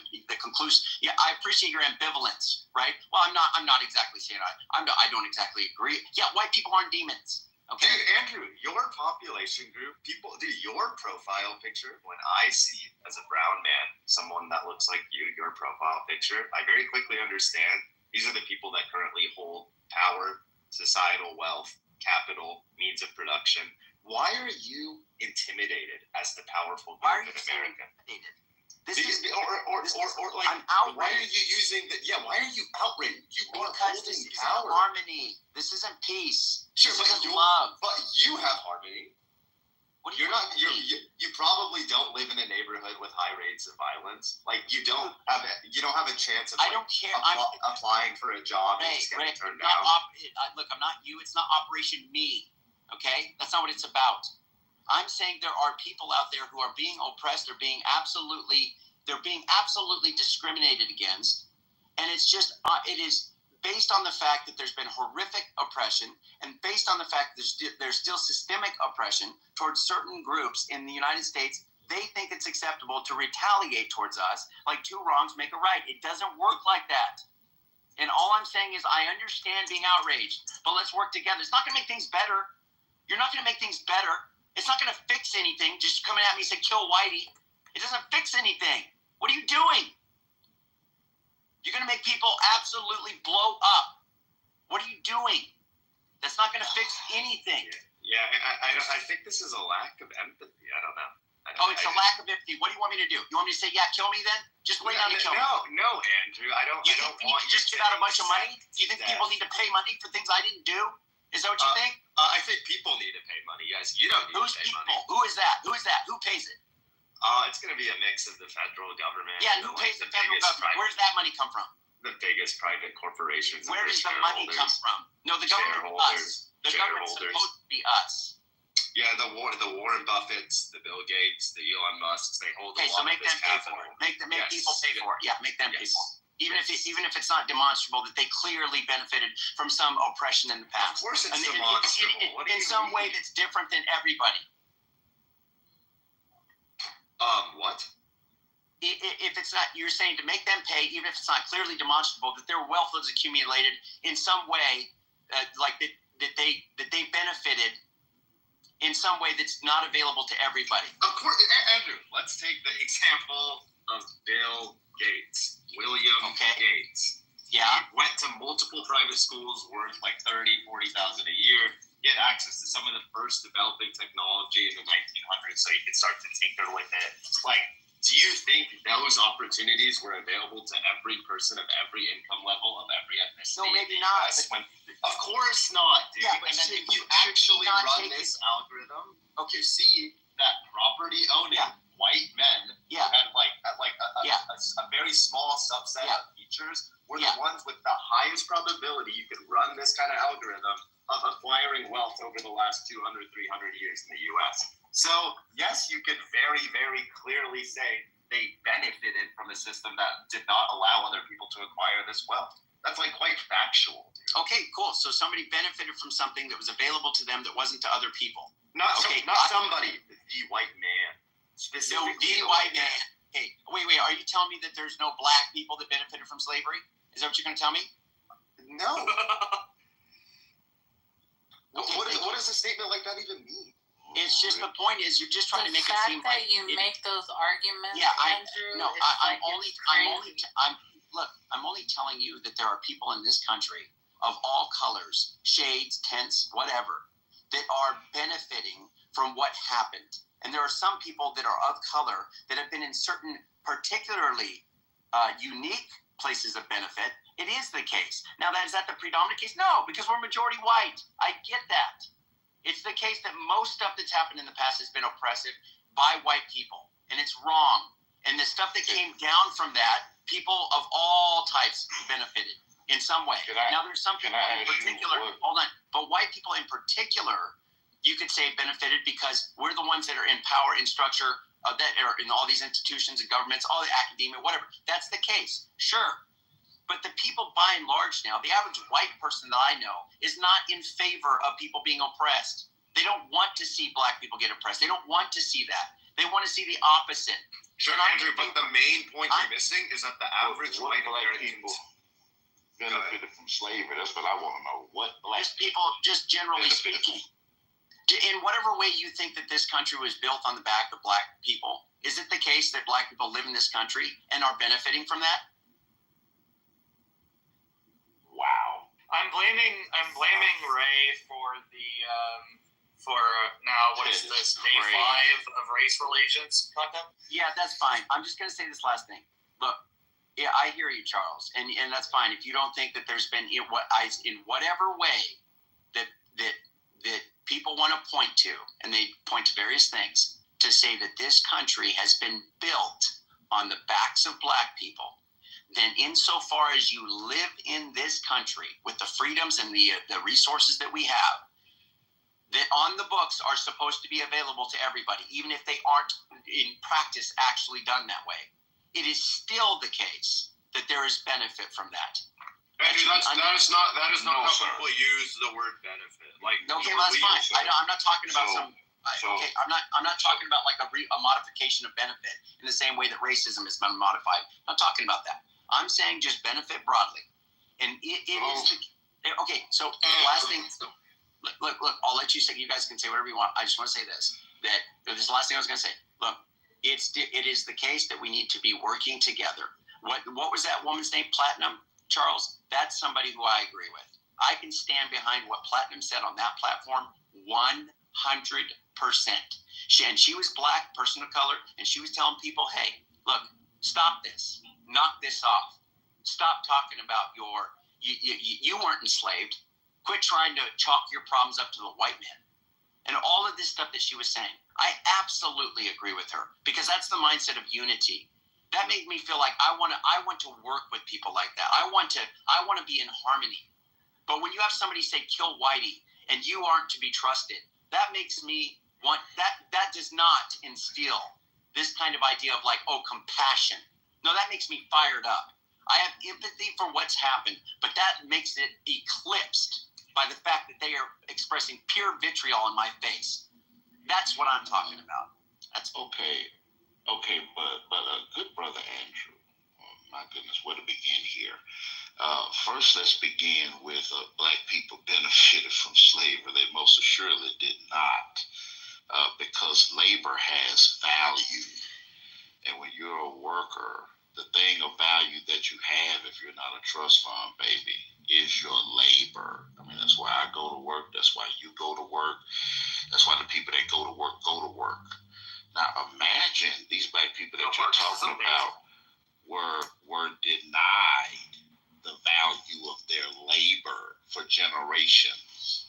So they most certainly did not benefit at all from slavery. In fact, they came out of slavery with the nation owing them for the deprivation of the value of their labor.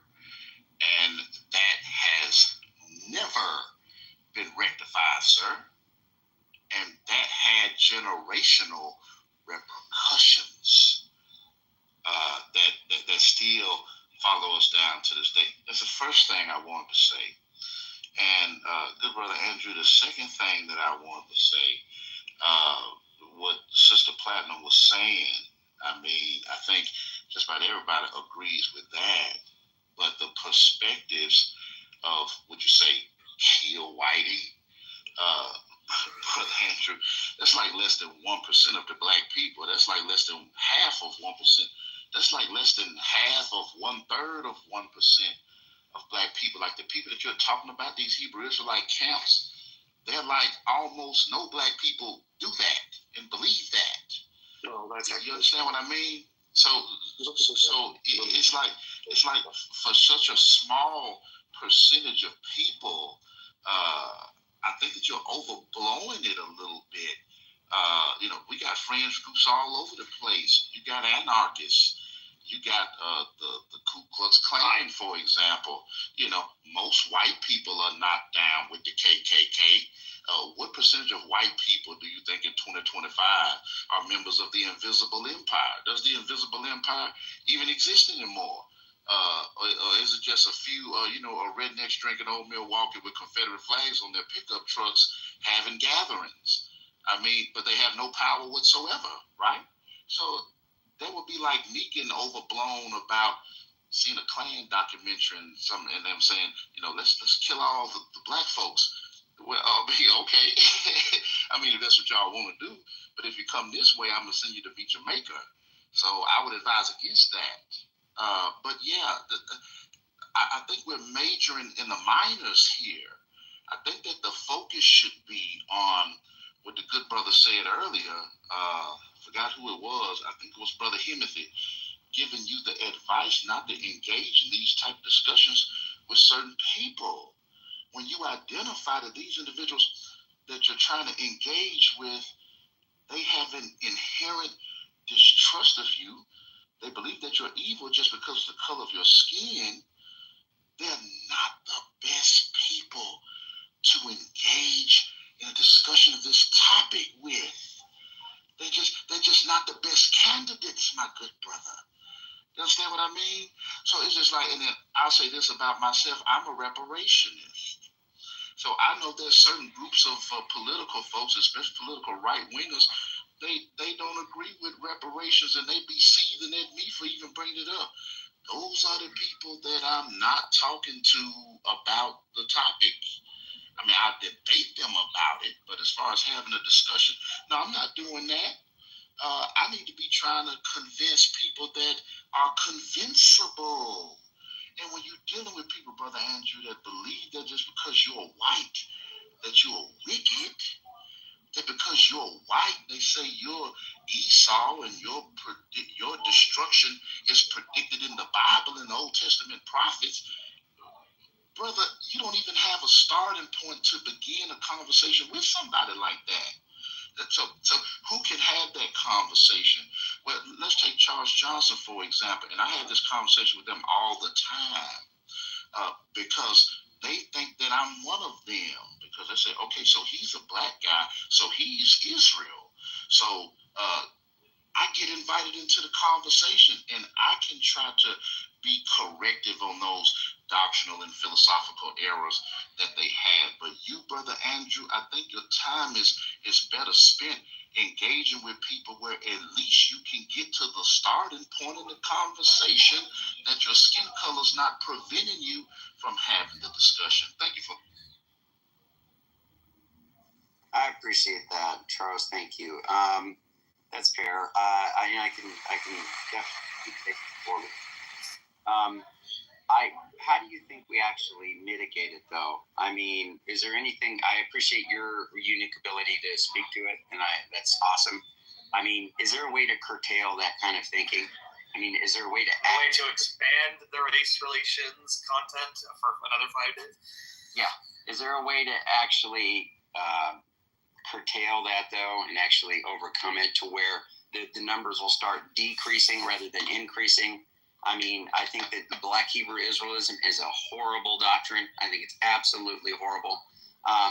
The doctrines that they espouse, I should say, this race-related salvation, race-based salvation is just absolutely terrible. And it's such a dark idea. It's like Calvinism, but it's got the race element to it. It's just horrific. And that is something that I definitely have interest in continuing to combat. The just general anti-white sentiment. It may not be directly kill whitey, but the whole idea is that it increases the tensions and certainly spurs violence to occur. It does happen. I have no doubt in my mind that some of the folks that were in that room would physically hurt us if they could. If they knew that where I was, or at the time of speaking, if it was in some kind of public arena, that I would be physically attacked. I have no doubt about that. Because the stuff that's happening there, it's just so much tension. Well, There's Andrew, so much didn't you hear his point that he said this is a vast minority of black people? I hate you, Ray. I hate you, Ray. I hate you, Ray. I did hear. But yeah, so all I'm going to say is I hear what you're saying, Charles. I wonder, is there a way, is there a silver bullet? Because a lot of people don't even want to engage folks like that. And I understand why. It's not comfortable. It's not fun. That was not a fun dialogue with him. I was absolutely, like Timothy said, all over the place because I couldn't believe all the stuff that he was saying. It was nonsensical. And I'm just like, if everybody just sits back and nobody puts anything in check, you let it go, it's not illegal. The rhetoric continues, the growth continues, the families continue, they get bigger, they do this. How do you stop something like that? That is such a horrific ideology. Yeah, let me just give you one way for you to do it, good brother Andrew. And that's, they say that they believe in the Bible. Have a Bible conversation with them. Just one quick example. They say that you're Esau, you're the white man, and we hate you. And then just take them to Deuteronomy chapter 23, verse 7, where Moses tells the Israelites, you shall not hate an Edomite, for he is your brother. See how it goes? So now, in the minds of people that are listening, yeah, you just refuted that point because he says that he hates the white man, the white man is Esau. Well, the Bible says you should not hate the Edomite. So that's a commandment from Moses. So why you all don't follow that?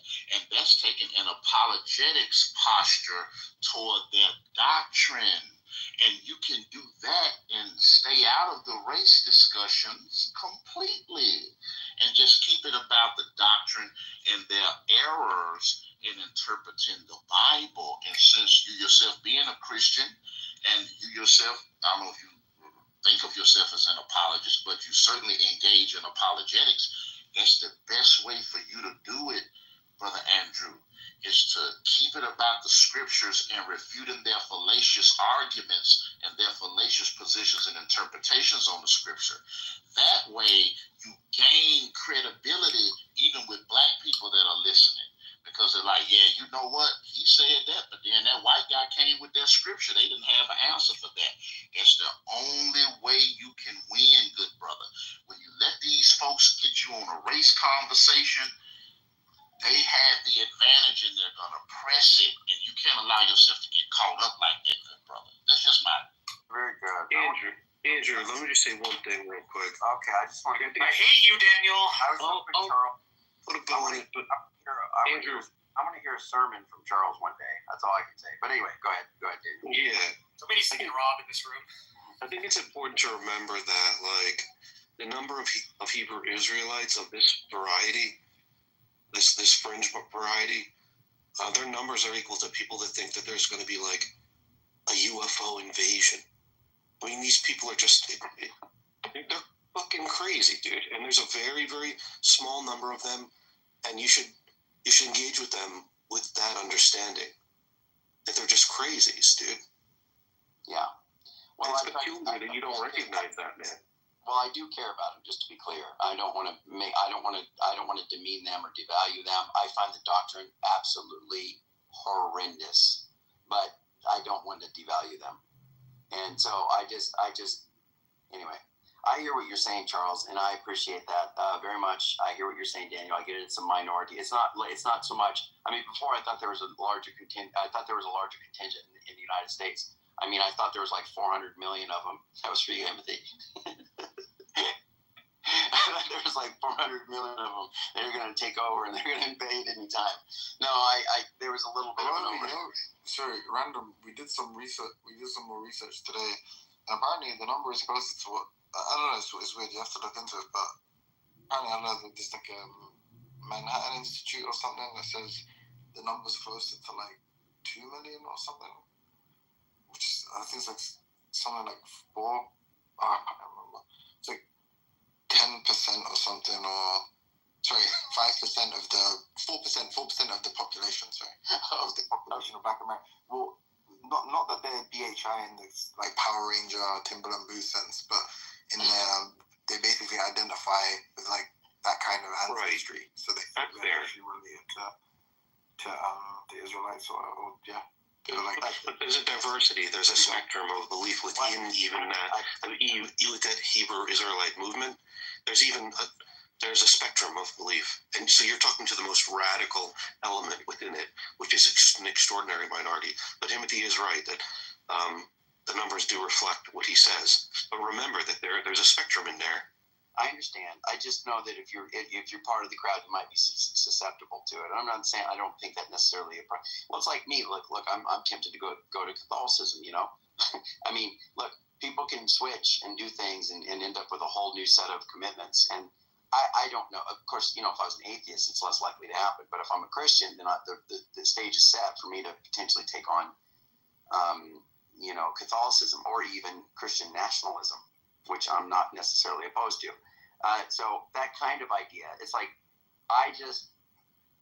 I hear what you're saying. And actually, I mean, that's really good faith. I appreciate you telling me that. That's actually cool to tell me the numbers. But I thought you were going to say, I thought you were going to make fun. You were like, yeah, it's like 4% of the entire United States. The 1 billion population of the United States. Oh, fish. Yeah, because my numbers were a little off, you guys, when we went over the numbers. It was pretty funny. But when I said how many people I thought were in the United States, yeah, it was a little bit off. Well, I said either like 5 or 7 million or 5 million. What? You way off, Andrew. Holy shit. How many do you So many people are in my state. Don't look it up. How many? No, he's saying no, like 300. No, he's saying he said 700 million or 500 million. Oh. Sorry. 500 million or 700 million. Yeah. That's what I meant. Did you hear my answer? You'll be crowded as fuck. Yeah, I think your answer is actually really close. You reckon if you had 700 million? No. The answer is no. It wouldn't be. I know that. Hell no. Oh, crowded? Not even close. We have a lot of. You have no idea how much of like America is not even populated. Okay. Yeah, I mean, I don't know about that point, but I'm sure we have. I know we have a lot of open range, like just miles and miles of. Just think of the Pacific Northwest. Yeah. All right. So Piper's been really agitated. Doesn't like all this race nonsense, as Piper would put it. What do you like to speak about? Yeah, what is it, Piper? What is it? Yeah, I know, right? Do share. I think Piper always wants. What? Fucking talking to Agamemnon. I think Piper wants to talk about that. I mean, actually, I would vastly prefer listening to like Bob or someone screaming at Agamemnon. Than listening. Just to be clear, than listening to 5 consecutive days of like empty-headed race. So just to be clear. So what you're saying, Piper, is that listening to Agamemnon is decent. Is that what you're saying? Is decent? Yeah. Comparison. I'll make the move. Look, I'll make the move that Andrew did. I'll say relatively. Yeah. Lava, what do you like though? Like, what's the thing that you like what interests you, Piper? I mean, I just but I like bar walk to the beach. Just get it done. She's here to talk in the theater. She likes skating. She likes skating with PhD philosophy Yeah, that's true. in New But- Jersey skate parks. Nice, Mike. I mean, the content I come on here to like the content I've always come on here for is like people like screaming at each other about theism. That's why I like to have one in the background. We're screaming at each other just about theism. Yeah, but about something that like annoys me when people get it wrong. Alright, let's not rehash. I mean, Also, Andrew. some did get it wrong in this case. But you know, Wait, but can I say one thing quickly, Piper? Sorry. Justin Wilson started a God Talk room and he pinged me into it. It's like him and that guy David Wee. I'm not sure that one could pay me to go in there, but like, okay, this is the thing for me, right? If people are gonna like, I enjoy content where people are screaming at each other in an unproductive manner, but when it's about stuff that's of consequence, then like, then I get emotionally invested and it annoys me to listen to it. So There's an ongoing screaming debate between Catholics and Protestants. You should go find those rooms. Those might. I listen to those in Discord sometimes, and I need to care a little bit. Otherwise, it just gets boring. So, like, that's why the theism and atheism stuff is like perfect for me. I care a little bit, but not enough to get emotionally invested. It's like the medium orange. I ran your friend out of the room, by the way. I was gonna ask, was it Walter? Yeah, because basically, like, I started arguing with Andrew about the BHI stuff, and then him and Caleb wanted to talk about EAN or abortion or something, and then they went and started their own room because I guess they thought it was like toxic or something. I mean, that's also a bad topic. So It's a disgusting topic. E.g., Timothy. Andrew, did you make him never want to come back? I don't know. Earlier there was like another thing that we'll speak about in private that he kind of complained about in the chat. He was like, if these rooms are like this. But the thing is, you know what, Andrew, because I sent you that message, right? I don't think people are sincere when they say that. Because like a lot of times people do this whole thing like, oh, I'm not interested in gossip and I'm not interested in hashing out these personal grievances and issues. But then they hang around and then we see them the next day. I think the reality is it's just that just means we tempted him and corrupted him. Yeah, that's what, because he said that, but then like an hour later, he was still in the room. So I doubt, I think it's one of these things where it's like, they want to be seen with their pearls in their hands. Like that's what they care about. They want everybody to know, listen, okay, I'm above all of this, but nevertheless, can you pass me the popcorn? Andrew's like, I got some Twizzlers. I know, it's so funny. What'd you say, Buster? I said, Andrew's like, I got some Twizzlers. Have some. Oh, yeah, exactly. No, it's too funny. People in the chat, I can see when a match is getting ready, like people are getting ready to really have it, or it's really heated. You just see people in the chat putting popcorn up. I'm like, oh my gosh. But I get it. But I'll just say, you want to know a debate that was insane is Narges hosted a debate between Cynic and Nizam, and that was one of the craziest debates.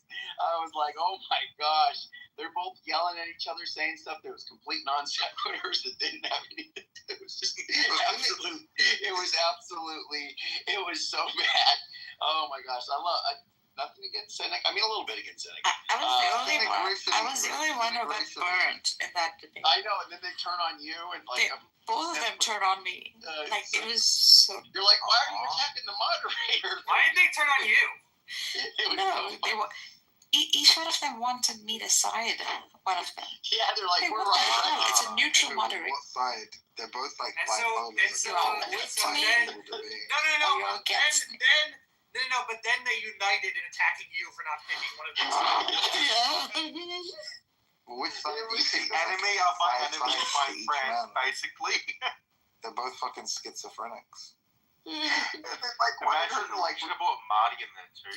No, but like Nizam is chaotic Nizam is chaotic good, whereas Mikhail is No, Nizam chaotic. is the shit. He was like, bro, Dude, Nizam was. the past few days. Yeah, he is. And Nizam was debating Cynic on B theory without ever having read up on B theory. Yeah, and then Cynic was like, "You're a fucking N-word because you don't agree with me here." Bro, Cynic, He's an atheist. Unironically, was in a random room with him. And bro, I don't know what there's this new way of insulting people where people say this. I don't know if it's insulting or like funny. I don't know what to make of it. But like we were discussing some random shit. He's like, "Oh, atheism entails solipsism." I was like, "How so?" And he was like, "B theory." And I was like, "Wait, what?" And then like I don't know. I was grilling him on his just like use of buzzword stupidity. He's And always he's like, "Yeah, but he's like, motherfucker, like legit said, yeah, but you're black." Like what? Yeah, but you're what? black. He was like, "Yeah, but you're black." I was like, "What does that even mean?" He told me so far as you're a Neoplatonist, you're an atheist. Why don't you go back to an atheist? Oh my god. Oh yeah. He started challenging Nargis. He's like, you're not even a he's like they turn on the moderator. Don't talk. You're not even a theist. Yeah, you believe in Neoplatonism. They like wanted her to step down as moderator. They're like, you're not even fit as a moderator. It's so funny, dude. It's so funny. He's like, you're not a Muslim or a moderator. How's the feared so badly that you're like, what? I'm just trying to moderate your debate. Why can't I do? And they're just like, no, you're not fit for this. You're not even a Muslim. It's just so funny. That's true. He wasn't lying. Well, I mean, yeah, it is what it is. Yeah, I mean, you're so liberal, Nargis. You might as well just, I mean, you know what I mean? Oh yeah, yeah. There's like no implication. There's like zero doctrinal commitment. You're like, yeah, I mean, there's a God, but I mean, you know. What is the truth of Christianity to you? Because like, if you're like a perennialist, presumably it's not just the fact that God exists. There's like other truths. Yeah. So in the Trinity, like so far as the three entities, the Father, Son, and Holy Ghost, are divinely simple, I have no problem with that. But then, are they divinely simple?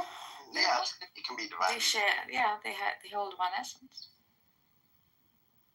I mean, you're talking about divine simplicity. It could apply to a Trinitarian concept of God. I mean, certainly, right? Yeah, I guess Catholics. Well, it's Catholic dogma. They believe in that. It is. Yeah.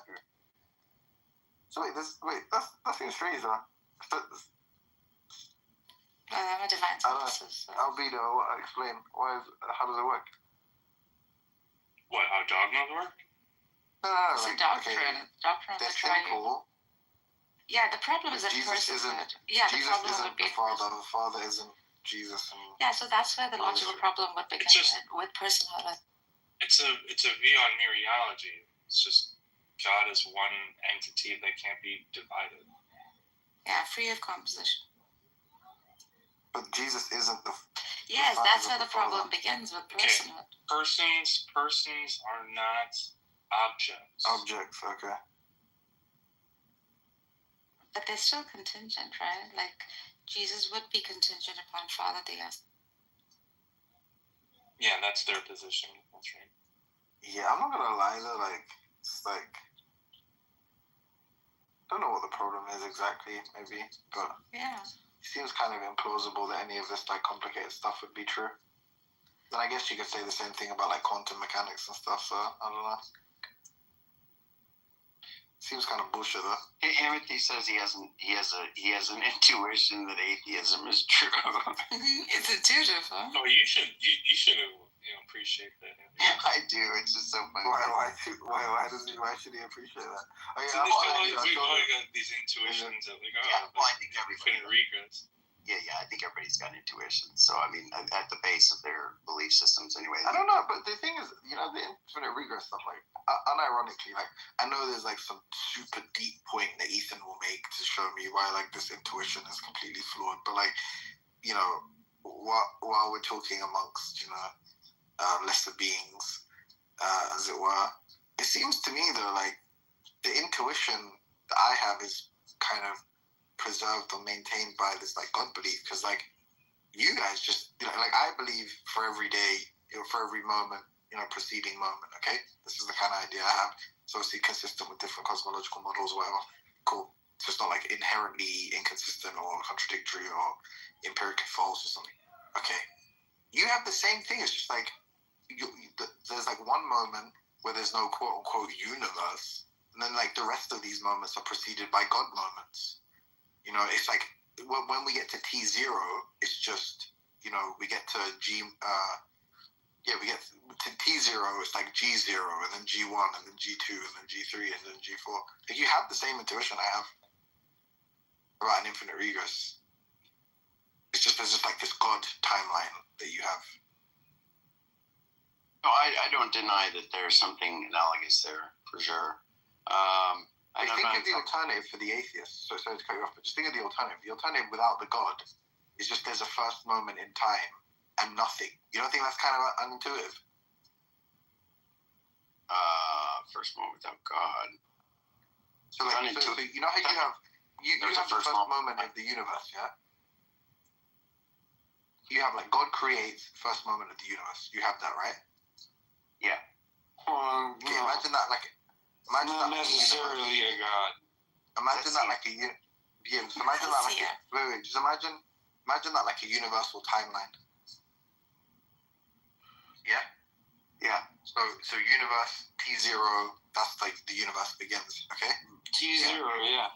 You believe you believe that the moment before T0, we're using temporal language regardless of what your theory of time is, just for the sake of argument, for ease of exposition, or like let's say TM, please. So you understand that all questions are going to make sense. TM, sorry. That's not CM. About to get Sasha on your hands. That's not CM. It is CM. CM, don't get kicked, okay, my brother? Okay. I'm saying like yesterday for that. It wasn't me, even. But I'm not looking at my phone. But so you think there is a timeline? It's T0, and then you know all the moments that follow. Yeah. And T0 is like the creation act. Yeah. Okay. And like in a way that we can make sense. Of, sorry. The preceding moment was a God moment, and the moment that preceded that was a God moment, and the moment that preceded it was a God moment. And you know, the God is just chilling with the OGs, you know, the Holy Spirit and Jesus and all that stuff. You know, just doing whatever they're doing, playing cards or whatever for eternity. In each preceding moment, right? So you know, G1, G2, G3, G4, G5, G6, G7. That's just like card games in space with God in heaven. Sorry. Yeah. That makes sense. Well, I understand that that's the concept. Yeah, that's not how we. Yeah. So I mean, look, I wouldn't want to accept the moment stuff because it's not. You know, I mean, it's hard to think of how there's an action by God without there being some. There's at least logical procession, and if there's no moments, then in what way is that? I'm just thinking like a frame, almost like a frame of existence, if you like. Like it's just like. And it seems like we can just add all of these frames of existence up. Like, it's just true that like God has a mind, right? On your view, you believe God's mindless, isn't it? No, what? You think so? I don't know. Everyone's got wacky views. God has a mind, bro. He's got a mind. Okay, lovely. Yeah. So does he have thoughts? Thoughts is a good question. I don't know that I like that term. I don't think it's normal to say. Does he have intentions? Not in the way we think. Okay, so it'd be more like that bubble. It'd be more like it would just be awareness of all true facts. And does he have intentions? That's a good question. Good question. I was gonna ask that. I think he has to because he creates and stuff. Yeah, the intention to create. Are they mental states? You're gonna want that, Andrew. You're gonna really want it. I don't want to speak on that because I don't know. Can I give you a reason to think you do? No. I think higher's intentions. I think that's true, but in the way they relate to his, you know, the being of God. I'm not sure to say it. He doesn't have a. It's not like I don't know. I don't think. Can I? Sorry, just go ahead. If I was, what mental picture do you have when you think of stuff like intention? Me? No, it's to Andrew. I know you want to say something similar, so I'm not gonna speak about. I'm going to go around it, but I just want to get a quick idea or something. No, you're the one leading it. I don't think Andrew wants to give this thing up. It's going to be. It's like. What's the mental picture you have in your mind of intention? An intention is just a desire coupled with maybe. Have you got like a picture in your mind? Maybe a plan. Yeah. Do you know what I legitimately see when I think of intentions? I think of an arrow, but that's because I read the SCP introduction on it to Debate Sully one time. I won, by the way. Just absolutely destroyed him. It was epic. I got kicked out of his. He threatened to kick me out of his server after. I'll ask him. But it talks about, because like I think that's the like where the that's like the etymology of the term or something. Basically, it's like directedness, pointedness, like like your mind's pointed at something. Yeah. So they talk about like So they talk about like desires and beliefs as like inexistent objects in your mind that your mind's pointed towards. So sorry, the arrow is pointed towards. So the arrow of your mind, if it's pointed towards this thing, that is what's like defined as an intentional state. So like belief, desire, these kinds of things. Yeah, I'm fine with that. And you think God has that, right? Yeah, I just don't know that it looks the same way because I don't think the thoughts look the same way necessarily. I don't know that the intentions look the same way, but he definitely has something that flows from, like, there's something he's going to do as a result of his character, who he is. So we'll do. Yeah, so it's not out of the realms of possibility to think that there is infinitely many of those kinds of states we can attribute to God. Exactly. That there exists a secret of. Right. So that's where. For each one, there's one that precedes it. Not necessarily temporally, but just even in order of priority or something. Yep, I agree. Yeah, okay. That's the same fucking intuition I have. It's just like I don't have God. I just use moments. I substitute those with moments. Yeah, I agree that that's a problem. But see, here's the thing, though. I think that's a problem. So the difference is that I would want to. And I haven't worked all that out conceptually, but I would definitely want to undermine that because I don't believe that you could have an infinite regress. So I think that there is something to undermine that intuition. There is something to undermine the conclusion that you would draw there that it is going to be an infinite regress, because I think infinite regresses are extremely counterintuitive. I don't think the idea of us arriving here makes sense without saying that there was a start, and our existence can have a start, but there's got to be some explanation why it is that God time didn't have a start, and that's something that I think needs to be explored more, and I just haven't done it. I haven't gotten into that. I don't know. It'd be interesting if MJ was able to come up, but that's something I don't know. It's an interesting thought, but I would want to avoid that because, again, I just think that is very counterintuitive to say that we are here now with an infinite past behind us.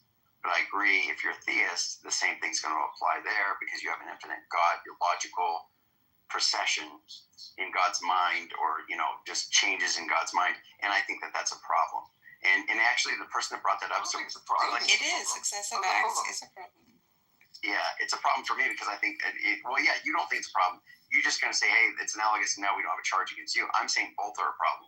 I want both to be undermined. Why?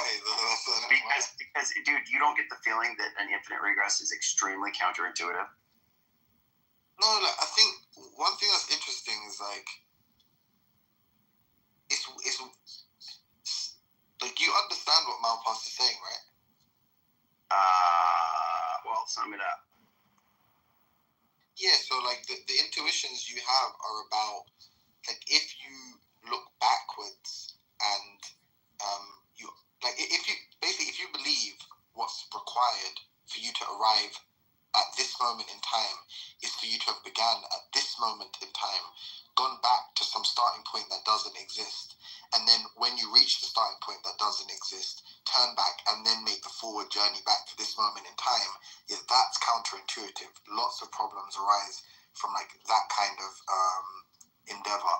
But if you view it as there is no such thing as a starting point, that there is just a process that's always been going, then there's absolutely nothing, like there's nothing wrong, because ultimately we think this is like, you think this present moment is the finish line. There's nothing wrong with saying if I'm at this moment, an infinite amount of time has elapsed, or infinitely many moments, or an infinite series has been completed. There's like nothing wrong with that conceptually. And if the question is, does that quote unquote feel intuitive? But by that you mean, do we have the same understanding of that as we do the kind of linear progression from a finite starting point? Well, no, but that's primarily because we have a starting point. We're human beings. That ourselves are not infinite. Hey, Piper, They don't really have infinite scope in either direction. Like we don't have an infinite scope in either direction. So obviously, if you mean intuitive in that way, of course not for the reasons I just described. But if you mean in the sense of like just being able to understand, like it being free of kind of contradiction or inconsistency or confusion, it's like yeah. If the Mao pathway is pretty simple. It's just if you don't start and you have an end, then to end is for an infinite time to have elapsed. Okay, but you agree though, and maybe we could. There's some other people on the stage. Maybe it'd be interesting. We can get them in on it too. Good to see you, Debo, and Carlitos. Debo. Say it again. He laughed. Yeah, you didn't like that. Good Debo. But no, here's the thing. Emily, I'm just saying, like, don't you? Here's the thing I'm asking you. You get the idea that as William Lane Craig puts it, traversing the infinite, right? That it does not make sense to say that you have a series of successive days, or day yesterday, the day before, the day before, the day before. You keep going back. If that's the case, then if that's an infinite stream, then it wouldn't be the case that you would be here. You wouldn't be here. It would already have occurred. There's no reason why we're here now and that we hadn't occurred sooner, or that everything hadn't occurred sooner.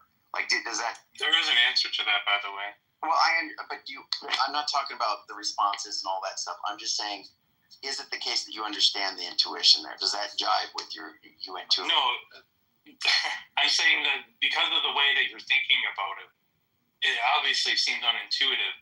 But there's there's an analogy that works against you that's going to have the same problem.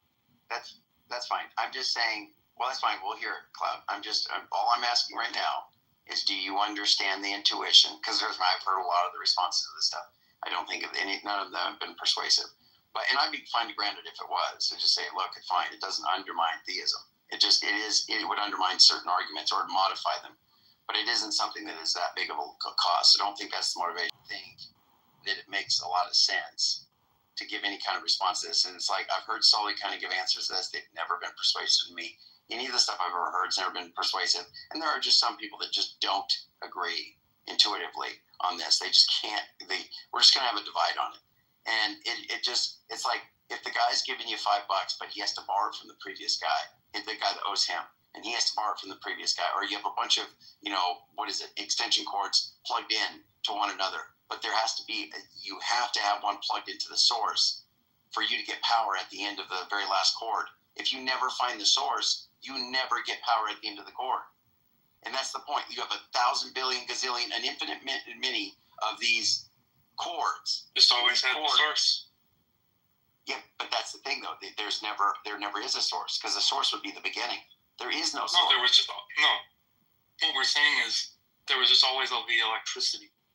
I understand what's being said, but I'm just trying to explain that that's the reason that's not going to hit with people is because it's like today is contingent upon a previous day, and that is contingent upon a previous day, and that's contingent upon a previous day. And it's like, but we are here now. And you're saying that the amount of days that have occurred prior to today are infinite, not finite, infinite. What'd you say? I said, so what? So long as there's electricity, like Albedo said.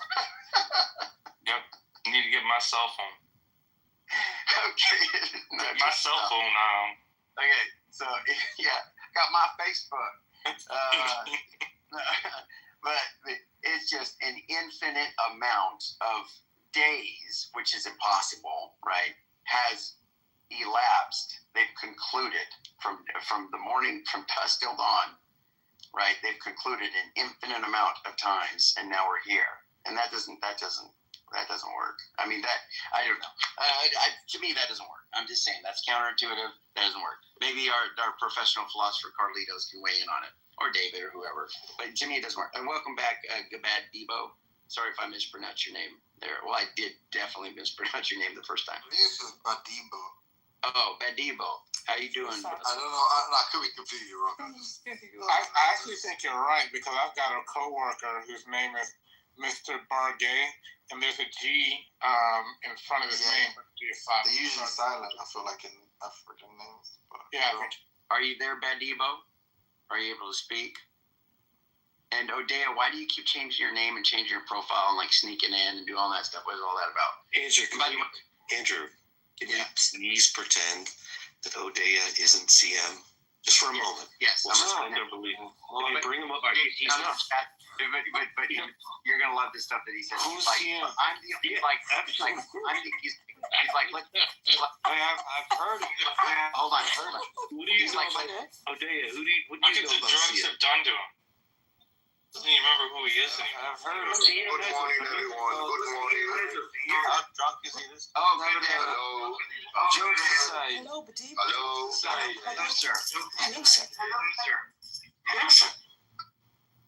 You've got a lot of background. Everyone. I'm sorry that you guys cannot pronounce my name very well. My name is Gbadebo. Badebo. Just 3 syllables. Badebo. 3 syllables there. Badebo. Badebo. It means in meaning bring back the crown. Yes. silent. Bring back the crown. The G is silent. Bring back the crown. Thank you very much. Thank you very much. Mr. David, thank you very much. Mr. Andrew, thank you very much. The rest of you, I say a very big thank you to you. I know by your time here, it says by your time over there, it should be in the evening. Am I right? What? Midnight. It's early morning. Early morning. Oh, it's early in the morning. I thought you guys. Okay. I thought midnight. Yes. I'm very, very too sure of that. By my time here, it says 8:18 a.m. I'm in Nigeria, Lagos precisely. Your son now. So. Badibo, is that Badibo? Is that haircut? Badibo. Can you pronounce ba? Badibo. Say ba. Yeah, ba. Badibo. Is it Badibo? Yeah. Badibo. Yes. In any way, you guys are really trying. Is that you guys are really trying. Is that your? That's my name. Is that your hair color? Yes, that's my name. I'm an Ifa devotee. Is that your natural hair color? Yeah. No, I'm an Ifa devotee. I'm not a Christian. I am not a Muslim. I'm a traditional person. I'm an Ifa devotee. Okay, Timothy, can you so, as a traditional person, I'm a king. Timothy. Okay, Timothy. You're a king. Can you hear me? Can you guys hear me very well? This is gonna be funny as hell. Wait, what is that? Someone is You need to translate. It's done. I want to really tell you what. Welcome, Your Royal Highness. Yeah, welcome. Odea, look, there's been a lot of suspicion about you. I don't agree with any of it, but you're said to be CM. And she doesn't. I want to come up and defend Nargis or something like that. And then he said something to the person previously that was here. He's like, let's face it. You and I both know I'm the only one that understands the multiverse and physics well enough to come up and comment on it. CM, why do you say so? That's not CM, dude. Oh, I mean Odea. No, exactly. CM said that in a different room. That's what I heard. Oh, okay. Cool. All right. Yeah. That wasn't he's a dad commentary. As always. D the Snake Stomper. It's good to have you, brother, back. I'm glad to see you. I don't drink water. Just what do you call it? Oh, I survive off vodka. Oh, Venus, I'm so glad you're here. I so desperately want you to talk to the CM. Okay, I couldn't believe I saw Narges and CM in a room. I was like, Narges, how are you able to? Yeah, patience is a virtue. Live with yourself is what you're. Well, I killed myself a million times as a metaphorical. Shut up. With the medical what? What'd you say? You kill yourself with what? With a blood knife. Oh, the blunt knife. Yeah. Well, let me just tell you. Ordea has said things like, "quote Atheism doesn't have a burden." Unquote. He says things like, "God cannot implant into the earth anything that would show that He existed over time. That's impossible." Unquote. That's a precondition. No, a precondition. I don't even know what that means. Like that response, it's a precondition. Like, what does that even mean? No, because so you guys are saying like if there was a deist God who would set up the conditions so that 14 billion years later humans saw something that convinced them of that God left a message. Which is what we said, right? Which is what exactly we said. Right. And you guys said that exactly. You guys said that he can't do it, right? You said that you said he can't do it. Because we're talking about a deist. ZM changing his profile. No, you guys know why I'm here with this. What the fuck? I'm banned. Odea, I don't think you're banned from here. Cloud's been very magnetic. No, exactly. I think my brother. It is a deistic God we were talking about, and that is God, and God is able to do that. So why did you say no? No. So again, it comes down to your definitions. Because if you're defining God, again, He's not personal. He's not interacting. He just makes a universe in which He just makes not interacting. There are deists who God exists, right? There are deists who have concluded God exists based on what they live, the experience of this life. I know. I can't disprove a deist God. I know. That's not what I'm saying. I'm not saying you can't disprove this God. I'm saying you're saying that God couldn't. That the deist God wouldn't wouldn't set up the conditions so that humans would find the sign. I didn't say he wouldn't. I said he could. Right? And you said no. That he could. Yeah, he could. Are you drunk? Are you drunk? The point is, again, they're not conditioned. In this case, your concept of a deist God is not setting up conditions or whatever. He's setting preconditions. Meaning he's setting up. Okay. This is not the traditional conception of a deist God. What are you talking about? Do you understand? It's not traditional conception. People believe in God and they're deists. No, how do they? Hold on. It has nothing to do with that. It has to do with whether a deist God would leave clues or whatever. The point is that people can come to. And you guys are saying he could leave clues before he starts the universe. You could leave clues before he starts the universe, and you thought at that point, you guys, you guys claim victory or whatever.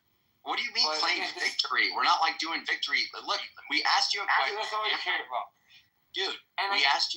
We asked you a question, and you said he could not do that. You said no.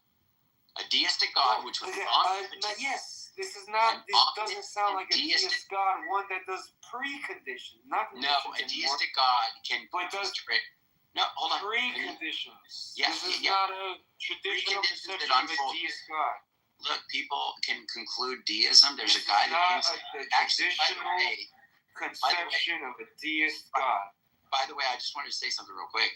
Has anybody seen Jack Burton? I haven't seen him in a long time. That's actually kind of a concern. I saw him a few days ago. Okay. So Jack Burton is a deist, okay? And he has reasons for believing that. So what are you talking about? What does that have anything to do with what we're talking about? The point is you said a deistic God couldn't do that, and that's not a classical conception that a deistic God would put stuff in the universe that would make people think that he exists later. Well, people obviously have concluded that he exists. No, and they think it's a deistic God. the traditional conception of a deist God doesn't include any pre. Then why do people believe? Okay, hold on. If there's evidence in this actual The traditional conception of a deist God is like the Aristotelian prime mover, or whatever, like whoever knocked over the first domino or gave the first bang, has nothing. It says nothing about whether he or she or it or whatever did it with any intention of leaving clues in the future. You're just not included in the conception of a fucking deistic you're God. presupposing that when people look at the universe around them, that concluding that a deistic God exists is unreasonable, and you just presuppose that. Yes, I'm not presupposing that. What do you mean? Why? A deistic God is impossible to disprove. Then it is possible. Even I say that I can't disprove a deistic God. You're being so stupid right now, Jay. You're not even tracking. Because the universe is identical, whether there's a deistic God or there isn't. Dude, the universe is identical. Is it possible that you're wrong about your conclusion about God, and that a deist who has concluded that God exists is actually in fact correct? Is that possible? This is possible. Is it It possible? could be possible, but is it okay, relevant? cool. Then it's possible. Then what I said is possible. But is it relevant? Absolutely not. It's not relevant to you. Dude, you're being dishonest, CM. Again, it's not being dishonest. CM, why did you have to change your name? Why did you have to change your name? Because he gets banned and he can't get on stage. Well, isn't that interesting? Before that happened, CM, do you not remember the conversation that we had before that happened?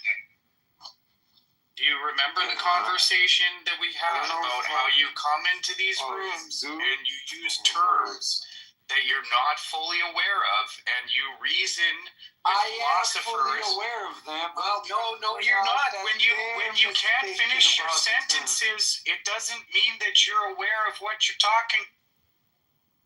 Again, I don't even really want to talk to dude because he's just been doing this. And if I gave you a warning before you lost your profile for speaking how I told you not to be speaking in these rooms? No, dude's right.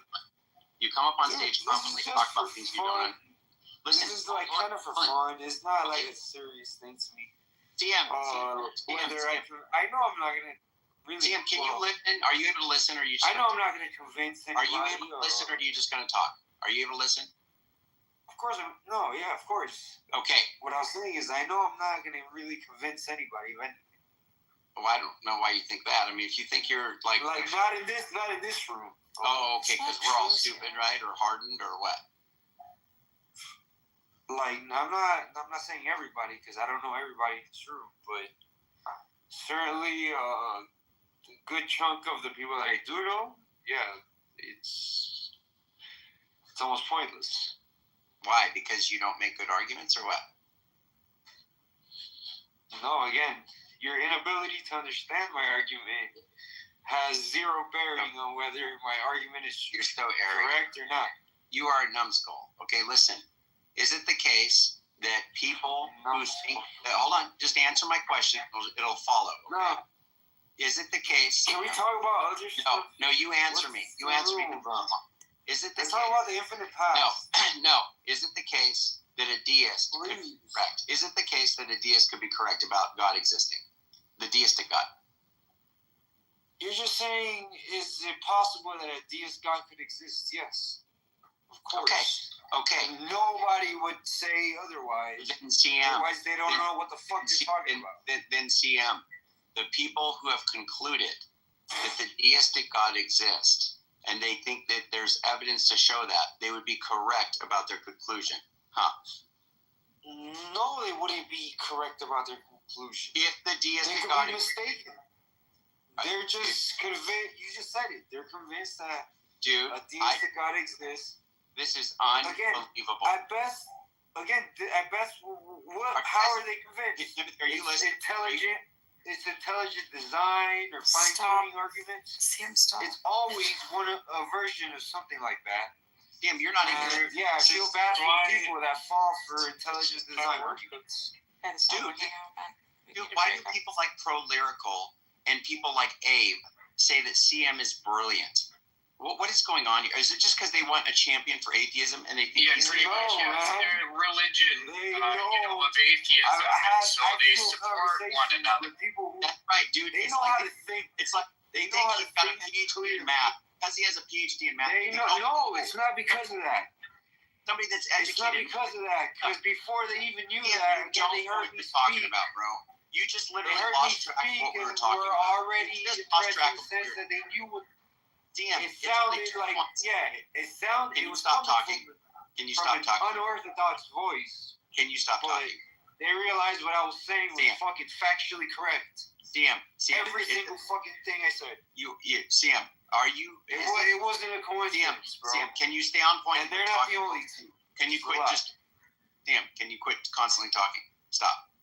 There's a reason Can you stop? Can you stop? Is it the case that the deistic God could exist? Yes or no? How many times are you gonna ask that? Just answer it again, and we're gonna do this one more time. Yes. Anybody Okay, stop. who Don't say anything fucking else. would Don't say otherwise has no idea what they're talking about. Hold on. Okay, thanks, CM. If we're in the universe, and that if we are in the universe, this actual universe right now, and it is in fact the case that that deistic God is the one that exists, then the people who have concluded that deism is true would be correct, right? Yeah, again, okay. So granting you all these things. Yep. Yes. Okay. So what follows from that? CM? Thank you for actually understanding and following. What follows from that is that a deistic God. What follows from that is that a deistic God could set up the universe in such a way that people would later discover that He exists through the world. Right? Not really later discovered. They're more CM, you believe in it. most, I'm not even commenting. That would be later. Again, they're more working backwards from their conclusion. They're convinced that a deist God exists, so they're looking for patterns that point to like His existence. Okay, CM. And they could be mistaken. They could be seeing patterns. They wouldn't be mistaken. They wouldn't CM. You're never mistaken, right? Is that what they could still be mistaken about the patterns they see. CM, but the deist God still exists. CM, the deistic God, that if they brought, is it the case that you're wrong, that the evidence that they're looking at is actually the evidence that God wanted them to see, intended for them to see it and conclude that they exist, that He exists? Is that possible? Yeah, it could be. Yeah, there you go. That's it. That's all you need. That's all you need. Nope, done. That's it. That's okay, granting you all these hypotheticals. So then that means you know were what wrong. a truth table is? So Odea, that means you were Do you know wrong. what a truth table is? And when something is a tautology. Odea, do you know what something is a tautology? Odea, stop. When literally its truth table is nothing but one. Stop. What are you talking about? Exactly. You don't know what a truth table is. I asked you if it was never possible. taken a class. If people here know what a truth table is, you just throw terms out willy-nilly whenever you feel it. When you lose an argument, you're like, wait a second, truth table. Apparently not Andrew, because he doesn't understand that if I grant him all this shit, it becomes a tautology. Then why do you deny it? No, that's not even true either. But it becomes is a vacuous conditional. You fucking idiot. Okay, let's show Sam some kindness, because maybe he can adapt and actually have a real argument. Fucking.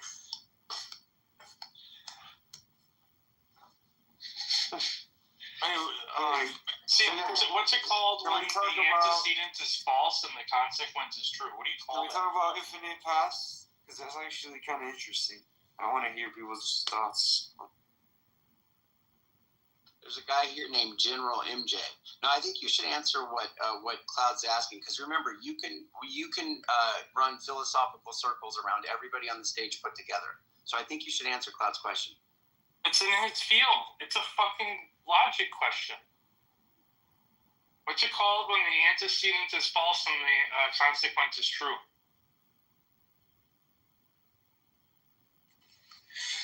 I have to think about it. I don't do logic. This is basic.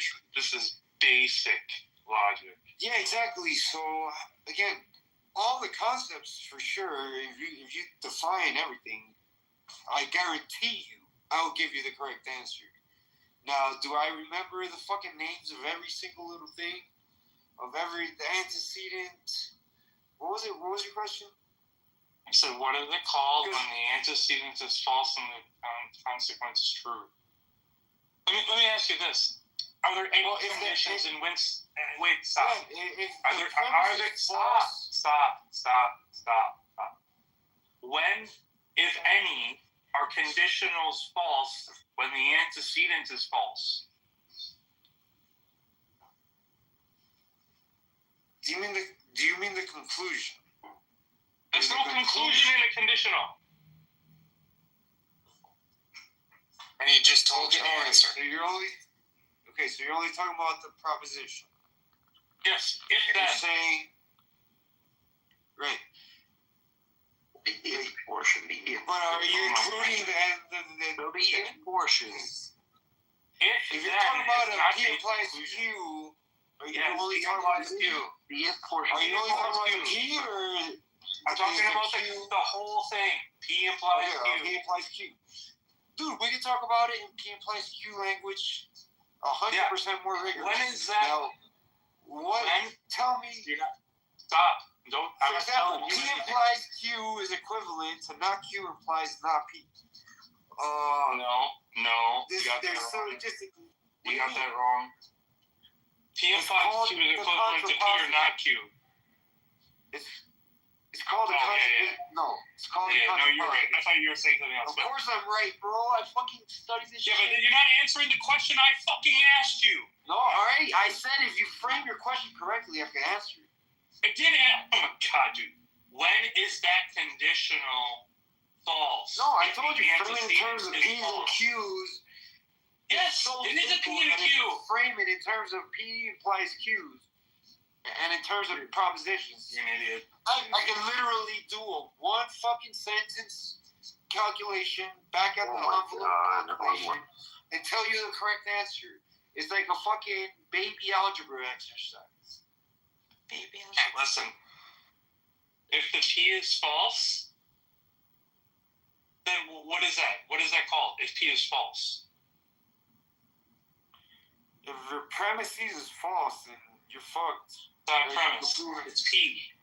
You wanted me to frame it in terms of P and Q. Yeah, if P and Q.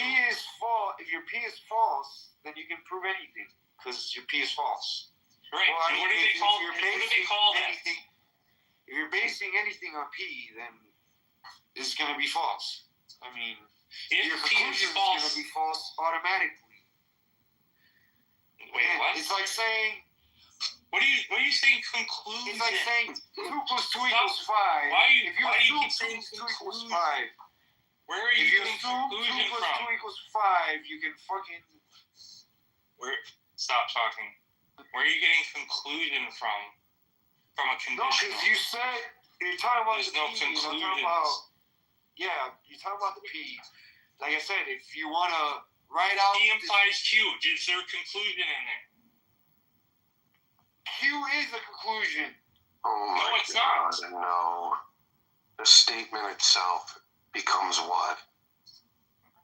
Are you saying like Q or R? Are you saying the R is a conclusion? What do you mean? If you say P implies Q or R, your conclusion is Q or R. No. This is what implies. No. He's asking the truth value of the statement. I'm talking about the truth value of the statement. In which the antecedent is false. And the truth value of the statement is what? What is wrong with propositional logic? Answer every single basic propositional logic. I took 4 hours on a fucking weekend and I know more than you. Again. I love it, yo. People that think they saw a YouTube video. And I still know more than you. I think they know more than me who took fucking mathematical logic from one of the greatest Greek logicians Yeah, alive. it's sad that you But you didn't learn the language aspect. You learned the mathematical aspect, but you obviously No, I learned the language aspect too. Well, you wouldn't be able to answer that question if that was. I read about since then. I read seriously close. I can't. It's at least hundreds and hundreds of books since then. I don't remember the reason why you should hundreds and hundreds this is the of difference between books. memorization. Since then you read hundreds and hundreds of books. I want to explain to him why an implication is not a conclusion, because it has the same truth table as P or not Q. Now, doesn't it, CM? And does that have a fucking conclusion in it?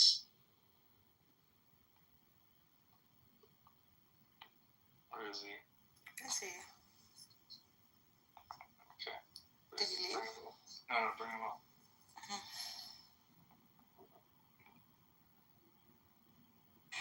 Yeah, I don't know, bro. When did I say the implication is a conclusion? This. Oh my god, dude. You said the Q is the conclusion. No, in the statement, P implies Q. P is the premise. Q is the conclusion. No, it's not. No, Maybe it is no, not. it's not. In material P is implication. the assumption. Q is the conclusion. No, Like, it you need is real not. world examples? It is not a conclusion. It is a proposition with the function of an implication between them. P and Q themselves are propositions, yes. Yes, and the function is. And the implies function. Yeah, what is the operator? Yes. Yes, is implication. That's not exactly. a That's what I conclusion. just finished saying. That's what I just finished saying. Right, and there isn't a conclusion. No, the conclusion is if, again, you do the truth values based, you do the truth table, again, assuming you do, again, on one axis, whether P is true or false and Q is true or false, on the other axis, same shit, and you work out the arithmetic, and you get a table of zeros and ones, and that's basically the conclusion. The truth table of the proposition will tell you the conclusion and whether the conclusion is true or false. For example, if you do a truth table that's sufficiently trivial that you get nothing but ones in every single case, no matter what P is and no matter what Q is, everything is you get a one in the Boolean algebra. That's called a tautology. Bro. Nobody's asking you these questions. So They're just like trying to. Are you like preaching math right now? Not exactly. Well, the That's logic, bro. Nobody cares about any of that. People are I said it's not a conclusion. Yeah, People are I'm obsessed with quizzing you. me. I'm quizzing you. Let's to talk show about you. fucking Stop infinite talking. Stop talking. Let's talk about the infinite path. Stop talking. I'm quizzing you to show, if not yourself, because I don't suspect I can show you jack shit, other people that you don't know what you're talking about. Maybe you do with math, but even in related fields like logic, you don't even know basic logic. I literally told you I could do any fucking propositional fucking argument or statement you want to make. Write it down if you actually know how to write it down, and I will calculate it on the back of a fucking napkin. Can we watch? MC, can we watch you throw that football over them mountains? Do you want to throw a football over? No, bro. Let's talk about time. Something actually interesting. What is time, CM? Instead of fucking CM, what is time? Again, always. It depends who you ask. I mean, philosophers, physicists. There's different definitions. Well, you wanted to talk about time, so what is time? Yeah. Again, if I put my it's not an easy question. Then we're talking about mainly the second law of thermodynamics. We're talking about the arrow of time and entropy. That's what time is in physics. If you're talking about philosophy, depending on the field of philosophy, you're talking about some chain or link of cause and events, cause and effects, and fucking. But then, even then, there's some smuggled in assumptions that. But again, it depends on what branch of knowledge or whatever you're talking about. Which one do you want to talk about? What do you think? What do you commit to? What is it? No, mostly the physics. I'm a fucking physicist. I study physics religiously. Physicist? You're a physicist. I study physics the way you guys study fucking the Bible or whatever. You're a physicist. Doesn't make you a physicist. No, I know. My PhD is in mathematical physics, but why'd you just say you're a physicist? I'm saying, in terms of my life philosophy, I try to be as much. Not only do I understand a shit ton of physics, even stuff that's not even related to my field. It's just because I've had a lifelong passion for physics. I actually got into physics before I got into math. I got into math because I was doing physics. And physics was just a bunch of applied math, except at the very end, we would, on Tuesdays and Thursdays, we'd go to the laboratory and we'd do a few experiments and shit and just verify the fucking week's worth of math and all these derivations that we did. We would just verify them in the lab. Snell's law, all this shit. And so that basically, that's when I realized, again, physics is just like applied math. It's just math with an extra step, a very important extra step, observation and experimentation. So yeah, I kind of took the easy route. Mathematics was way easier in the sense of all you gotta do is do the maths, build a model or whatever. But there's no in math, there's no testing. When you don't have to do that final step of eventually devising an experiment and getting your theoretical, your experimental physics colleagues to run it for you to determine the validity of your claim or prediction.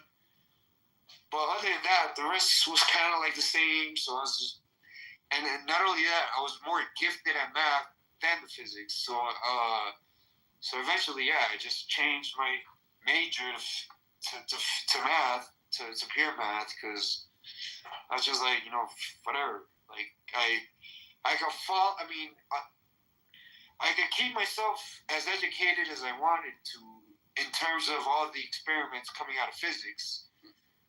But in terms of doing what I liked, shit, my fucking phone's gonna die. Sam, what do you think about the word humble? Dude, I'm very humble. When I'm around my professors, when I'm around these 70-year-old Russian guys who only drink like the most expensive wine and fucking invite me to their home, take me out to dinner and shit, when I'm around them, like, again, if you take where I am and you take the gap between me and like the average, say, calculus student, it's just blow them out. However large you think that gap is, you're the like gap between me and my professors you is end up even saying, bigger. The gap is very humble. You try to see how humble you are, and while doing it, you're like, take the average this person, I'm just way above them. And you... No, exactly. As much as you think I am above them, my professors are way more above me. This is the whole point. What I'm saying is, well, obviously, they've been doing what I'm doing for about 30, 40 years. Why do you say things like atheism doesn't have a purpose? Why do you say all I can do is hope to be to be on their level in 30 or 40 years. But Sam, why do you say things like atheism doesn't have a burden, that God couldn't make deism? In the traditional fucking, again, and the traditional arguments, I already explained this to you, so let's not go back Yeah, to this. Piper took you directly to the woodshed. Okay. No, Piper's argument was literally, it makes for better clubhouse fucking debates. No, because that's you have not. people shouting at each Not other. what Piper's arguing. That was the essence of his argument. I literally, when I told, I think, Matthew and Ali, like, I was laughing. I was like, yo, wait till you hear what you were saying, Piper's supposed defense of it or whatever. I was like, wait till you hear the fucking, the so-called defense. That at the end of the day, it's just because it makes for better clubhouse rooms. No, you don't know anything about they're more philosophy. argumentative. Again, you guys are not interested in the truth. You guys are interested What in the fuck? having these fucking clubhouse debates. Dude, you just don't know. You don't know anything about philosophy of religion. It's not a big deal. You're not. Yo, I literally took philosophy of religion. So you're a mathematician too. Then you would have understood. Then you would have understood that atheism is the implication that the entailment that no God does not exist, right? No, it's not. I've tried explaining this to, like, how? So many times. Just because you're good at one thing doesn't mean you're good at another. That's your problem. Andrews. And you think just because you're good at one thing, you're going to be good at another thing? No, again, if you want to have... Well, stop stepping outside of your stop and stop. If you want to You have... don't know anything about philosophy of religion. Fun rooms, fun Andrew. Odea. Yeah. Odea. You don't know anything about intellectually honest. Odea. I'm almost thinking that most people here in this room are just sticking around to be entertained by the wild things that you. Yeah, thanks for. That is We're not going to talk about the infinite past. We're not going to talk about the infinite past. Okay. Change the title to CM as a retard. You are so off, bro. Yeah, CM is the past. Yeah, exactly. That's what I'm saying. We're not going to talk about CM is the past infinite. Is the past infinite. CM is the past infinite. CM is the past. We're not going to talk about that. Change the title. CM. I just asked you about it. Are you listening? Are you drunk? Change the title. No. Because all we've been talking about. All we've been talking about. CM is the past infinite. CM. How? This is the reason so many people remember me 4 years later. Oh, are you gonna change it? Dude, I made CM as a retard. Yes. You're laughing stop. You're laughing stop. Because you're speaking on a topic that you don't know anything about, bro. Listening. Not even know what basic You're assuming I don't know anything about it. Okay. Title. If you I wouldn't be talking about then it. within the I domain wouldn't of be philosophy talking of about it religion, if I didn't know. if you don't know that within the domain of philosophy of religion, atheism is. Know anything about it? Okay, CM. Listen. Is the past infinite? I'll make it clear when it's my opinion. Is the past infinite? Is the past infinite? Well, again, depends on so many factors. No. It either is or it isn't. Yes or no? Exactly. Just like modern day science hasn't answered that question. I'm as humble as the scientists who make the claims that we don't have the answer to that question. So I don't fucking know. I don't know. Theories you know about geometry. You know about There's math. theories right? of the Big Bang. You don't know about philosophy of literally religion. began. Daniel. Daniel, he's like me, like my fellow astrophysicist. We remain humble about this. And we don't know the answer. Yes, we don't claim to know the answer. Yeah, CM. Unlike you guys who claim to have divine revelation. Is it legal? Now he just DM'd me and he asked me if you could stop bullying CM. Yeah. Really appreciate Tell him it. to come in here and we'll talk to him instead. Hey, CM. Whatever. My phone's gonna die any second now. So. Okay, CM. That's I ask as many questions because you don't have a position. You don't even have a position on it. So listen, CM. Is it the case that if somebody says there is no God, that they are an atheist? Of course. I mean, they're what we call like a strong or a Gnostic atheist. Yeah. Very good. A strong or There we go. Now we're making No A. With a G. Starting with a G. agnostic atheist. I'm They're a not. strong What atheist. does They're knowledge? not. What the fuck does knowledge have to do with any of this? Well, he's saying you're Different theories of knowledge. Because they're making the positive claim that God doesn't exist. They're making the positive knowledge claim that God doesn't exist. No, they're saying they That's what it has to do with believe that God does not exist, right? They believe there is no God. Do you get that? Well, of course. Again, There you belief and go. knowledge- Where's the belief and knowledge? knowledge are intimately Now we're talking. one implies the other, the other one doesn't imply the first. If you know something, it also follows that if you know that it's raining outside, it also follows that you believe that it's raining outside. So if you know something, it follows that you also believe. Okay, that's fine. It doesn't work the other way around. Damn, why aren't you If an you agnostic? believe something, Damn. it doesn't mean that you know it. Damn, why aren't you an agnostic? I am an agnostic. I'm an agnostic atheist. For like the millionth time. All you gotta do is believe. So you lack belief that there is a God, right? So you're much like the agnostic theist. Is that I correct? don't lack belief. I'm Idiot, unconvinced. are you like an agnostic theist? I'm not Identical. convinced by any Hello? argument ever put forward. Are you much like an agnostic theist who says they lack belief in God and yet they have No faith in wonder God? people think this shit is fucking. Hello? Do you not understand what's being said to you? Are you much like the agnostic theist who lacks belief that there's a God?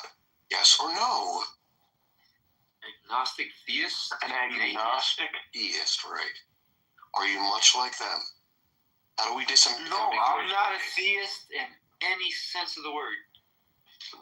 The agnostic theist lacks belief that there's a God. They do have faith. They're a fideist, right? They have faith that God exists. Right? Yeah, You I understand don't that? have any of that. That you are also right under your own, rubric, an agnostic theist as well. Dum dum. No, by no means. Of course Okay, not. what's the symmetry breaker? That there's How are you fucking different? zero How are you evidence different from for an? the How are you existence of a different from God. an? How are you There's different from an zero agnostic evidence. theist? How are you? Yeah, and so and that also to God yeah, as and there is for fucking. and also that's and that's And that also number is consistent zero. with that's also consistent with an agnostic theist, right? It's also consistent with an agnostic theist, right? Hello? We're trying to like play word games now. No, it's not a word game. You are playing a word game.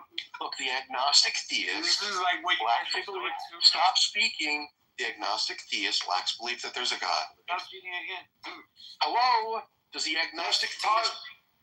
let's talk about the actual fucking topic. I'm done talking. See, because you know that you have no response to it. No, because I've done it too many Look at the fucking title. times, bro. Look at the title. Well, I know these are This titles. is the topic. This is the topic. Alright, Yeah, now, but so agnostic. again, unfortunately, Odea, what is an agnostic Wait. theist? The fuck, nobody knows Odea. What is an agnostic theist? I'm not answering a fucking question till you put CM back. No, but look. You know what? If you like, we'll go 360 degrees right back. Hold on, oh shit, wait. So Celsius here? Just change the title. Celsius was talking about theoretical physics earlier. Yeah, it's funny. It's Oh funny my that God, you what a coward intellectual you are, bro. Hey, he No, was talking again. about humility, and he's like, "Oh, let's go back to CM being in the title. That's the only way I can." No. Very humble. Give me Very all. humble. Give me all the freak. I'm not the one fucking doing it. Okay, what is an You agnostic want to make theist? rules about Hello? me and talk What is about an me? agnostic? What is an And agnostic give theist? me all the free. Hello? Hello. Cloud. Hello, short circuit. Hello, short circuit. You might get. What is, You might get. define to me an agnostic theist. I'm not What the- is an agnostic theist? Like. And how does it differ from an agnostic atheist? Okay, do your own homework, bro.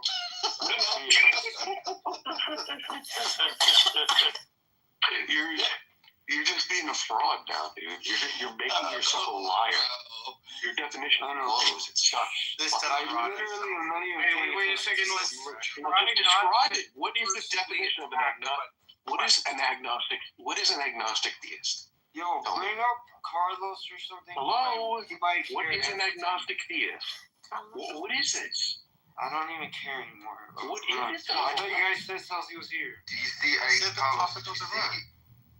Do you see how you're being used though? Like weaponized, basically, like legitimize any stupidity. It's kind of bad. It's kind of tarnishing your reputation. What's going on? No, but like, come on, bro. At some point, You guys. Celsi. No, hey, CM. Hey, I sent you a DM from my man. From the CM. Sent you a DM. The one that everybody here is obsessed with. Cause like I'm like the only real scientist. A centimeter. A centimeter. A centimeter. If you're really engaged, a centimeter. I love Celsi. Daniel, bro. Yeah, you gotta stop. Celsi, are you there? Damn, you're like Celsi, and then you're like, everybody said Celsi. Cecily. Celsi, are you there? He said Celsi.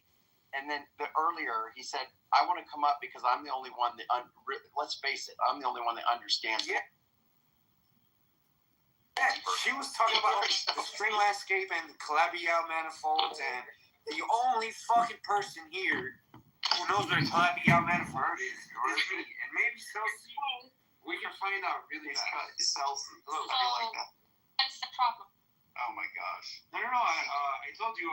Isn't it sensitive? Again, well, they be bringing up on stage here and there because they're fucking obsessed with me. Answer the question. They're so obsessed with me. They Leslie is she's the one who's Japanese. They're real obsessed. Yeah, that's it. No, Celsi, are you? I know. So yeah. Are you doing a PhD in physics or something like that? No, I do not do PhD.